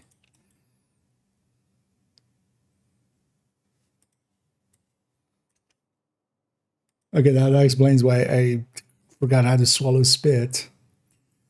But honestly, yeah, that's also the crescendo, right?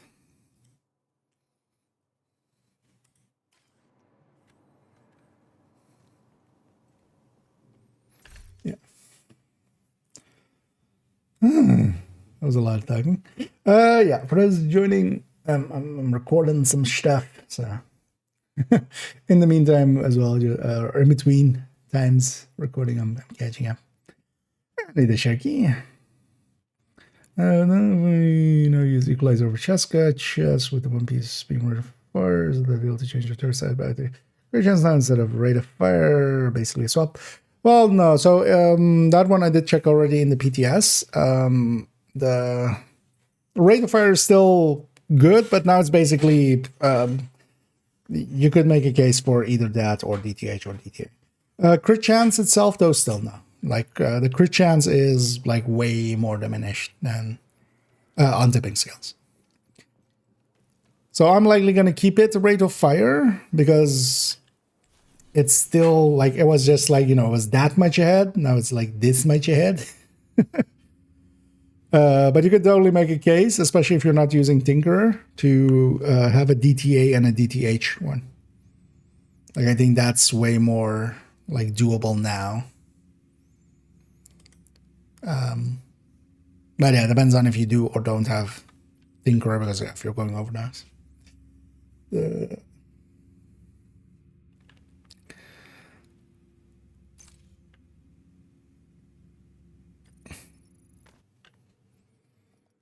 Oh, and thank you so much, Rob, for the kindness there.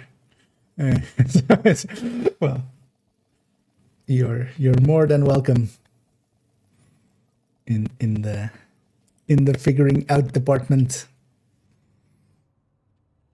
and I quite enjoy as well just deep diving into this stuff.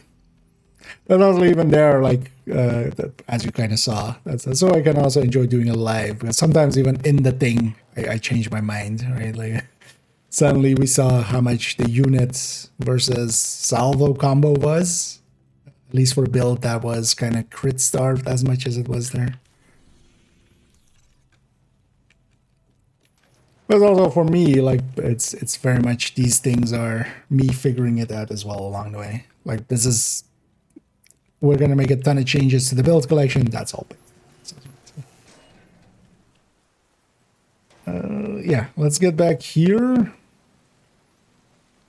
where it all started. This video. Actually, wait. So how long was it?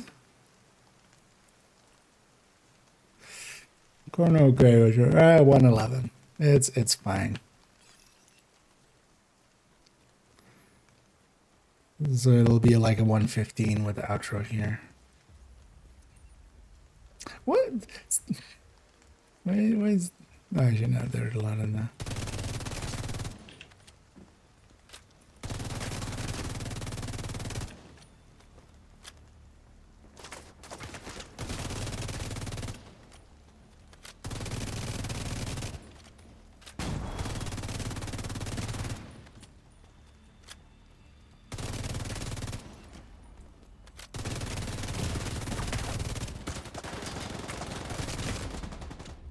You bastards.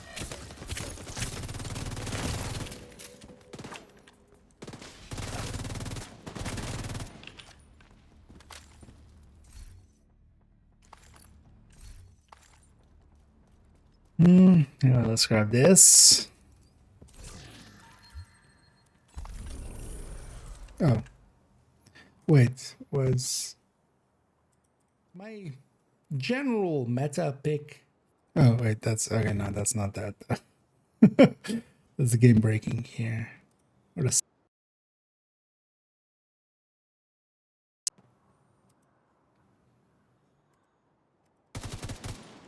Okay, that's fine. Wait, is this fine? These missions just running around, countdowns and stuff as well, is gonna be that... Okay. Saying there was like, shit, was the sound broken earlier? Although that's, yeah, that was the playback sound. That wasn't me being out of sync.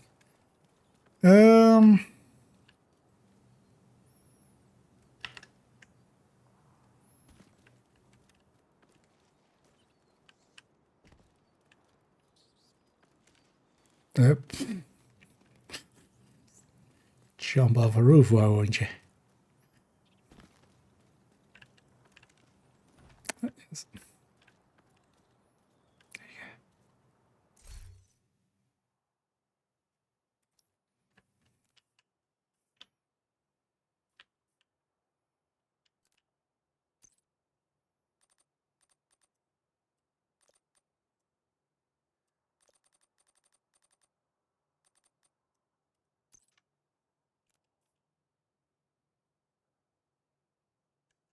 Yeah.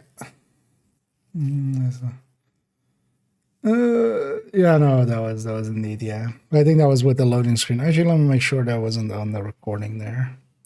That wasn't on that when I was recording, right? That was, I think, after the loading screen there. Handy to kind of keep an eye. And if that doesn't work out, I'll swap it out for a unit. A Tinker that stands, OD should at least. So from time to time, it is definitely the pick there, because especially...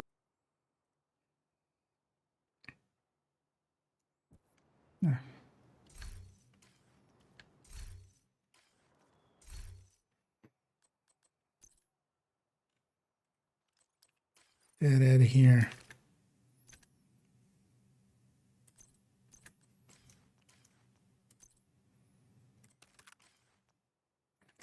Oh, yeah. Let me get you. So there's much of that. Oh, yeah, yeah.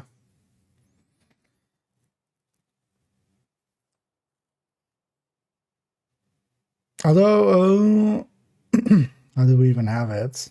It's actually how we can have a peek. Because I had it in the BTS already. Because what did we land with?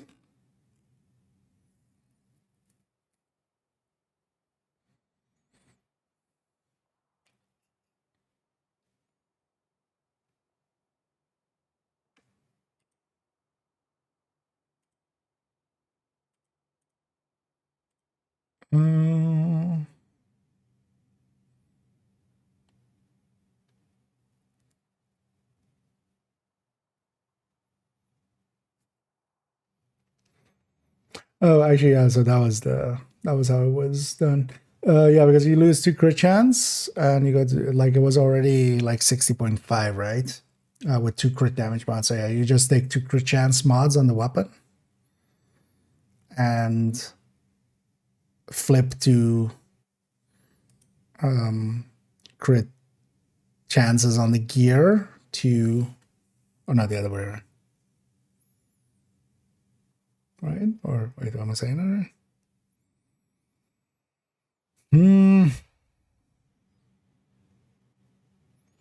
Wait, this doesn't make sense.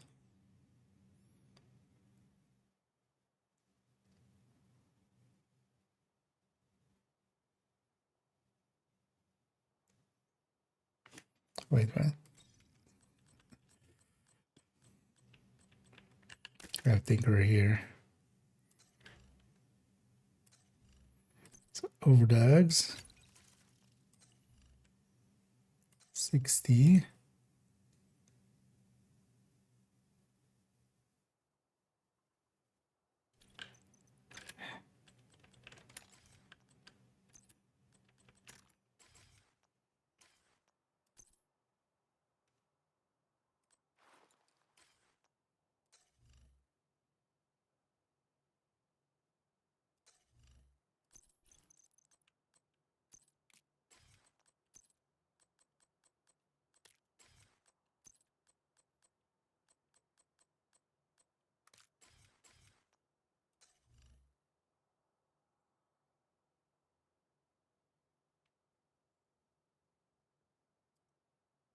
Oh, that's 93. Oh, okay.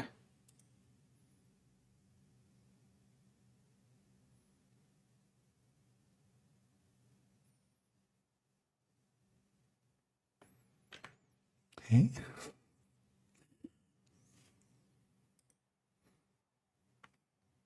How did we set it up?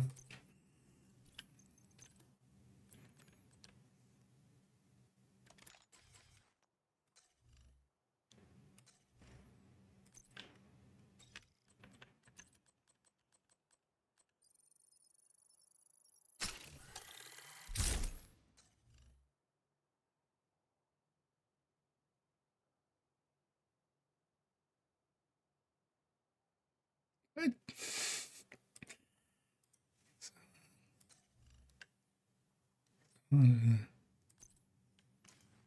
Eh.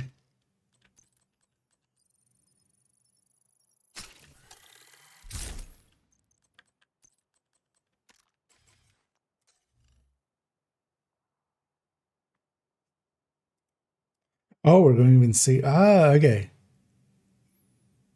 We're going even 62, yeah. So we're taking 2 crit chance mods and going 62 even.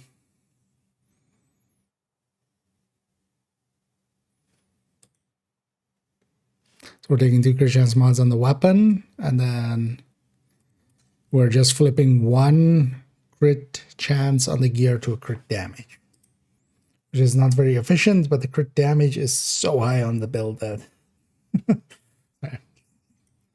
I know.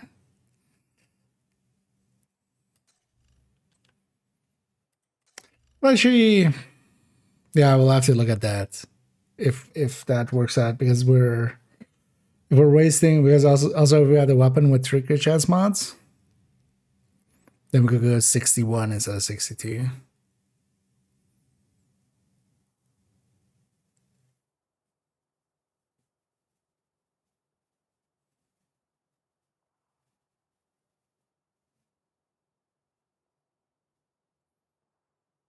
Plus we land on.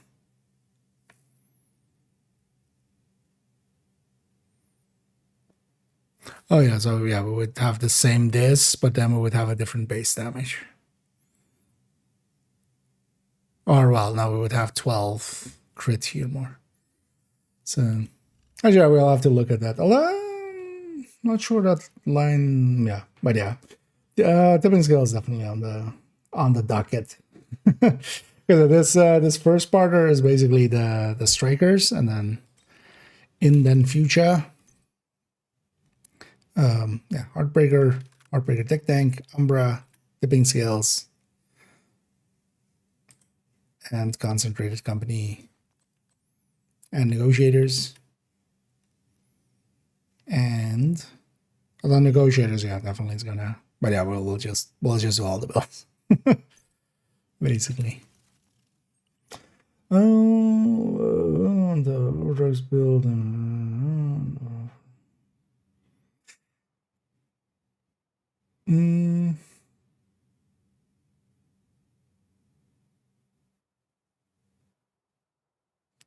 Five. Yeah, I need to play around. It depends on how it's laid out, right?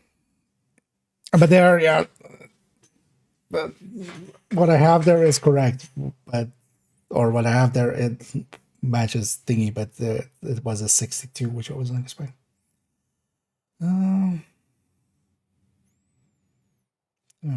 Oh wait, what do you? Wait, how are you hitting on 0.95? Because the thing we were discussing there was tipping skills with the LMG with. Oh, actually, the LMG doesn't have crit chance as a third stat there, right? That's where my brain was skipping. I was like, oh yeah, that makes sense. The one place, of course, where we don't have that, yeah. Oh, okay, but I mean that's yeah.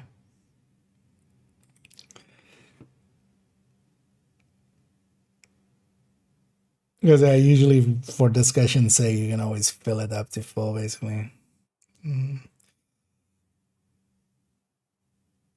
With tipping skills, we'll have to look into it, because it might be worth it to go to a 3-mod weapon. But also, one crit chance wouldn't make that difference, I think. But yeah, well, I mean, tipping skill, although it's not the area, but we'll look at it separately. Because it really depends, because it might be better to move to a 3-mod weapon.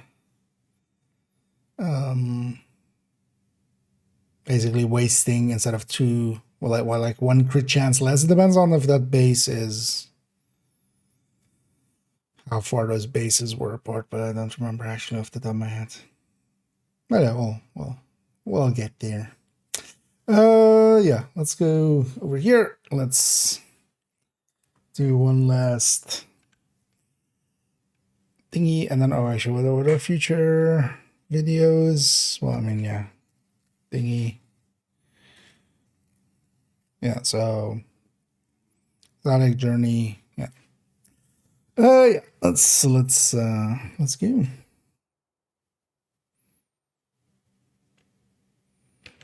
And all that brings us to the conclusion of this first part of a 2-parter. As yeah, Striker by itself was this much to go over. And yeah, definitely unit is very much it's a weird looking unit chest. I loaded the build, of course, and forgot to record. I look over and try to like read this, sight read this, and just fail miserably. Yeah. And all that brings us to the conclusion of this first part of a 2-parter looking into unit alloys. Of course, here we really needed to go over a lot of ways that, for instance, it could affect Striker, one of the grander builds of the game. In the second part, yeah, we'll go into depths into Heartbreaker, tipping scales, Umbra, some of the other gear sets that are well worth running, Hunter's Fury as well. And look how we should look at them and set them up. But especially in this part, we took the bases and put it, we built our castles already a little bit. We just need to furnish them, because a lot of the concepts that we've set up here, I won't reiterate in the second part, and we'll just go over what are some of the more optimal setups to go with and how they land. As that will also be my way of figuring out how I want to change the build collection. As at the core of all of these in-depth looks is always, what will that mean for my own builds, and yeah, hopefully as well for others. But unit, we can definitely conclude, is on the first brand piece equivalent effectively to a lot of the other brand pieces that are already around. It is a little bit behind Cheska, for instance, but yeah, that can differ depending on the crit chance, crit damage of the build. And then that second bonus, that assault rifle for the 2-piece, is actually extremely strong and honestly only gets surpassed by exotics. And that's actually the thing nowadays. There are several exotics like the Overdogs that are exceptionally large, at 30% that is active quite often, when even we put it to, let's say, 50% uptime, it still does do more than a lot of other pieces can. And of course as well, Tinkerer, always a good contender into the mix as well, especially with 2 good damage talents. And that is, I think, the way to look at unit, especially for Striker. Conclusions-wise, for me, I'm going to set up especially, well, first of all Obliterate Strikers are going to be with Equalizer. There is no equal, and yeah, I do hope that actually there isn't some future where the building them up to bring them down turns out to be an actual, a thing that the devs suddenly do. From a perspective of balance, this is definitely a little bit of power creep, but this is also a little bit. I feel actually the Overdogs was more power creep, and then, for instance, some of the modifiers, like last season's one, was extremely power creepy. This one, though, yeah, it will definitely go everywhere where Obliterate will go. That conclusion kind of already we can make, even for other builds like Hunter's Fury, like Negotiators, and other places as well. And yeah, that one kind of stands. The Salvo is actually, in some builds, especially here on Striker, not the way to go. And that's actually, I think, what the baseline for me will become. I'll take an Equalizer for an Obliterate Striker. I'll pair that actually with a glove, unit glove. And that way as well, it can go into the glove slot and I can directly replace it with the Overdogs. And of course, as always, I'll grab myself as well a Striker glove so that I can have actually all of the pieces as required to, for instance, also go to Tinkerer, because I think, though, with the unit and with an Overdogs, you can kind of cover the moments that Overdogs won't be well worth it. And some places, though, it is still, for me, I quite enjoyed, for instance, taking Tinkerer and then taking, we would have to drop down from Lexington, and it's definitely a drop down to go from that to, for instance, an FAMAS here with a Cetar alongside of it. And especially this killer fast hands combo is one that I really do lean towards with Tinkerer. But I think just having a unit glove and an Overdogs will cover most of the situations you would need. But that is true only if you are running ARs.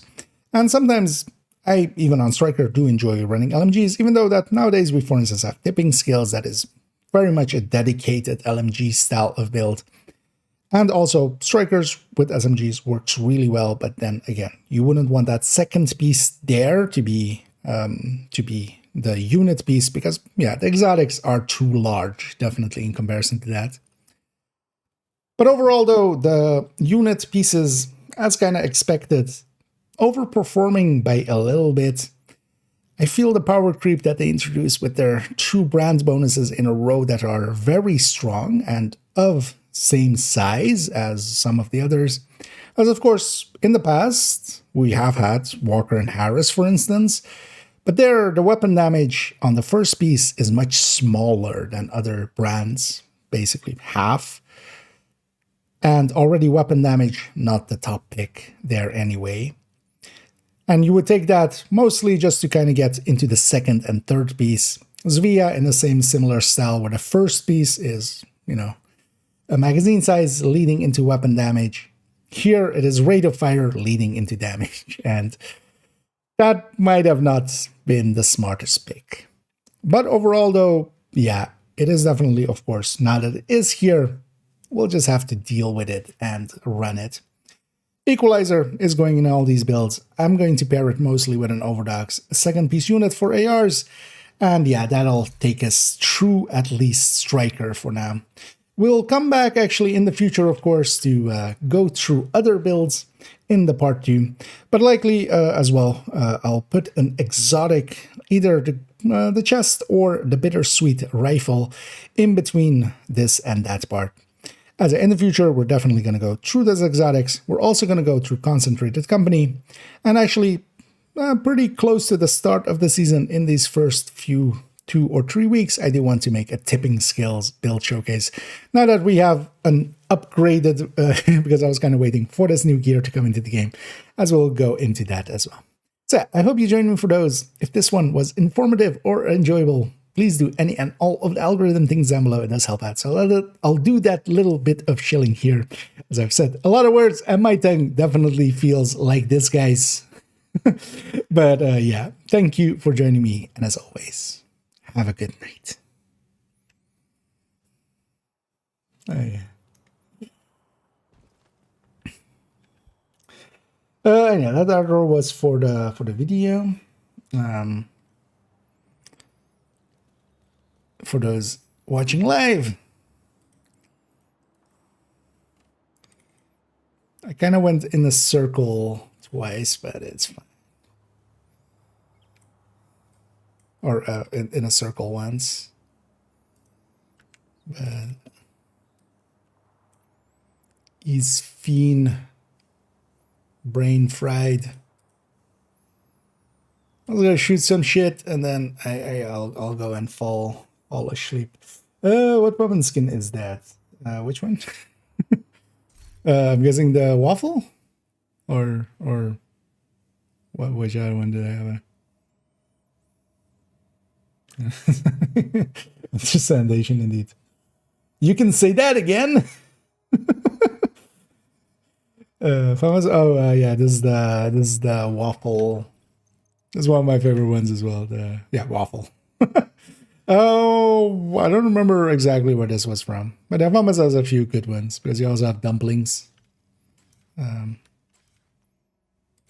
Where there are some dumpling trucks around that are basically the same, like, branding.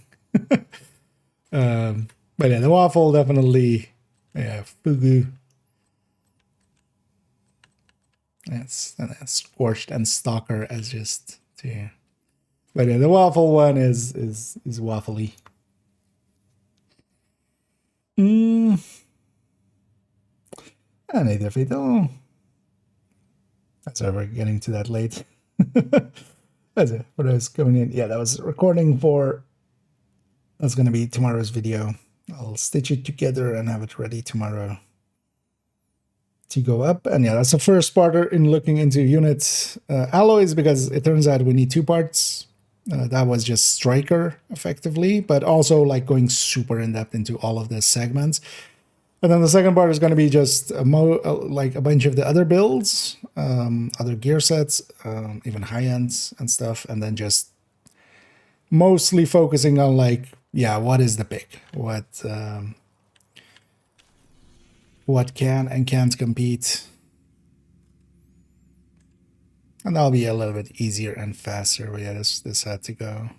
I mean, it's an in-depth look. Judge on the tin what it is. Yeah, let's go back to Dici. Medici. I'm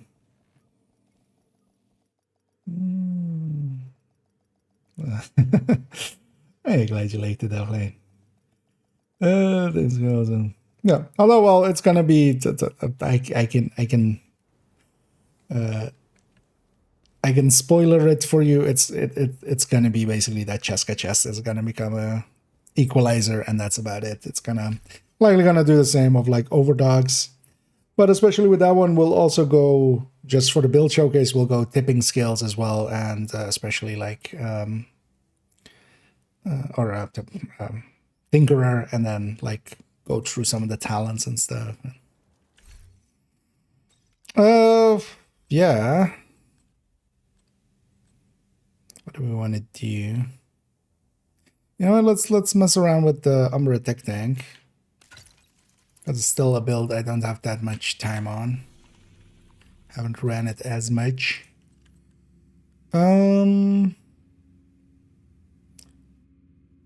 Mission and name True Sons. That's all I need for my weekly. So that sounds like the perfect Lincoln. But what do I have here? Here, I mean. Oh, actually, let's go do this one. I'll do one activity there for an exotic component, sure. So, yeah, there's been a bunch of good skins on a lot of weapons. I wish they would actually make it so that some like they could likely take some of those skins and make them a little bit more universal pretty easily. But yeah, for instance, as well, some of the weapons we don't use so much, but they still have pretty like decent skins.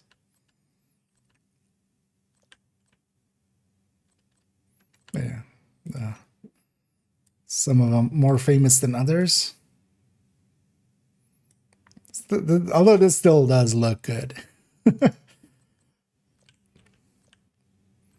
I was considering actually at some point just buying the few that I'm still missing, because for the rest I have basically all of the skins, and then just going through them one by one as just a separate video. I think that would actually even do likely well. But it's too bad that some of the weapons we don't use as much nowadays. Like I haven't used an AK in forever. Or TKB. Oh yeah, this thing. It's also, so a lot of these were from season tracks. This season and last season, they definitely didn't. When is the last time we had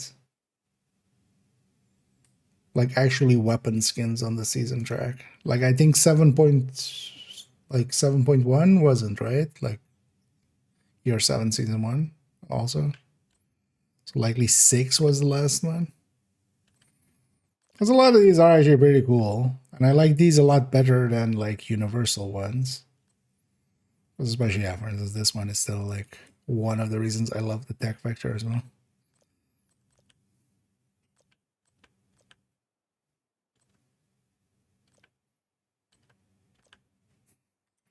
And it's bad we don't run M4 that much anymore.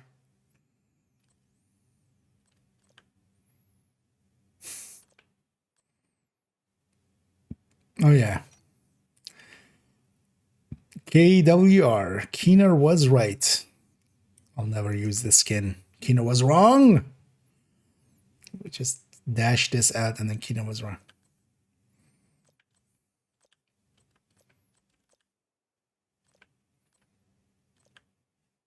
Yeah, too bad we don't use PDRs. But I do like this skin as well. It's very regal.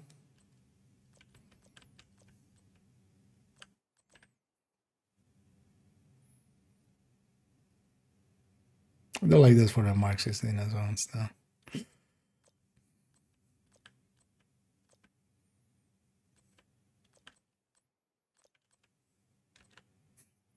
Oh yeah, stage left as a as its own.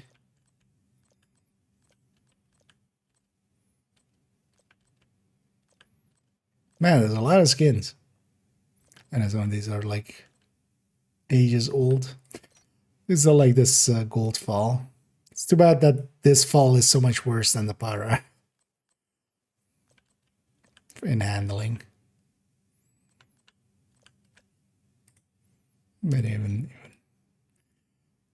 because I feel like transferring this to other weapons wouldn't be that hard, right? Like it isn't just a flat texture, but you could likely make it. It wouldn't take too much modeling. I just was looking. Wait, where's the? What is this? So also, for instance, this is still one of my favorites always. Just the flowers. Not much the pink or anything, but just it does look cool. Yeah.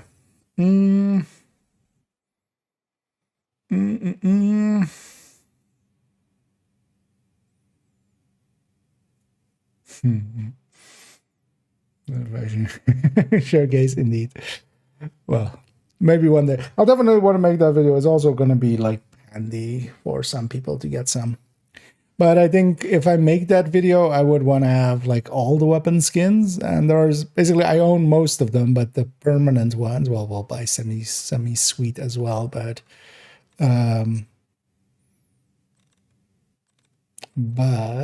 yeah, there's like, I don't know, actually, it's just, although this is, I mean, I say that, but this is like, you know, 25, 28 bucks still of skins here, of weapons that I'm like never gonna use. There's also even this one that's kind of cool. There's a cooler one that I already have. M249. Oh yeah, let me catch up actually. One is a pistolero. What was besides goodness spec can you use to get more ammo? Especially OD is a good way for just general builds, or well, general weapons, to kind of being able to just use general weapons. Otherwise, using headhunting builds is a good way as well. Either you go pistol style or you go MMR or rifle. And then especially with MMR and rifle, as long as you kind of stay in cover a little bit, you can generate MMR and rifle only ammo for those while being sharpshooter. And yeah, pistols bypass it. So for instance, as well, the pistol, like the reason I have that pistol tech tank, this is for 5 directives either way. And then the other is really OD, where you basically generate special ammo. Is that it again? Although, well, that's just exotic, like div, like level or stuff. But there's these two.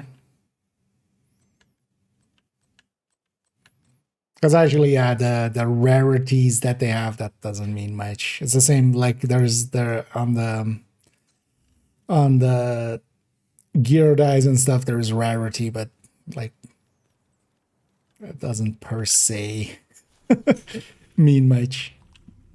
Yeah, let's go shoot something in the stupid faces.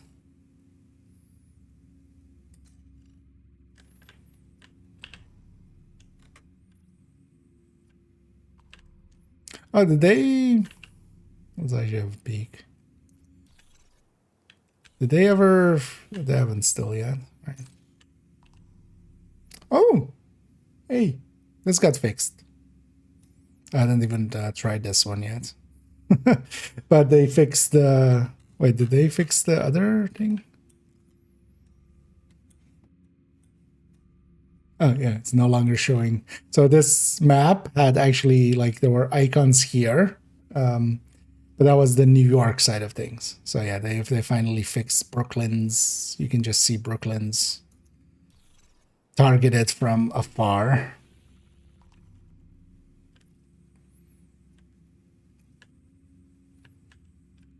Just go somewhere. Who cares? Let's just go here. Let's go get some bounties.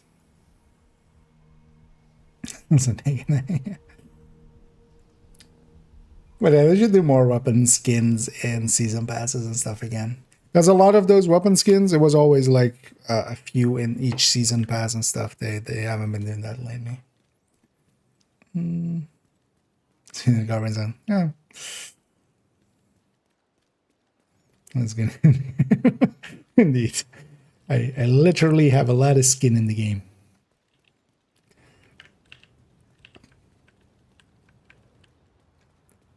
I have a lot of monies in the games.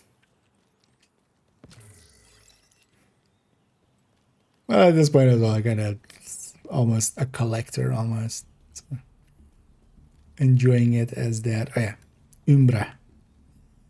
I'm a charge of my laser. I know this is an Umbra tech tank. This will likely go into the build collection actually. It's already replaced the high-end tech tank that existed in the slot. Yeah, it's gonna replace it in the build collection too. This was a build I had in the past as well, but yeah, they buffed Umbra.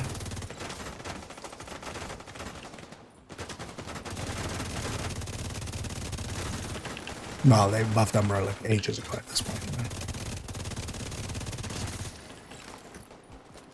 Oh, the modifier is fully off, isn't it?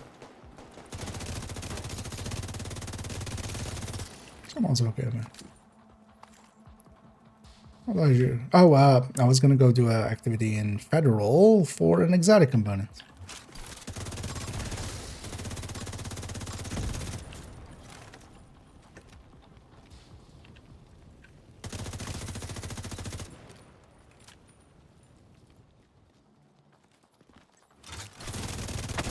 I don't mind this at all. Its cadence is a little weird, but... And I think the Heartbreaker Tech Tank and Striker Tech Tank are objectively better, but...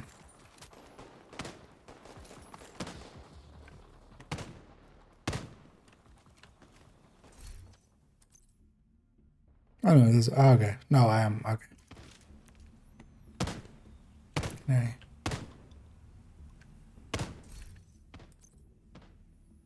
Can I not recruit you in combat? Yeah, and this character hasn't recruited everything. But in this one, actually, I wanna do it with the open world and stuff and see, like, is it actually? Because also, I don't think it's actually that hard, right?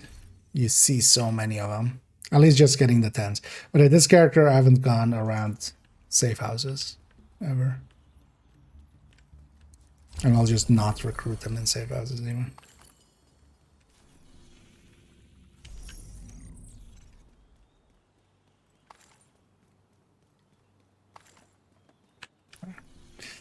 Oh, yeah, Federal.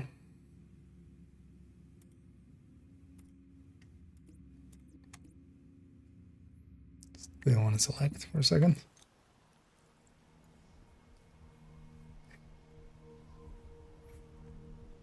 Because as additions, I think it's just going to be... Because the more I've thought about... Why does it do... Why does it show me all the blue, all the bunnies? I was kind of looking at it again with concentrated company and then tech tanking it. I might still go for a third drone hybrid with it. But I don't think that even that would work. But yeah, I've given up on thinking about a tech tank with it. Especially if we're going tech tank and an artificer plus shield, like that's not gonna work. Yeah, and yeah, I'm fine with them killing it. I don't want the bounty anyway here.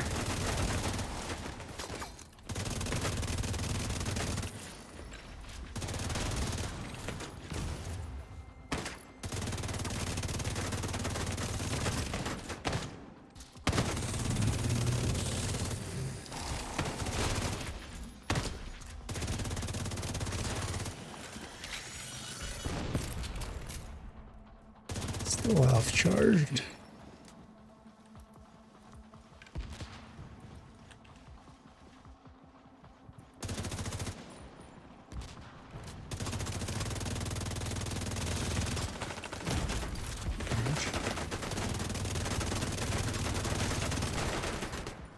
That's a lot of damage.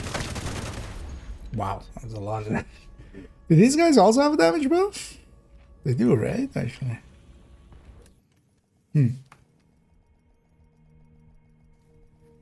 Oh, Manta wasn't per se charged or anything, but did those guys also?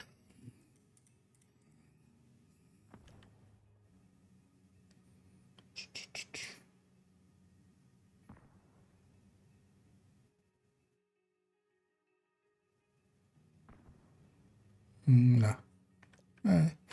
Or well, this guy gives them damage, right? How much is this guy here?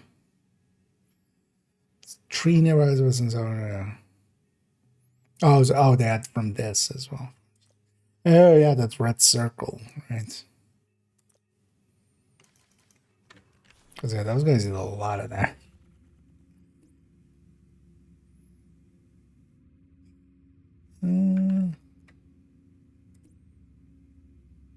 Oh, we didn't fill the thing. Honestly, I don't want to fight Black Tusk if I can avoid them. Why nothing spell? And also, yeah, territory preferably.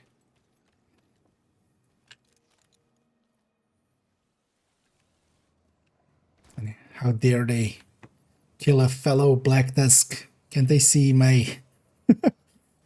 Well, actually, in reality, this will be a war crime. Or, well, we're not at war, but...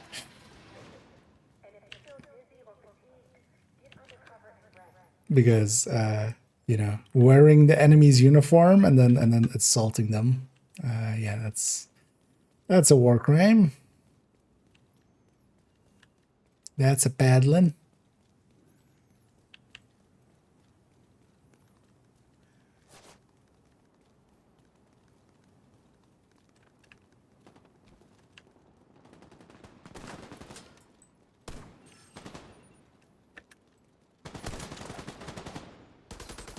No need to see me. Haha, I'm charged.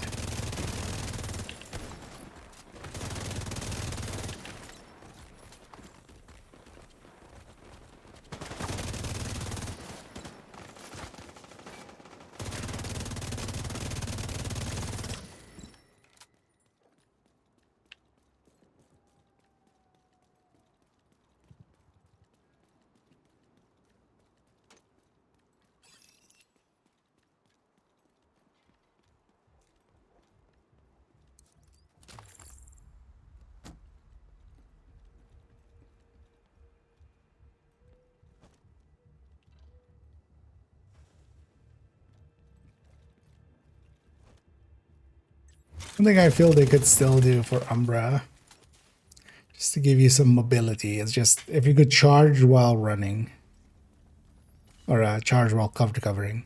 No. Running would be a bit too good, but if like you would cover to cover and then still charge up, then at least you can kind of like have mobility. Because I mean, you just wait, even if it is 5 seconds, it just feels so much longer than. Wait, did you go up? Where are you?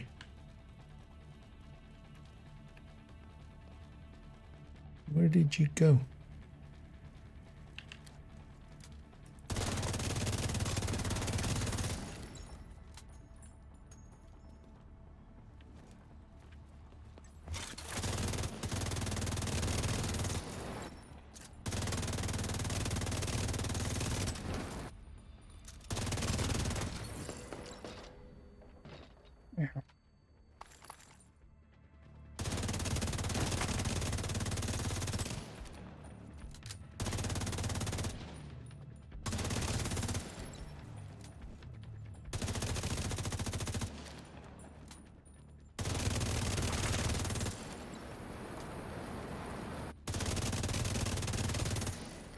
Okay.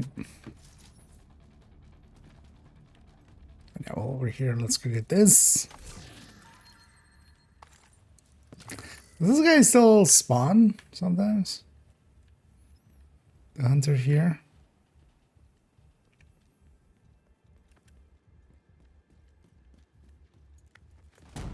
Oh, well, stalker hunter, not full-on hunter.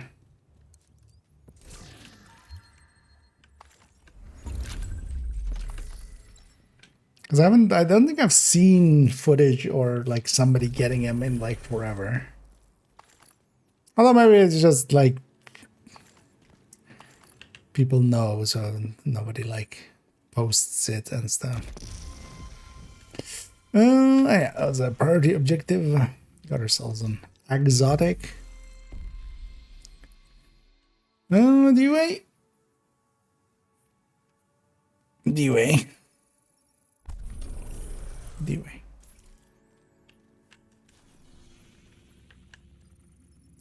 Let's go BDUA.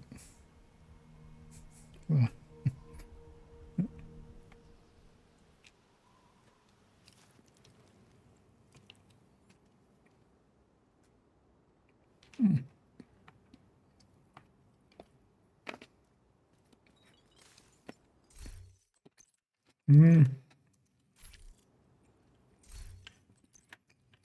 Just wanted to see if Pistolero turns on.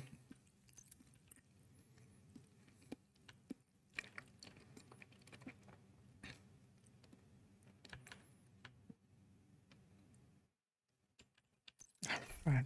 I don't care about XP. You know what? Let's take tagline.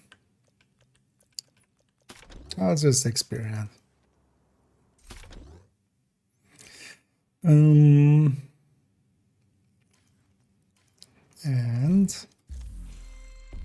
I need to do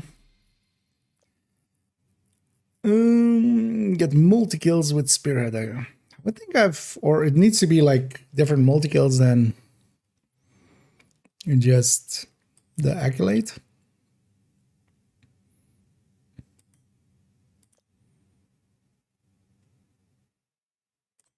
I know, so let's try to get this guy revived. So run at the enemy. Companion abilities. Wait, how is this not... Well, how can I have 4 turret kills and not have counted for this?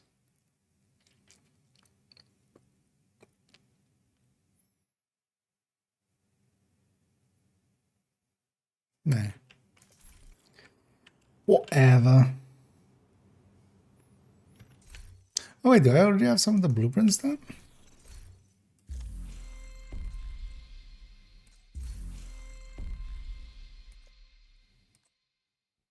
Oh, you do have to claim them for this.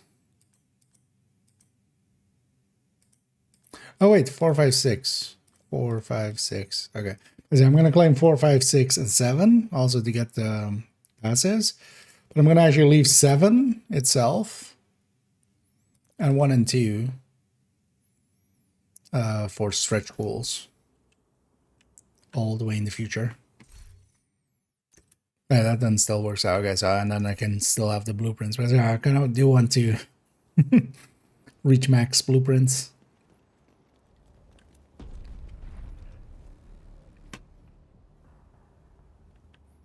He's charging his Umbra too.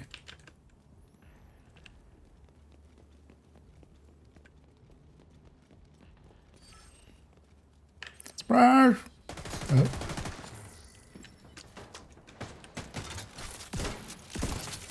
Swap.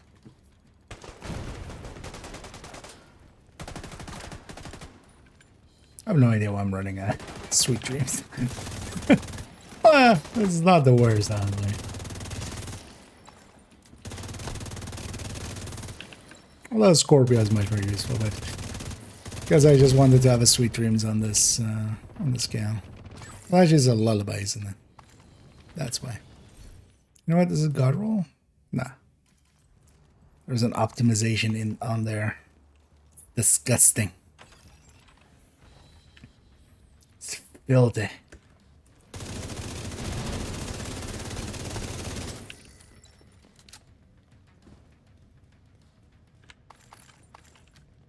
Why am I not running killer here? Especially Umbra's killer activation rate is killer.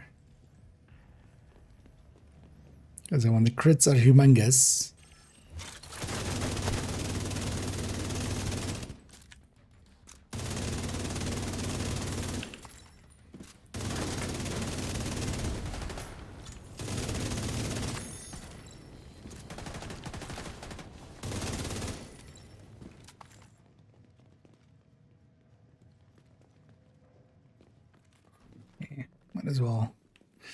Might as well be a loot goblin.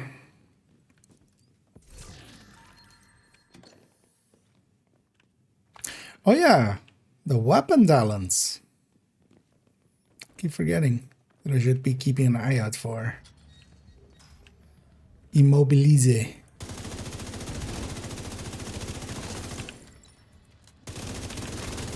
Just add it to the library.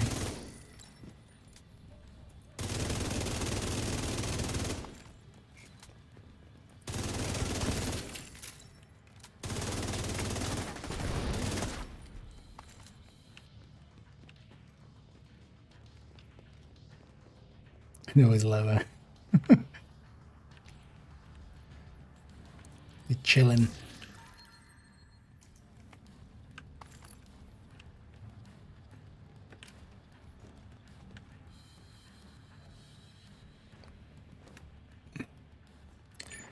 Fire your rocket launcher! You missed! You suck!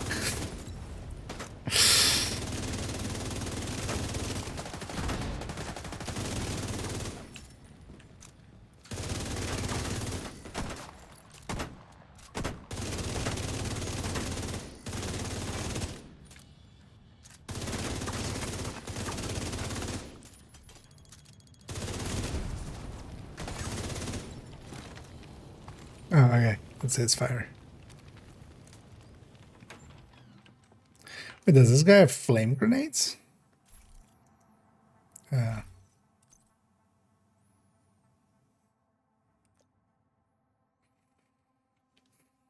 Carries and throws incendiary grenades. We don't have really any control over that, do we? But fire grenades could still be... Like, fire grenades is like a lot of... Even... As long as it's kind of thrown in the general vicinity of an enemy. Some can have some decent CC effect.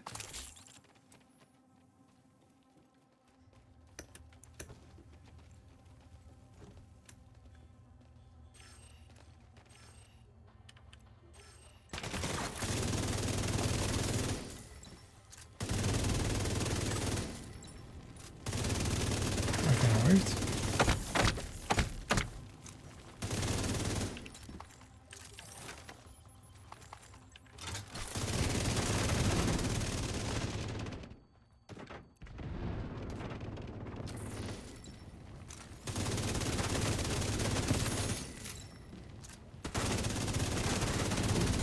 Just face tanking people.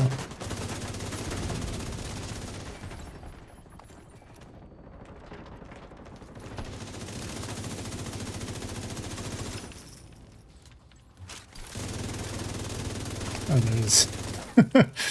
You can disorient them. Oh. Wait, there is friendly fire on that?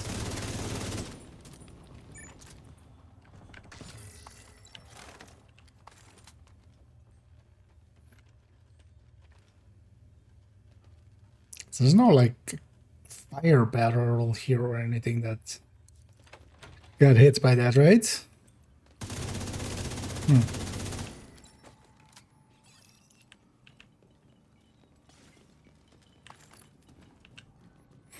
And let's restore power.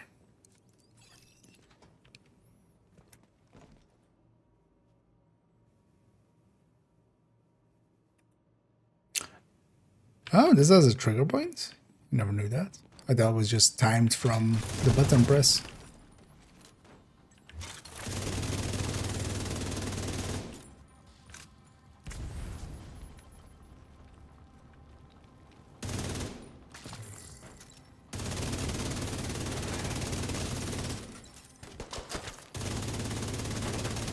Because usually we just press the button and then run out.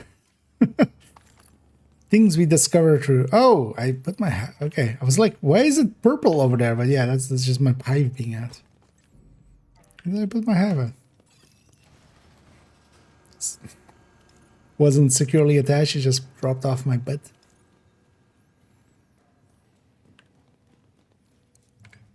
Well, I gotta just hit my scroll wheel or something.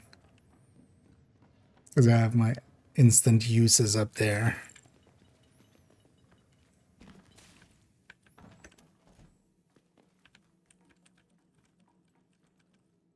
Wiggling should also give you more stacks on number.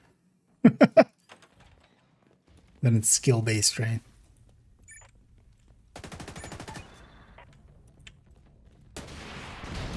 You missed. Get somebody else, but you missed.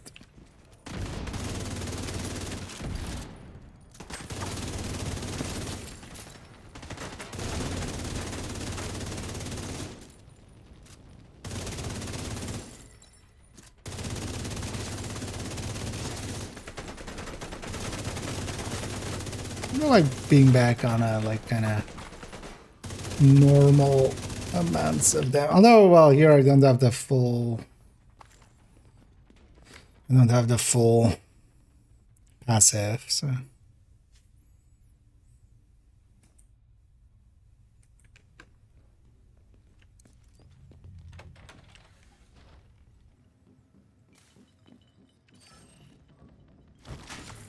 And you can kill that one without actually aggroing their ass. And then we can really see this guy flip the table. Flip it. Flip it. Right here we can kill him. The table flips itself. It's one of those self-flipping tables. Is those lights always here? Yes, they were like there.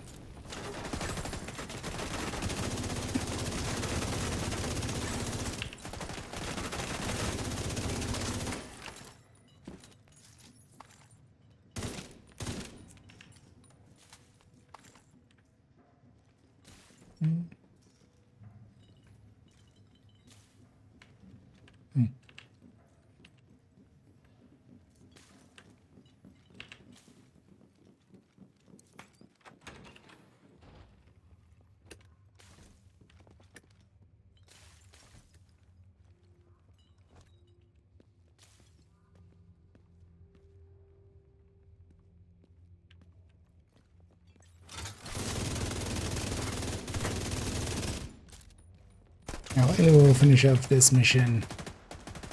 That'll be it for me for today. And tomorrow I can, in the afternoon, after doing some work stuffs, I'll stitch together that video, upload it, thumbnail it, timestamp it, description it.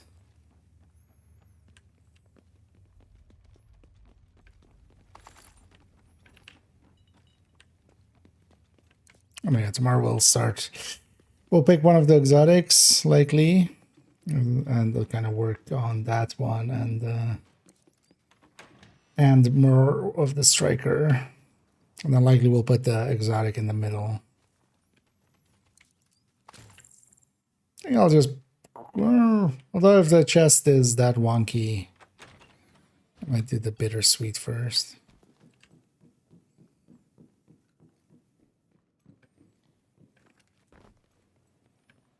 Buttersweet.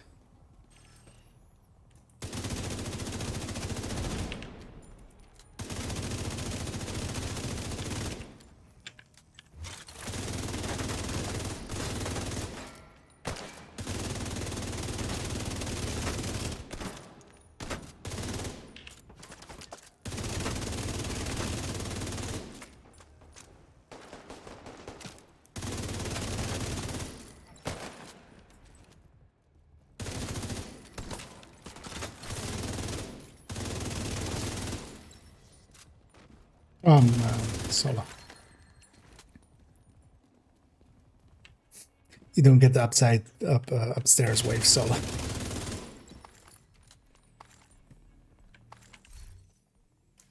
Wait, I'm really solo. Where's my dude? Wait, did the mutineer against me at 2? I mean, I can call him in. I see there. What a dick. It's like, I left Anderson for this. Screw it. I'm out. This guy's just sitting covered all. Just building stacks. Yeah.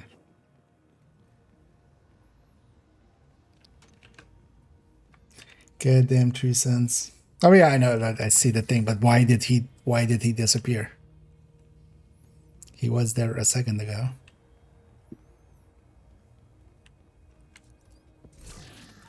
I mean, I'm going to call him in the next room.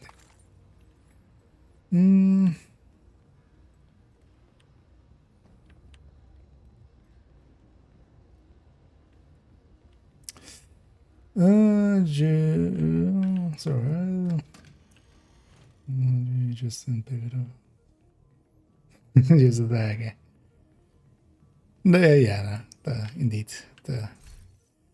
You do want one of these? Because that was the thing, right? You didn't have any quick steps. Well, as the name implies, yeah. It makes you step a quick.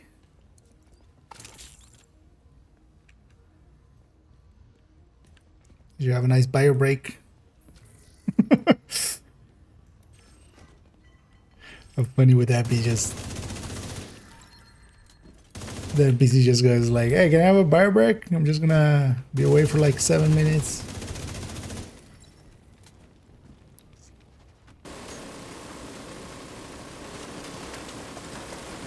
Charging my laser. You know, just blow up the barrels instead of wasting a bajillion rounds on the car.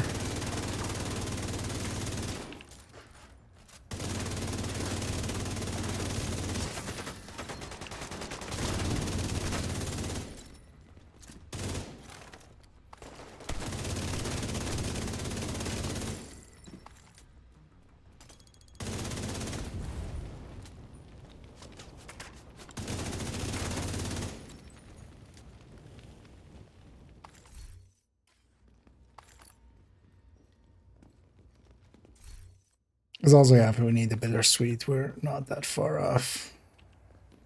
So we could go bittersweet.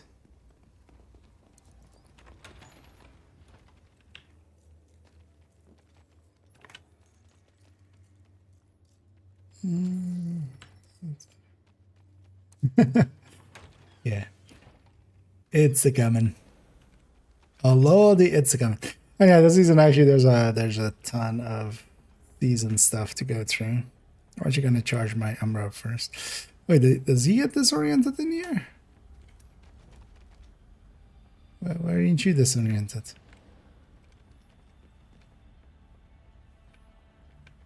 At least in solidarity.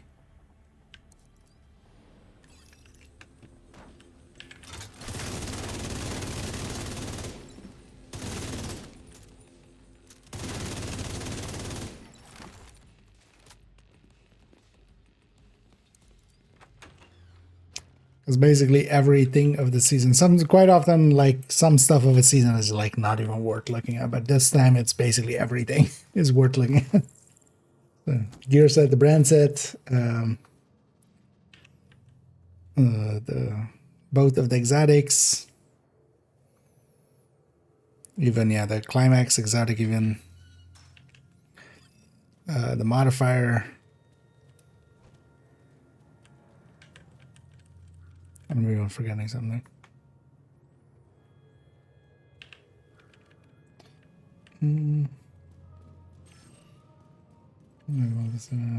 All of them. Oh yeah. Although, well, there's always one there. Just one part of it. Indeed. I kind of like the more tame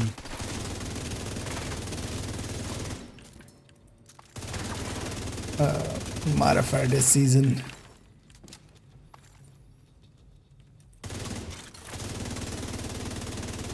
But Rupert's Seer was very... Although in the end I ended up almost never running it because I can kind of see it in randoms and stuff, but in most cases having the chest broken is just... It's over at that point.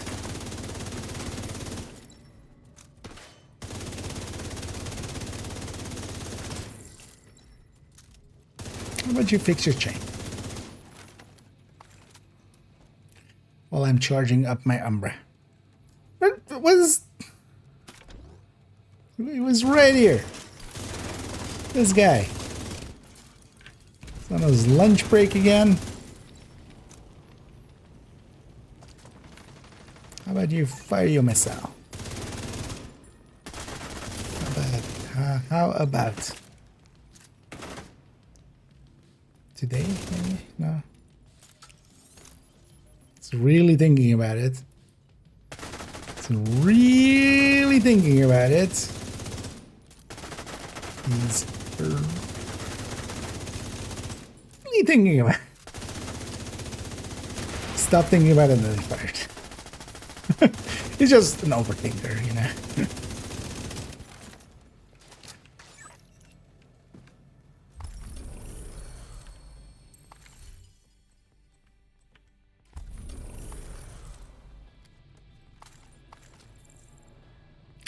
You are, by far, the worst companion.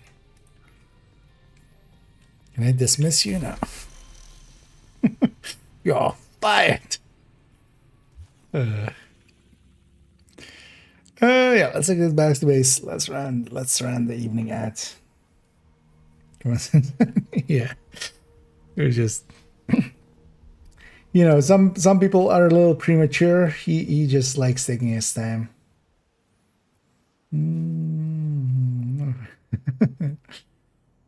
The license again. Oh yeah. That's also why like there's no Oh Diesel, you dead too, you inbred son of a bitch. We'll turn it back up again actually, because yeah. Also I had it for the video, I had that turned down.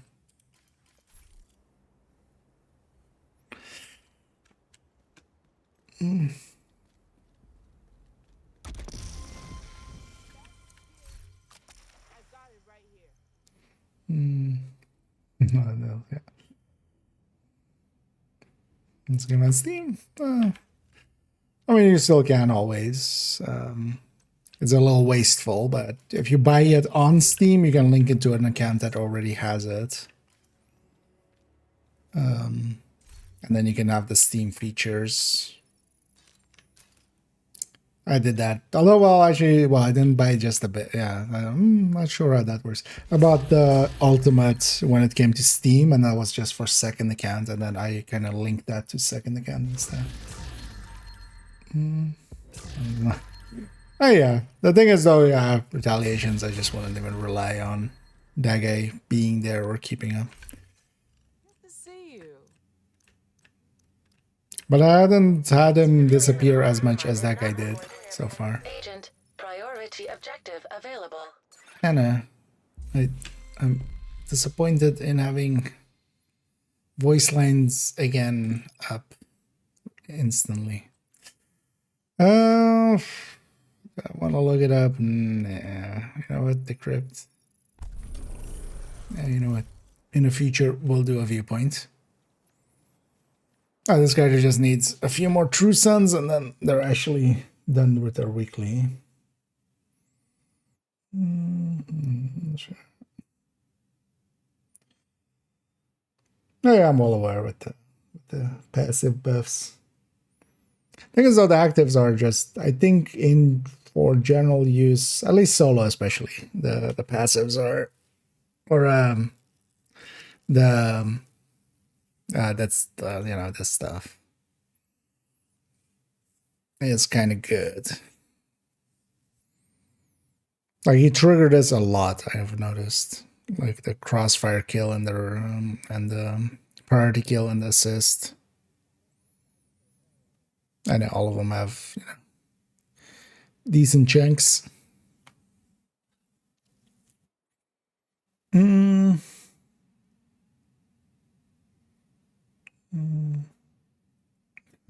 there is no, yeah. Indeed. Oh, yeah, maybe we'll even see some of those in the future. But yeah, let's run to that here. I'm gonna go find somebody for us to raid on the Twitch end, so stick around for that if you want to. Otherwise, you can already go raid yourself onto somebody else. But yeah, let's have a look who's available. Depends on how long. Is this legendary?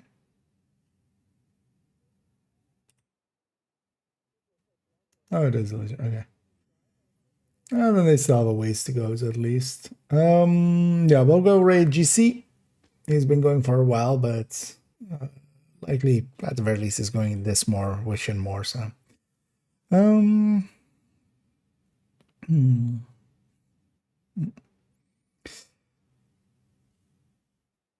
The build latency. And yeah, I'll be editing what we recorded earlier today together. That'll be tomorrow up for the first part of unit alloys in-depth look, the striker part especially. And then we'll tomorrow start working on, we'll pick an exotic as the first one, and then also continue working on the unit alloy spreadsheet. One of mine already has as well, making the start to concentrated company, because I'm very curious on what now the backpack situation kind of there is and how that works out, because I wouldn't mind actually making a build picture for it not too long in the future, because people want it. The people yearn for that build picture. Yeah. Enough of that. Before I completely lose my mind, let me send you all off. We're gonna go raid GC Rock. And yeah, I'll be back tomorrow. Likely tomorrow I'll jump on a little bit later than I started today, but still we'll go for a pretty long stream. And yeah, enough yapping for me. And thanks again for all the kind words there. And yeah, I'll be around tomorrow again to catch some, if not all of you then. And as always, have a good night.